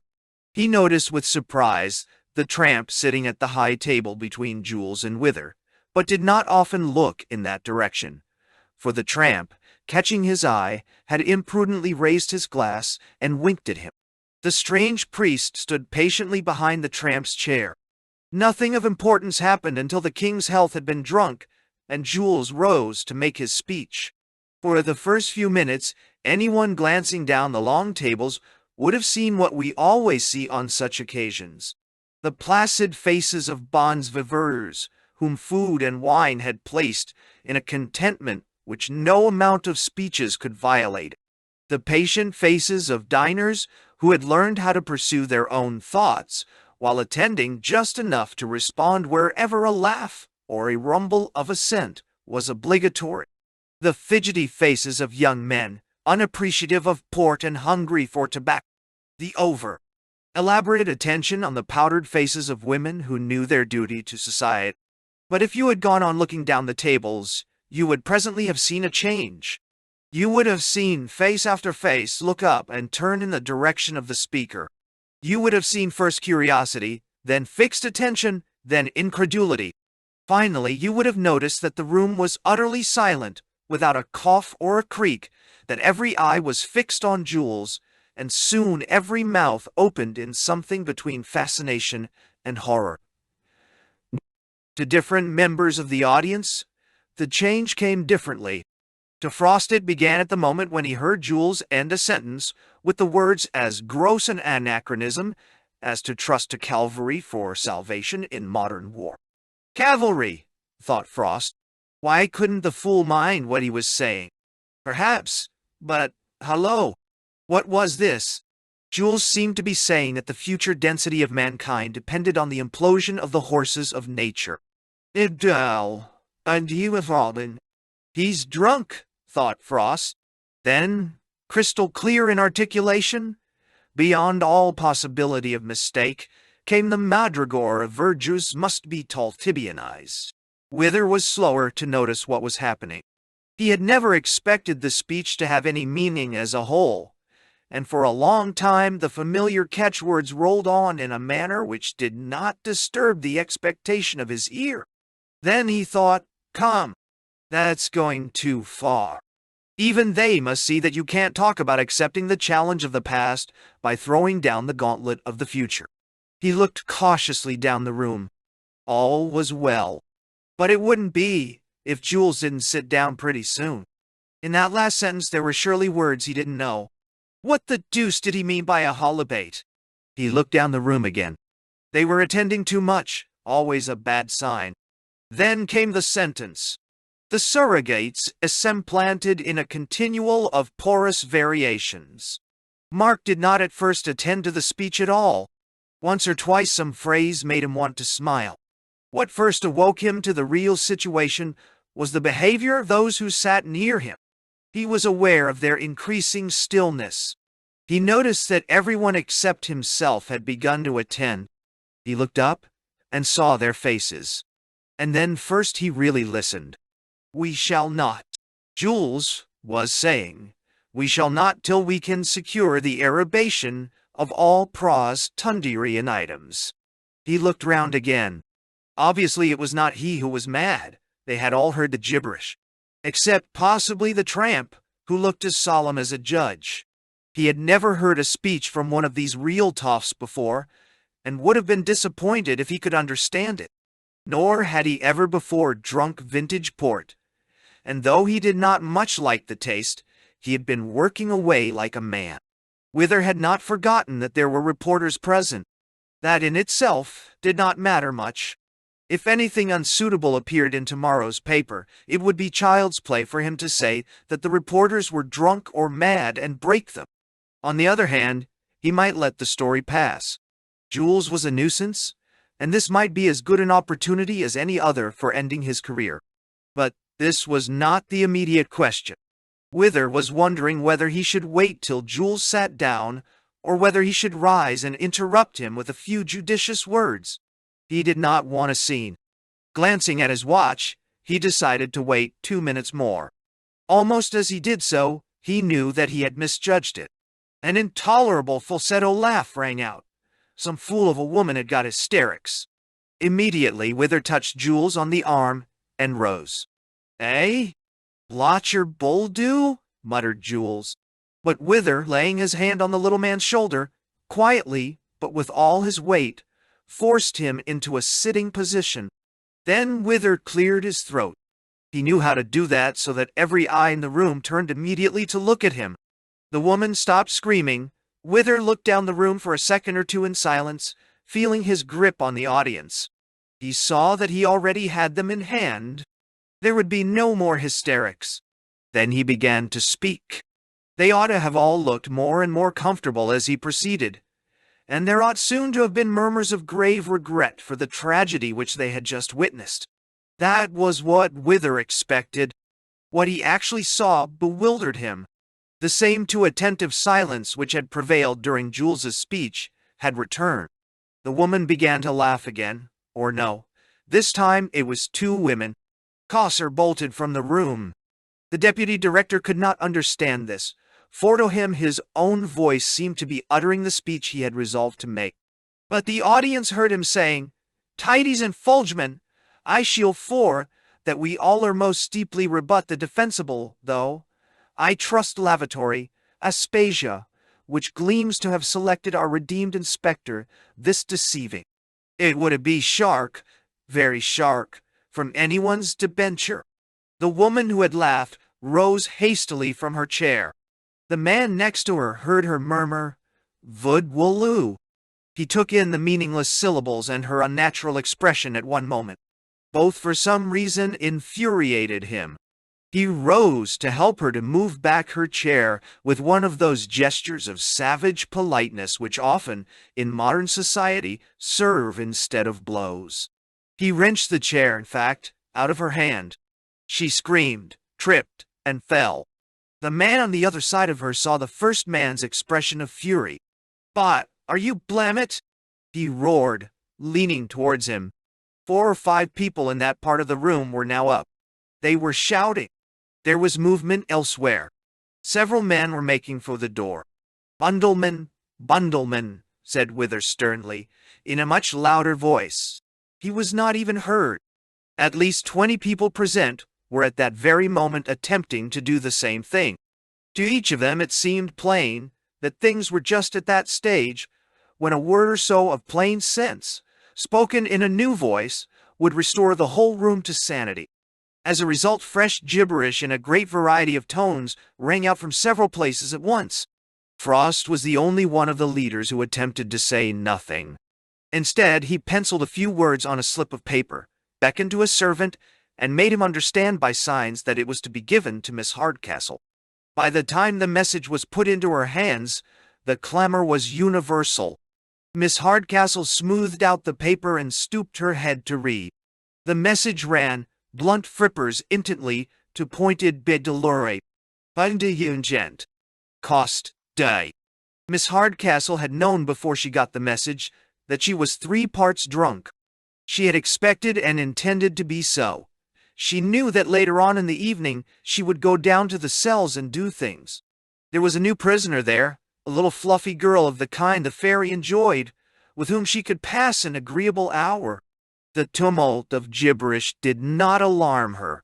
She found it exciting. Apparently Frost wanted her to take some action. She decided that she would. She rose and walked the whole length of the room to the door, locked it, put the key in her pocket, and then turned to survey the company. She noticed for the first time that neither the supposed Merlin nor the Basque priest were anywhere to be seen. Wither and Jules, both on their feet, were struggling with each other. She set out towards them. So many people had now risen that it took her a long time to reach them. All semblance of a dinner party had disappeared. It was more like the scene at a London terminus on a bank holiday. Everyone was trying to restore order, but everyone was unintelligible, and everyone, in the effort to be understood, was talking louder and louder. She shouted several times herself. She even fought a good deal before she reached her goal. There came an ear-splitting noise, and after that, at last, a few seconds of dead silence. Mark noticed first that Jules had been killed, only secondly that Miss Hardcastle had shot him. After that, it was difficult to be sure what happened. The stampede and the shouting may have concealed a dozen reasonable plans for disarming the murderess, but it was impossible to concert them. She fired again and again. It was the smell more than anything else which recalled the scene to Mark in later life. The smell of the shooting mixed with the sticky compound smell of blood and port and Madeira. Suddenly, the confusion of cries ran all together into one thin, long-drawn noise of terror. Everyone had become more frightened. Something had darted across the floor between the two long tables and disappeared under one of them. Perhaps half the people present had not seen what it was, had only caught a gleam of black and tawny. But Mark had recognized it. It was a tiger. For the first time that evening, everybody realized how many hiding places the room contained. The tiger might be under any of the tables. It might be in any of the deep bay windows, behind the curtains. There was a screen across one corner of the room, too. It is not to be supposed that even now none of the company kept their heads. With loud appeals to the whole room, or with urgent whispers to their immediate neighbors, they tried to stem the panic, to arrange an orderly retreat from the room, to indicate how the brute could be lured or scared into the open and shot. The doom of gibberish frustrated their efforts. They could not arrest the two movements which were going on. The majority had not seen Miss Hardcastle lock the door. They were pressing towards it to get out at all costs. A large minority, on the other hand, knew that the door was locked. There must be another door. They were pressing to the opposite end of the room to find it. The whole center of the room was occupied by the meeting of these two waves. A huge scrum. At first noisy with efforts at explanation.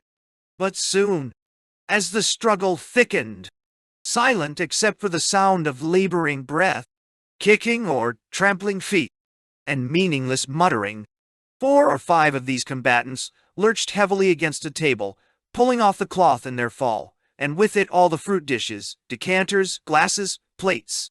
Out of that confusion, with a howl of terror, broke the tiger. It happened so quickly that Mark hardly took it in. He saw the hideous head, the cat's snarl of the mouth, the flaming eyes. He heard a shot the last. Then the tiger had disappeared again. Something fat and white and bloodied was down among the feet of the scrummers. Mark could not recognize it at first, for the face, from where he stood, was upside down, and the grimaces disguised it until it was quite dead. Then he recognized Miss Hardcastle. Wither and Frost were no longer to be seen. There was a growling close at hand. Mark turned, thinking he had located the tiger. Then he caught out of the corner of his eye a glimpse of something smaller and grayer. He thought it was an Alsatian. If so, the dog was mad. It ran along the table, its tail between its legs, slavering. A woman, standing with her back to the table, turned, saw it, tried to scream, next moment went down as the creature leaped at her throat. It was a wolf. "Ay, ay!" squealed Philostrato and jumped on the table. Something else had darted between his feet.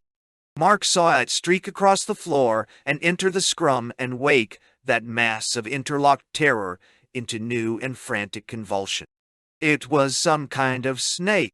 Above the chaos of sounds which now awoke there seemed to be a new animal in the room every minute.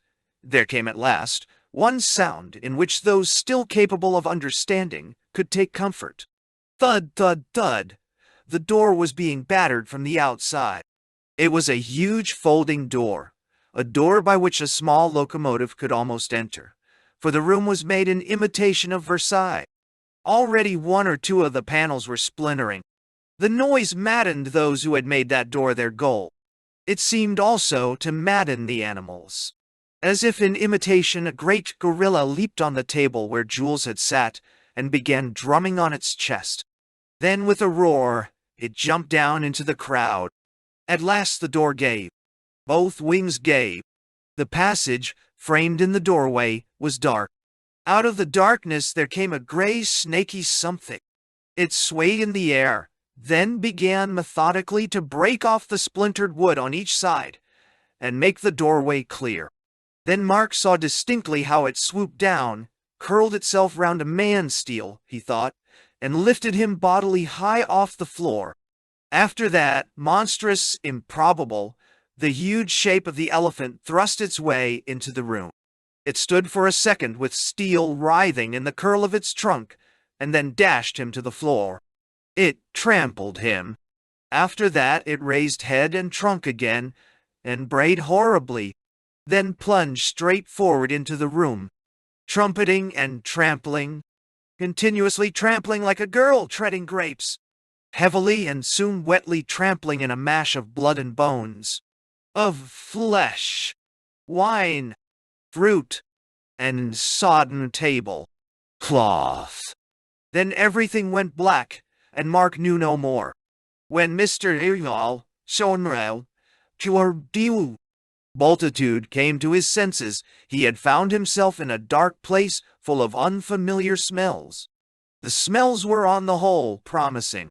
He perceived that food was in the neighborhood and, more exciting, a female of his own species.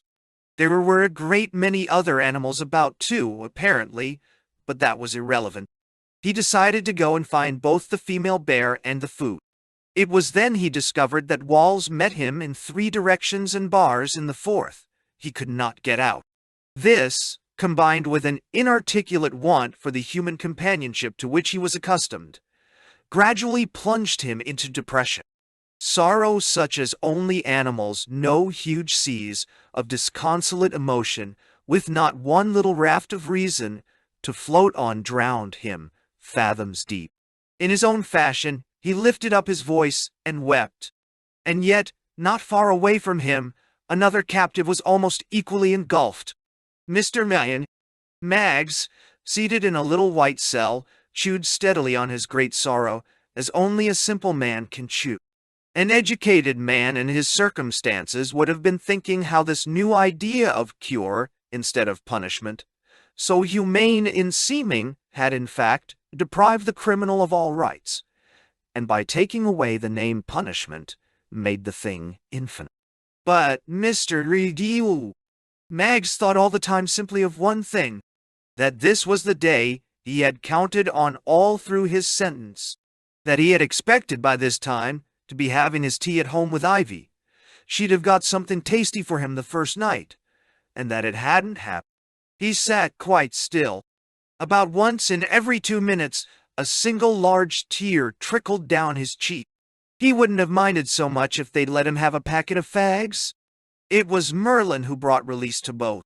He had left the dining room as soon as the curse of Babel was well fixed upon the enemies. No one saw him go. Wither had heard his voice calling loud and intolerably glad above the riot of nonsense. Qui verbum die contempsunt, auxertur ei, abominabs. They that have despised the word of God, from them shall the word of man also be taken away. After that he did not see him again, nor the tramp either. Merlin had gone and spoiled his house. He had liberated beasts and men. The animals that were already maimed, he killed with instantaneous power, swift as the mild shafts of Artemis. To Mr. Mags he had handed a written message. It ran as follows: Dearest Tom, I do hope you're well, and the director here is one of the right sort, and he says to come as quick as you can to the Manor of St. Anne's. And don't go through Edgestow, Tom, whatever you do, but come any way you can. No more now. Lots of love, ever your own Ivy. The other prisoners he let go where they please. The tramp, finding Merlin's back turned on him for a second, made his escape, first into the kitchen, and thence, reinforced with all the edibles his pockets would hold, into the wide world. The beasts, except for one donkey who disappeared about the same time as the tramp Merlin sent to the dining room, maddened with his voice and touch. But he retained Mr. Bultitude. Even without the brilliantine, there was that in Merlin which exactly suited the bear. He laid his hand on its head and whispered in its ear, and its dark mind filled with excitement. Long forbidden and forgotten pleasures were suddenly held out to it. Down the long empty passages of Belbury it padded behind them. Saliva dripped from its mouth, and it was beginning to growl. It was thinking of warm, salt tastes, of the pleasant resistances of bone, of things to crunch and lick and worry. Mark felt himself shaken. Then the cold shock of water dashed in his face. With difficulty he sat up. The room was empty, except for the bodies of the distorted dead. The unmoved electric light glared down on hideous confusion, food and filth, spoiled luxury and mangled men, each more hideous by reason of the other. It was the supposed Basque priest who had roused him. "Surge, Michel," he said, helping Mark to his feet. Mark rose. He had some cuts and bruises and his head ached. "Get up, wretched boy," looked with bewilderment on the face of the stranger, and found that a letter was being put into his hand. "Your wife awaits you," it ran, "at the manor at St. Anne's on the hill. Come by road as best you can. Do not go near Edgestow. Deniston de Nun Demoiselle." Merlin laid a hand on his shoulder and impelled him over all the tinkling and slippery havoc to the door. His fingers sent a prickly sensation through Mark's skin. He was led down to the cloakroom, made to fling on a coat and hat, neither were his own, and thence out under the stars, bitter cold, and 2 o'clock in the morning, serious bitter green, a few flakes of dry snow beginning to fall. He hesitated. The stranger, with his open hand, struck him on the back. Mark's bones ached at the memory as long as he lived. Next moment he found himself running as he had never run since boyhood, not in fear, but because his legs would not stop. When he became master of them again, he was 1/2 mile from Belbury, and looking back, he saw a light in the sky. Wither was not killed in the dining room. He knew all the possible ways out of the room, and before the coming of the tiger, he had slipped away. He understood what was happening, not perfectly, yet better than anyone else. He saw that the Basque interpreter had done the whole thing, and by that he knew that powers more than human had come down to destroy Belbury. Only one in the saddle of whose soul rode Mercury himself could thus have unmade language. And this told him something worse. It meant that his own dark masters had been out in their calculations. They had talked of a barrier, had assured him that nothing from outside could pass the moon's orbit. All their polity was based on the belief that Tellus was blockaded. Therefore he knew that everything was lost. It is incredible how little this knowledge moved him. It could not, because he had long ceased to believe in knowledge itself. He had passed from Hegel into Hume, thence through pragmatism, and thence through logical positivism, and out at last into the complete void. The indicative mood now corresponded to no thought that his mind could entertain. Now, even the imminence of his own ruin could not wake him. The last moments before damnation are not always dramatic. Often the man knows that some still possible action of his own will could yet save him, but he cannot make this knowledge real to himself. With eyes wide open, seeing that the endless terror is just about to begin, and yet, for the moment, unable to feel terrified. He watches, not moving a finger for his own rescue, while the last links with joy and reason are severed, and drowsily sees the trap close upon his soul. So full of sleep are they at the time when they leave the right way. Strake and Philostrato were also still alive. They met in one of the cold, lighted passages so far from the dining room that the noise of the carnage was but a faint murmur. Philostrato was hurt, his right arm badly mauled. They did not speak, both knew that the attempt would be useless, but walked on side by side. Philostrato was intending to get round to the garage by a back way. He thought that he might still be able to drive, in a fashion, at least as far as stir. As they rounded a corner, they saw what they had expected never to see again. The deputy director, stooped, creaking, pacing, humming his tune. Philostrato did not want to go with him, but Wither, as if noticing his wounded condition, offered him an arm. Philostrato tried to decline it. Nonsense syllables came from his mouth. Wither took his left arm firmly. Strake seized the other, the mauled arm. Squealing and shivering with pain, Philostrato accompanied them perforce. But worse awaited him. He was not an initiate. He knew nothing of the Dark Elder. He believed that his skill had really kept Alcazan's brain alive. Hence, even in his pain, he cried out with horror when he found the other two drawing him through the ante-room of the head and into the head's presence without pausing for any of those antiseptic preparations which he had always imposed on his colleagues. He tried vainly to tell them that one moment of such carelessness might undo all his work. But this time it was in the room itself that his conductors began undressing. And this time they took off all their clothes. They plucked off his too, when the right sleeve, stiff with blood, would not move. Wither got a knife from the anteroom and ripped it. In the end, the three men stood naked before the head. Then the high ridge of terror from which Philostrato was never again to descend was reached. What he thought impossible began to happen. No one had read the dials, adjusted the pressures, or turned on the air and the artificial saliva. Yet words came out of the dry mouth of the dead man's head. "A door," it said. Philostrato felt his companions forcing his body forwards, then up again, then forwards and downwards a second time.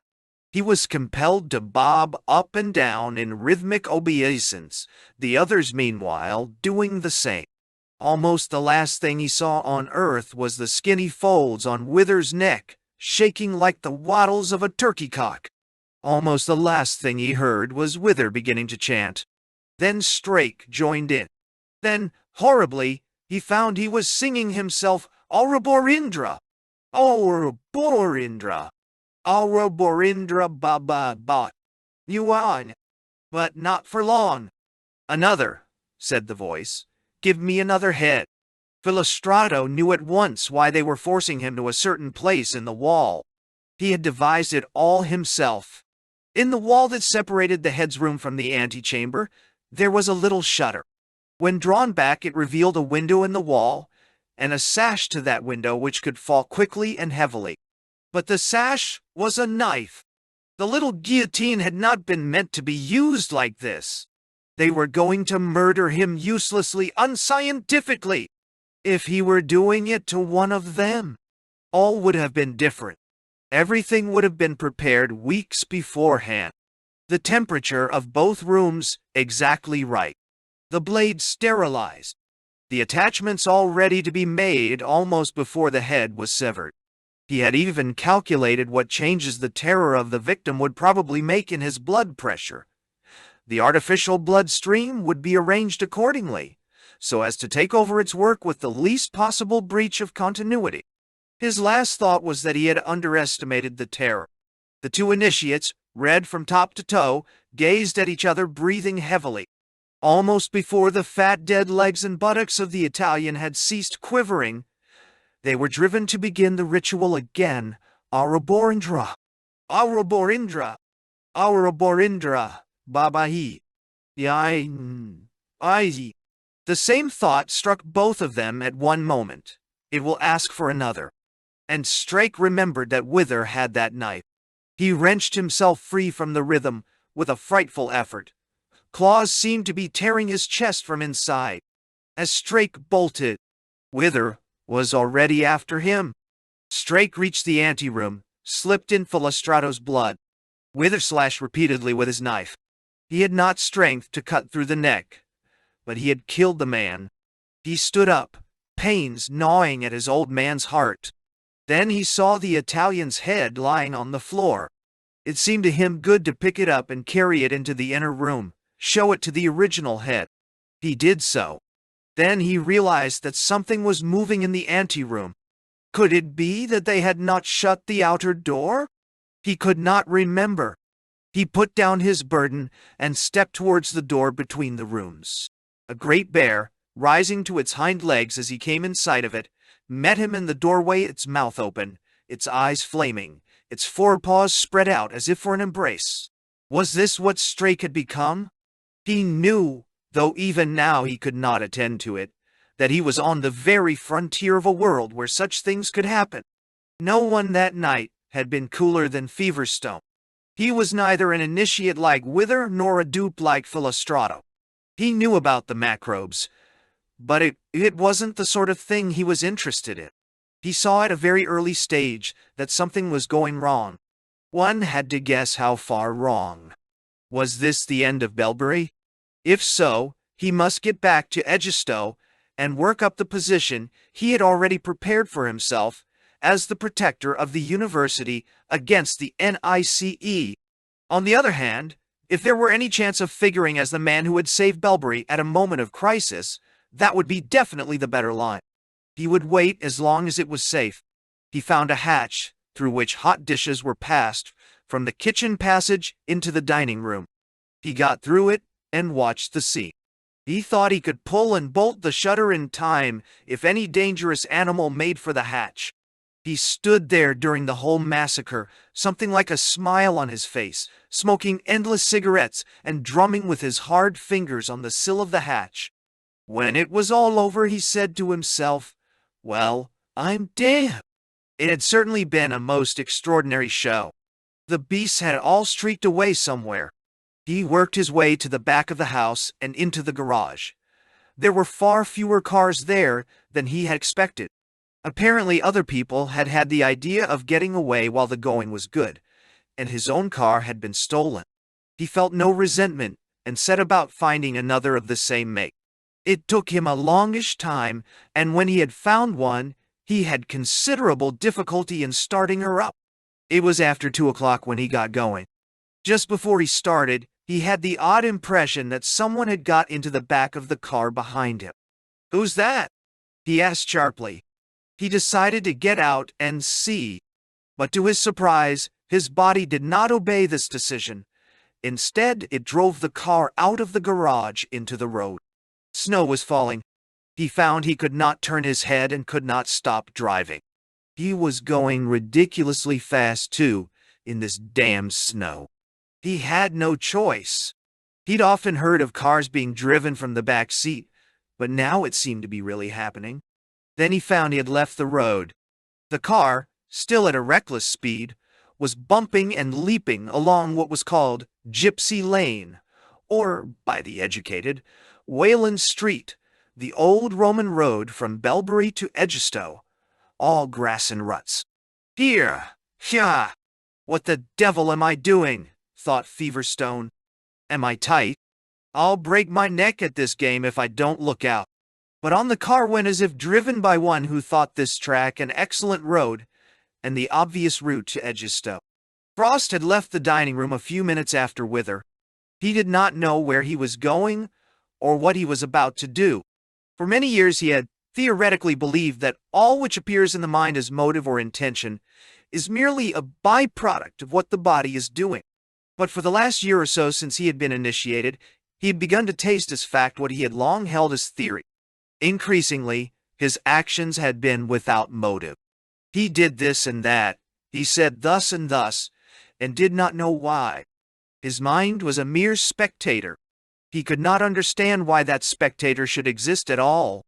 He resented its existence, even while assuring himself that resentment also was merely a chemical phenomenon. The nearest thing to a human passion which still existed in him was a sort of cold fury against all who believed in the mind.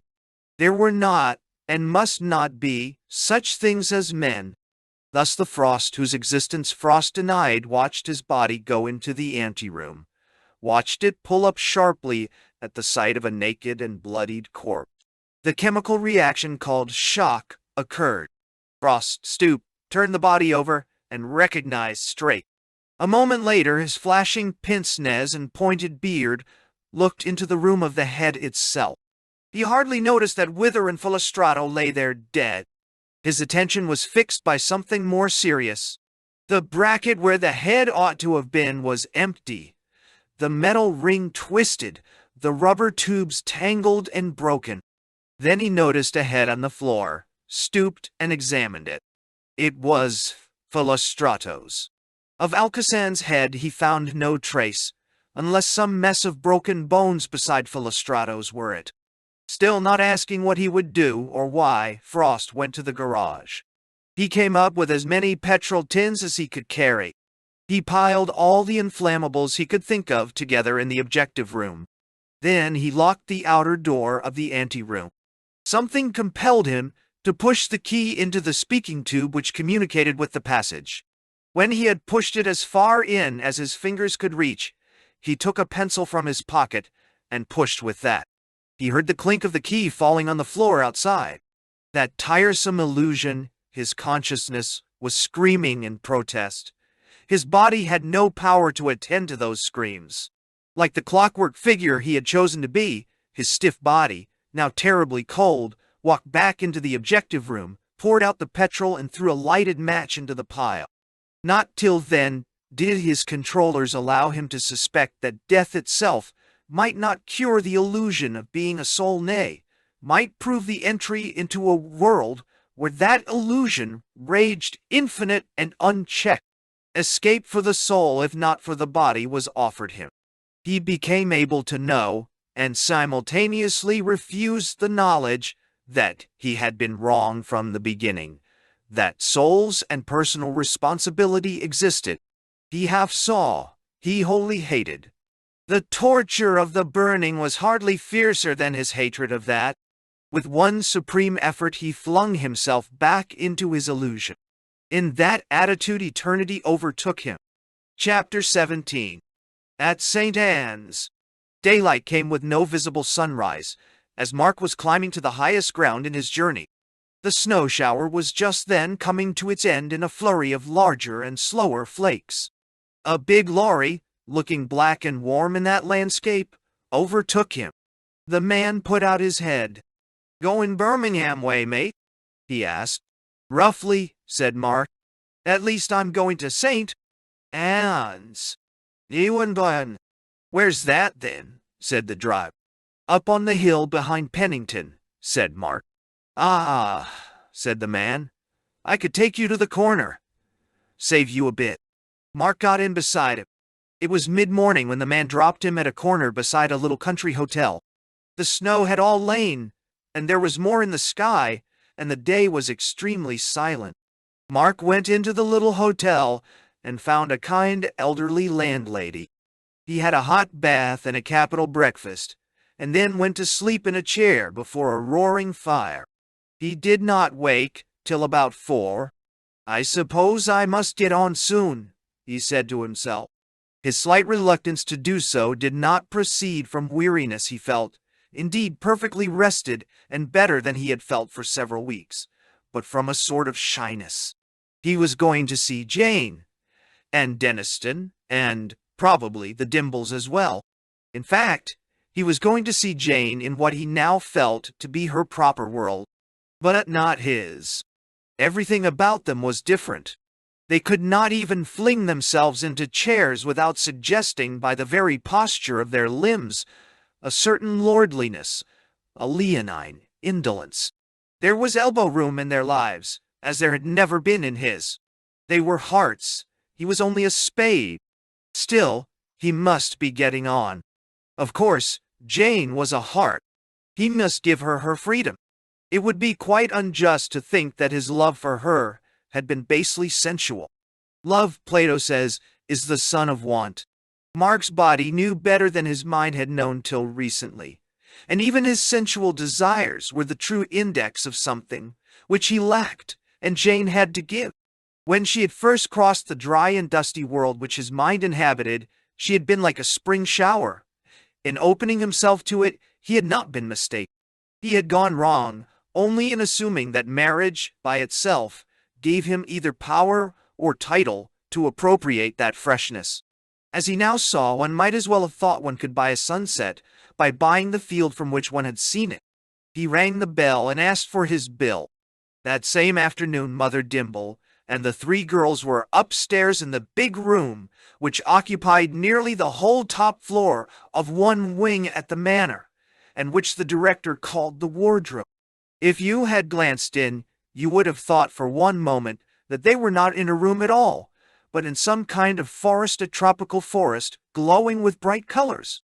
In fact, they were standing amidst a collection of robes of state, dozens of robes, which hung, each separate, from its little pillar of wood. "That would do beautifully for you, Ivy," said Mother Dimble, lifting with one hand the folds of a vividly green mantle, over which thin twists and spirals of gold played in a festive pattern. "Now, come, Ivy," she continued. "Don't you like it? You're not still fretting about Tom, are you? Hasn't the director told you he'll be here tonight or tomorrow midday at the latest?" "No." Ivy looked at her with troubled eyes. "Isn't that," she said, "where'll the director himself be?" "But you can't want him to stay, Ivy," said Camilla, "not in continual pain. And his work will be done, if all goes well at Egisto. And he's longed to go back to Perilandra," said Mother Dimble. "He's sort of homesick. Always, always. I could see it in his eyes." "Usual. Will that Merlin man come back here?" asked Ivy. "I don't think so," said Jane. "I don't think either he or the director expected him to. And then my dream last night. It looked as if he was on fire. I don't mean burning, but all sorts of lights in the most curious colors shooting out of him and running up and down him. That was the last thing I saw. Merlin standing there like a kind of pillar, and all those dreadful things happening all round him. And you could see in his face that he was a man used up to the last drop, that he'd fall to pieces the moment the powers let him go. Well, we're not getting on with choosing our dresses for tonight." "Now, ice. What is it made of?" said Camilla, fingering and then smelling the green mantle. It was a question worth asking. It was not in the least transparent, yet all sorts of lights and shades dwelled in its rippling folds, and it flowed through Camilla's hands like a waterfall. Ivy became interested. "Gore," she said. "However much a yard would it be?" "There," said Mother Dimble, as she draped it skillfully round Ivy. Then she said, "Oh," in genuine amazement. All three stood back from Ivy, staring at her with delight. The commonplace had not exactly gone from her form and face. The robes had taken it up, as a great composer takes up a folk tune and tosses it like a ball through his symphony and makes of it a marvel, yet leaves it still itself. A pert fairy or dapper elf, a small though perfect sprightliness, stood before them, but still recognizably Ivy Maggs. "Isn't that like a man?" exclaimed Mrs. Dimble. "There's not a mirror in the room." "I don't believe we were meant to see ourselves," said Jane. "He said something about being mirrors. Enough to one another." "I would just like to see what I'm like at the back," said Ivy. "Now, Camilla," said Mother Dimble, "there's no puzzle about you. This is obviously your one." "Oh, do you think that one?" said Camilla. "Yes, of course," said Jane. "You'll look ever so nice in that," said Ivy. It was a long, slender thing which looked like steel in color, though it was soft as foam to the touch. It wrapped itself close about her loins and flowed out in a glancing train at her heels. "Like a mermaid," thought Jane, "and then like a Valkyrie." "I'm afraid," said Mother Dimble, "you must wear a coronet with that one. Wouldn't that be rather?" But Mother Dimble was already setting it on her head. That reverence, it need have nothing to do with money value, which nearly all women feel for jewelry, hushed three of them for a moment. There were perhaps no such diamonds in England. The splendor was fabulous, preposterous.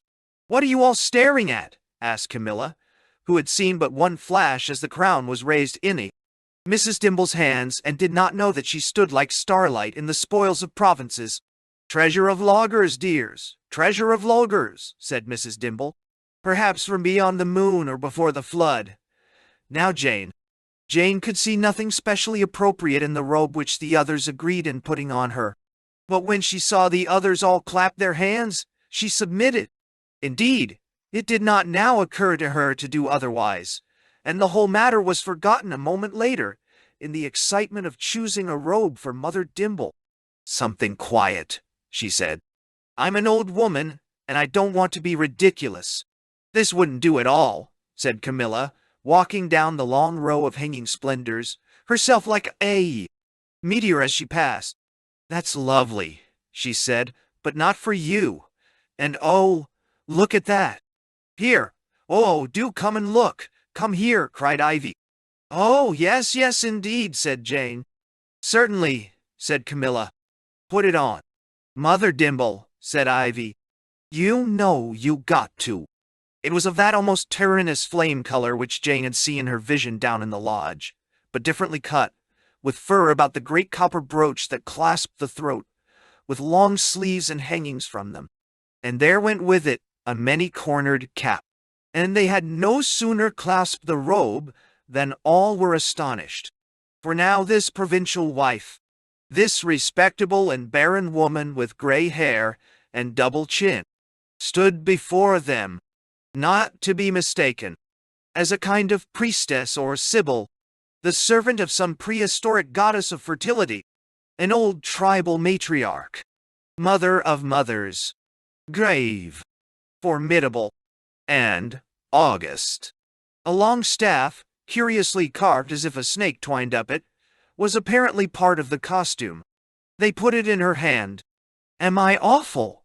said Mother Dimble, looking in turn at the three silent faces. Jane took up the old lady's hand and kissed it. "Darling," she said, "awful, in the old sense, is just what you do look." "What are the men going to wear?" asked Camilla suddenly. "They can't very well go in fancy dress, can they?" said Ivy. "Not if they're cooking and bringing things in and out all the time. And I must say, if this is to be the last night, and all, I do think we ought to have done the dinner anyway. Let them do as they like about the wine. And I don't believe Mr. McPhee ever roasted a bird in his life, whatever he says. You needn't be in the least worried about the dinner." "Girls," said Mother Dimble, "he will do it very well. Let's go and enjoy ourselves. How very warm it is in here." "Ugh, my son." "It's lovely," said Ivy. At that moment the whole room shook from end to end. "What on earth's that?" said Jane. "If the war was still on, I'd have said it was a bomb," said Ivy.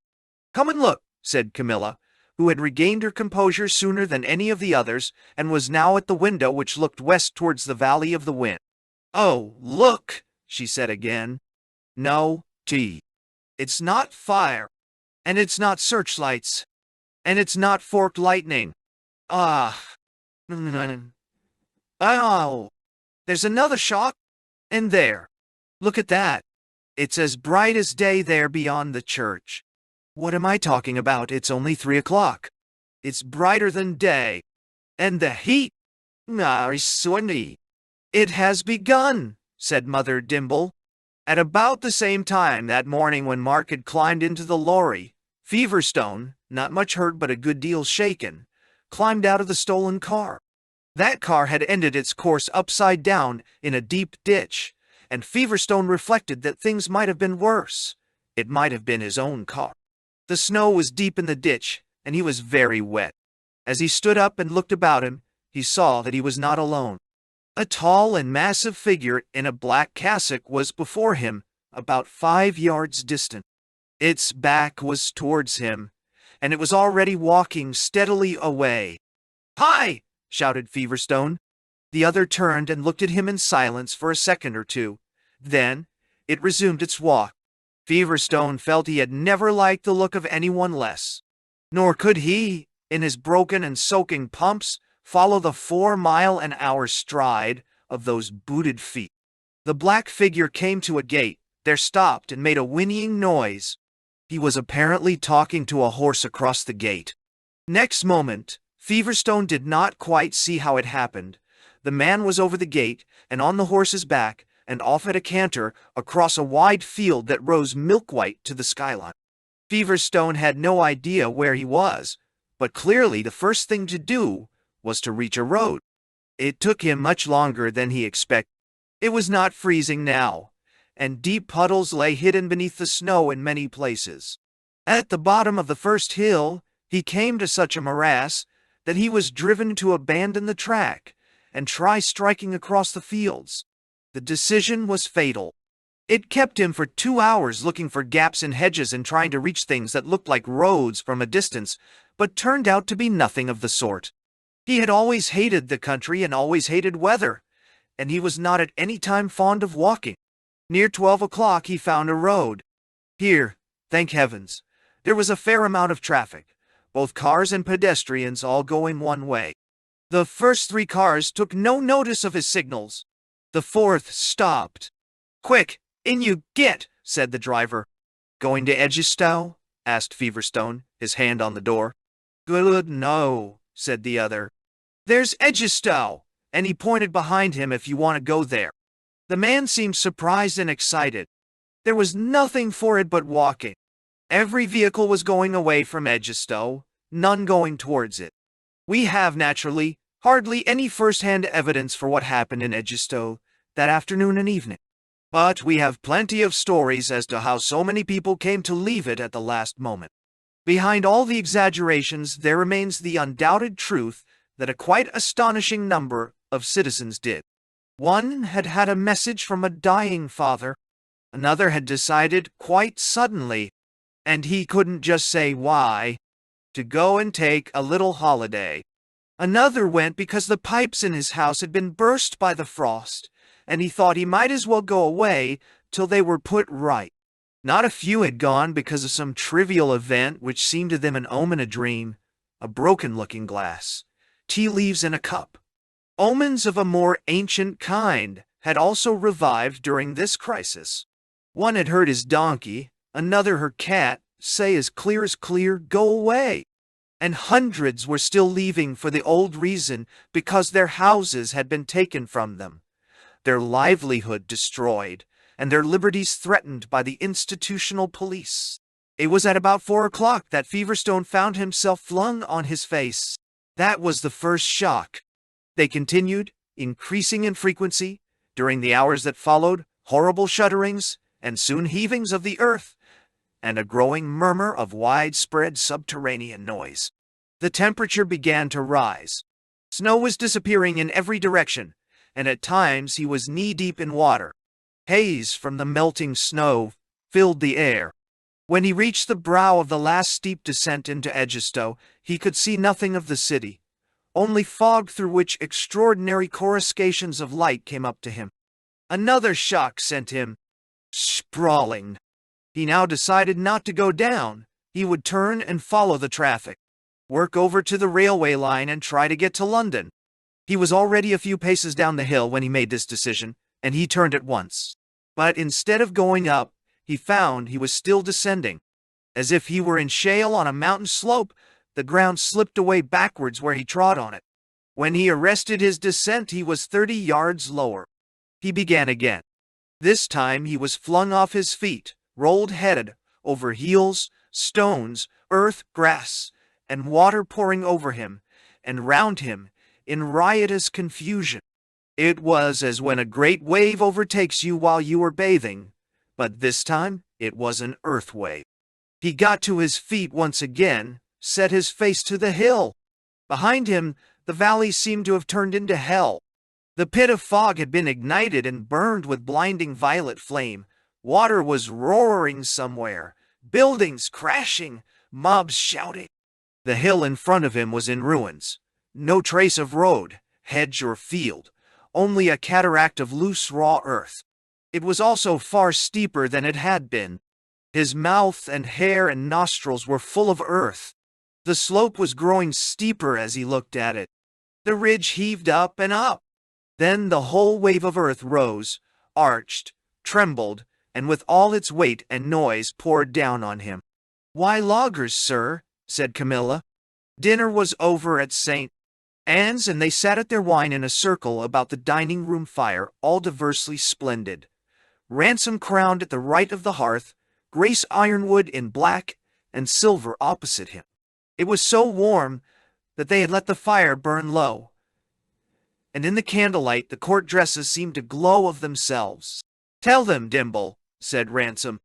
"I will not talk much from now on. Are you tired, sir?" said Grace. "Is the pain bad?" "Nah, no, Grace," he replied. "It isn't that. But now that it's so very nearly time for me to go, all this begins to feel like a dream. A happy dream, you understand. All of it, even the pain. I want to taste every drop. I feel as though it would be dissolved if I talked much." "Yeah, well, I suppose you gotta go, sir," said Ivy. "My dear," said he, "what else is there to do? I have not grown a day or an hour older since I came back from Paralandra. There is no natural death to look forward to. The wound will only be healed in the world where it was got. All this has the disadvantage of being clean contrary to the observed laws of nature." "Observe, McPhee. It is not contrary to the laws of nature," said Grace Ironwood. "The laws of the universe are never broken.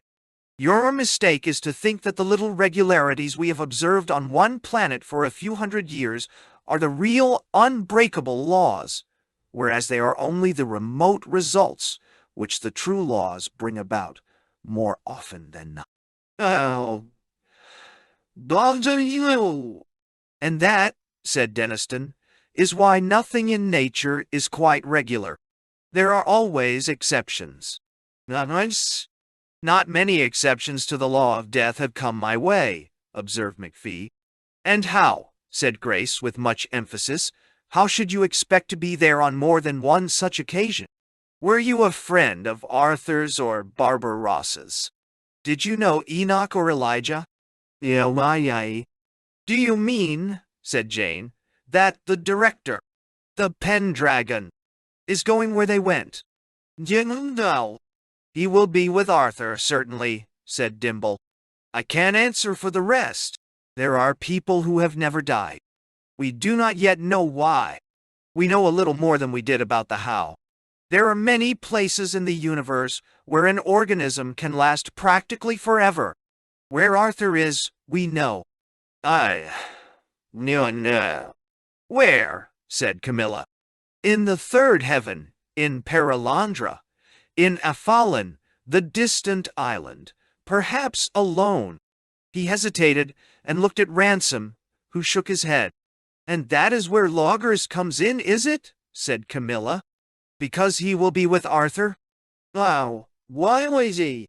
"It all began," said Dimble, "when we discovered that the Arthurian story is mostly true history. There was a moment in the 6th century when something that is always trying to break through into this country nearly succeeded. Logres was our name for it. It will do as well as another.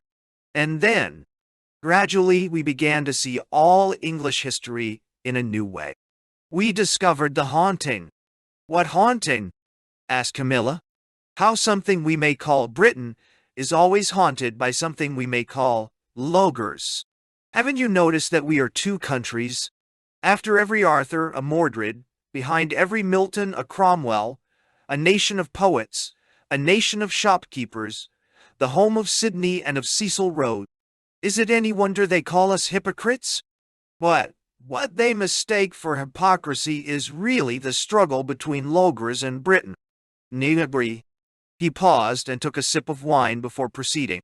"It was long afterwards," he said, "after the director had returned from the third heaven, that we were told a little more. Ransom was summoned to the bedside of an old man, then dying in Cumberland. His name would mean nothing to you if I told it. That man was the Pendragon, the successor of Arthur and Uther and Cassibelan. Then we learned the truth. There has been a secret Logres in the very heart of Britain all these years, an unbroken succession of Pendragons. That old man was the 78th from Arthur. Our director received from him the office and the blessing. Tomorrow we shall know, or tonight, who is to be the 80th. Some of the Pendragons are well known to history. though not under that name. Others you have never heard of. But in every age they and the little logers which gathered round them have been the fingers which gave the tiny shove, or the almost imperceptible pull, to prod England out of the drunken sleep, or to draw her back from the final outrage into which Britain tempted her. I know. This new history of yours, said McPhee, bit lacking in documents. Unseen. It has plenty, said Dimble with a smile. But you do not know the language they're written in. When the history of these last few months comes to be written in your language, and printed, and taught in schools, there will be no mention in it of you and me, nor of Merlin and the Pendragon and the planets. And yet in these months, Britain rebelled most dangerously against logers, and was defeated only just in time. Aye, said McPhee, and it could be right good history without mentioning you and me or most of those present. I'd be greatly obliged if anyone would tell me what we have done, always apart from feeding the pigs and raising some very decent vegetables. None, as you, way. You have done what was required of you, said the director. You have obeyed and waited. It will often happen like that. But don't jump to conclusions. You may have plenty of work to do before a month has passed. Britain has lost a battle, but she will rise again. So that, meanwhile, is England, said Mother Dimble. Just this swaying to and fro between logers and Britain. Yes, said her husband. Don't you feel it? The very quality of England. If we've got an ass's head, it is by walking in a fairy wood. We've heard something better than we can do, but can't quite forget it. Can't you see it in everything English? A kind of awkward grace, a humble, humorous incompleteness. How right Sam Weller was when he called Mr. Pickwick an angel in gaiters. Everything here is either better or worse than... Dimble, said Ransom. Dimble, whose tone had become a little impassioned, stopped and looked towards him. He hesitated and, as Jane thought, almost blushed before he began again. You're right, sir, he said with a smile. I was forgetting what you have warned me always to remember. This haunting is no peculiarity of ours. Every people has its own haunter. There's no nonsense about a chosen nation. We speak about logers because it is our haunting, the one we know about. All this, said McPhee, seems a very roundabout way of saying that there's good and bad men everywhere. It's not a way of saying that at all, answered Dimble. You see, McPhee, if one is thinking simply of goodness in the abstract, one soon reaches the fatal idea of something standardized, some common kind of life to which all nations ought to progress. Of course, there are universal rules to which all goodness must conform. But that's only the grammar of virtue. It's not there that the sap is. He doesn't make two blades of grass the same. How much less two saints, two nations, two angels? The whole work of healing Tellus depends on nursing that little spark, on incarnating that ghost which is still alive in every real people, and different in each. When Logres really dominates Britain, when the goddess Reason, the divine clearness, is really enthroned in France, when the order of heaven is really followed in China, why, then it will be spring. But meantime, our concern is with Logres. We've got Britain down, but who knows how long we can hold her down. Edgestowe will not recover from what is happening to her tonight. But there will be other Edgestows. Yeah, I know. I wanted to ask about Edgestowe, said Mother Dimble. Aren't Merlin and the Eldils a trifle? Well, wholesale. Did all Edgestowe deserve to be wiped out? Who are you lamenting? Said McPhee. The jobbing town council, that it have sold their own wives and daughters to bring the NICE to Edgestowe? No, Dringwad. Well, I don't know much about them, said she. But in the university, even Bracton itself, we all knew it was a horrible college, of course. But did they really mean any great harm with all their fussy little intrigues? Wasn't it more silly than anything else? Ah, said McPhee. They were only playing themselves, kittens letting on to be tigers. But there was a real tiger about, and their play ended by letting her in. It'll learn them not to keep bad company. Well then, the fellows of other colleges. What about Northumberland and Dukes? I know, said Denniston. One's sorry for a man like Churchwood. I knew him well. He was an old dear. All his lectures were devoted to proving the impossibility of ethics, though in private life he'd have walked 10 miles rather than leave a penny debt unpaid. But all the same, was there a single doctrine practiced at Belbury which hadn't been preached by some lecturer at Edgestowe? Oh, of course, they never thought anyone would act on their theories. But it was their own child coming back to them, grown up and unrecognizable, but their own. Nodwa Joan. I'm afraid it's all true, my dear, said Dimple. Trahison desclaire, conscrit, barnshade, but ow, des daddy. None of us are quite innocent. Nine, one at a time. You are all forgetting, said Grace, that nearly everyone, except the very good, who were ripe for fair dismissal, and the very bad, had already left Edgestowe. But I agree with Arthur. Those who have forgotten Logers sink into Britain. Those who call for nonsense will find that it comes. At that moment she was interrupted. A clawing and whining noise at the door had become audible. "Open the door, Arthur," said Ransom. A moment later the whole party rose to its feet with cries of welcome, for the new arrival was Mr. Bultitude. "Oh, I never did," said Ivy. "The poor thing. I'll just take him down to the kitchen and get him something to eat. Wherever have you been, you bad thing? Just look at the state you're in." For the third time in 10 minutes, the train gave a violent lurch and came to a standstill. This time the shock put all the lights out. "This is really getting a bit too bad," said a voice in the darkness. The 4 other passengers in the compartment recognized it as belonging to the well-informed man, who had told everyone where they ought to change, and why one now reached Stirk without going through Strat. Still the train did not move. The noise of 2 men quarreling in a neighboring compartment became audible. Suddenly a shock flung them all together in the darkness. It was as if the train, going at full speed, had been unskillfully pulled up. "It's all right," said the well-informed man, in a loud, calm voice. "Putting on another engine." "Hello," said someone. "We're moving." Slow and grunting, the train began to go. Once more a violent shock hit them. It was worse than the last one. For nearly a minute, everything seemed to be rocking and rattling. "This is outrageous," exclaimed the well-informed man, opening the window. "There's some sort of light ahead," said he. "Signal against us?" asked another. "No, not a bit like that. The whole sky's lit up, like a fire or like searchlights." Another shock.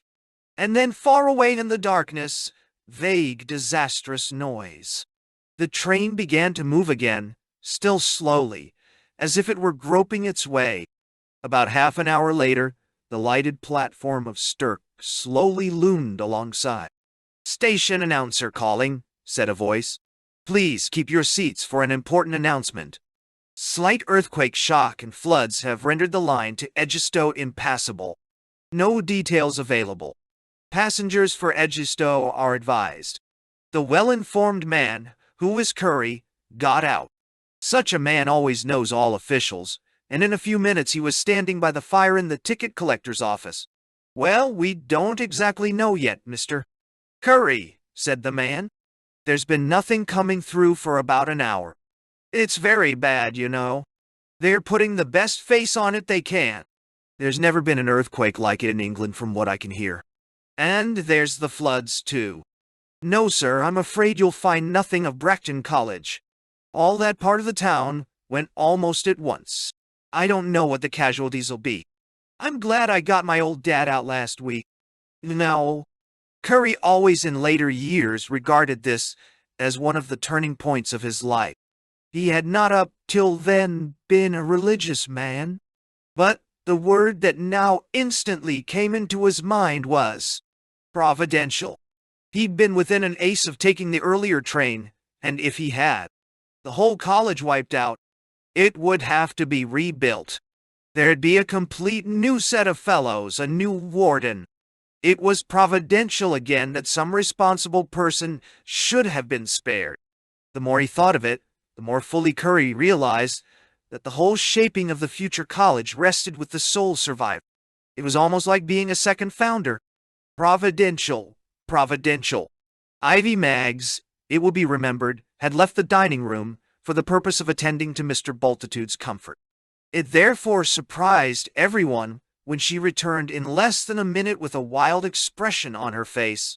"Oh, come quick, someone, come quick," she gasped. "There's a bear in the kitchen." A bear, Ivy," said the director. "But of course."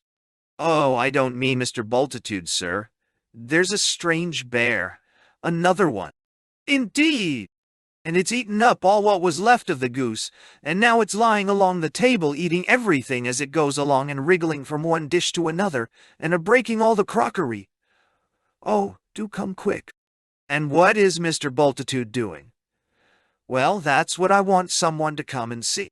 He's carrying on something dreadful, sir. I never see anything like it. First of all, he stood lifting up his legs in a funny way as if he thought he could dance. But now he's got up on the dresser on his hind legs, making the most awful noise squeaking, and he's put one foot into the plum pudding, and he's got his head mixed up in the string of onions. And I can't do nothing with him. Really, I can't. Aylan, window Wundenrau. This is very odd of Mr. Bultitude. You don't think, my dear, that the stranger might be a she-bear?" "Oh, don't say that, sir," exclaimed Ivy with extreme dismay. "I think that's the truth, Ivy. I strongly suspect that this is the future Mrs. Bultitude." "Oh dear, what shall we do?" said Ivy. "I am sure Mr. Bultitude is quite equal to the situation," replied the director. No doubt," said McVee. "But not in our kitchen." "Ivy, my dear," said Ransom, "you must be firm. Go into the kitchen and tell the strange bear I want to see her. You wouldn't be afraid, would you?" "Afraid? I'll show her who's the director here. What's the matter with that jackdaw?" said Dr. Dimble. The bird had hitherto been asleep on Ransom's shoulder. "I think it's trying to get out," said Denniston. "Shall I open the window?" "It's warm enough anyway," said the director. And as the window was opened, the daw hopped out, and there was a scuffle and a chattering just outside. "Another love affair," said Mrs. Mye. "Dimble, die. It sounds as if Jack had found a Jill. What a delicious night," she added, for as the curtain swelled and lifted over the open window, all the freshness of a midsummer night seemed to be blowing into the room. At that moment, a little farther off, came a sound of whinnying. "Hello," said Denniston. "The old mare is excited too." "That's a different horse," said Denniston. "It's a stallion," said Camilla. "This," said McVee with great emphasis, "is becoming indecent." "On the contrary," said Ransom. "Decent in the old sense, decent, fitting, is just what she is. Venus herself is over St. Anne. She comes more near the earth than she was wont," quoted Dimble, "to make men mad." "She is nearer than any astronomer knows," said Ransom. "The work is done, the other gods have withdrawn. She waits, and when she returns to her sphere I will ride with her." Suddenly in the semi-darkness Mrs. Dimble's voice cried sharply, "Look out! Look out! Cecil!" "I'm sorry. I can't stand bats." "Cheep, cheep," went the voices of the two bats as they flickered to and fro above the candles. "You'd better go, Margaret," said the director. "You and Cecil had better both go. I shall be gone very soon now. There's no need of long goodbyes." "Nuns, dongas. I really think I must go," said Mother Dimble. "I can't stand bats." "Comfort Margaret, Cecil," said Ransom. "No, Do not stay. Seeing people off is always folly. You mean us to go, sir, said Dimble. Go, my dear friends. Urende malodil. He laid his hands on their heads. Cecil gave his arm to his wife, and they went. Here she is, sir, said Ivy Maggs, re-entering the room a moment later, flushed and radiant. A bear waddled at her side, its cheeks sticky with gooseberry jam. And, oh, sir, she added. What is it, Ivy? Said the director. Please, sir, it's poor Tom. It's my husband, and if you don't mind, you've given him smething to eat and drink, I hope. Well, yes, I have. I give him the cold pie and the pickles. He always was a great one for pickles, and the cheese and a bottle of stout, and I've put the kettle on so as we can make ourselves, so as he can make himself a nice cup of tea. And he's enjoying it ever so, sir. And he said, would you mind him not coming up to say, how'd you do, because he never was much of a one for company, if you take my meaning. The strange bear had been standing with its eyes fixed on the director. He laid his hand on its flat head. Urendi Malildil, he said. You are a good bear. Go to your mate, but here he is. For at that moment the door, which was already ajar, was pushed farther open to admit the face of Mr. Bultitude. Take her, Bultitude. But not in the house. Jane, open the other window, the French window. It is like a night in July. The window swung open, and the two bears went out into the warmth and the wetness. Everyone noticed how light it had become. Are those birds all daft that they're singing at 11:45? Asked McPhee. No, said Ransom. They are sane. Now, Ivy, you want to go and talk to Tom. Mother Dimble has put you both in the little room halfway up the stairs, not in the lodge after all. Oh, sir, said Ivy, and stopped. Of course you want to go, he said. Why, he's hardly had time to see you in your new dress yet. Don't cry. Go and heal this man. Urendi Maldeal, we shall meet again. What's all yon squealing? Said McPhee. I hope it's not the pigs.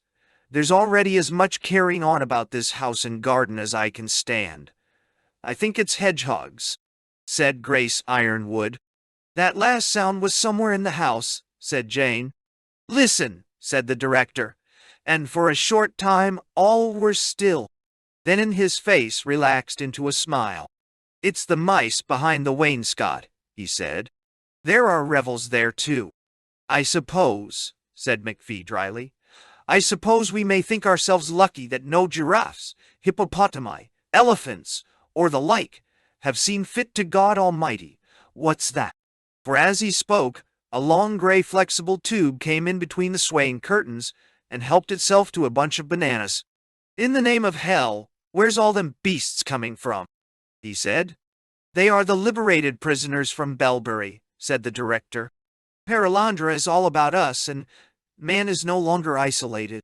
We are now as we ought to be, between the angels, who are our elder brothers, and the beasts who are our jesters, servants, and playfellows. Anli, Dijal. Whatever McPhee was attempting to say in reply was drowned by an ear-splitting noise from beyond the window. Elephants! 2 of them, said Jane weakly. Oh, the celery and the rose beds. By your leave, Mr. Director, said McPhee sternly. I'll just draw these curtains. You seem to forget there are ladies present. No, said Grace Ironwood in a voice as strong as his. There will be nothing unfit for anyone to see. Draw them wider. How light it is! Brighter than moonlight, almost brighter than day. A great dome of light stands over the whole garden. Look! The elephants are dancing. How high they lift their feet! And they go round and round. How ceremonial they are! It is like a minuet of giants. They are moving away, said Camilla. They will be as private as human lovers, said the director. They are not common beasts. I think, said McPhee, I'll away down to my office and cast some accounts. There'd better be one man about the place keep his head. Good night, ladies. Goodbye, McPhee, said Ransom. No, no, said McPhee, standing well back, but extending his hand. You'll speak none of your blessings over me. If ever I take to religion, it won't be your kind. My uncle was moderator of the General Assembly. But there's my hand. What you and I have seen together. But no matter for that. You and I. But there are the ladies crying. I'm away this minute. Why would a man want to lengthen it? God bless you. Dr. Banda. Ransom died. Ladies, I'll wish you a good night. Why, unroady. Open all the windows, said Ransom. The vessel in which I must ride is now almost within the air of this world. It is growing brighter every minute, said Denniston. Can we be with you to the very end? Said Jane. Child, said the director, you should not stay till then. Why, sir? You are waited for. Me, sir? Yes, your husband is waiting for you in the lodge. It was your own marriage chamber that you prepared. Should you not go to him? Must I go now? If you leave the decision with me, it is now that I would send you. Then I will go, sir. But, am I a bear or a hedgehog? Zoin, da. More. But not less. Go in obedience, and you will find love. You will have no more dreams. Have children instead. Yurendi Maleldil. Long before he reached St. Anne's, Mark had realized that either he himself or else the world about him was in a strange condition. The journey took longer than he expected, but that was perhaps accounted for by one or two mistakes that he made. Much harder to explain was the horror of light to the west, over Edgestowe, and the throbbings and bouncings of the earth. Then came sudden warmth and torrents of melted snow. Everything became a mist, and then, as the lights in the west vanished, this mist grew softly luminous in a different place above him, as though the light rested on St. Anne's. He had the curious impression that things of very diverse shapes and sizes were slipping past him in the haze. Animals, he thought.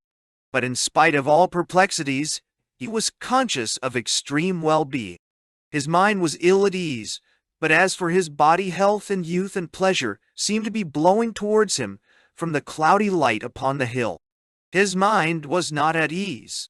He knew that he was going to meet Jane, and something was beginning to happen to him which ought to have happened to him far earlier. That same laboratory outlook upon love, which had forestalled in Jane the humility of a wife, had forestalled in him, during what passed for courtship, the humility of a lover. Or if there had ever arisen in him at some wiser moment the sense of beauty too rich for us, for earth too dear, he had put it away from him. Now, belated, after all favors had been conceded, the unexpected misgiving was coming over him. He tried to shake it off. They were married, weren't they? And they were sensible, modern people. What could be more natural, more ordinary? But then certain moments of unforgettable failure in their short married life rose in his imagination. He had thought often enough of what he called Jane's moods. This time at last he thought of his own clumsy importunity. Inch by inch, all the lout and clodhopper in him was revealed to his own reluctant inspection. The coarse male bore, blundering in where great lovers, knights, and poets would have feared to tread. How had he dared? Her driven snow, her sacrosanctity, the very style of all her movements. How had he dared? The very thoughts that crossed her face from moment to moment, all of them beyond his reach, made, had he but had the wit to see it, a hedge about her which such as he should never have had the temerity to pass. All this, which should have been uneasy joy, was torment to him, for it came too late. He was discovering the hedge after he had plucked the rose. How had he dared? And who that understood could forgive him? He knew now what he must look like in the eyes of her friends and equals. Seeing that picture, he grew hot to the forehead. Well, he would release her. She would be glad to be rid of him. It would now almost have shocked him to believe otherwise. Ladies in some noble and spacious room, discoursing in cool ladyhood together, with exquisite gravity or silver laughter. How should they not be glad when the intruder had gone? The loud, voiced or tongue-tied creature, all boots and hands, whose true place was in the stable. What he had called her coldness seemed now to be her patience, whereof the memory scalded. Suddenly the diffused light brightened and flushed. He looked up and perceived a great lady standing by a doorway in a wall. It was not Jane, not like Jane. It was larger, almost gigantic. It was not human, though it was like a woman divinely tall, part naked, part wrapped in a flame-colored robe. Light came from it. It was opening the door for him. He did not dare disobey. Surely, he thought, I must have died. And he went in, found himself in some place of sweet smells and bright fires, with food and wine, and a rich bed. And Jane went out of the big house with the director's kiss upon her lips and his words in her ears, across the wet lawn. Birds were everywhere, and down all the time, down to the lodge, descending the ladder of humility.